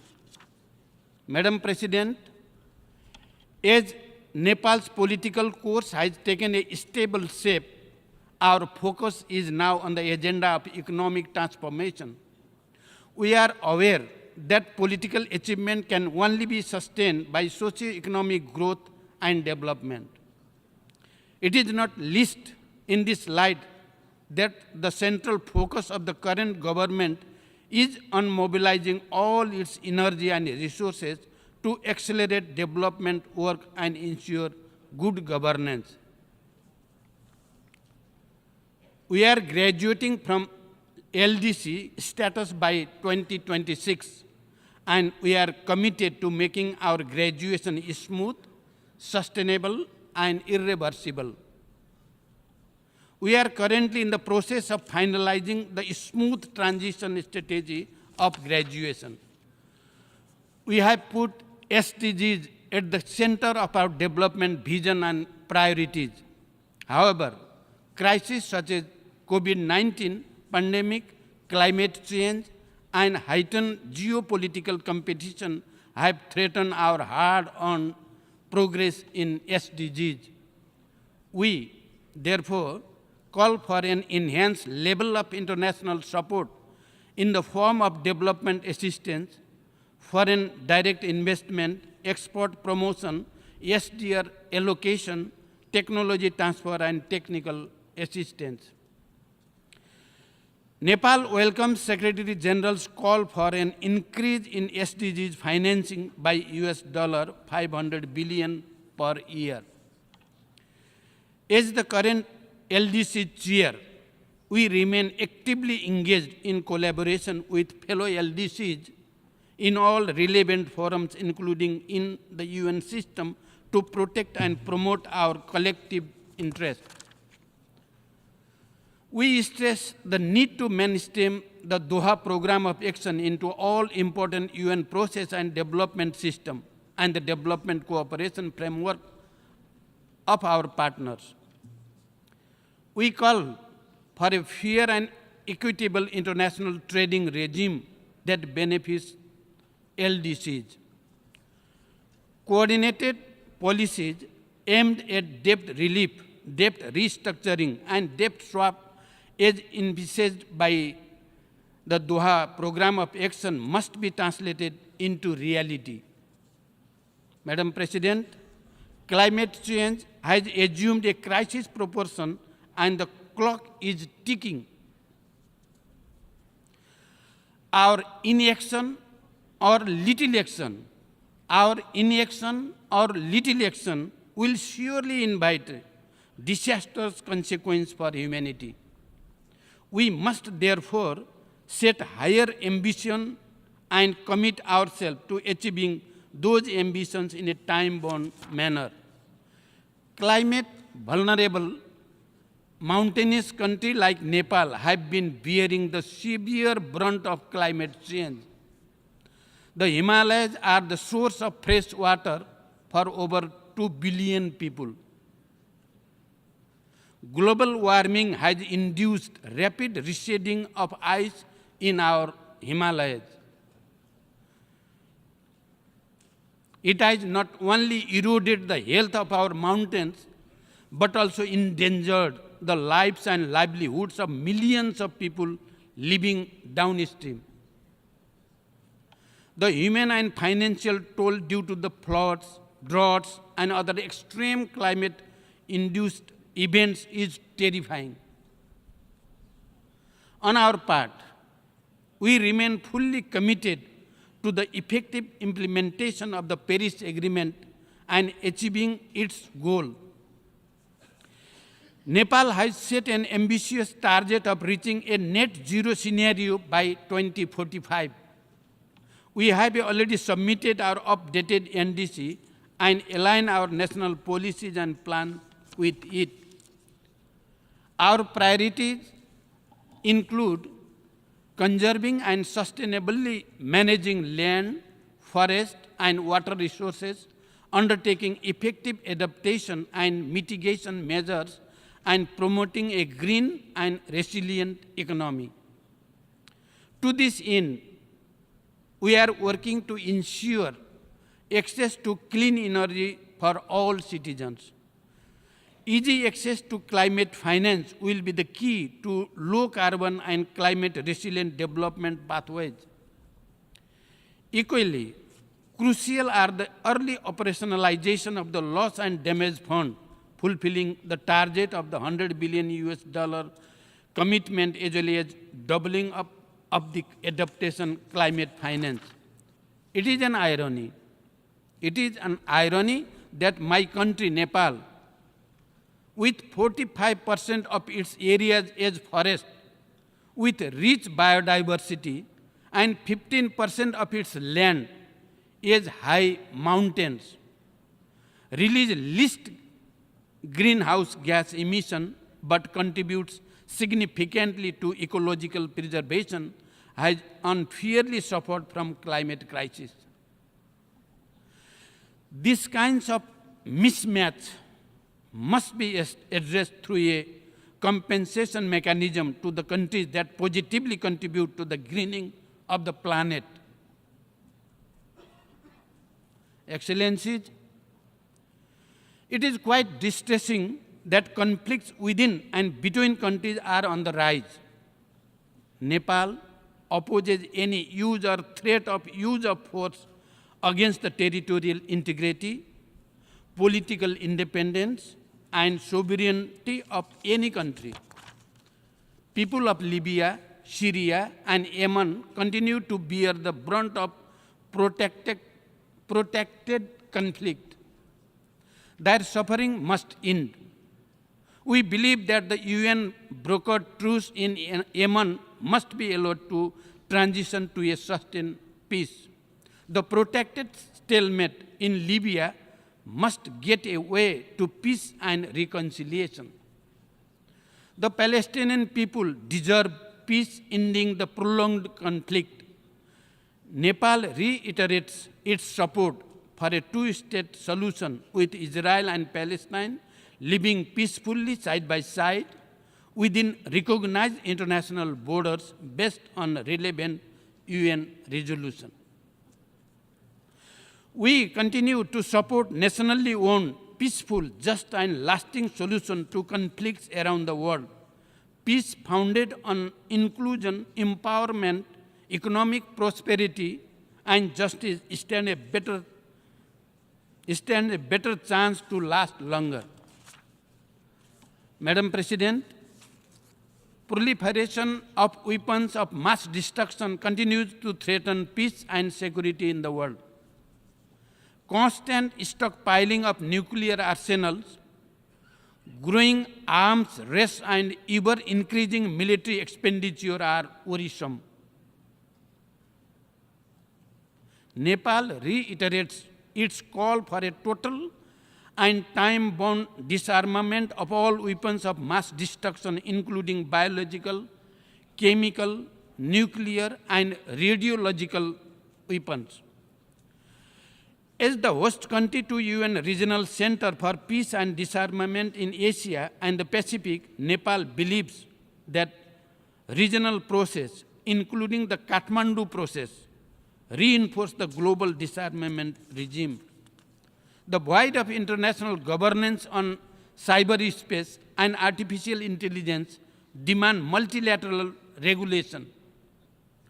Dual use of artificial intelligence urgently calls for informed deliberation on preventing its potential misuse and strengthening of international cooperation. Nepal condemns terrorism in all its forms and manifestation. We call for an early conclusion of a comprehensive global treaty against terrorism. Madam President, Nepal's commitment to the protection and promotion of human rights is total and unflinching. We believe in an integrated approach to democracy, development, and human rights. Nepal attaches great importance to the safety, security, dignity, and well-being of migrant workers. We call for effective implementation of the Global Compact for safe, orderly, and regular migration to ensure that migration works for all. Excellencies, the principle of Panchashil non-alignment, the UN Charter, international law, and norms of world peace continue to guide Nepal's foreign policy. Amity, cordiality, and fraternity are the underlying ethos of our international engagement. We want to promote relations with our neighbors and all other friendly countries on the basis of sovereign equality, non-interference, and mutual respect. We remain steadfast in our commitment to multilateralism with the United Nations at its center. True to our commitment, Nepal continues to contribute to the maintenance of international peace and security through our consistent participation to the UN-mandated peacekeeping operation for the last 65 years. Currently, the second largest troops and police contributing country, we have always deployed our peacekeeper at every call and without any caveat, even in the most challenging situation. Our peacekeeper have earned distinct repute of dedication, professionalism, and competence, which has been widely acknowledged by the United Nations, the host government, and societies alike. We reiterate our call for share of leadership position at the headquarters and in the field to the troops and police contributing countries. We know today's global governance architecture largely reflects yesterday's world.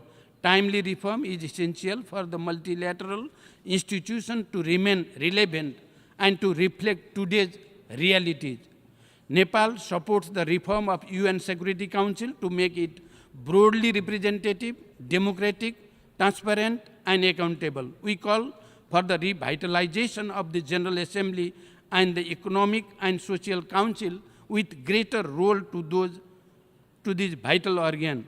We need an inclusive and effective multilateralism to better respond to and deliver on the needs of the people and the planet.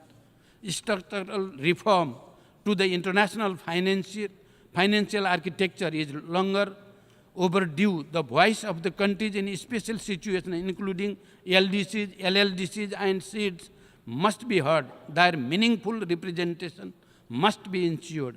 Only a more democratic, inclusive, fair, and representative international financial architecture can be an antidote to the deep-rooted inequalities, inequities, and gaps. In conclusion, Madam President, it is our collective responsibility to ensure peace and prosperity for everyone, everywhere, and to ensure that no one is left behind. I thank you for your kind attention. Thank you very much. Au nom de l'Assemblée générale, on behalf of the Assembly, I wish to thank the Prime Minister of Nepal for the statement just made, and I request protocol to escort His Excellency.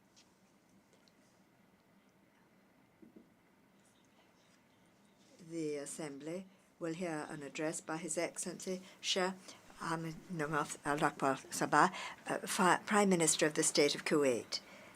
I request protocol to escort His Highness.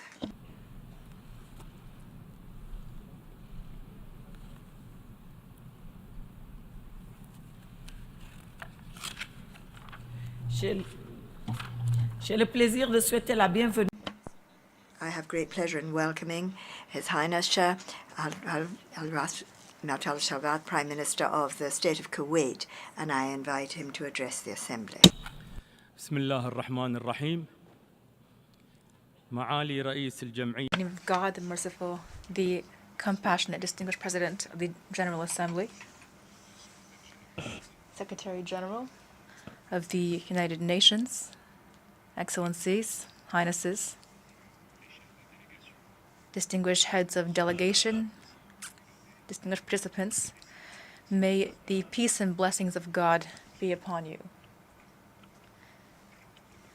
Mr. President, at the outset, the state of Kuwait would like to convey its most sincere condolences to the brother kingdom of Morocco with regard to the victims of the earthquake that killed thousands. I also would like to express our condolences to our brothers and sisters in Libya with regard to the storms and flooding that have affected it and that have also caused many casualties. We pray to the all-powerful God to take mercy upon the victims and to alleviate the suffering of families. And we wish a speedy recovery to all of the injured. It is a pleasure for me to congratulate you and your friendly country on your election, Mr. President, as President of the 78th session of the UN General Assembly. We are fully convinced that your rich experience in international affairs will allow you to wisely and skillfully guide our work. I also would like to pay tribute to the efforts of your predecessor, Mr. Chaba Koroshi, throughout his presidency of the preceding session. I also would like to express our appreciation for the constructive and immense efforts made by the Secretary General of this august organization, as well as his actions to realize the lofty mission of the UN based on its charter to maintain international peace and security. Mr. President, today, once again, I address the international community from this prestigious podium with regard to the challenges and obstacles that multilateralism is facing on the international arena. These are putting to the test our ability to survive and to move forward, or else we will face a stalemate. The development of the world today, as well as conflicts between states, WMD that are proliferating, terrorism, an escalating scourge that is exacerbating already high poverty, as well as the threats posed by climate change and natural disasters, the challenges of food insecurity,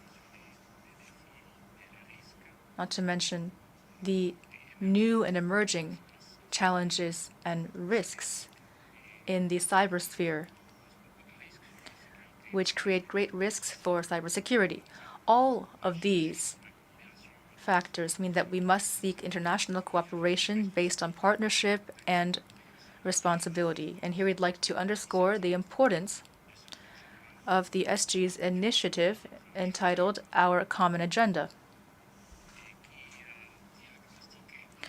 which has quite precisely diagnosed the situation the international community is facing, as well as the various challenges that require joint efforts to address them at various levels, regional, international, and national. And the goal is to make use of the tools the UN has, as well as its legacy, and to diversify its mechanisms and tools. Mr. President, the state of Kuwait, for 20 years now, has been convinced in and believes in the principles of good neighborliness, and it has always striven to assist Iraq to regain its footing through constant, tireless efforts to aid Iraq in returning to its rightful place on the international scene, so that Iraq can realize the hopes and aspirations of this brotherly people.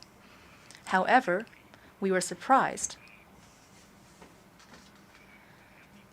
by the verdict of the Supreme Federal Court in brotherly Iraq, which ruled that the law on the ratification of the Maritime Navigation Organization of Khor Abdullah, an agreement concluded between Iraq and Kuwait in 2012, was unconstitutional. This agreement was ratified and submitted to the United Nations in 2013.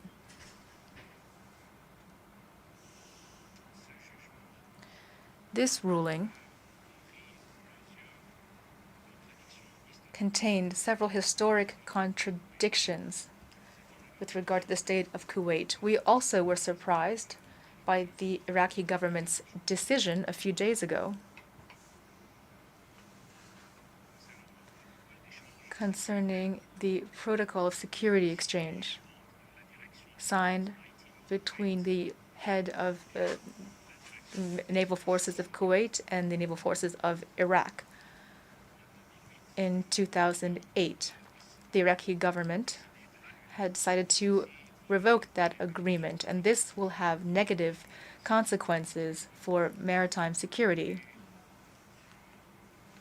as well as on navigation in the Khor Abdullah region.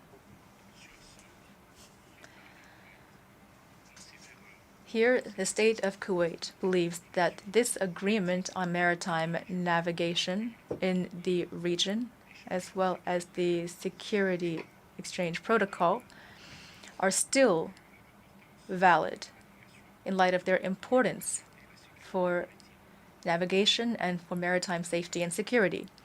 These agreements can help prevent chaos and accidents in the region. They can also protect us from trafficking in arms and narcotics, which are sources of revenue for terrorist and extremist groups. From this podium, which symbolizes multilateral diplomacy,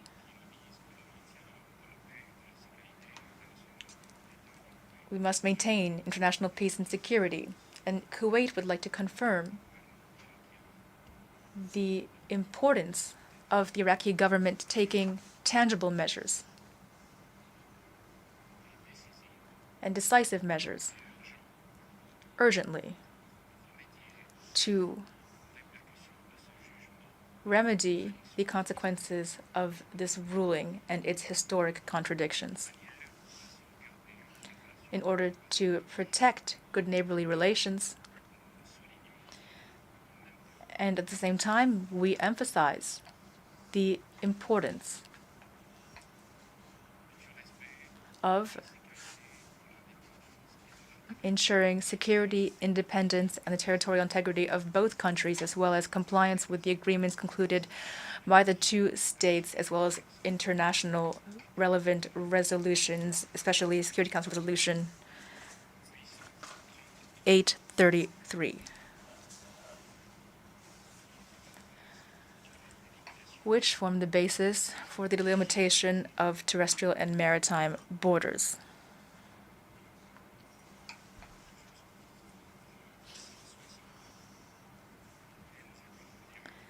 And we call on brotherly Iraq to show goodwill and to continue meetings of technical teams responsible for border delimitation beyond point 162,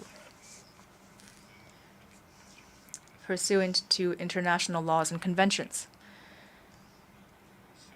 And Kuwait reserves the right to undertake the requisite measures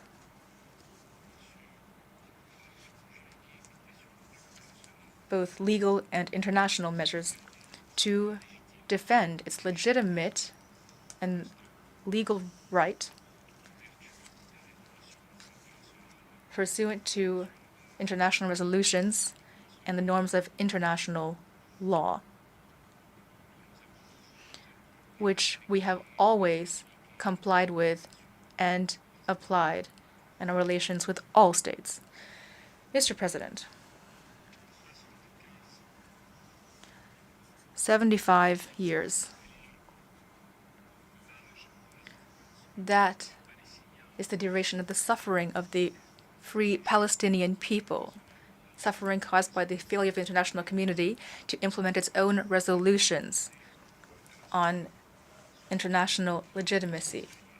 They suffer from Israeli occupation, which violates all international norms and conventions. And here we'd like to underscore the essential importance for the Arab Muslim world when it comes to the implementation of GA resolutions. My country has presented a hearing before the International Court of Justice. It had spoken with regard to the repercussions of Israeli occupation and its violation of the rights of the Palestinian people to self-determination. We had emphasized our constant opposition to this and our support for the rights of the Palestinian people based on international legitimacy and the Arab Peace Initiative until an independent Palestinian state is established with East Jerusalem as its capital within the 1967 borders.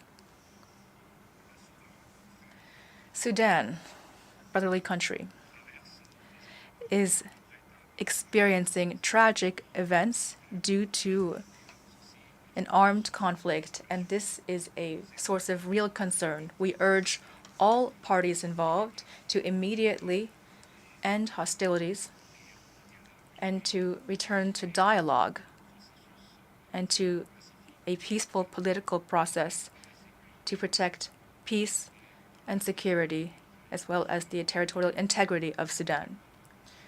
And we confirm our support to all international initiatives in this regard, including the initiative of the Kingdom of Saudi Arabia and of the U.S. With regard to our brotherly country, Yemen, we once again reiterate our support for the efforts of the UN through its special envoy of the SG to Yemen to resume the political process in order to arrive at a comprehensive solution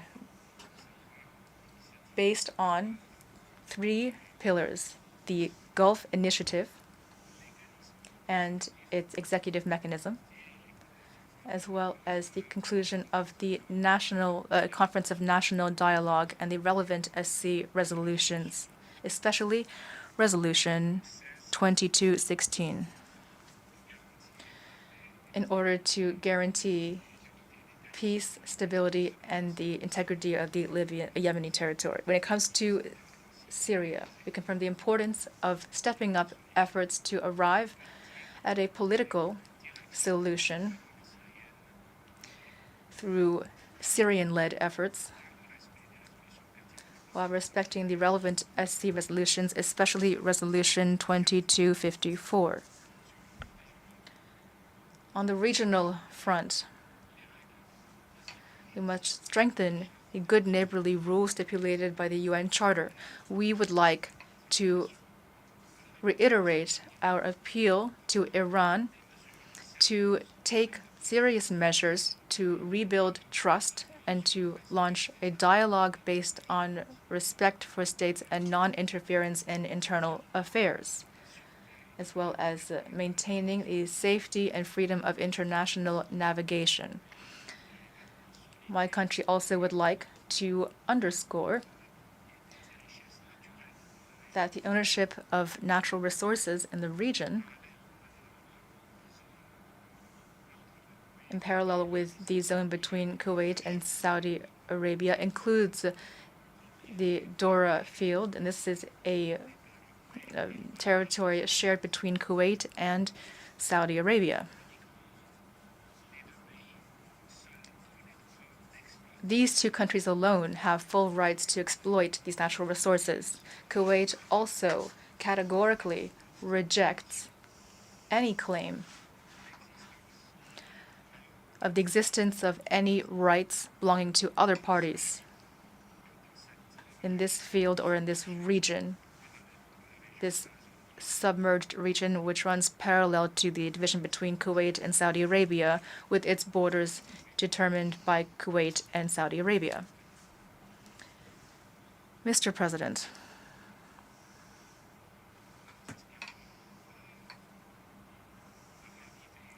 we hope to revive international dialogue based on a culture of peace and coexistence, as well as tolerance at all levels. But Muslims are still facing provocative and irresponsible attacks from certain extremists who have burned copies of the Holy Quran in many capitals of certain states under fictitious pretexts of freedom of expression. This requires international efforts to take strong measures to end hate speech and the associated media campaigns that target Muslims.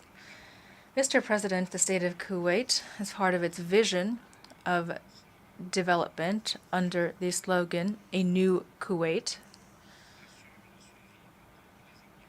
is monitoring implementation of all indicators and international norms to turn Kuwait into a financial, commercial, and cultural hub that can effectively interact with the rest of the region and the rest of the world, so that these principles can be respected as part of its expanded cooperation plan based on initiatives drawn from our human and cultural heritage left to us by our founding fathers. When it comes to environmental protection, my country has made great strides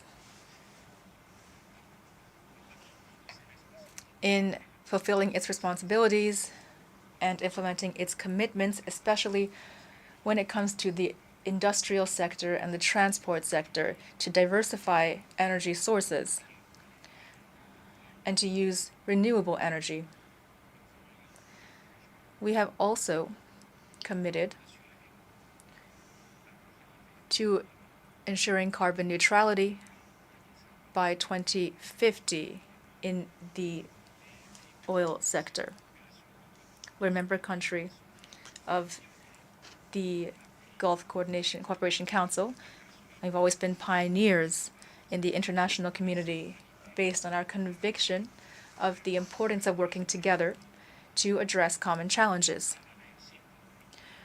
We expect a successful COP28, which will take place in Dubai in the UAE. And we are counting on support from the international community to implement the various elements of the Paris Agreement. And we welcomed the statement by Saudi Arabia regarding the establishment of a global body for water, which would be based in Riyadh to ensure complementarity in the efforts of countries and organizations to manage water resources in an effective manner and to exploit them in an optimal way. I would also like to thank the state of Qatar, which will be hosting an exhibit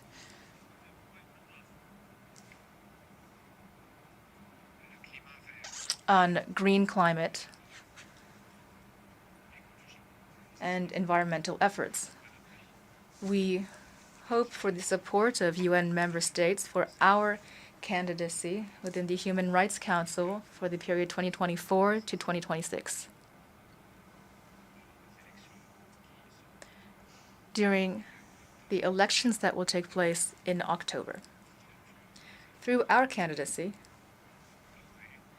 we will strive to fulfill the world's hopes for development and to build bridges to find comprehensive, just, equitable solutions to address human rights issues based on international law and international humanitarian law, as well as international human rights law and resolutions that are internationally recognized, without any selectivity or double standards, and without any politicization or desire to follow the policy of a fait accompli. We like to reaffirm our commitment to multilateralism and to international law, as well as the principles and goals of the UN Charter, in order to guarantee better governance in the world so that the UN can carry out its mission of maintaining international peace and security and benefit all humanity. May the peace of God be upon you.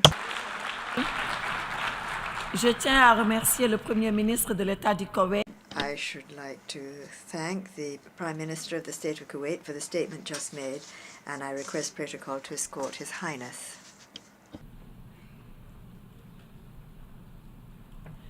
Je donne à présent la parole. I now give the floor to His Excellency Alexander Schallenberg, Federal Minister for European International Affairs of Austria.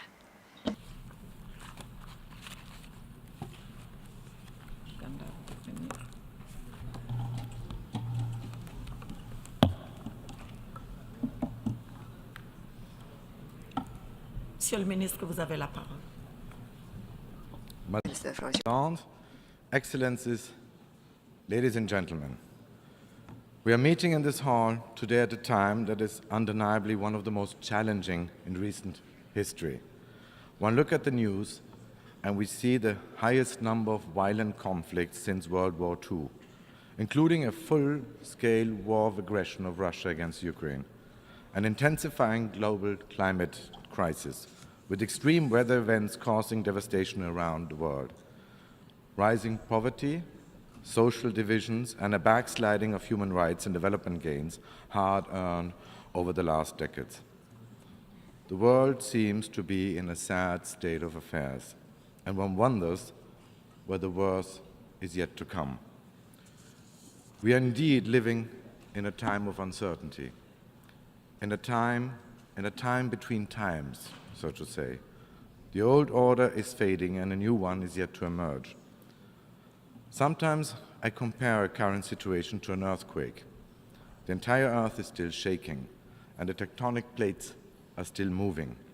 And we don't know yet where they will come to rest, but we instinctively feel that the fault lines will be deeper and wider in the end. We already see shifts and cracks in our trade systems, in our security systems, in our multilateral systems. No wonder that this leads to a sense of insecurity and unease, to the feeling of living in a permanent state of emergency. In this era of transformation, our cities are rightly expecting answers. And I deeply believe that as politicians, it is our responsibility to formulate hopeful yet realistic visions. This means looking at the world as it is, lucid and clear-headed, without rose-tinted glasses. This also means that we have to be on our guard against those polarizing populists who spread fake news and offer seemingly easy answers to complex questions, who want us to believe that we can solve problems by simply negating them, by pulling up the drawbridge and decoupling from reality, be it on climate change, be it on disruptive technologies like AI, mutual political and economic dependencies, or the growing multipolarity in geopolitics. We cannot simply close our eyes to the complex realities of our modern world. There are simply no silver bullets and no quick fixes. This would be another and very dangerous form of wishful thinking. After all, we should know, and I would claim especially in Europe, that wishful thinking is never a solid basis for policy. This was painfully proven to us on February the 24th last year when Russia brutally invaded Ukraine. Ladies and gentlemen, for a country like Austria, militarily neutral, export-oriented, and at the heart of the European continent, the answer clearly lies in cooperation. We understand that in order to deliver for our own citizens, to make their lives more secure, create economic opportunities, and tackle global challenges, we need to work in partnership with others. That is why we are so deeply invested in multilateralism. It is part of Austria's DNA, actually, not least because Vienna is proud home of one of the UN headquarters and over 50 international organizations. We know that the rules-based international order is our only protective shield against a world where might makes right, where unilateralism and the use of force rule. And frankly, I believe that nobody in this room can deny that the rules-based international order, with all its imperfections, agreed, has served us all pretty well over the last 8 decades. through a free and open global economy, through preventive diplomacy and peacekeeping, which has brought stability to our neighborhoods, an effort which Austrian Blue Helmets have been supporting since 1960, through a web of international treaties and agreements addressing such diverse issues as disarmament or climate change, and through a system of human rights established 75 years ago in the Universal Declaration and confirmed 30 years ago in the Vienna Declaration and Programme of Action. However, we must ask ourselves honestly, is multilateral system still fit for the purpose? Can it last for another 80 years? The answer, ladies and gentlemen, is simple and sobering. No, it cannot and it will not. We need to reform in order to preserve. Because what we are seeing and what I'm hearing very loudly in this very hall is that the rules-based international order is not inclusive enough. The Security Council no longer reflects today's world. It needs to offer a seat to more countries left out at the time of its establishment, including from Africa. And I can assure you that Austria will continue to push for reform, including in our candidature for a non-permanent seat at elections in 2026. The multinational system is not proactive and effective enough. It has made little impact in places like Afghanistan, where women are systematically denied the most basic rights to education and to participate in public life. In the Sahel region, where a series of coups d'etat serve only the generals, not the citizens. And it has not been able to stop Russia, a P5, from invading its sovereign neighbor Ukraine in a fit of near-imperialist aggression. Ladies and gentlemen, what I'm talking about is enlightened self-interest. I stand here in front of you today as a representative of a smaller country with a great history, a country that after the First World War shrank from an empire with over 50 million inhabitants to a state with less than 10 million people and a fraction of its former territory. And yet, where do we stand today in Austria? Today, Austria is a successful and flourishing country with a high degree of social stability, economic prosperity, and environmental protection, with its capital, Vienna, voted again and again as the world's most livable city. I believe there's a message there. There's a message to those countries and leaders who want to turn back the clock, who abuse history as a pretext to justify the violence today. They're on the wrong track. You cannot build a future while being stuck in the past. We Austrians, we have learned from our history. And it's precisely these experiences of the past that make us care so strongly about multilateralism. There is simply no better alternative. No better alternative for safeguarding our prosperity and security and for tackling global challenges. That's why we are so deeply invested in our partnerships with our friends and neighbors in Europe and within the European Union, with organizations such as the UN and the OSCE, with our strategic partners around the globe, and with engaged civil society organizations and the private sector. We have also increased our outreach to the Asian-Pacific region, and we are engaging with African partners in the spirit of, that's very important, in the spirit of mutual respect and common interests. Dear colleagues, in the beginning I said we should take a look at the world as it is. And the bitter fact is we are more divided than ever. All too often, even in this hall, we talk at rather than with each other. We speak rather than listen. So today, I would like to remember all of us for what this hall was actually built in the first place, as a space of real dialogue, not as an echo chamber, not as a club of like-minded countries, as a place where we advocate our principles and values, yes, but without denying other point of views. Where, yes, we have heated debates, difficult negotiations and hard negotiations, but where in the end we always reach a compromise. Let me be very clear. I'm not championing nihilism or moral reductionism. We know exactly where we stand. And Austria will always speak out for the values and principles that we hold dear, proudly and resolutely. Because I'm deeply convinced that our societies, based on freedom, pluralism, on individual rights, are the best guarantee for our citizens' security and prosperity. But at the same time, I clearly reject the notion of you're either with us or you're against us. The idea of canceling whole societies and cultures, of reverting to moralizing, finger-pointing, or self-righteousness. This is a lesson that we Europeans also have to learn, and I believe we have to learn it very quickly. Let's not kid ourselves. The world is simply not black and white. It is simply not that easy.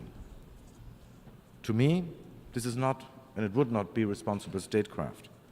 It might play well with the social media bubble, but it does not reflect reality. And it will only strengthen the fringes of our societies, not the center. That is why Austria will continue to be a champion of sensible and pragmatic multilateralism as we adapt, innovate, and recalibrate our international cooperation. All of this, yes, is difficult. It requires endurance, strategic patience, a lot of explaining, and a healthy dose of realism. But if we succeed, all of us will be better off. And we will emerge from this era of transformation stronger, more prosperous, and more resilient. Thank you for your attention.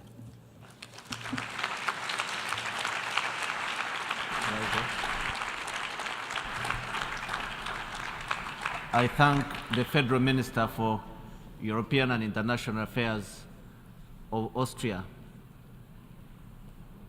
I now give the floor to His Excellency Mahamat Sareh Anadif, Minister of State, Minister of Foreign Affairs, Chadians Abroad and International Cooperation of Chad.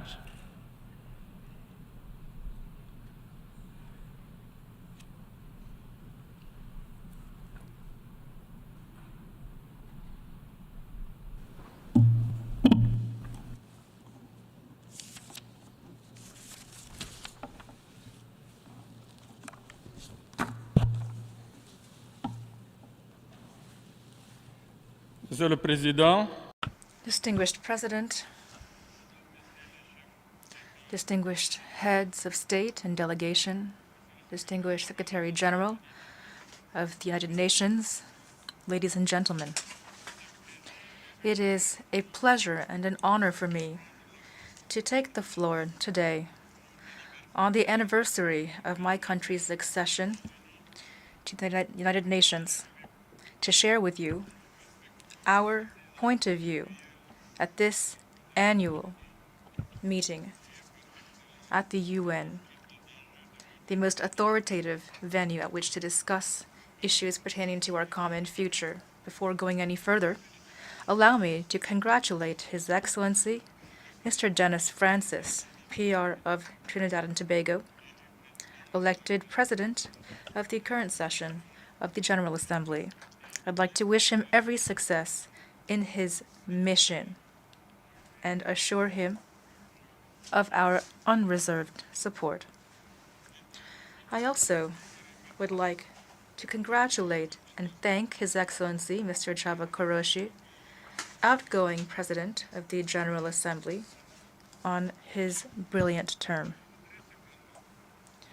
I would be remiss not to pay a well-deserved tribute as well to Mr. Antonio Guterres, Secretary General of the United Nations, for his commitment and experienced leadership in guiding our organization as it navigates increasingly momentous and complex challenges. Distinguished participants, ladies and gentlemen, our common dream of building a stable and peaceful world where present and future generations would flourish is crumbling as the years go by. We hope of a better and more fulfilling life, which we all hold dear, is increasingly giving way to anxiety and uncertainty, armed conflicts, terrorism, climate change, large-scale migration, underdevelopment, poverty, political, economic, and financial crises are taking on unprecedented proportions. Every day, we are witnessing shocking and traumatizing scenes that outrage our sense of humanity. Thousands of refugees and displaced persons fleeing conflicts and natural disasters are braving heat and cold on the slim hope of finding better shelter. Today, the hearts of the Chadian people go out to their brothers and sisters from Morocco and Libya who've suffered from recent tragedies. We convey our deepest condolences. That is why we commend the relevance of the theme of the 78th session of the UN General Assembly, that is to say, rebuilding confidence and reigniting global solidarity, accelerating action on the 2030 Agenda and its Sustainable Development Goals toward peace, prosperity, progress, and sustainability for all. Yes, this fundamental theme speaks volumes. The words chosen have great significance beyond their symbolic import. Yes, it is time to rebuild trust and to reignite solidarity, because the UN is increasingly limited in its ability to embody the very values that make up its essence. Yes, trust is urgently needed because our world has lost its bearings, especially due to the practice of double standards. Yes, solidarity is a critical priority because this value, so dear to humanity, has been severely eroded. Today, more than before, more than ever, nations must join their efforts and pool their energy to accelerate the implementation of projects and programs aligned with the SDGs. Peace, prosperity, progress, and collective sustainability require major investment from all of our nations, especially the most developed. And this sorely needed action ought to take place inclusively, without discrimination, to ensure that the trust we strive for becomes reality. Distinguished participants, ladies and gentlemen, allow me now to share with you a brief overview of the implementation of the 2030 Agenda in my country, Chad. Since the adoption in September 2015 of the Agenda, the government of Chad has committed to operationalizing the 17 SDGs that derive from it. This commitment is bolstered by the relevance of the SDGs in light of the context and challenges for development in Chad, especially in all of the fields targeted by the SDGs, including the development of human capital, poverty reduction, and improving the population's living conditions, as well as sustainable environmental management and the consolidation of peace and stability. To this end, the government has incorporated the SDGs among its priorities in its Vision 2030, the Chad we want, as well as in its National Development Plan for the period 2017 to 2021, extended until December of this year. as well as the new National Development Plan that is currently being adopted for 2024 to 28. The implementation of the SDGs in Chad has taken place, unfortunately, in a context characterized inter alia by dropping prices for raw materials on global markets, repeated attacks by Boko Haram, the COVID-19 pandemic, climate change, inter-ethnic conflicts in neighboring countries, which have had direct impacts on our population, as well as politico-military conflicts. This situation has now been exacerbated by the war raging in neighboring Sudan. To date, we have taken in more than 400,000 new refugees, in addition to the 600,000 refugees that are already living in Chad and have been for several years.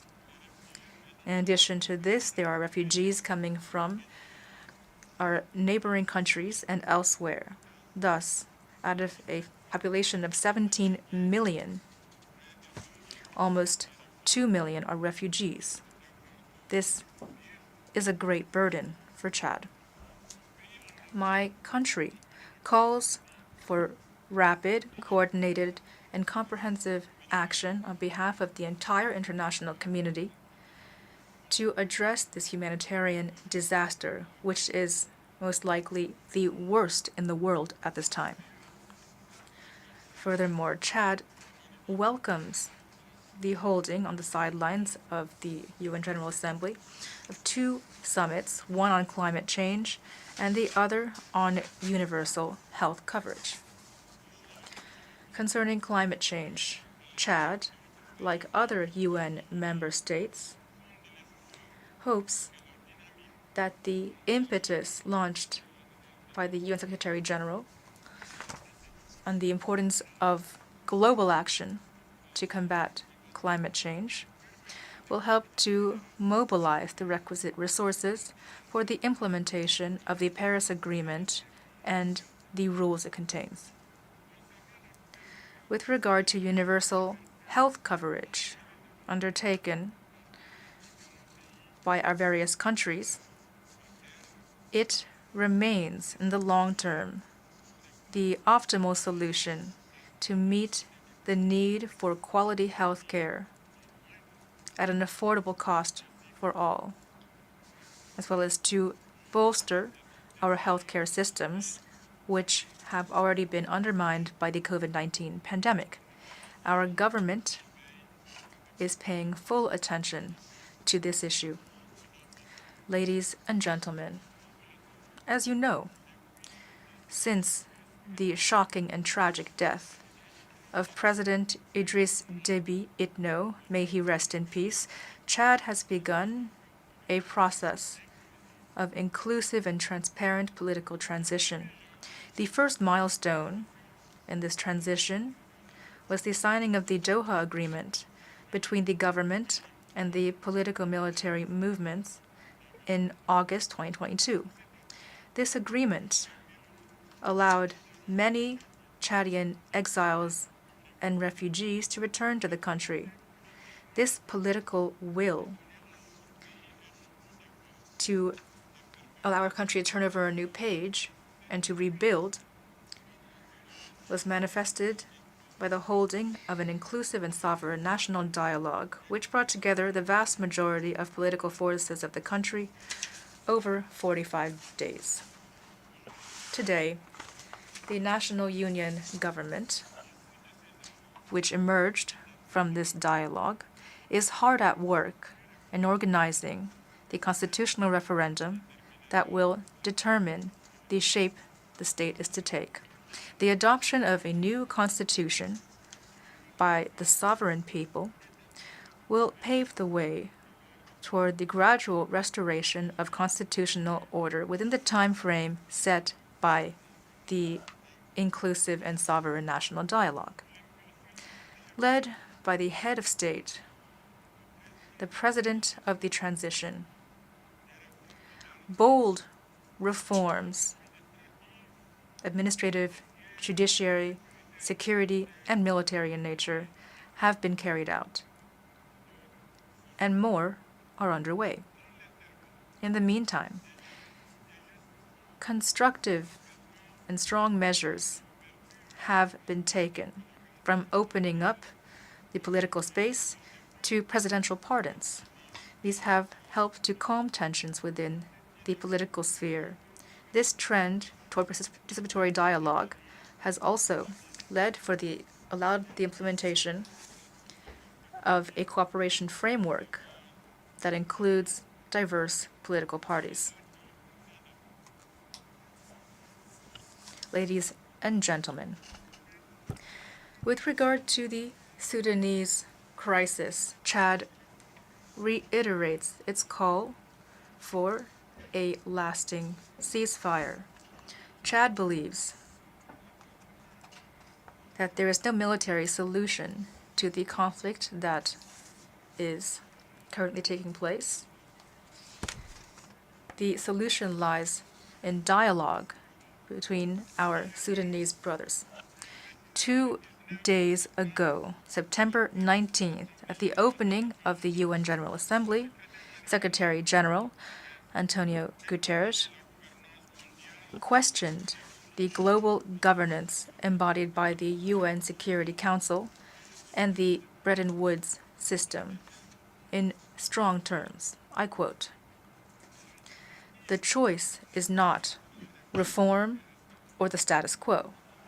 The choice is reform or ever greater fragmentation. It's reform or breakdown." End quote. What more can be said in light of the resurgence of the current geopolitical rivalries, with the risk of a new Cold War that would jeopardize peace throughout the world at a time when multilateralism is undergoing a severe crisis? In light of this difficult reality, Chad supports calls for the reform of the Security Council, as reflected in the Common African Position, as laid out in the Eswatini Consensus and the CERT Declaration.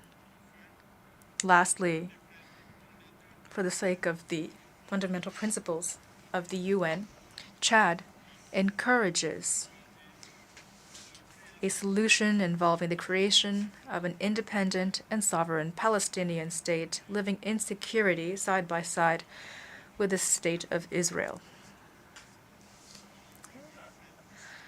Under the same principle, Chad reiterates its call for lifting the embargo imposed against Cuba, an embargo which harms the Cuban population. Thank you for your kind attention.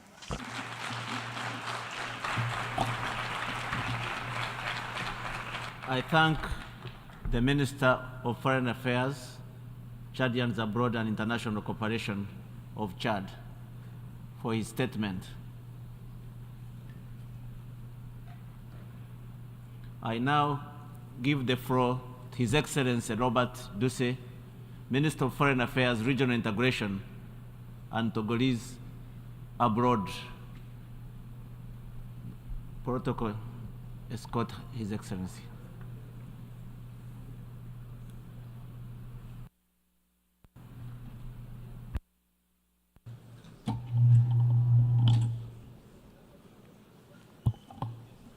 Monsieur le Président, President of the General Assembly, ladies and gentlemen, heads of state and government, Secretary General, sir, distinguished guests, ladies and gentlemen. May I commence on this 78th session of the General Institution of our institution, our shared institution, on behalf of my country, Togo, and His Excellency, President Faure Sosé-Nguesingbe. May I express my warmest congratulations to Monsieur Dennis Francis from Trinity and Tobago on his election and skill in conducting this session. And also go to not only to his predecessor, Mr. Shaba Kurosi, who chaired our work last year, but also and above all to Mr. Secretary General Antonio Guterres, who is doing the best he can to restore the image of the United Nations of a wounded institution despite the procrastination and complexity of the path of the reform. Je voudrais aussi I wish also to express the condolences and support of the President of the Republic of Togo, Faure Maganase, and the people of Togo, to the peoples and governments of the brother Kingdom of Morocco and Libya after the earthquake and floods in their respective countries. Mr. President, ladies and gentlemen, as we come together in this forum, we have to say that our world is overcast by shadows. It is very sick, and this demands that we shoulder a responsibility worthy of the level of the United Nations. All of that challenges. This is a question that we cannot lose enough in our ambition as the United Nations is truly to improve the state of the world in the order to grant our people and our different countries more opportunity, safety, security, and insurance. Our world is increasingly less secure. Trust and solidarity between nations are almost at half-mast, and we have the responsibility to work to repair it by rediscovering the meaning of our noblest commitments. The choice and the relevance of the theme which guides the general debate of this 78th session of the General Assembly, namely restoring confidence and reviving global solidarity, accelerating action to achieve the 2030 Agenda and its sustainable development goals in for peace, prosperity, progress, and sustainability for all. Conveys clearly and unmistakably the unsustainable, disrupt, and unstable state of the world, but also our determination at a higher level to do this in better, the emergence of new sources of tension in the world must concern us. Monsieur le Président, Mr. President, ladies and gentlemen, I come from Togo, from a country and a continent which are sorely tried today, the continent of Africa, our Africa, the Africa of freedom, the Africa of our fathers, the Africa of our mothers. Oh, Africa, you are wounded and bruised. Our continent of Africa is facing many vulnerabilities. Vulnerability because of a lack of income. Vulnerability because of a low level of development. Vulnerability given major health crises. Vulnerability attributable to the effects of climate change. Vulnerability due to the disruption of global food supply chains. Vulnerability due to the invasion of African cyberspace by cyber criminals and disinformation. Vulnerability because of recurrent armed conflict and ongoing wars. Vulnerability because of the spread of international terrorism on the continent, which threatens international peace and stability. Terrorism has developed disturbingly on our continent in recent years in the Sahel, in the Horn of Africa, in southern Africa.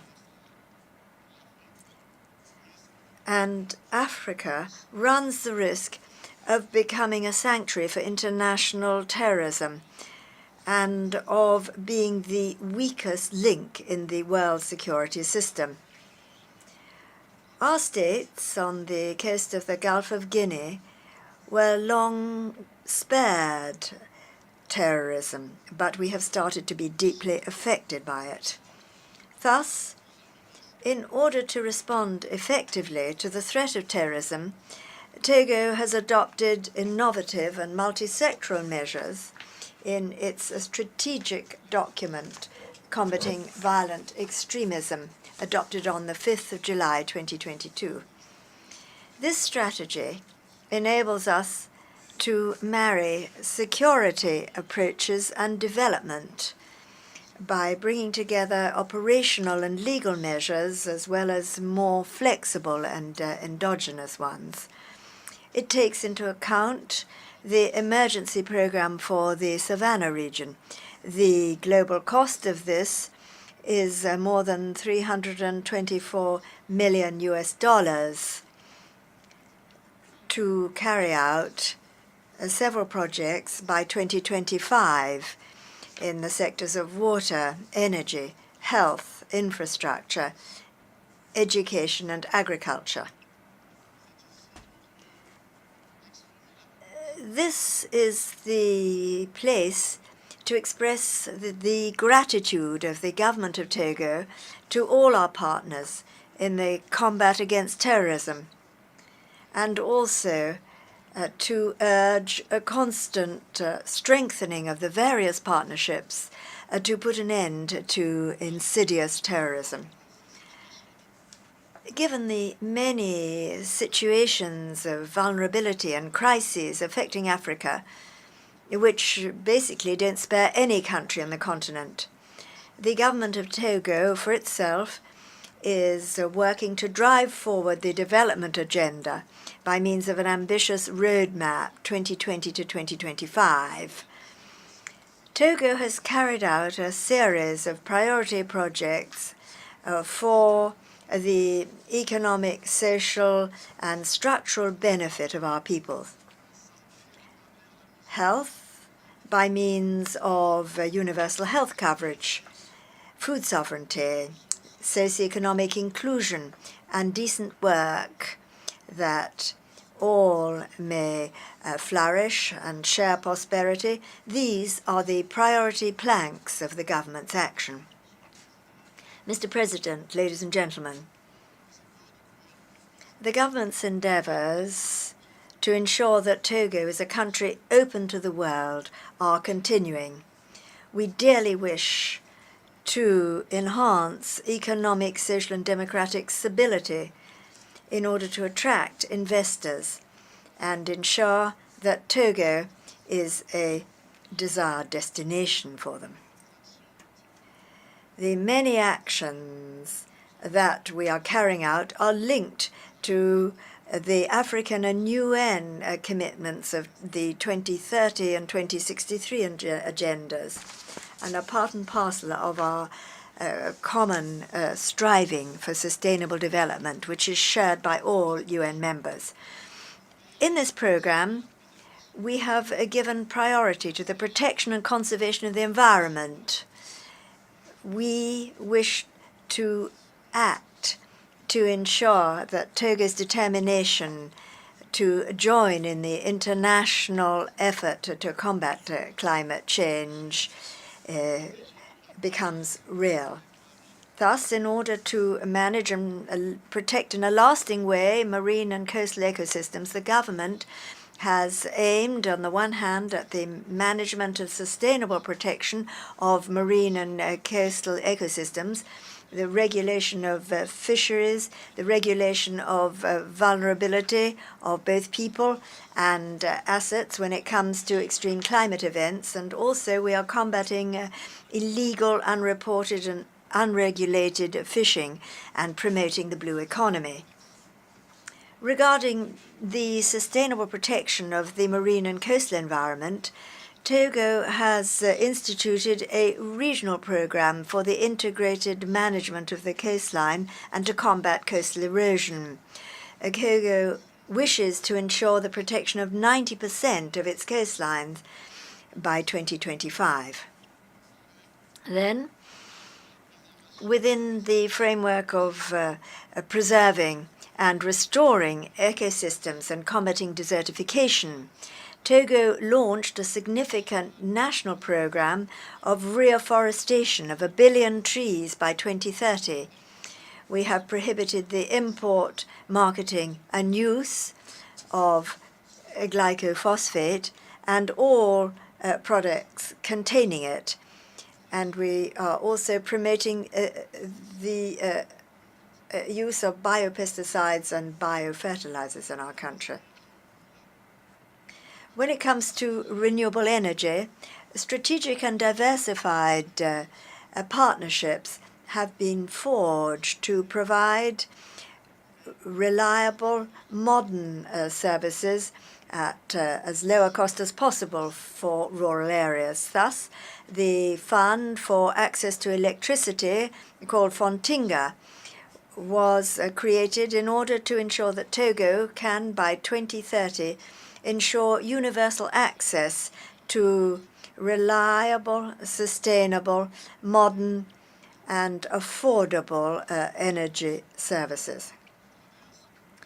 By means of the CISO project, solar energy kits have been provided to vulnerable rural peoples throughout our country. And the government is also untiringly aiming at the installation of photovoltaic and solar power stations, thus increasing the share of renewable energy in Togo's energy management policy. Mr. President, we wish to commend the commitments entered into and the announcements made during the course of the COP27, particularly the creation of a specific fund to finance the losses and damages affected by vulnerable countries severely affected by climate disasters. This is a major stride forward when it comes to the climate justice that developing countries so much wish to see. However, we must strive to reduce greenhouse gas emissions and the use of fossil fuels inter alia. Here, we wish to express our hope that the COP28, scheduled for Dubai in November this year, will enable us to note significant progress in the implementation of the commitments that we have taken upon ourselves. The Climate Summit on the 20th of September 2023 has come at an appropriate time to demonstrate the existence of a real will to speed up the implementation of a just transition towards an equitable world that is more resilient to climate change. Mr. President, ladies and gentlemen, with our continent facing a plethora of challenges marked by the expansion of international terrorism and the emergence of new areas of tension, Africa is seeking its own path, and Togo supports efforts to achieve peace in Africa. Terrorism and instability in Africa are a problem of international security, and they must be treated as such by the United Nations. Our region of West Africa, where several states are in transition against a volatile security backdrop must be supported with active solidarity. We must invest more in peace than we invest in war. If the protagonists of the various conflicts throughout the world were to heed us, I wish to say to them that war is a denial of human dignity. Immanuel Kant, the great philosopher of the Enlightenment, said, "If those who make war could send their own children to the front, there would never be war." Togo is a country of peace, and Togo is against war, regardless of the reasons for it. Since our independence on the 27th of April 1960, Togo has never waged war on its neighbors. Togo has never attacked its neighbors or any country. Togo has never been a rear base for any attack against a brother country. Togo is a country of peace. Peace is in the DNA of the people of Togo.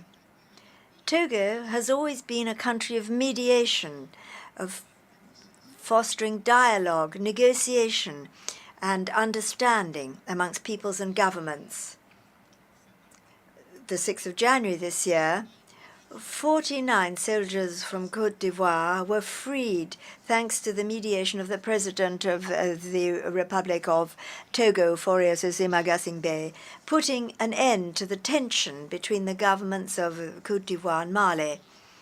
Togo has hosted several negotiations for peace, and we can mention Chad in 1982, Sierra Leone in 1991, Liberia in 1991, Côte d'Ivoire in 2000, etc., etc.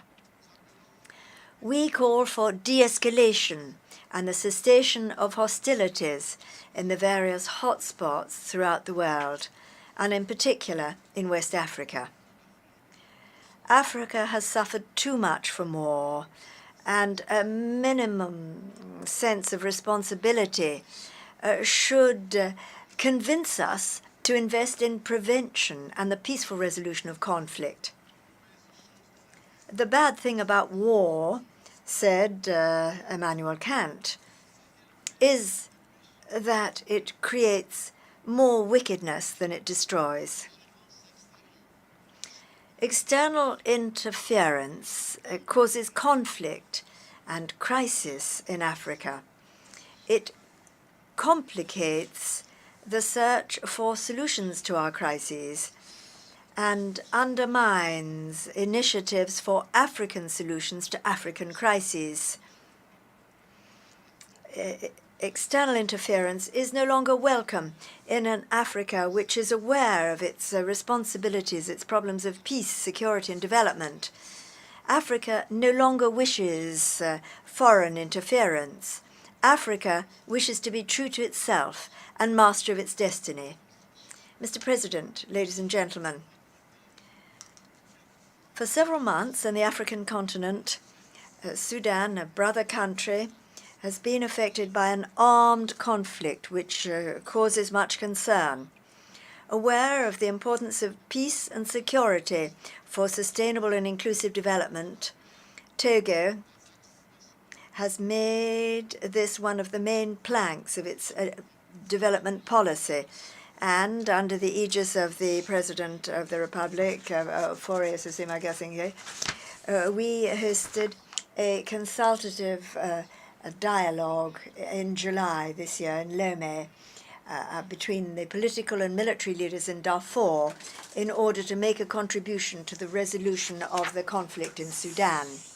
These conflicts made it possible to reach a compromise to put an end to violence and establish a humanitarian corridor.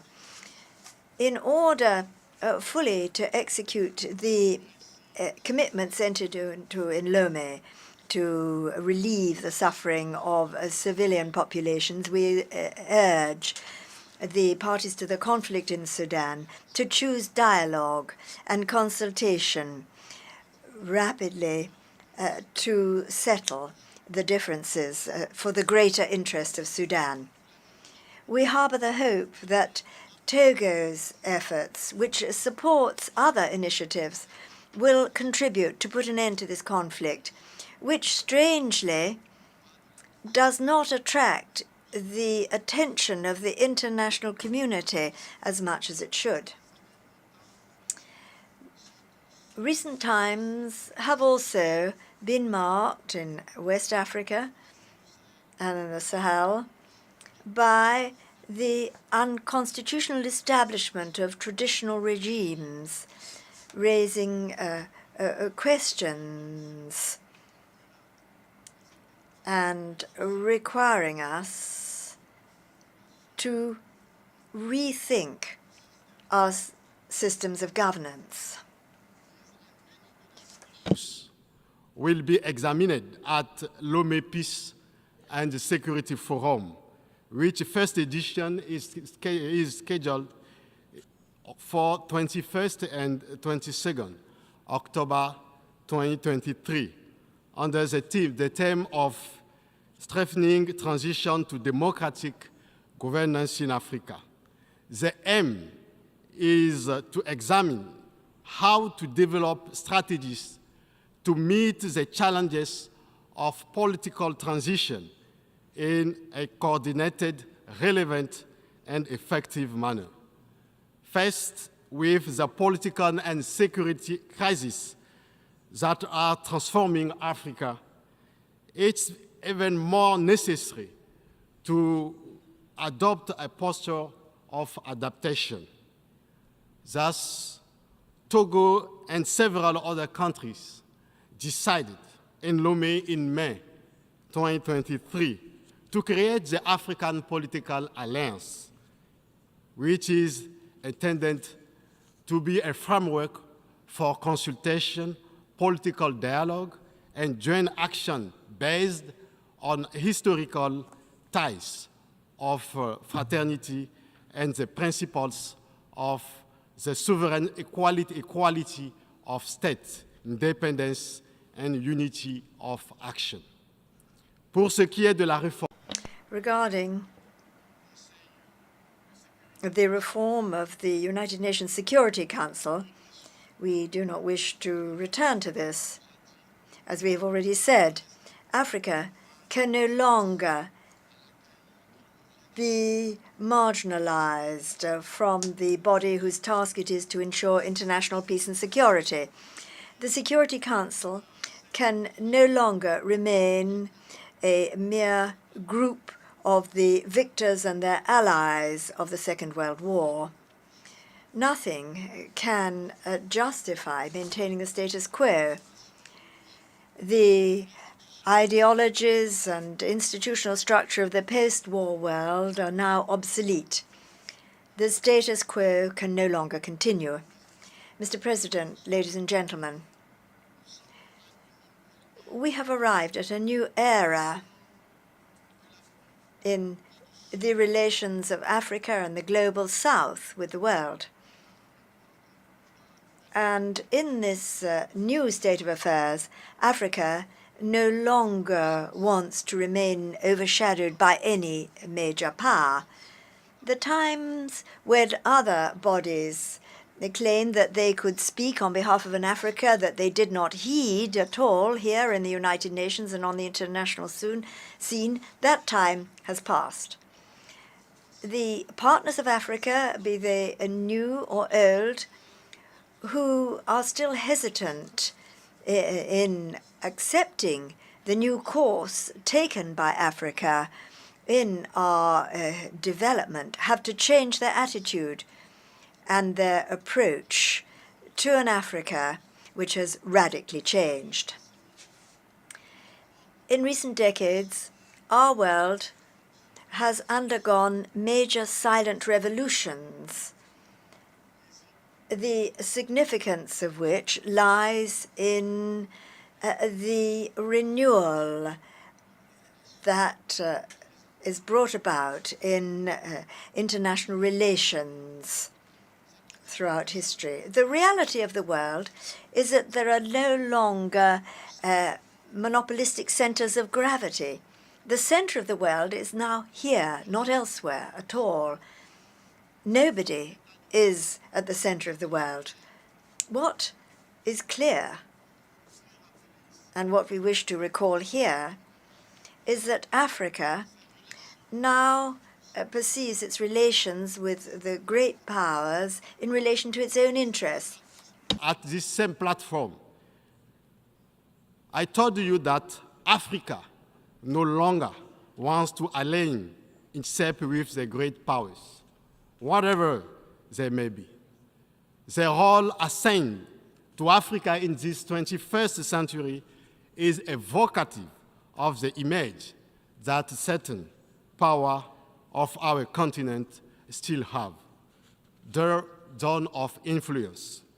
We must be concerned about the place that Africa occupies on the world stage. Today, Africa does not occupy the place it should hold on the international scene. The great power want to reduce Africa to a purely instrumental entity in the service of their causes, and absolutely do not want the continent to be able to play an important role. The fractures of the colonial area between a so-called French-speaking, Spanish-speaking, Portuguese-speaking, Arabic-speaking, and English-speaking speaking Africa have diminished as have the post-Cold War ideology that dominated the entire second part of the 20th century. Today, Africa wants to be itself, and we say today, as we said the last year, we prefer Africanophonie. Africa accepts more equality, respect, equity, and justice in this relation and partnership with the rest of the world, with the major power, whatever they may be. Today, Africans want to be true partners. Africa certainly does not have the same megaphones as the great power of the world, but the voice of Africa counts and must count if we want to have Africa as a partner on major international issues. La question de la réforme. The question of the reform of the global multilateral architecture is of great concern for Africa and will be at the heart of the 9th Pan-African Conference of 2024 scheduled in Lomé. For those who do not know, the time has come of an African awakening, and this in accordance with the noble objectives of the fathers of African independence. Africa and Africans demand and will make their voices heard in a sovereign, free, and independent fashion on the international scene. President, ladies and gentlemen, Africa knows what it wants. The African people and those of the global south are frustrated because they feel that they're insulted, dehumanized, and sometimes they ask, who are you to flout our humanity in this way? Who are you to despise us in this fashion? Who are you to humiliate us like this? Our common organization, the African Union, is working to make heard the hope and voice of an Africa which is sovereign, which wishes to be sovereign, free, and independent on the international stage. But we're also working within the framework of the African Political Alliance, launched in Lomé in Togo. Rivalries amongst the great powers must not instantly become African rivalries. For we, as African nations, the challenge is to avoid taking sides in rivalries which are not ours. We have to fight our own battles, which are, inter alia, combating neocolonialism, combating poverty, bringing about the industrialization of our continent and economic prosperity, achieving peace, combating de-Africanization in Africa, and fighting for an African renaissance and dignity, the struggle to shake off any foreign yoke definitively, committing ourselves to achieve better representation of our continent amongst the family of nations and continents. Our combats are not those of the West nor of the East, even less are they of any shore or part of the world. We have to focus on our current, our own battles and those to come. International politics cannot be reduced to a divided arena where you have to side with one camp against another. We want a reformed international system based on values and principles, respecting everybody, respecting the rights of peoples to adopt their own positions freely as suits them on the international stage. The rights of peoples to decide for themselves implies that each state has a right to behave as it wishes on the international stage, respecting its international engagements.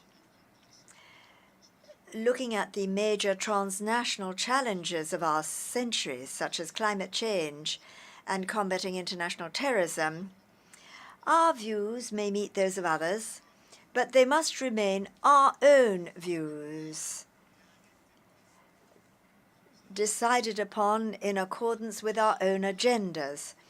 It is no longer a question for the Africa that we want to see to be relegated to the background as the world develops. The Africa of which I speak is no longer ready to accept the propensity of certain countries to make their geostrategical concerns African concerns. Mr. President, ladies and gentlemen, the challenges of our world are indeed great, and the new African positions regarding external relations express the dynamic of renewal and a change of paradigm. The time has come for an African and Pan-African awakening when our continent is aware of itself and its internal responsibilities as well as those to the rest of the world. Africa needs a partnership that respects the dignity of each and every one.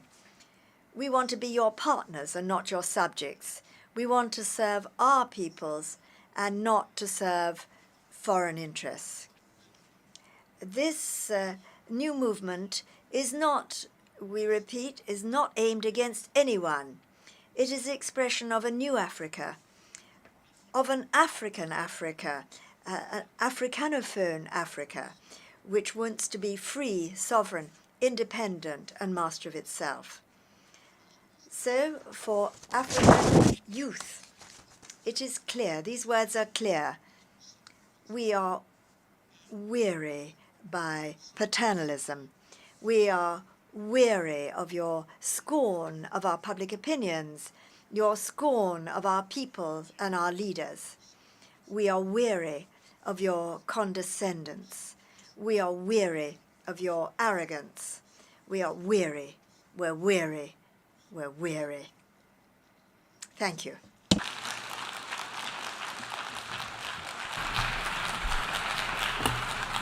I thank the Minister of Foreign Affairs, Regional Integration and Togolese abroad of Togo. I now give the floor to Her Excellency Dominique Hasra, Minister of Foreign Affairs, Education and Sports of Liechtenstein.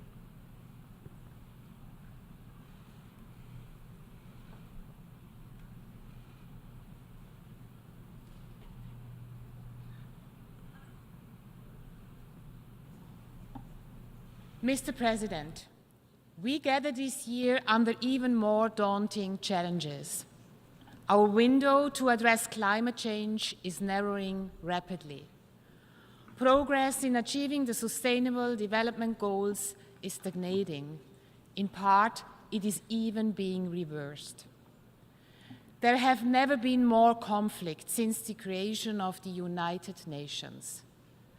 The number of displaced persons is at record levels, and food insecurity has doubled since 2020. Children are subject to more suffering than ever. An urgently needed political consensus on key agendas is becoming more challenging. The ability of the United Nations to function as the peace organization for our world is increasingly paralyzed. It is our joint responsibility to safeguard the international order for future generations. In doing so, we have an opportunity to make the United Nations stronger, more equitable, and more resilient. We are ready to tackle this task together with you, with a sense of deep responsibility, but also with courage and confidence in our ability to succeed. There is a common thread to the various challenges we are facing: the rule of law, which means that relations between states are governed by the law, that this law is the result of international agreements, that it applies to everyone, and that there are consequences if it's violated. This was the spirit that guided those who gathered in San Francisco in 1945 to agree on the Charter of the United Nations, the most successful and most impactful treaty ever adopted. At its very heart, the United Nations is a peace organization. It has risen from the ashes of two devastating world wars and makes a powerful promise to the future generations that the UN Charter addresses. That we, gathered in this assembly, we will not allow unlawful war-making to bring devastation, human suffering, and instability to the peoples that we represent. As leaders, we have to ask self-critically, are we trying hard enough to put these promises into action? Illegal warfare is the biggest challenge to this organization.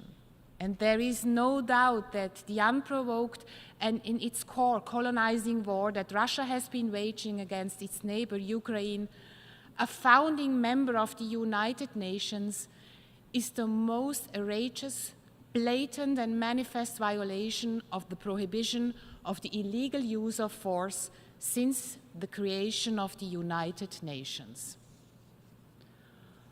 For us, to stand up together against this act of aggression means, most importantly, standing up for the international order. This order is certainly the only security guarantee, especially for us as small states, but also for the international community.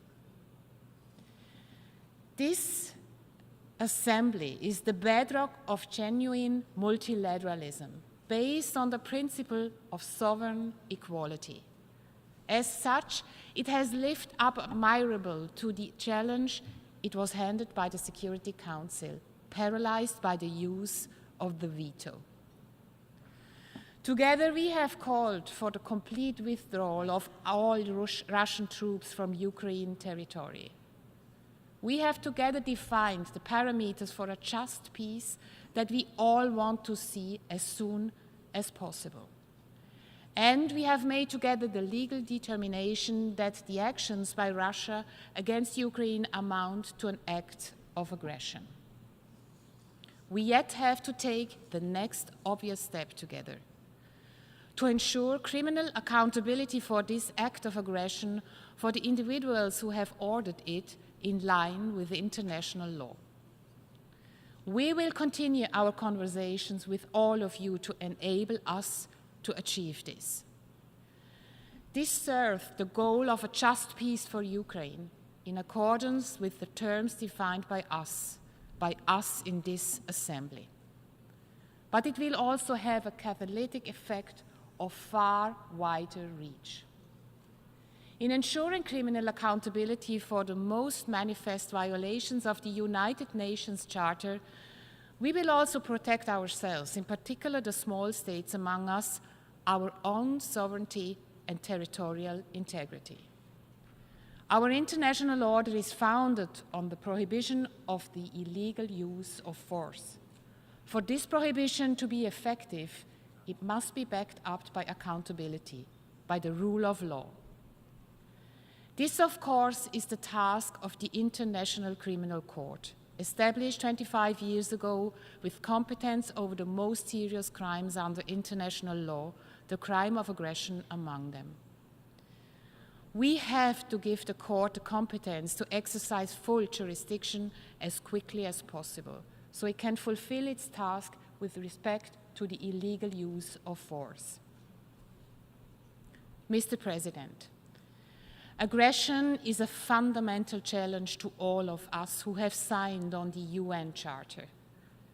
At its core, the United Nations is and must continue to be a peace organization. For billions of individuals, this building embodies the promise that we will respond collectively to those who openly undermine peace and security. This is why Liechtenstein has joined this organization over 3 decades ago.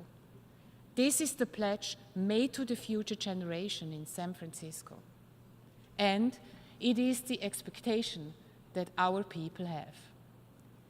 The UN has evolved tremendously since its creation. It has been the crucial force in advancing international law. Its role as provider of humanitarian assistance has become irreplaceable. Its agencies and programs carry out functions of enormous importance to individuals around the globe. Yet, its core mission is and remains the maintenance of peace and security. And this is the role that we are challenged to safeguard. This is a difficult task. It is a fact that the Security Council is often unable to act. The deep political divisions among the permanent members are likely a reality for years to come.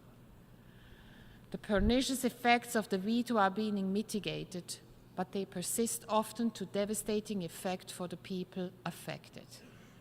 Next year's Summit of the Future is an essential collective test for all of us.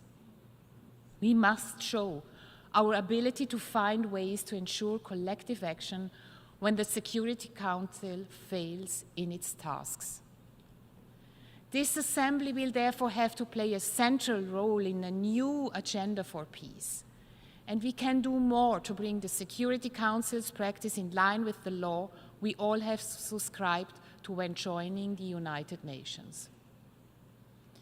We are proud to have presented to this assembly the veto initiative, which ensures accountability and institutional balance. We should now focus on ensuring that those who are parties to a dispute do not participate in the decision-making on these disputes. This is simply the law in the UN Charter, and its application has been neglected so far. Mr. President, in recent years, climate change has occupied an increasingly central place in our discussions. This hall has seen summit meeting after summit meeting on this issue. This year again, we are urgently reminded of the limited window we have to address the climate crisis. From weather extremes to sea level rise, all regions of the world are affected by climate change. But those who have done the least to cause the crisis in the first place are the ones most affected. We certainly are in the fight of our lives, as Secretary General Guterres has said. However, as we are gathering here, we are not on track to win this fight. We hope to see significant progress at the COP meeting in Abu Dhabi later this year. But that alone will not be enough. For climate change as well, the law must be guiding us. This is why we have strongly supported the request for an advisory opinion from the International Court of Justice on the question of climate change. We are confident that the court will help us to have clarity regarding the complex legal questions concerning climate change and thus assist in our common fight against this most existential threat. Mr. President, this initiative, led by Vanuatu, was yet another example of leadership from small states, a testament to genuine and effective multilateralism. Small states like ourselves, and we are indeed a majority in this assembly, need the United Nations. But the United Nations also needs us, and more so than ever. It is us small states who look automatically beyond our national interests. We understand that our success does not have to come at the cost of someone else's loss. We look for partnerships as a matter of course and as a way to success. And we work for the rule of law as a matter of enlightened self-interest. At a time of competitive alliance building, our ability and willingness to forge common ground is indispensable for the future success of the United Nations. We can and we will play an important role in shaping the summit of the future. Mr. President, the 2030 Agenda remains one of the most successful expressions of common ground from the past decade. It plays an ever more important role in shaping government policies. And it is deeply embedded in the consciousness of our people. The SDGs may well be the most widely known agreement the UN has reached in the last decades. And yet, halfway through the implementation process, the picture is rather bleak. The number of people living in extreme poverty is higher than before the COVID pandemic. Hunger levels are back to 15 years ago. At the current pace, full gender equality is not just decades away, but in fact, centuries. And the lack of progress across our countries is mirrored in the difficulty to find political consensus on the way forward. This negative trend needs to be reversed now. The 2030 Agenda is the only global roadmap we have to overcome the multiple crises we face today. Liechtenstein's strong commitment to the SDGs is also reflected in its second voluntary national review I was honored to present earlier this year. Our official development assistance spending has been increased by 22% in comparison to 2018. This is meant to help reverse the negative trends in the fields of poverty reduction, food security, access to education, as well as climate protection. All government bills are now evaluated against the Sustainable Development Goals. Our commitment to 2030 Agenda is a genuine expression of multilateralism, of which we need to see more. Mr. President, gender equality is a central part of this agenda. We will not forget the countless women who suffer from violence and oppression worldwide. We will continue calling out situations of systematic gender persecution from Afghanistan to Iran. And we will continue calling for the empowerment of women to support the bravery of women who stand up to demand political change from Belarus to Myanmar. We need women's voices, an active role in our national politics and in international leadership positions, in particular in peace operations. Mr. President, the international community faces major challenges that will shape the future of us all. As highlighted at the beginning, By signing the UN Charter, we have given future generations the promise of all having a prosperous future. We can no longer afford to remain inactive and divided on key issues. Therefore, we have to face difficult questions and different interests. Even if solving these problems is not easy, we must never lose sight of the UN's very main purpose, which is to ensure global peace. This requires the contribution of all states, large and small. Rule of law, democracy, social justice, tolerance, and the ability to engage in dialogue are fundamental conditions for peace. In the spirit of San Francisco, Liechtenstein will continue to advocate strongly for these values within the international community. I thank you.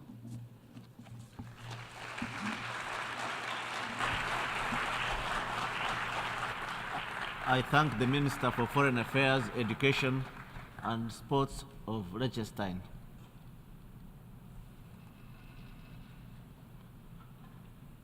I now give the floor to Her Excellency Catharina Corona, Minister of Europe and Foreign Affairs of France.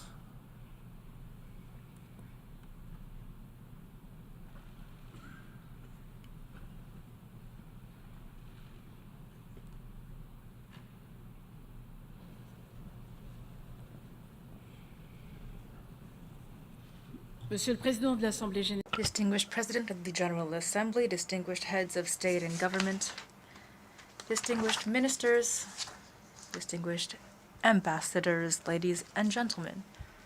It is an honor for me to speak on behalf of France before you. I'm doing so in knowing how much our common assembly, this assembly of all nations, have decided to freely join their destinies and act for the common good.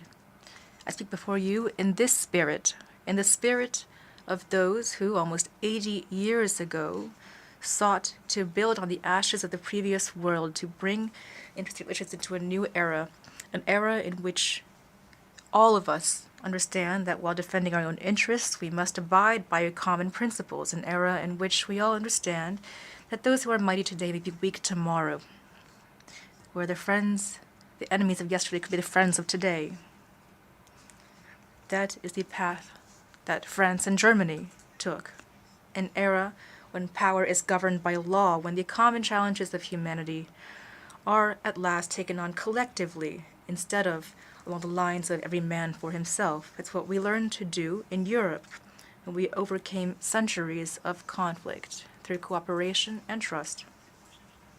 It is this quest for the common good, the spirit of the UN, that guides France's international action, the spirit of a power that is confident in its principles, compassionate, and always willing to act collectively for the common good. What are our principles? They are the principles that this assembly reaffirmed by a vast majority when it condemned the Russian aggression against Ukraine 3 times now already. Nothing can morally or legally ever justify the invasion of a neighboring state, to attempt to annex territory through underhanded maneuvers and martyrize the population. France defends these simple principles of equality between states, respect for the territorial integrity and their sovereignty. These are principles that no one should compromise. France also defends the principle of food security. Who could believe, despite the confusion and propaganda that some are wantonly disseminating, that the party that is destroying grains and grain silos has the least bit of interest in global food security, of which it itself is the enemy? What we see here is the expression of pure brutality that would stoop to using any weapon, even hunger, to try to revive its imperialist illusions. Against this, others, such as France, are acting. We are acting by financing WFP deliveries to the most fragile countries. We're acting by facilitating the export of Ukrainian grains through EU solidarity corridors.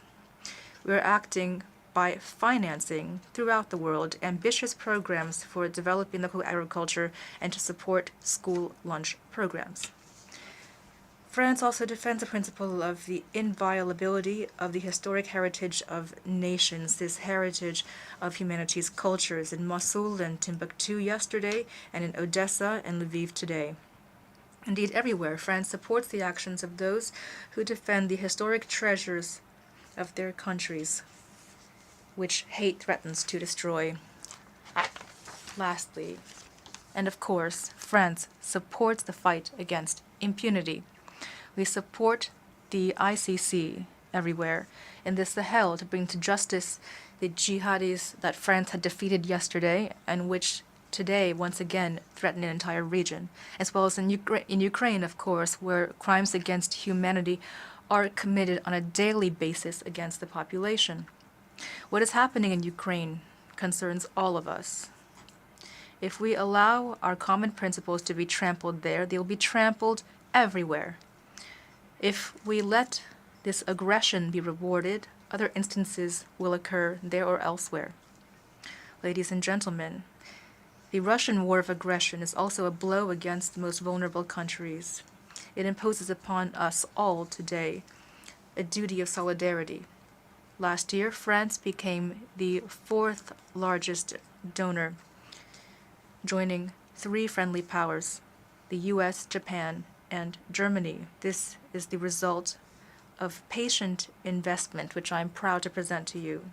France stands with those who are threatened by hunger, as evinced by the appeal a few days ago to protect agricultural infrastructure, the massive increase of our food aid, which has reached almost 1 billion euros now, and which benefits 67 countries, including Nigeria and Sudan newly this week, as well as our hosting of the Coalition for School Meal Programs in Paris on October 18th and 19th, and the replenishment meeting of the International Fund for Agricultural Development in December, with the goal of raising $2 billion.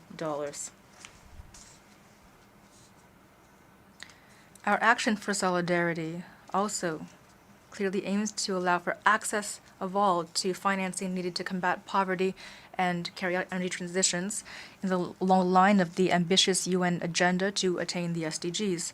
The President of the French Republic has taken the initiative, therefore, to hold a summit on a new financial pact, a global pact which took place in Paris on June 22nd, 23rd, and which allowed us to outline a plan to increase public and private financing commensurate with the challenges of international solidarity. This summit led to immediate positive outcomes, such as the signing of a partnership for energy transition in Senegal, or JET-P, as well as an agreement reached on Zambian debt. These are pledges which France has worked toward for years, and they were upheld. That is the case, for example, with regard to the reallocation of $100 billion in special drawing rights. The Paris Pact for Peoples and the Planet, which stemmed from this summit at the end of June, lays out clear principles to tackle head-on and simultaneously the challenges of poverty, climate change, and biodiversity loss, ensuring that no country is forced to choose between these goals. I call on all states that have not yet done so to endorse this pact. Our action for solidarity is also that of a country that has exceeded by more than 1 billion euros its financial pledges on climate, allocating 7.6 billion euros last year. It is the action of a country that continues to work tirelessly to protect the lungs of our planet. In June 2025, France will be hosting the UN Conference on the Ocean, which it will co-organize with Costa Rica in order to maximize the protection of this crucial carbon sink, the ocean. I'm counting on your support and your support for our commitment to protect forests and to build partnerships to conserve forests. Our action for solidarity is also that of a country that will always be committed to promoting and defending human rights. This December, we will celebrate the 75th anniversary of the Universal Declaration of Human Rights. in Paris and in Geneva. This will be a moment to pay tribute to all those who are fighting to defend rights and freedoms, to protect human dignity, rights to which all of us aspire throughout the world. I'm thinking as well of the rights of women, especially in Afghanistan, where women are repressed because of their gender by a Taliban regime that sadly has placed a policy of segregation and violence against women at the heart of its political identity. Our solidarity also goes out to all those who risk their lives for others. For example, the Blue Helmets and the 116 humanitarian workers who have been killed, those who were injured and abducted last year. We must better protect them, and France stands entirely by their side, as said this week, together with our humanitarian partners. Based on these principles, France will always be willing to engage in collective action for the common good. Concerning the climate, today we're seeing that our lack of ambition can lead to disasters. Storms, fires, floods have all marked this year throughout the world that have killed tens of thousands. The latest IPCC report and the stock taking implemented before the COP28 ought to alarm us.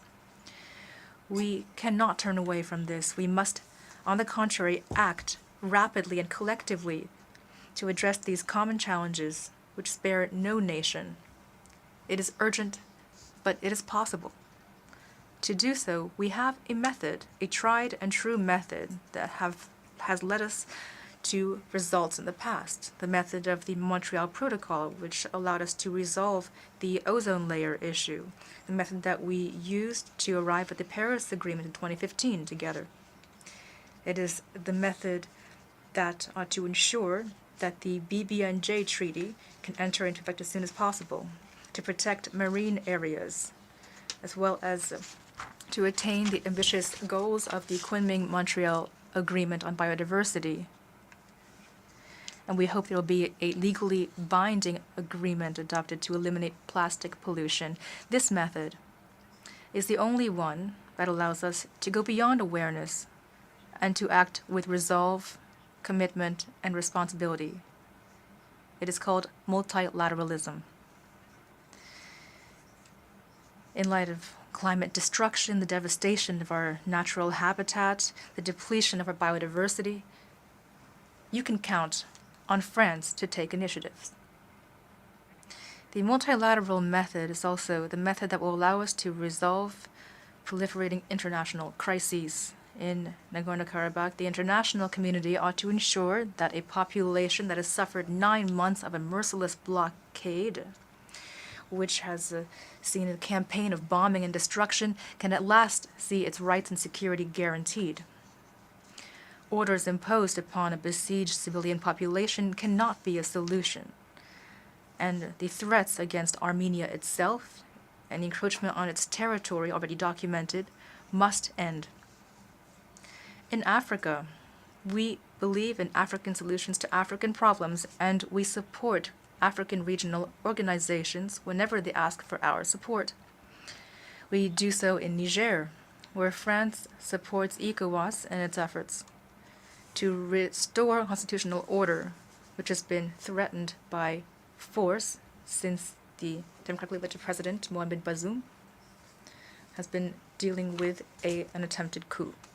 In Sudan, a deadly war has been raging for over 5 months. Civilians are the primary victims of this heinous conflict. It is our duty as the international community to continue unflaggingly to seek solutions for peace. We once again urge the belligerents to cease hostilities and to spare civilians, to permit a humanitarian ceasefire, and to generate an inclusive political solution. Nor can we tolerate the conflict in the east of the DRC, which for so long has been based on the same grounds and caused the same casualties. There as well, France supports regional mechanisms for conflict resolution to facilitate a negotiated and peaceful solution. France is and remains a reliable and faithful ally of African regional organizations when they fight for peace, development, democracy, and the security of the continent.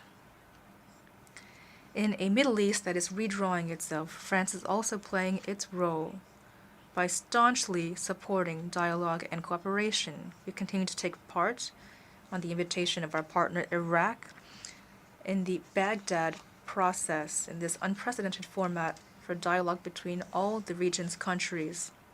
They will be once again meeting very soon to work on specific projects to meet the clear need for cooperation between these countries. As for Israel and Palestine, we will continue as well our efforts for peace that guarantees to each state and people, that guarantees to each people a state, as well as secure, recognized borders based on the 1967 lines with East Jerusalem as the capital. The two-state solution is the only possible path forward for lasting and just peace. In a changing environment, the UN must also adapt, and France supports the ambitious reform agenda of the Secretary General of the United Nations and contributes actively to the work on the Summit for the Future for next year. We must also find the momentum of Security Council reform. I'm speaking of an expansion, of course, of the Council. For a long time, we've supported greater African representation, including among permanent members, as well as the candidacy of the G4. I'm also speaking about regulating the right to veto in the case of mass atrocities. This would allow it to regain effectiveness within the Security Council. President, ladies and gentlemen, France, in line with its traditions, will be present so that we can come together, the United Nations, to address global challenges and threats to international peace and security, as well as attacks on our common principles. To this end, SG Guterres can count on the unwavering support of France. We must act now together for the salvation of us all. Thank you.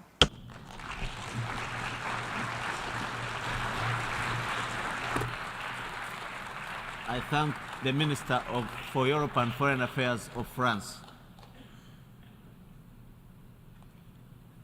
I now give the floor to His Excellency Dan Jorgensen, Minister of Development and Global Climate Policy of Denmark.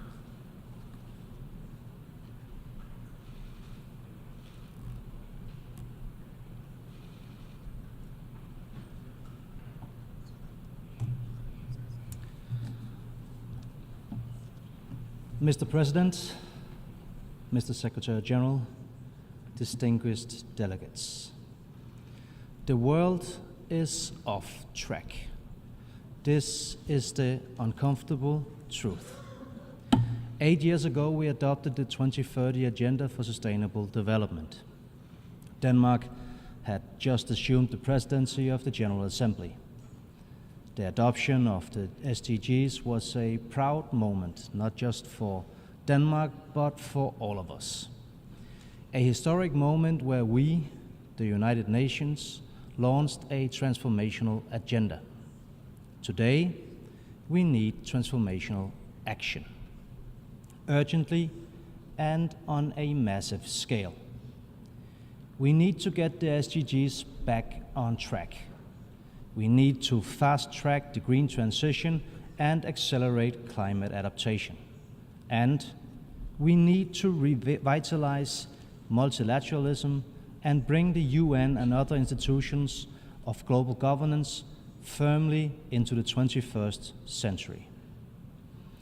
These are immense tasks, but they are neither impossible nor optional. It is the duty of our generation to get the world back on track, to break the vicious circle of distrust and division that is undermining our ability to act collectively, and to replace this vicious circle with one of trust and solidarity, as highlighted in the overarching theme for this year's UNGA. Trust is not built on the promises we give. It is built on the promises we keep. Mr. President, halfway to 2030, only 15% of the Sustainable Development Goals are on track to be realized. The rest are only progressing slowly. Some are even moving in the wrong direction. This year, we celebrate the 75th anniversary of the Universal Declaration of Human Rights. And it is as relevant today as ever. The SDGs seek to realize the human rights of all. Yet, human rights are under pressure around the globe. This is not least true for women and girls, more than half of the world's population. For the first time in a generation, extreme poverty is increasing. Hunger levels are surpassing those of a decade ago, while climate shocks are hitting those most vulnerable at an accelerating speed. More than 300